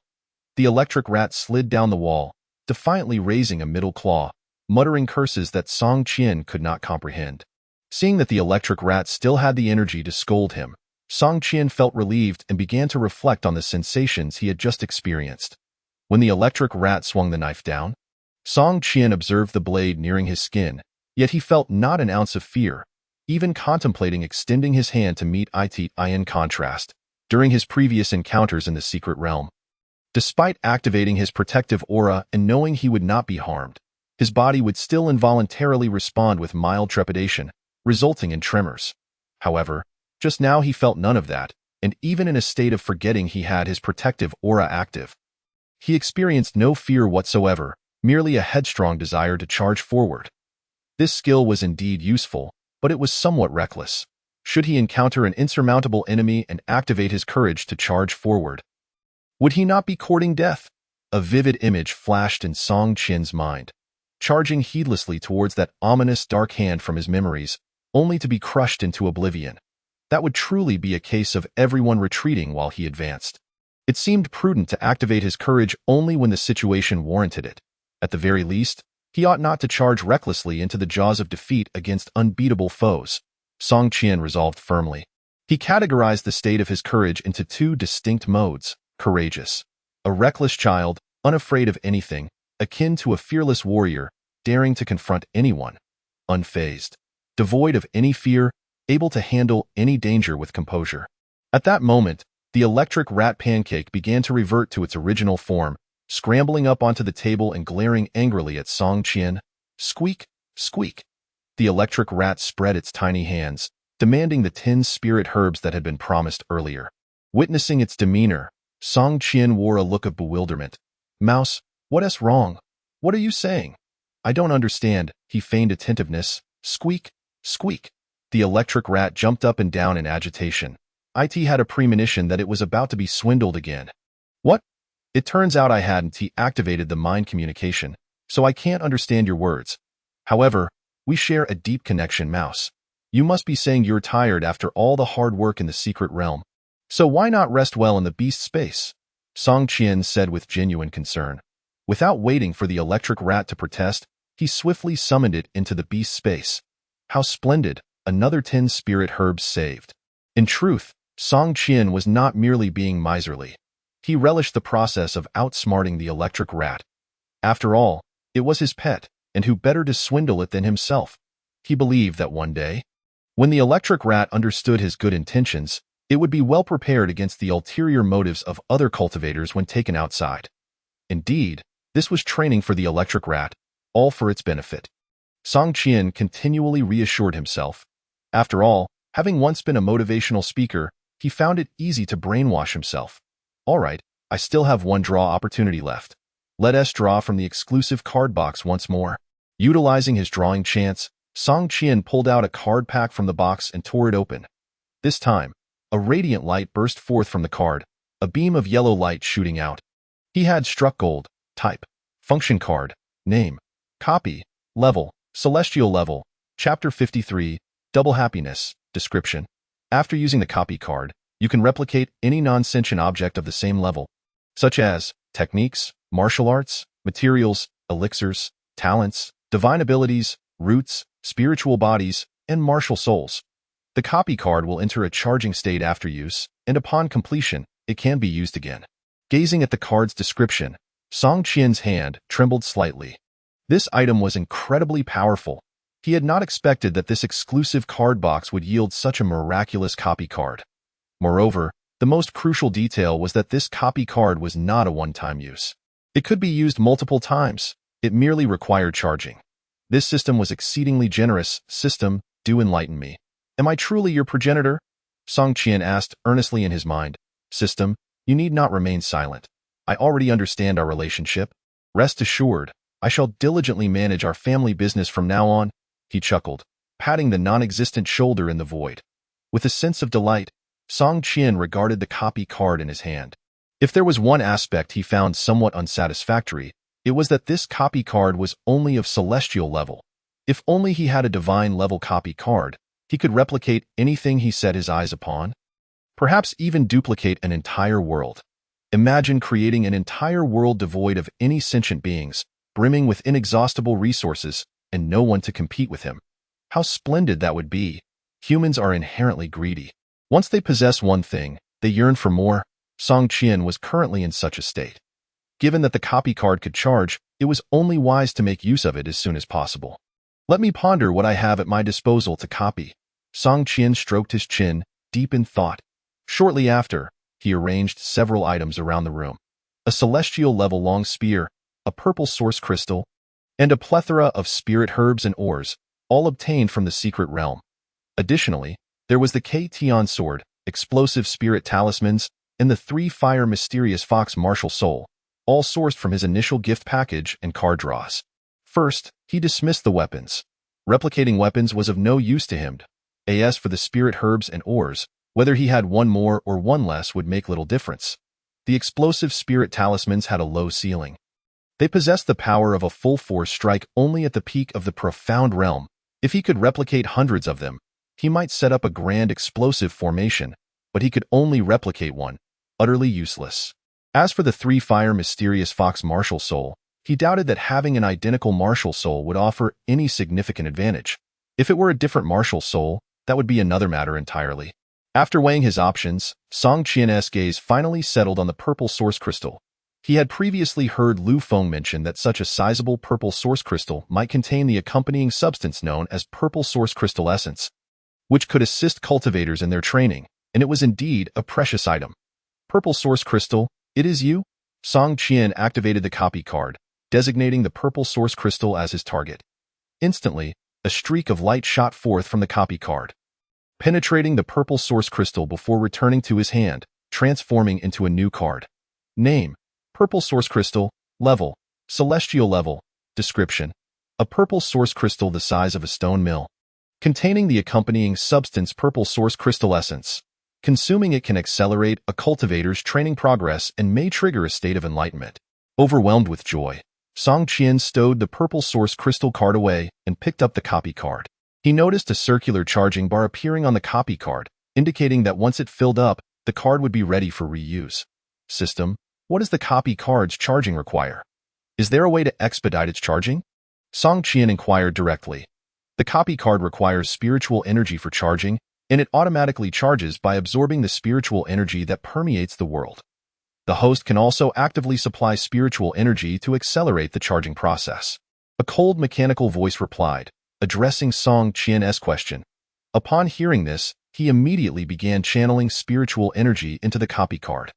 However, the energy he infused seemed to vanish without a trace, and in mere moments, it felt as if he had been completely drained, leaving him devoid of any spiritual energy. Song Qian collapsed onto his bed, staring at the charging bar of the copy card. He observed that there was not a single sign of filling, not even reaching 1%. In fact, he could sense that the total amount of energy he had expended was less than what the copy card would automatically gather in 10 minutes. At this rate, it would take at least half a month to a month for the copy card to complete its automatic charging. I truly have nothing left. Song Qian lay back on the bed, gazing at the ceiling. Suddenly, a thought struck him. The copy card's automatic charging absorbed the ambient spiritual energy, akin to how cultivators trained. If he placed it in an area abundant in spiritual energy, would the charging speed not increase? But where might he find such a place rich in spiritual energy? He immediately thought of the renowned mountains and blessed lands. There is a saying, a mountain need not be high. If a deity resides within, it is renowned. Water need not be deep. If a dragon dwells within, it is spiritual. As long as there is sufficient spiritual energy, it suffices. Those major powers and sects undoubtedly reside in areas rich in spiritual energy, facilitating the training of their disciples and the breakthroughs of their cultivators. Now, how might he infiltrate such sects? Song Qian began to ponder this conundrum. Tongzi, do we currently have any plans to open a branch? Should we consider establishing a branch within the Beastmaster sect? This would indeed serve our clientele. Not only could they benefit from the spiritual energy for charging their replication cards, but they could also approach the elders for healing elixirs, which are highly praised. The system currently has no new store opening tasks to issue. Please manage your current shop diligently and set it on the right track. Humph, if that's the case, I shall contemplate other methods, Song Qian muttered. Bang, bang, bang. At that moment, a loud knock reverberated through Song Qian's door. Store manager. It's bad news. You need to come out and see. Someone has come looking for revenge. Outside, Zhuge Yu shouted, abruptly interrupting Song Qian's train of thought. Stop knocking. At this rate, the door will break. Song Qian exclaimed, rising to open the door. As the door swung open, the petite figure of Zhuge Yu stood at the threshold. Store manager, you must come out and take a look. Just now, a crowd gathered outside.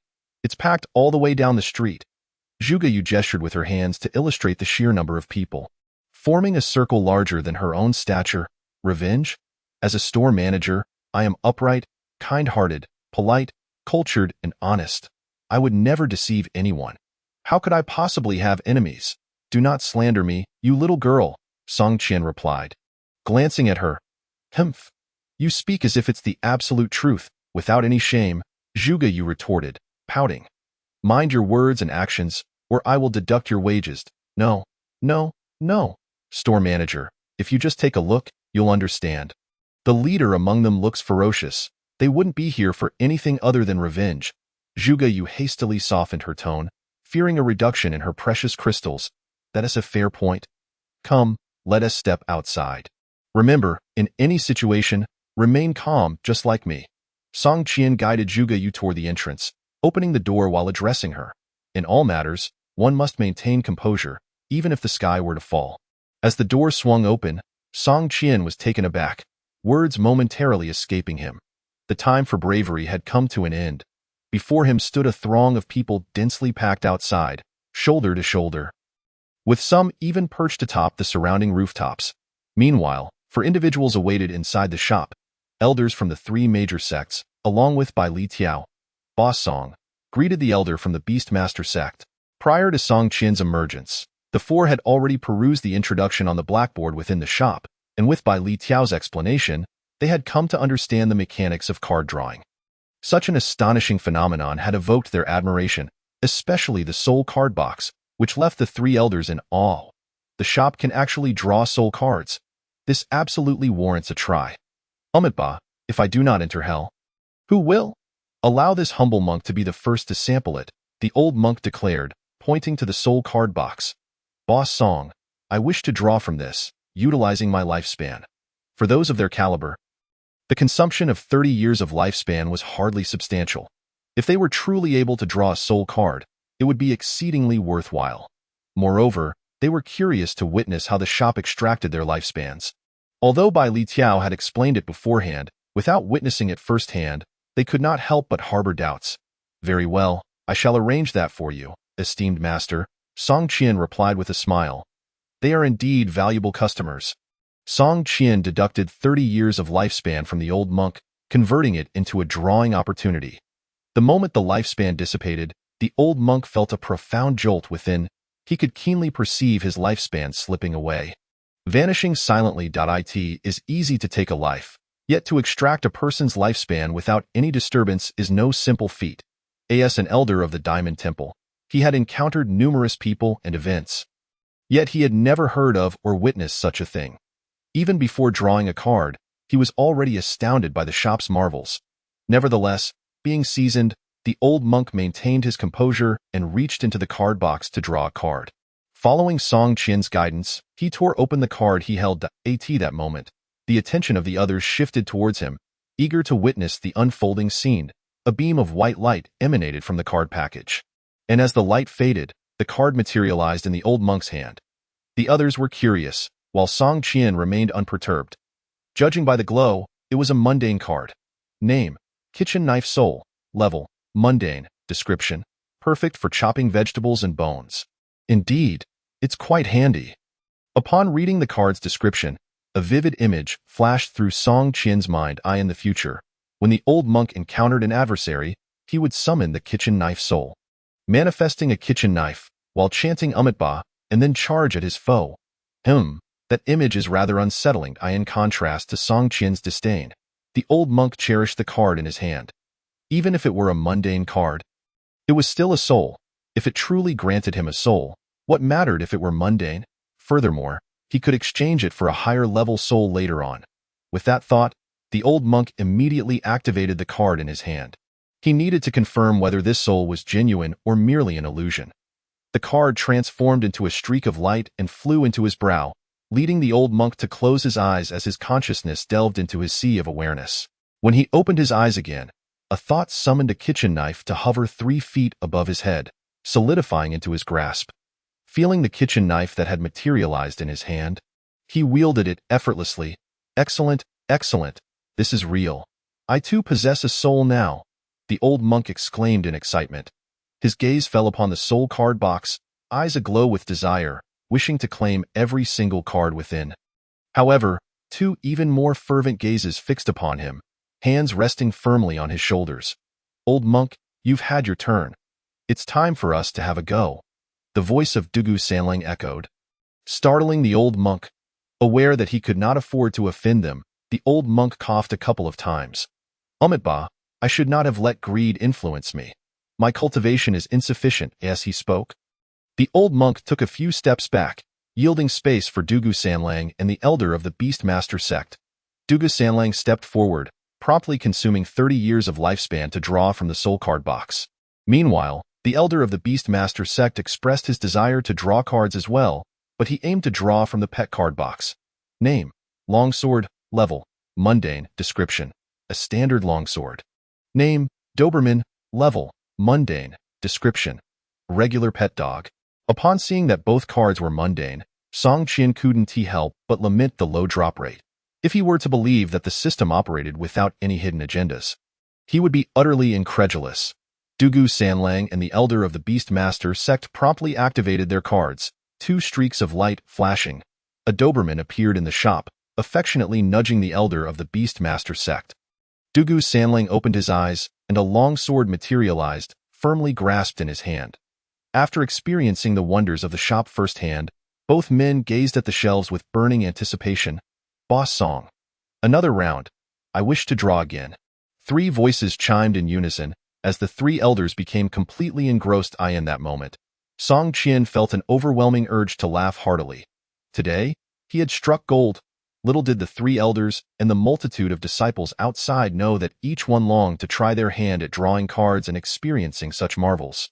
On this day, Song Qian fully grasped the meaning of reaping profits until his hands ached. By the end, the shop's inventory had been entirely drawn out by these cultivators, owing to the sheer volume of card draws. There were indeed a few exceptional items. For instance, under the combined resources of Bai Li Tiao and Dugu Sanlang, a spirit-level longsword was drawn. Dugu Sanlang also managed to draw an impressive spirit-level soul, the Ice Blade Soul. However, when he came to his senses, he realized he had expended over 100 years of lifespan, sending chills down his spine. 30 years of lifespan was manageable, but over 100 years was significant. Should he draw a few more times, he would be left with scant lifespan, especially considering he was already several centuries old. At that moment, Dugu Sanlang thought it was time to strive for a breakthrough. Once he advanced in realm, his lifespan would increase, and he could return to the shop for more purchases. Meanwhile, the elder of the Beastmaster sect utilized both lifespan and resources, ultimately drawing a spirit-level pet, the Fire Ape.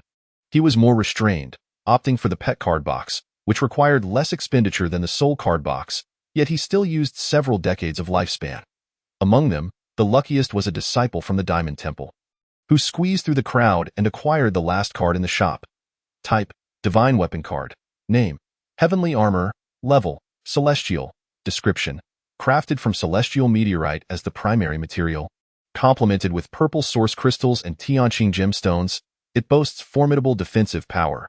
Even a full-force strike from a spirit-level entity cannot harm it in the slightest. To his astonishment, the final card drawn turned out to be a celestial-level card. When this card was revealed, countless cultivators cast envious glances. The old monk could not contain his joy, repeatedly patting the disciple's shoulder and offering praises. "Well done. Upon returning to the temple, I shall certainly report to the temple master." Advocating for your promotion to a core disciple, your cultivation resources will double then. Though the card was bound and could not change hands, since the drawing disciple was from the Diamond Temple. Possessing this celestial-grade armor meant that their temple effectively gained an additional cultivator capable of contending with any spirit-level entity, all for the price of merely 10 years of the disciple's lifespan. With not a single coin expended by the temple. "Thank you, Elder. Thank you, Elder." The disciple of the Vajra Temple was overwhelmed with joy, tightly clutching the card.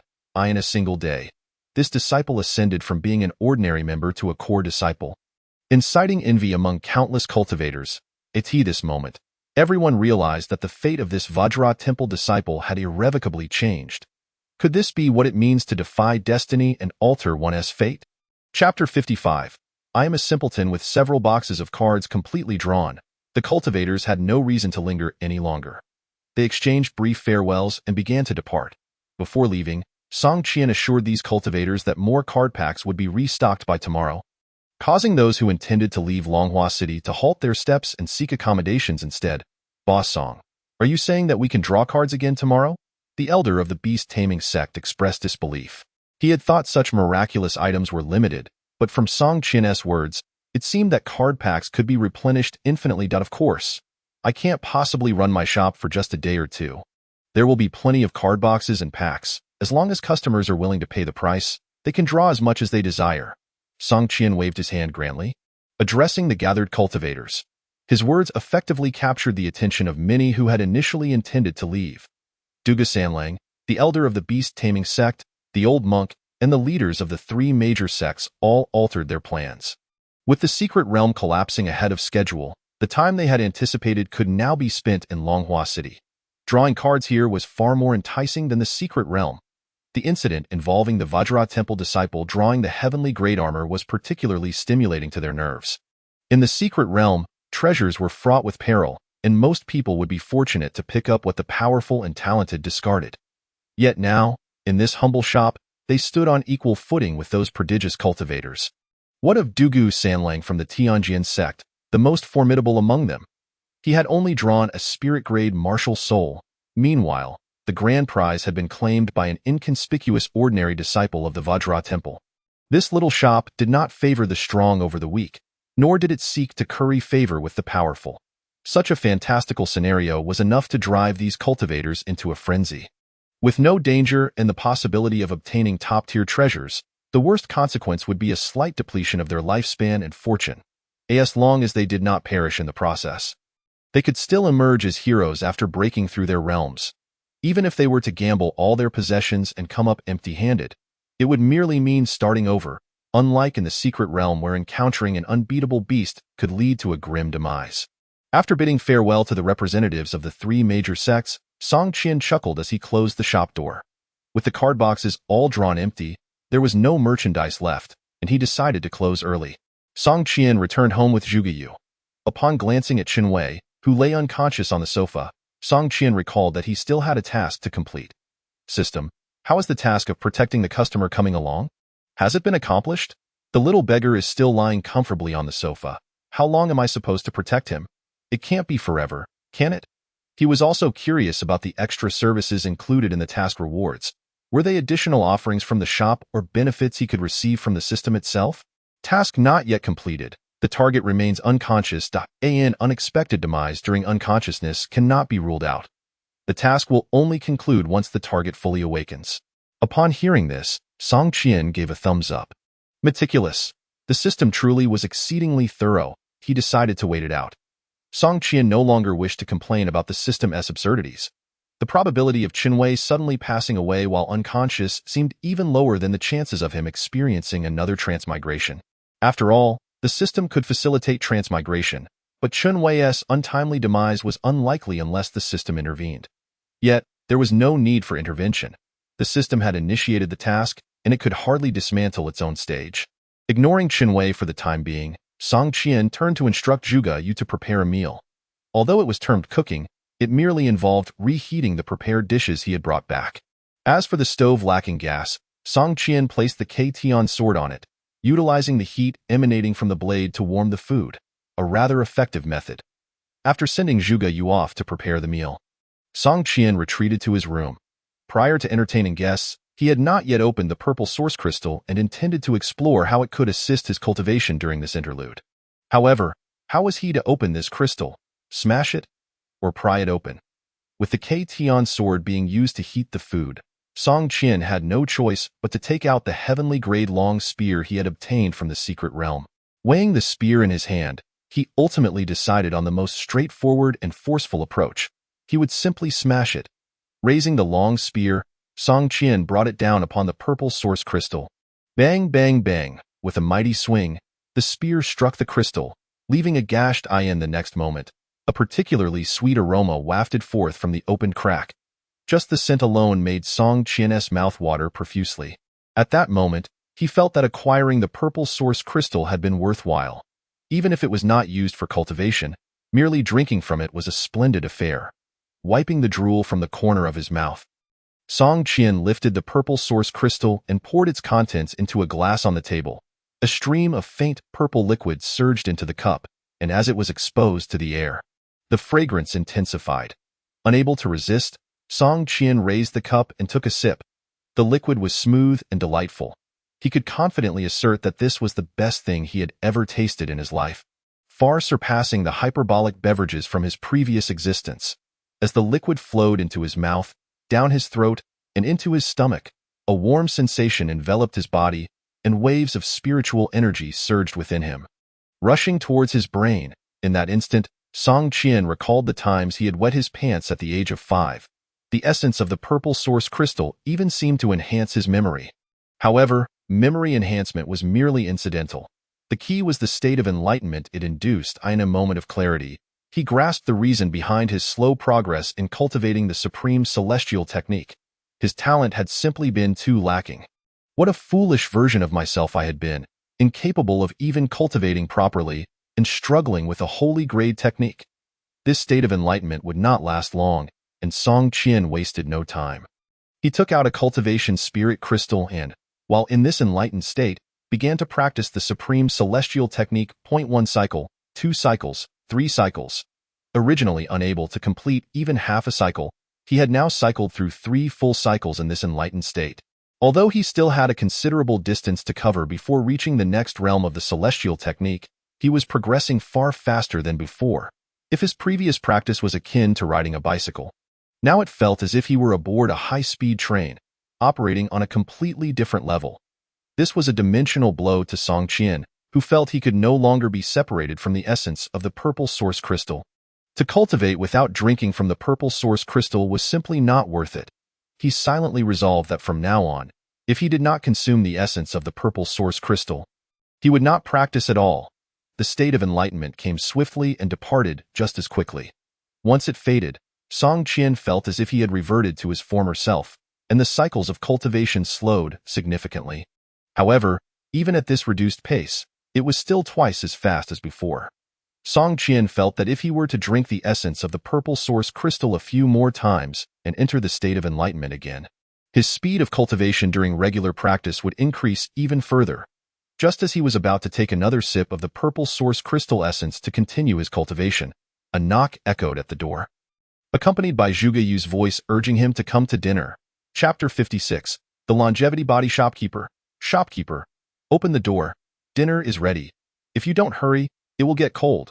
The door was knocked on with such force that it dashed away Song Qian's desire for another sip of the purple source crystal essence. Stop knocking. You'll break the door at this rate? Song Qian shouted as he turned to open the door. Upon opening it, he saw Zhuge Yu wearing a puzzled expression, staring at her palm. What are you looking at? Did you get a splinter? No, I was just wondering how my knocking didn't break the door, Zhuge Yu replied earnestly.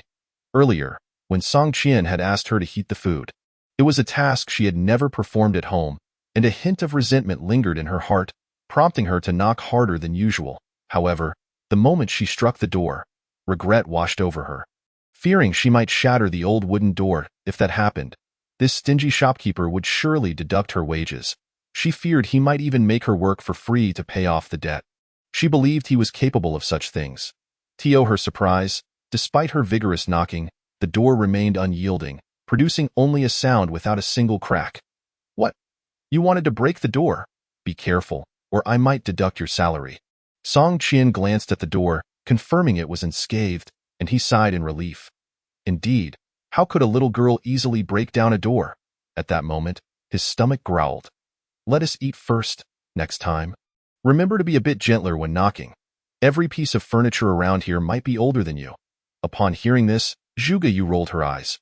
"Older than me? Unless this house is a few hundred years old." Following Song Qian to the dining table, they found it laden with steaming dishes, instantly making Song Qian's appetite surge, eager to dig in.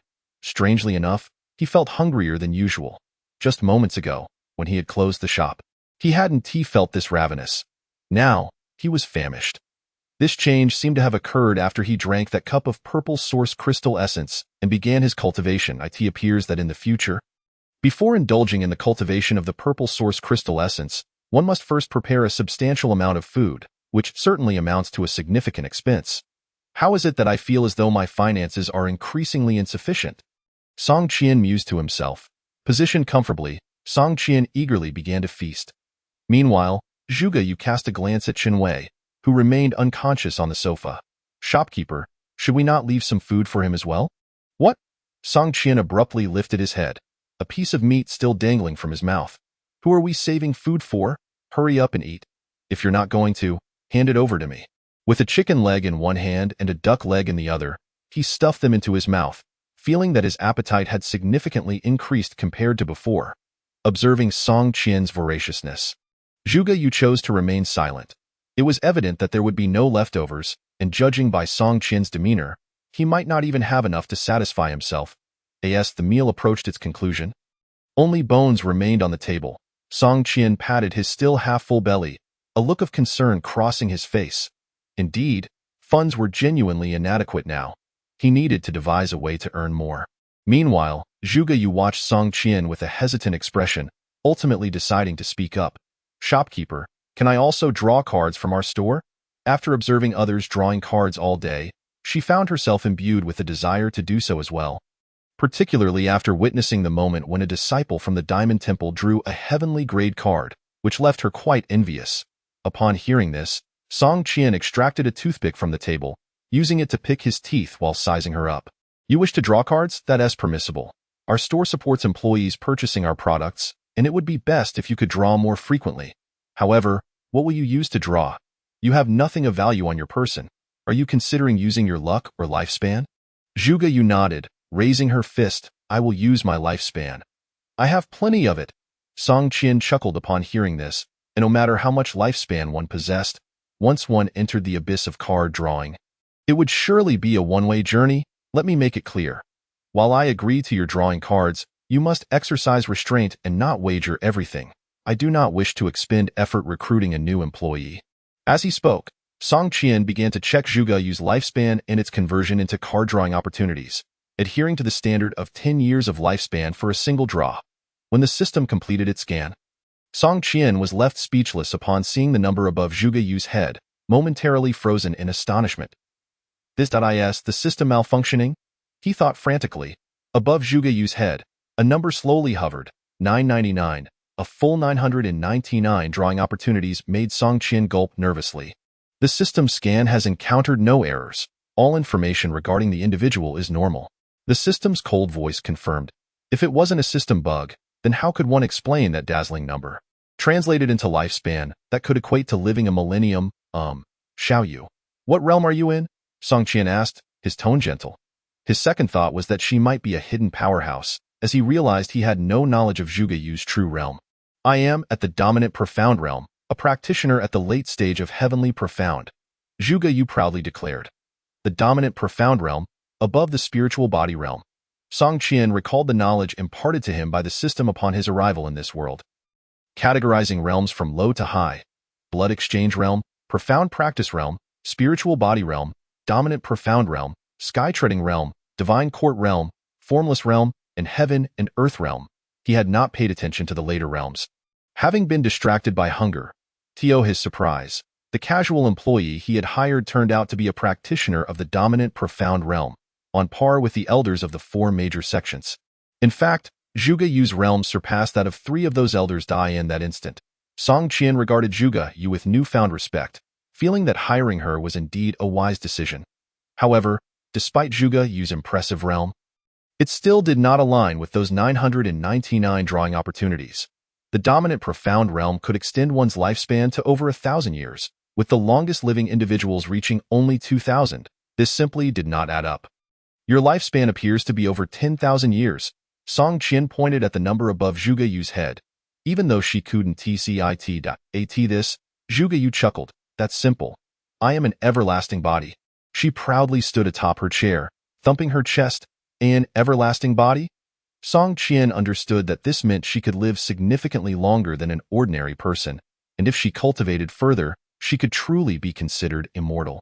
Many historical events and tales were recorded by practitioners with everlasting bodies.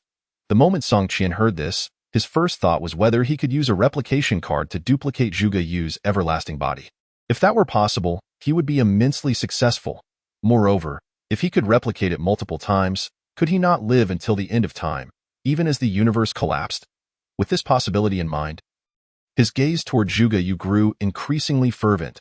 This talent he must keep in the store until he could replicate her everlasting body. Chapter 57. Hunger. After the initial excitement, Song Qian looked at Zhuge Yu with the gaze one might reserve for a precious treasure. Hiring this employee was truly worthwhile. He had previously grumbled internally about hiring a little girl who only sought to obtain cultivation crystals and lacked any business acumen, thinking he had made a poor investment. Little did he know that the situation had taken a turn. This little girl had become quite valuable now. Even if she were to ruin the store, he would not cast her aside. After all, the store belonged to the system, and he was merely the system-hired shopkeeper. All the items within did not belong to him, and he would have to pay for drawing cards himself, at least until he could replicate the everlasting body. He certainly would not dismiss Zhuge Yu. Come, you are in a period of growth. Eat more. An everlasting body must not go hungry. If you starve and lose your longevity, it would be a tremendous loss. Upon hearing this, Zhuge Yu was left in utter bewilderment. She had never heard of an everlasting body being rendered ineffective due to starvation. Those powerful practitioners could go without food indefinitely without suffering from shortened lifespans. Is your room comfortable? Do you need me to change your bedding? I have pure new cotton bedding in my cupboard that I acquired when I worked odd jobs, when the employer couldn't pay. I took several sets of bedding as compensation. Recalling that unscrupulous intermediary made Song Qian grit his teeth in frustration. Typically, when he worked odd jobs, they deducted 40% of his pay right off the bat. And he had been scammed more times than he could count. Of course, this was a common industry practice. Intermediaries introducing jobs and taking a cut was reasonable. However, Song Qian believed that what was reasonable was ultimately at his discretion. Fortunately, he had accumulated contacts later on, managed to oust that unscrupulous intermediary, and became the intermediary himself. It must be said that it was quite profitable, doing nothing but taking a cut. He almost got beaten up later, as he realized that life was most important, prompting him to quit that line of work. As he spoke, Song Qian was not idle. He placed the remaining chicken and duck legs into Zhuge Yu's bowl.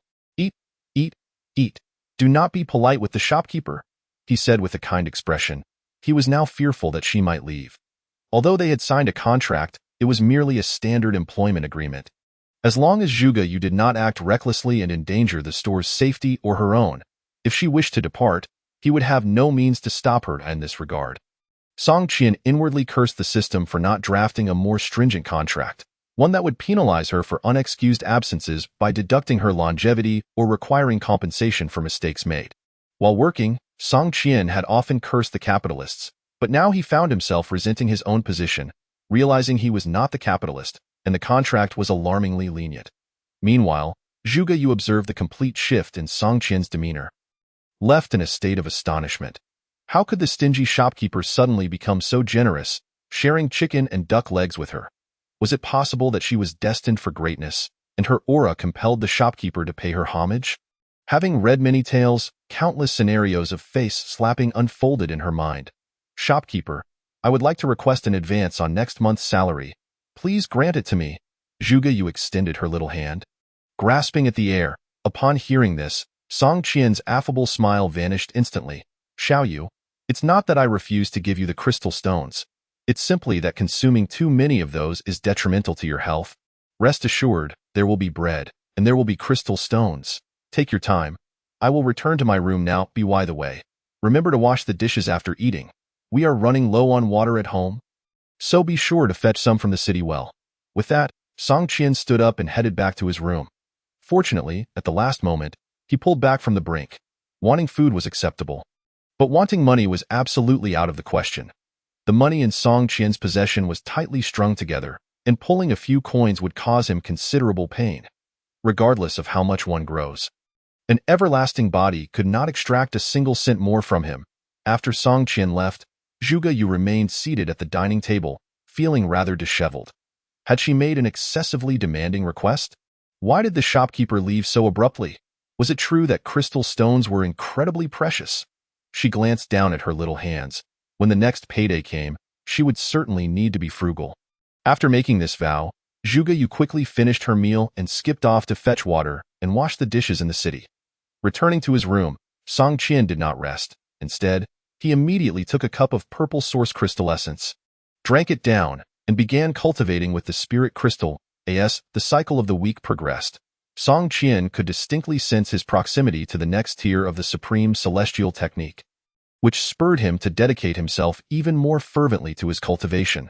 However, despite his eagerness to practice, his stomach began to protest vehemently as a wave of hunger washed over him, gradually overtaking his thoughts with the desire to eat. At that moment, his hunger surged uncontrollably, akin to having gone several days without sustenance while engaging in strenuous labor. He felt ravenous enough to gnaw on the greenery by the roadside. Reluctantly, Song Qian had to cease his training. It had barely been a short while since he last ate, and there was little left to consume at home. Upon stepping outside, he found Zhuge Yu absent, the kitchen containing only a few bowls of water, evidently just fetched, while Qin Wei lay slumped on the sofa, barely conscious. It was an untenable situation. He certainly could not resort to gnawing on Qin Wei. He was not a cannibal, after all. After rummaging about, he finally unearthed 2 hard and dry steamed buns that he had previously bought to express gratitude to the vendor. Having been spoiled by a life of daily meat, he had carelessly abandoned them in the kitchen. Little did he know, they would now become his lifeline. With a mouthful of bun and a sip of water, Song Qian savored the taste as if it were the most exquisite delicacy, far surpassing even the chicken and duck legs he had consumed earlier. Thanks to the kind vendor of steamed buns, I shall make this establishment my go-to in the future, he thought, sitting on the floor, nearly moved to tears as he devoured the bun. The sensation of hunger he experienced now was more torturous than the days he had spent starving upon first arriving in this world. It seemed the side effects of consuming the essence of purple source were truly formidable. After finishing the bun, his hunger merely waned slightly. He was still quite famished, though no longer in a frenzied state. Rising to his feet, Song Qian bolted out of his home, racing toward the nearest tavern. On the streets, passers-by beheld his famished appearance and instinctively recoiled, murmuring to themselves in astonishment. Just when the establishment had settled down, a new madman had emerged. A grand city, Longhua was a bustling metropolis, illuminated by lights at night. Unlike ancient times when curfews were imposed, the streets remained vibrant even in the mortal realms. Song Qian dashed into a tavern, demanding that the staff prepare an entire meal according to the menu. The sight of him sent the waitstaff retreating in fear. Ultimately, it was the bold proprietor who personally attended to him. After indulging in a lavish feast at the tavern, Song Qian emerged, leaning against the wall for support. Behind him, the proprietor and the servers, along with the kitchen staff, waved him off with jovial smiles. The reason was simple. Song Qian had single-handedly consumed the entirety of the ingredients they had prepared, achieving the night's revenue in one sitting. Take care, esteemed guest. Come again for more delicious fare. The proprietor, having procured a handkerchief from somewhere, waved a farewell to the departing Song Qian. With that, they could close up shop early. The proprietor gestured for the servers to lock the doors and, with a satisfied demeanor, turned to count the earnings at the counter as he made his way home. Song Qian took deliberate steps, cautious not to walk too briskly lest the drunken shrimp and roasted chicken he had just consumed threatened to resurface. This outing had thoroughly depleted his finances. "Xiao Yu, come out and welcome your store manager," he called out upon reaching the entrance. Hearing the commotion, Zhuge Yu bounced out from inside, her expression shifting to one of shock upon seeing Song Qian's current state. "Store manager, who did you provoke? You look like you've been beaten to a pulp, swollen at least 2 or 3 times. Zhuge Yu gestured at Song Qian's body, noting his stomach, which had ballooned significantly since he had left. "How could they be so cruel as to target your stomach, store manager? It's practically a ball." Zhuge Yu rushed over to support Song Qian, eyeing her eyes. He must have been too miserly, resulting in an ambush when he ventured out at night. "Store manager, tell me who did this to you. For just 10? No, 5. Spirit crystals. I can help you take revenge," she exclaimed, waving her hand. Seeing how earnestly she spoke, Song Qian could only roll his eyes in exasperation. "Enough with the nonsense. No one attacked me. Just help me back to my room. If I don't hurry to cultivate, all that food will digest away," he urged. "Che, you can't even spare 5 spirit crystals? And yet you expect to be taken seriously? No wonder you got beaten up," Zhuge Yu muttered under her breath. Reluctantly, she assisted Song Qian back to his room, and after sending her away, he leaned back on the bed. Finding a comfortable position, he drank a cup of the essence of purple source and began his cultivation. This time, he did not immerse himself completely. He merely cultivated until the food in his stomach was digested. Stopping once, he felt a slight pang of hunger. After halting his practice, Song Qian let out a sigh of relief. He was now one step closer to the second tier of the supreme celestial technique. Though this hunger is uncomfortable, it is bearable. I did not anticipate the side effects of the essence of purple source to be so pronounced," he reflected while seated on the bed. "Alas, with such a marvelous treasure, I must share it with my dear friend the electric mouse, for we are as close as brothers."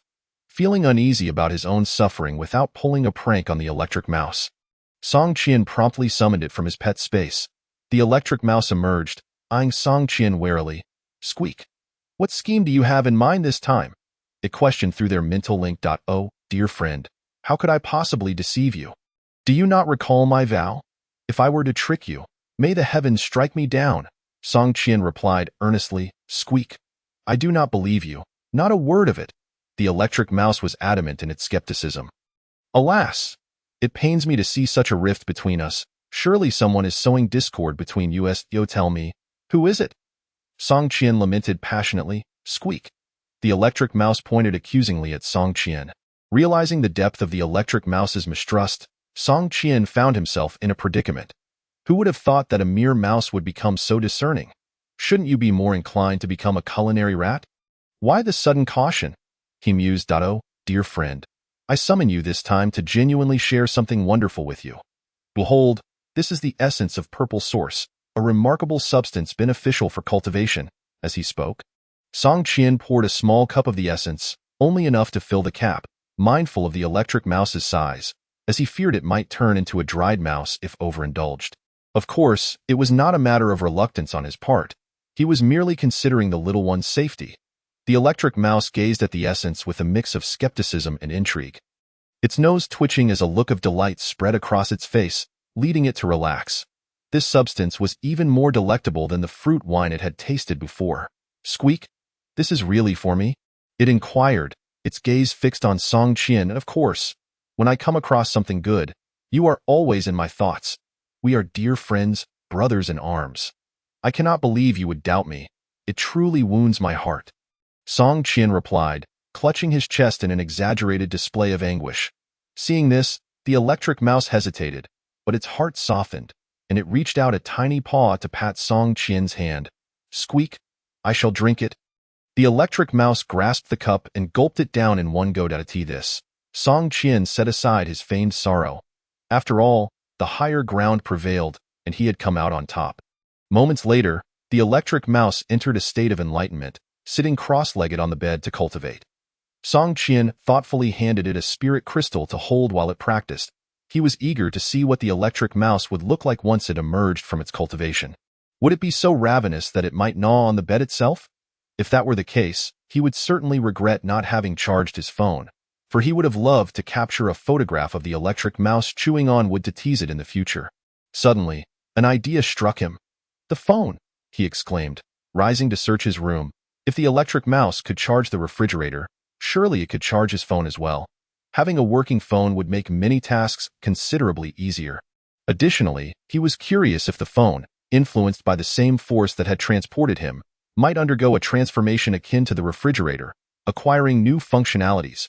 However, as he contemplated this, he felt a pang of regret for having coaxed the electric mouse into drinking the essence of Purple Source. As he would now have to wait for it to finish its cultivation, he could never interrupt its practice. Minor pranks were acceptable, but not when it came to cultivation, lest he inadvertently cause harm. Before long, the electric mouse swiftly emerged from its meditative state, a wave of hunger crashing over it like a tide. Squeak! You tricked me! It exclaimed angrily, collapsing onto the bed, racked with hunger. Seeing this, Song Qian hurriedly retrieved an oil paper bag from behind him. He could never truly allow the electric mouse to suffer. He had packed some food from the tavern. Upon unwrapping the oil paper, he revealed half a roasted chicken, which he presented to the electric mouse. The moment it caught a whiff of the aroma, the electric mouse's eyes widened, and it took a hearty bite. Within mere minutes, half the chicken had been reduced to a mere skeleton. Squeak! The electric mouse turned to Song Qian, inquiring with its gaze if there was more. The meat is gone, but I have some savory pancakes left, flaky and fragrant. Song Qian produced another oil paper bag. The electric mouse snatched it up, tearing it open and devouring the contents with fervor. It only ceased its eating once its hunger had been completely sated, setting down the pancake and fixing its gaze on Song Qian, pointing a tiny paw at him. Squeak! Squeak! I shall never trust you again, it declared, sulking on the bed, glaring at Song Qian for failing to inform it of the severe hunger that followed the consumption of the essence of Purple Source. Had it not been for its overwhelming hunger at the time, it would have nearly scampered off to gnaw on wood, tables, and chairs. Oh, little mouse, I am merely training you. Now you understand the folly of consuming food from strangers. Do you not? Song Qian remarked with a benevolent expression, gently patting the electric mouse's head. Squeak! The electric mouse twisted its head, extricating itself from Song Qian's grasp. Be a good creature. Charge my phone first, and then you may express your dissatisfaction in the pet space. Song Qian seized the electric mouse's head, vigorously ruffling its fur. With no other option, the electric mouse reluctantly began to charge the phone to escape Song Qian's clutches. Initially, it was approached with a trial-and-error mindset, considering the phone's battery voltage might not be compatible. However, just like the refrigerator from that time, the moment it was plugged in, the phone lit up. Yet, when Song Qian unlocked the home screen, he was taken aback. All of his apps had vanished, including those paid games, leaving behind only a camera function. Had the phone undergone a transformation? Song Qian pondered. Out of curiosity, he opened the camera and aimed it at the electric mouse. A square frame locked onto the electric mouse, and a series of text appeared within it. Name: Electric Mouse. Level: Spirit level upgradable. View upgrade materials. Realm: Great perfection of blood exchange. Realm: Breakthrough possible. Divine ability: External incarnation. Skills: Electric shock, upgradable. Acceleration charge, keen power. Chapter 59. Method of advancement. Gazing at the text that materialized on his phone, Song Qian tapped the screen. Upgrade path: Electric mouse, spirit level, thunder mouse, celestial level. Upgrade path: Electric mouse, spirit level, nether mouse, king level, goodness. It can truly evolve, Song Qian exclaimed, clicking on the thunder mouse entry, and instantly information sprang forth. Thunder mouse. Evolved from electric mouse, capable of storing vast amounts of lightning within, mastering an even more potent thunderous power. Wow, this looks promising, but how does one advance? Exiting the interface, Song Qian noticed another entry beside the thunder mouse that read upgrade materials, and he clicked on it. Methods for advancement. 1. Consume a large quantity of thunder flowers for a chance to evolve. 2. Use thunder beast bones, thunder flowers, lightning snake gallbladder, and thunder pattern grass to create a thunder pattern beast bone potion, which, upon digestion, has a high probability of leading to evolution. 3. Undergo a significant thunder baptism for a chance to evolve. Excellent. It even informs me how to advance. Song Qian nodded in satisfaction. He then clicked on the second evolution path's entry. Nethermouse, a warrior from the Nether Realm, possessing the ability to conceal its form, can wield shadow power to obscure enemies' vision, dragging them into the shadow domain to diminish their combat prowess, possessing an undead attribute. This one seems good too. It clearly points towards an evolution in the direction of an assassin master. Furthermore, at the end of the entry, there's an undead attribute. Such a characteristic would undoubtedly be a golden trait in any game, a legendary talent. Adhering to the principle of comparison shopping, Song Qian clicked on the materials and methods required for the Nether Mouse. Methods for advancement. 1. When the electric mouse is on the brink of death, throw it into the Nether Realm for a slim chance of evolution. 2. When the electric mouse is near death, administer a shadow potion for a chance of evolution. Upon reading these two methods, Song Qian felt the veins on his forehead throb. Both methods required putting the electric mouse in a near-death state, which was exceedingly perilous. One misstep, and the electric mouse would truly return to the system. Despite Song Qian's desire to elevate his spirit-level electric mouse to celestial level or even higher, he currently lacked the means to do so. To speak of other matters, he had not encountered any of the conditions presented in the evolution methods, whether it be thunder flowers or the alchemical materials. He had never even heard of them, let alone sought them out. As for the shadow potion required for evolving into a nether mouse, he had no clue what it was, nor did he know where this so-called nether realm was located. The only feasible condition he could possibly fulfill was the third item in the thunder mouse method, undergoing a significant thunder baptism. Translated, that meant frequently getting struck by lightning, perhaps through the strikes. It might just evolve. Moreover, and most importantly, he had the means at home. The system's punishment was, after all, lightning strikes, and since he had the necessary conditions right at home, why not give it a try? It wouldn't cost anything, and he wouldn't be the one suffering. Well, primarily, he wouldn't be the one suffering. Little did Song Qian realize that alongside his transmigration, his household appliances had also mutated, acquiring various wondrous abilities. The refrigerator, now at absolute zero, and the phone that could inspect pet evolution conditions. Little mouse, look, I've found a way for you to advance to celestial level. Song Qian excitedly presented the phone to the electric mouse. The electric mouse stared at the phone, its expression one of confusion, and upon seeing the third method for evolving into Thunder Mouse, an ominous premonition began to spread within. Squeak. The electric mouse squeaked hesitantly.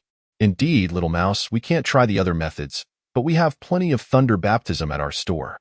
As long as you cause a ruckus and let the system strike you, we're good to go. Let us try it. Song Qian insisted earnestly. Squeak, squeak. The electric mouse was infuriated upon hearing this. So it was not him who would be struck by lightning, was it? Could one simply execute such a trial? Moreover, being struck by lightning could be too much. It was an electric mouse, not a conductive mouse. If the lightning was too strong, it wouldn't withstand it, and it would truly meet its end. Oh, little mouse, think about it. Once you reach celestial level, you shall become a noble celestial pet. Then, those female mice will surely flock to you in droves.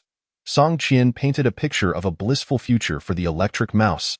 And just imagine, once you ascend to celestial level, your power will increase, and your realm will break through to even greater heights. At that point, even if I wanted to trick you again, I surely wouldn't be able to. Song Qian spoke earnestly, his expression sincere. After hearing this, the electric mouse suddenly shifted its attitude, becoming quite intrigued. It was uncertain whether it was captivated by Song Qian's depiction of the female mice or by the assurance that it would not be tricked again. Squeak? The electric mouse inquired, worried about when the endeavor would commence. When to start? We shall discuss it after a good night's sleep. Song Qian yawned. Since entering the secret realm, he had yet to enjoy a proper sleep. All he desired was to sleep until he naturally awoke, and all other matters could wait until then. With that, he tossed aside the covers and burrowed back into bed, gradually drifting into slumber, leaving the electric mouse in a state of bewilderment. The following day, Song Qian was roused by the sound of Zhuge Yu knocking at his door. Bang, bang, bang. Store manager. Store manager. It's time to get up. I want to draw cards. After a day of observation, Zhuge Yu had developed a profound interest in drawing cards. She had hardly slept a wink, pondering what she might draw. Thus, bright and early, as the sun rose, she hurriedly knocked on Song Qian's door. Meanwhile, Song Qian, still lost in a dream, was startled awake by the loud knocking. What is the rush? Stop knocking. Angrily, Song Qian leaped out of bed and flung open the door. There stood Zhuge Yu, fist raised, waiting outside. Store manager, the sun is up. It's time to open the store. I want to draw cards. Zhuge Yu exclaimed joyfully upon seeing Song Qian awake. However, her smile quickly faded. What's the rush? Given yesterday's stellar performance, I, the store manager, have decided that we shall take a half-day off today. The store will remain closed in the morning, and you too shall have a half-day off. Go play.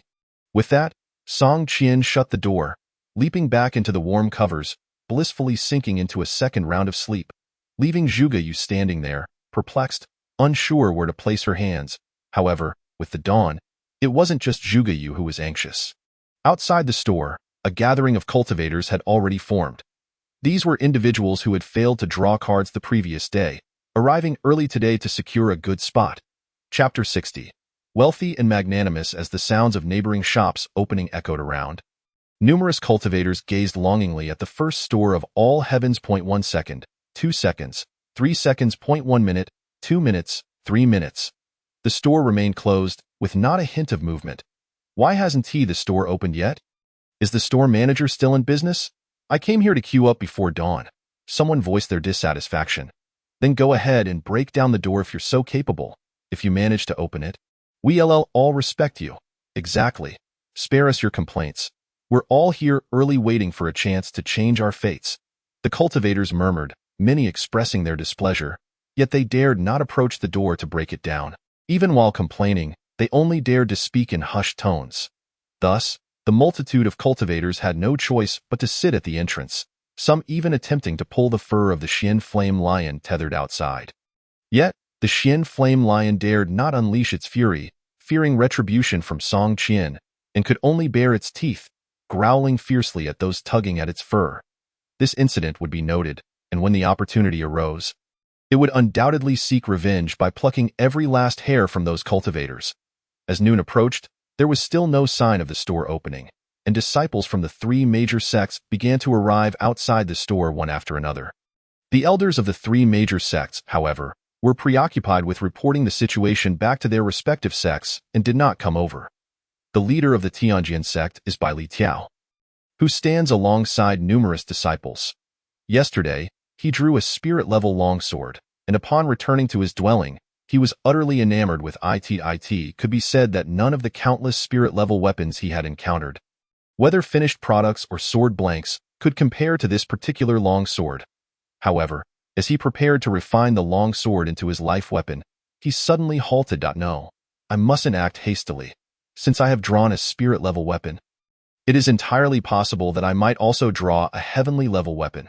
Refining a heavenly-level weapon would surely be far superior to refining a spirit-level one. Realizing the implications, Bai Li Tiao decisively turned his attention away from the spirit-level longsword in his hand and resolved to return today to see if he could draw a heavenly-level divine weapon card. If he were to draw a heavenly-level longsword and refine it into his life weapon, combined with his own sword intent of the heavenly sword, wouldn't he become an invincible presence amongst his peers in the Tianjin sect? At this thought, a figure emerged in Bai Li Tiao's mind, the true disciple of the sect master, the heir of the Bajiang Peak, and the foremost among the young generation of the Tianjin sect, his target of aspiration. If he possessed a heavenly-level divine sword, he could contend for the title of the young first among them. Little sword, it's not that you are unworthy of me, but rather that my standards have elevated. Rest assured, I will still make use of you in the meantime and won't neglect you. Cherishingly, he wiped the long sword in his hand before putting it away. This moment, Bai Li Tiao led the group, eagerly anticipating the swift opening of Song Qian's shop. His thoughts were entirely consumed by the card draw, completely oblivious to the fact that a few individuals had been stealthily following him from the inner city to the small shop. Is this the store? The one run by the cultivator who acquired the heavenly-level halberd? Indeed, it is here. I have overheard those cultivators chatting about it. Very well, let us hurry back to report to the elder, and then return to seize the heavenly-level halberd. Several voices echoed from the shadows of the street corner, accompanied by fleeting silhouettes. As the afternoon wore on, during the time when ordinary folk finished their lunch, the shop door finally swung open. Song Qian, yawning, glanced outside. Oh, are you Zhongzi? Speak honestly. During the time I've been in this room, Have you altered the drop rates again? Song Qian mused silently. 1 heavenly grade card was insignificant, but 2 made him uneasy. Although the outcome of the draws in this shop bore no consequence for him, his income was fixed monthly, and the customers' luck did not affect the store's revenue. He felt a duality of concern for his patrons. Fearing both their struggles and their triumphs, a heavenly grade card could certainly be likened to a luxury vehicle. At that moment, Zhuge Yu spotted Song Qian emerging and joyfully waved 2 cards in her hands. Well, manager, I've drawn 2 heavenly grade cards consecutively. Hee. Am I impressive, or what? Upon closer inspection, Song Qian read the details on the cards. Type, Divine Weapon Card. Name, Lingbao Hu. Grade, Heavenly. Description, absorbs the spiritual energy of heaven and earth, transforming mundane water into spiritual water infused with power. The Lingbao Hu can manipulate this spiritual water to form a massive water dragon to assail foes. Type, Beast Card. Name, 9 Lives Plum Blossom Deer. Grade, Heavenly.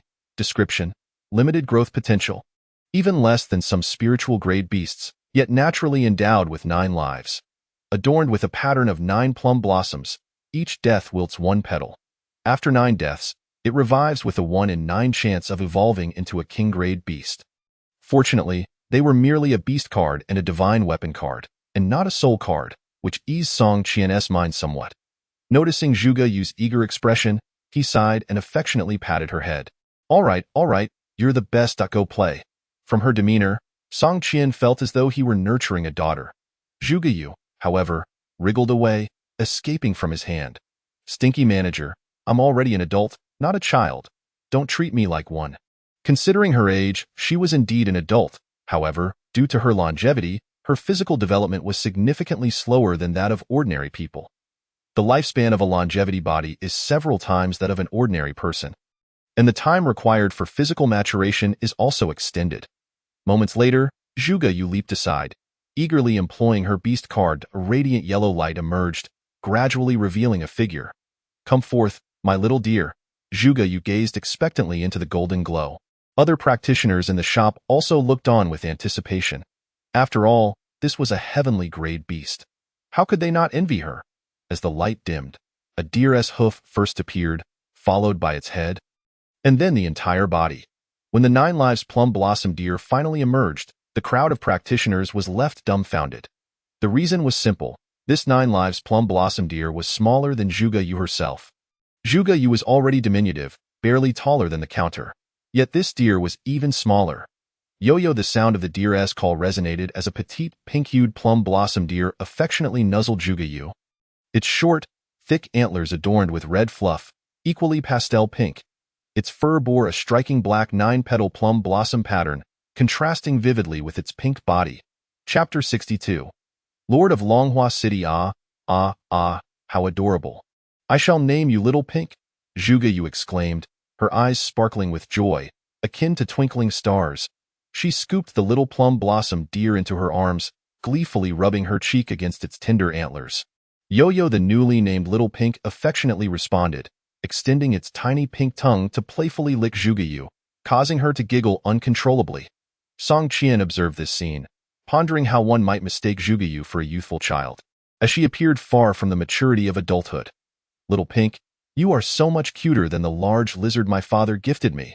Zhuge Yu clung to Little Pink, unwilling to let go. Meanwhile, the shop's patrons cast envious glances at Zhuge Yu and her newfound companion. What were they envious of?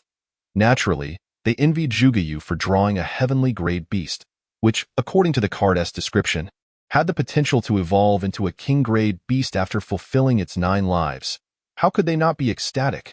Some were so overwhelmed with jealousy that they could scarcely contain it. Among them was the Lord of Longhua City, who had just arrived at the shop's entrance and witnessed Zhuge Yu drawing 2 heavenly grade cards in succession. At the entrance stood a modestly dressed middle-aged man in luxurious robes. His gaze fixated in disbelief on the little pink deer cradled in Zhuge Yu's arms. He was the current Lord of Longhua City. Situ Jin.as, the Lord of Longhua City. He was the only practitioner of the Baxiwen realm in the city prior to the arrival of the elders from the 4 major sections. Longhua City was merely a small town within the vast Wujing dynasty, ranking low among its 100 cities, and the resources it received from the dynasty were minimal, leaving little room for strong practitioners to reside there. Had there not been a secret realm opening, attracting the 4 major sects to send representatives, Longhua City would likely not have experienced such bustling activity. Recently, he had heard reports about a remarkable little shop that had drawn the attention of the Liu family head and the Wang family head. The latter had reportedly fallen into a coma after visiting, and his cultivation had regressed. Many practitioners from various clans had flocked to this little shop, piquing the curiosity of the Lord. However, he had been preoccupied with matters relayed from the dynasty and had not yet visited the shop. Upon hearing that the 4 major sects were moving into Longhua City, he had been compelled to attend to that matter first. It was only now that he found the time to explore this so-called miraculous establishment.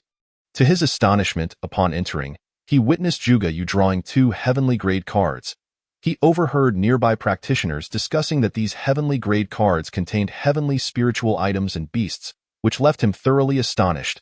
It was worth noting that even he, as a city lord, possessed only one heavenly-grade spiritual item, the Lord Seal that governed the city's formation, which belonged to the Wujing dynasty, though he temporarily held it in trust. Seeing Zhuge Yu truly summon a heavenly-grade beast convinced him of the practitioner's claims. A shop so extraordinary, nestled in Longhua City, what benefits might it bestow upon me? Situ Jin pondered silently. With such a shop, Longhua City might have a chance in the upcoming events, though time was short.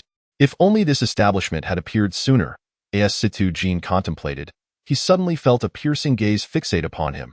As a powerful Baxiwen realm practitioner, he swiftly discerned that the owner of the gaze was behind him and was a practitioner of the Lingti realm.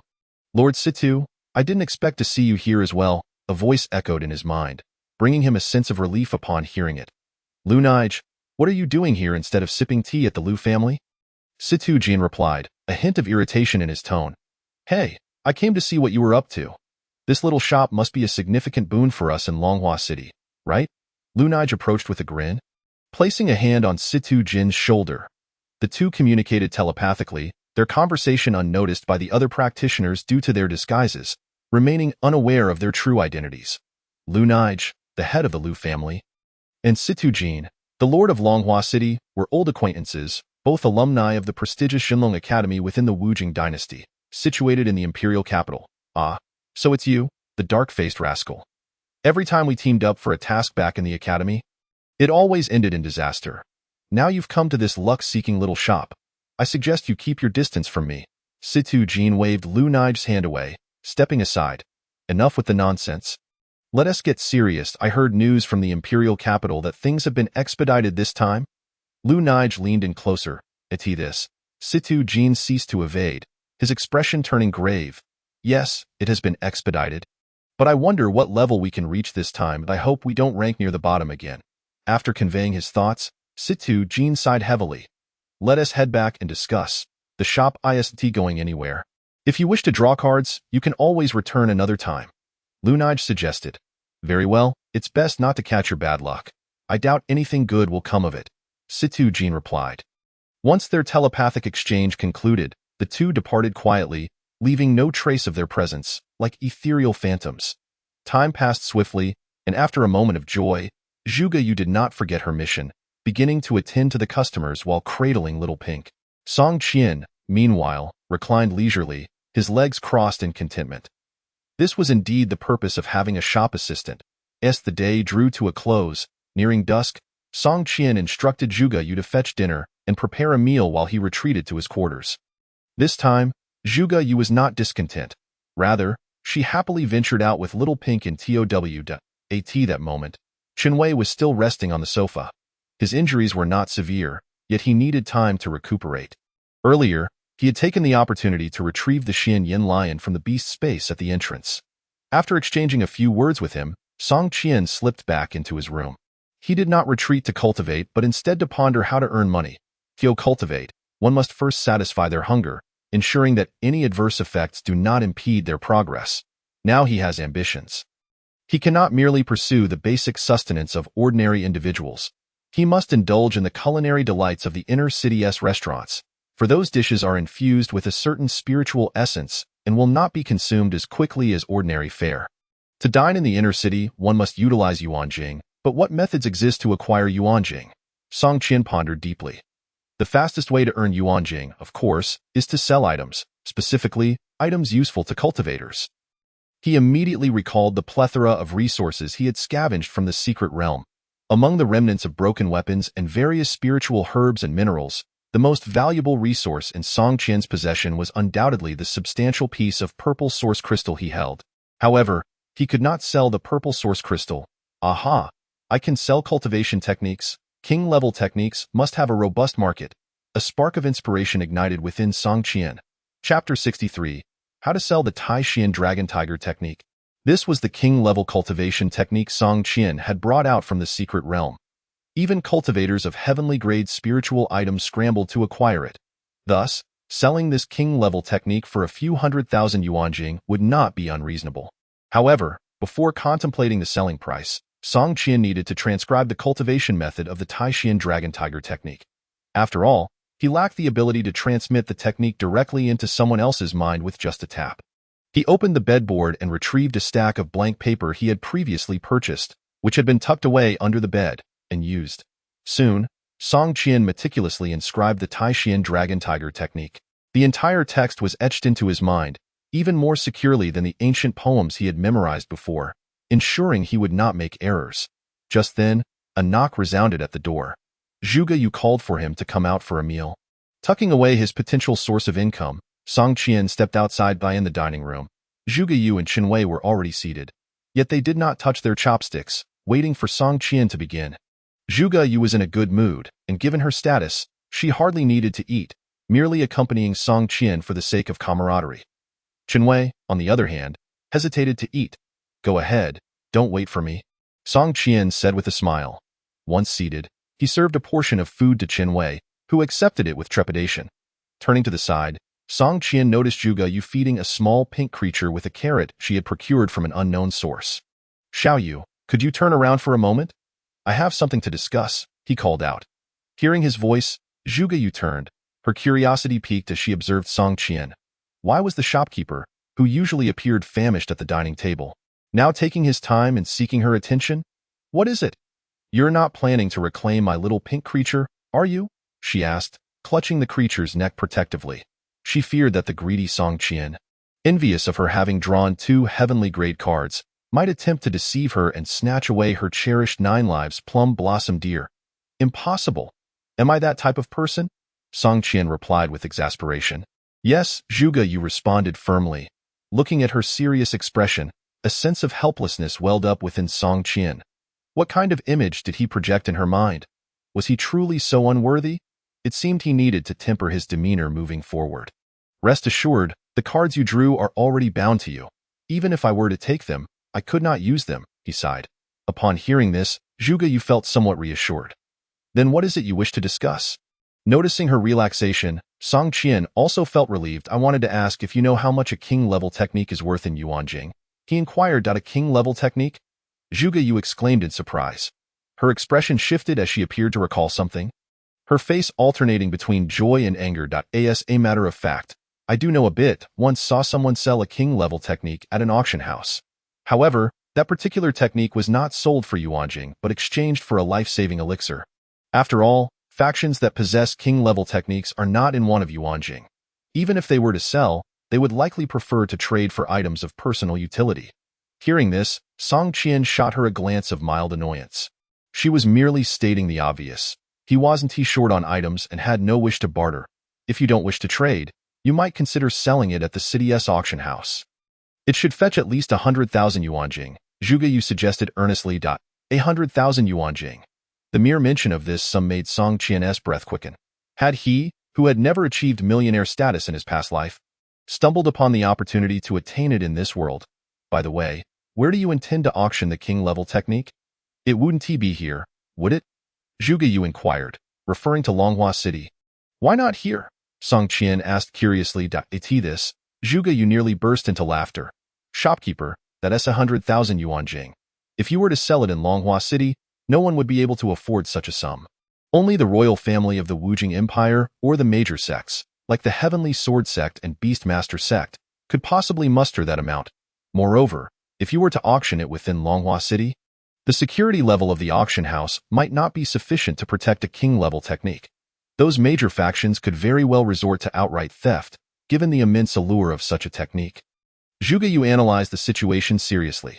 Listening to her words, Song Qian contemplated and dismissed the idea of placing the Taishian Dragon Tiger technique in the auction house within Longhua City. It wasn't merely a matter of safety. He could conduct transactions within his small shop, rendering it impossible for the major sects to steal. Instead, he envisioned a method that would allow the Taishian Dragon Tiger technique to be sold for an amount exceeding 100,000 yuanjing while simultaneously attracting a vast clientele to his shop. Resolute, Song Qian stood to return to his room. Halfway there, he suddenly turned to Zhuge Yu. By the way, your little pink creature is on the verge of turning deep red. Aren't you going to let go? Upon hearing this, Zhuge Yu realized she had been gripping the creature's neck tightly and had not noticed at this moment. The poor little creature, too afraid to resist its owner, had its head swollen from the pressure. With all the blood pooling in its head, turning it a deep red, Zhuge Yu quickly released her hold. Yo-Yo, the little pink creature, finally squeaked a couple of times, relieved to have escaped what could have been its first brush with death. Thanks to Zhuge Yu's timely release, at the dining table, Chen Wei silently consumed his meal. The actions of his benefactor were indeed unconventional. Even the shopkeeper embodied such vitality. Deep in thought, Chen Wei quickly took a few bites of food to suppress his amusement.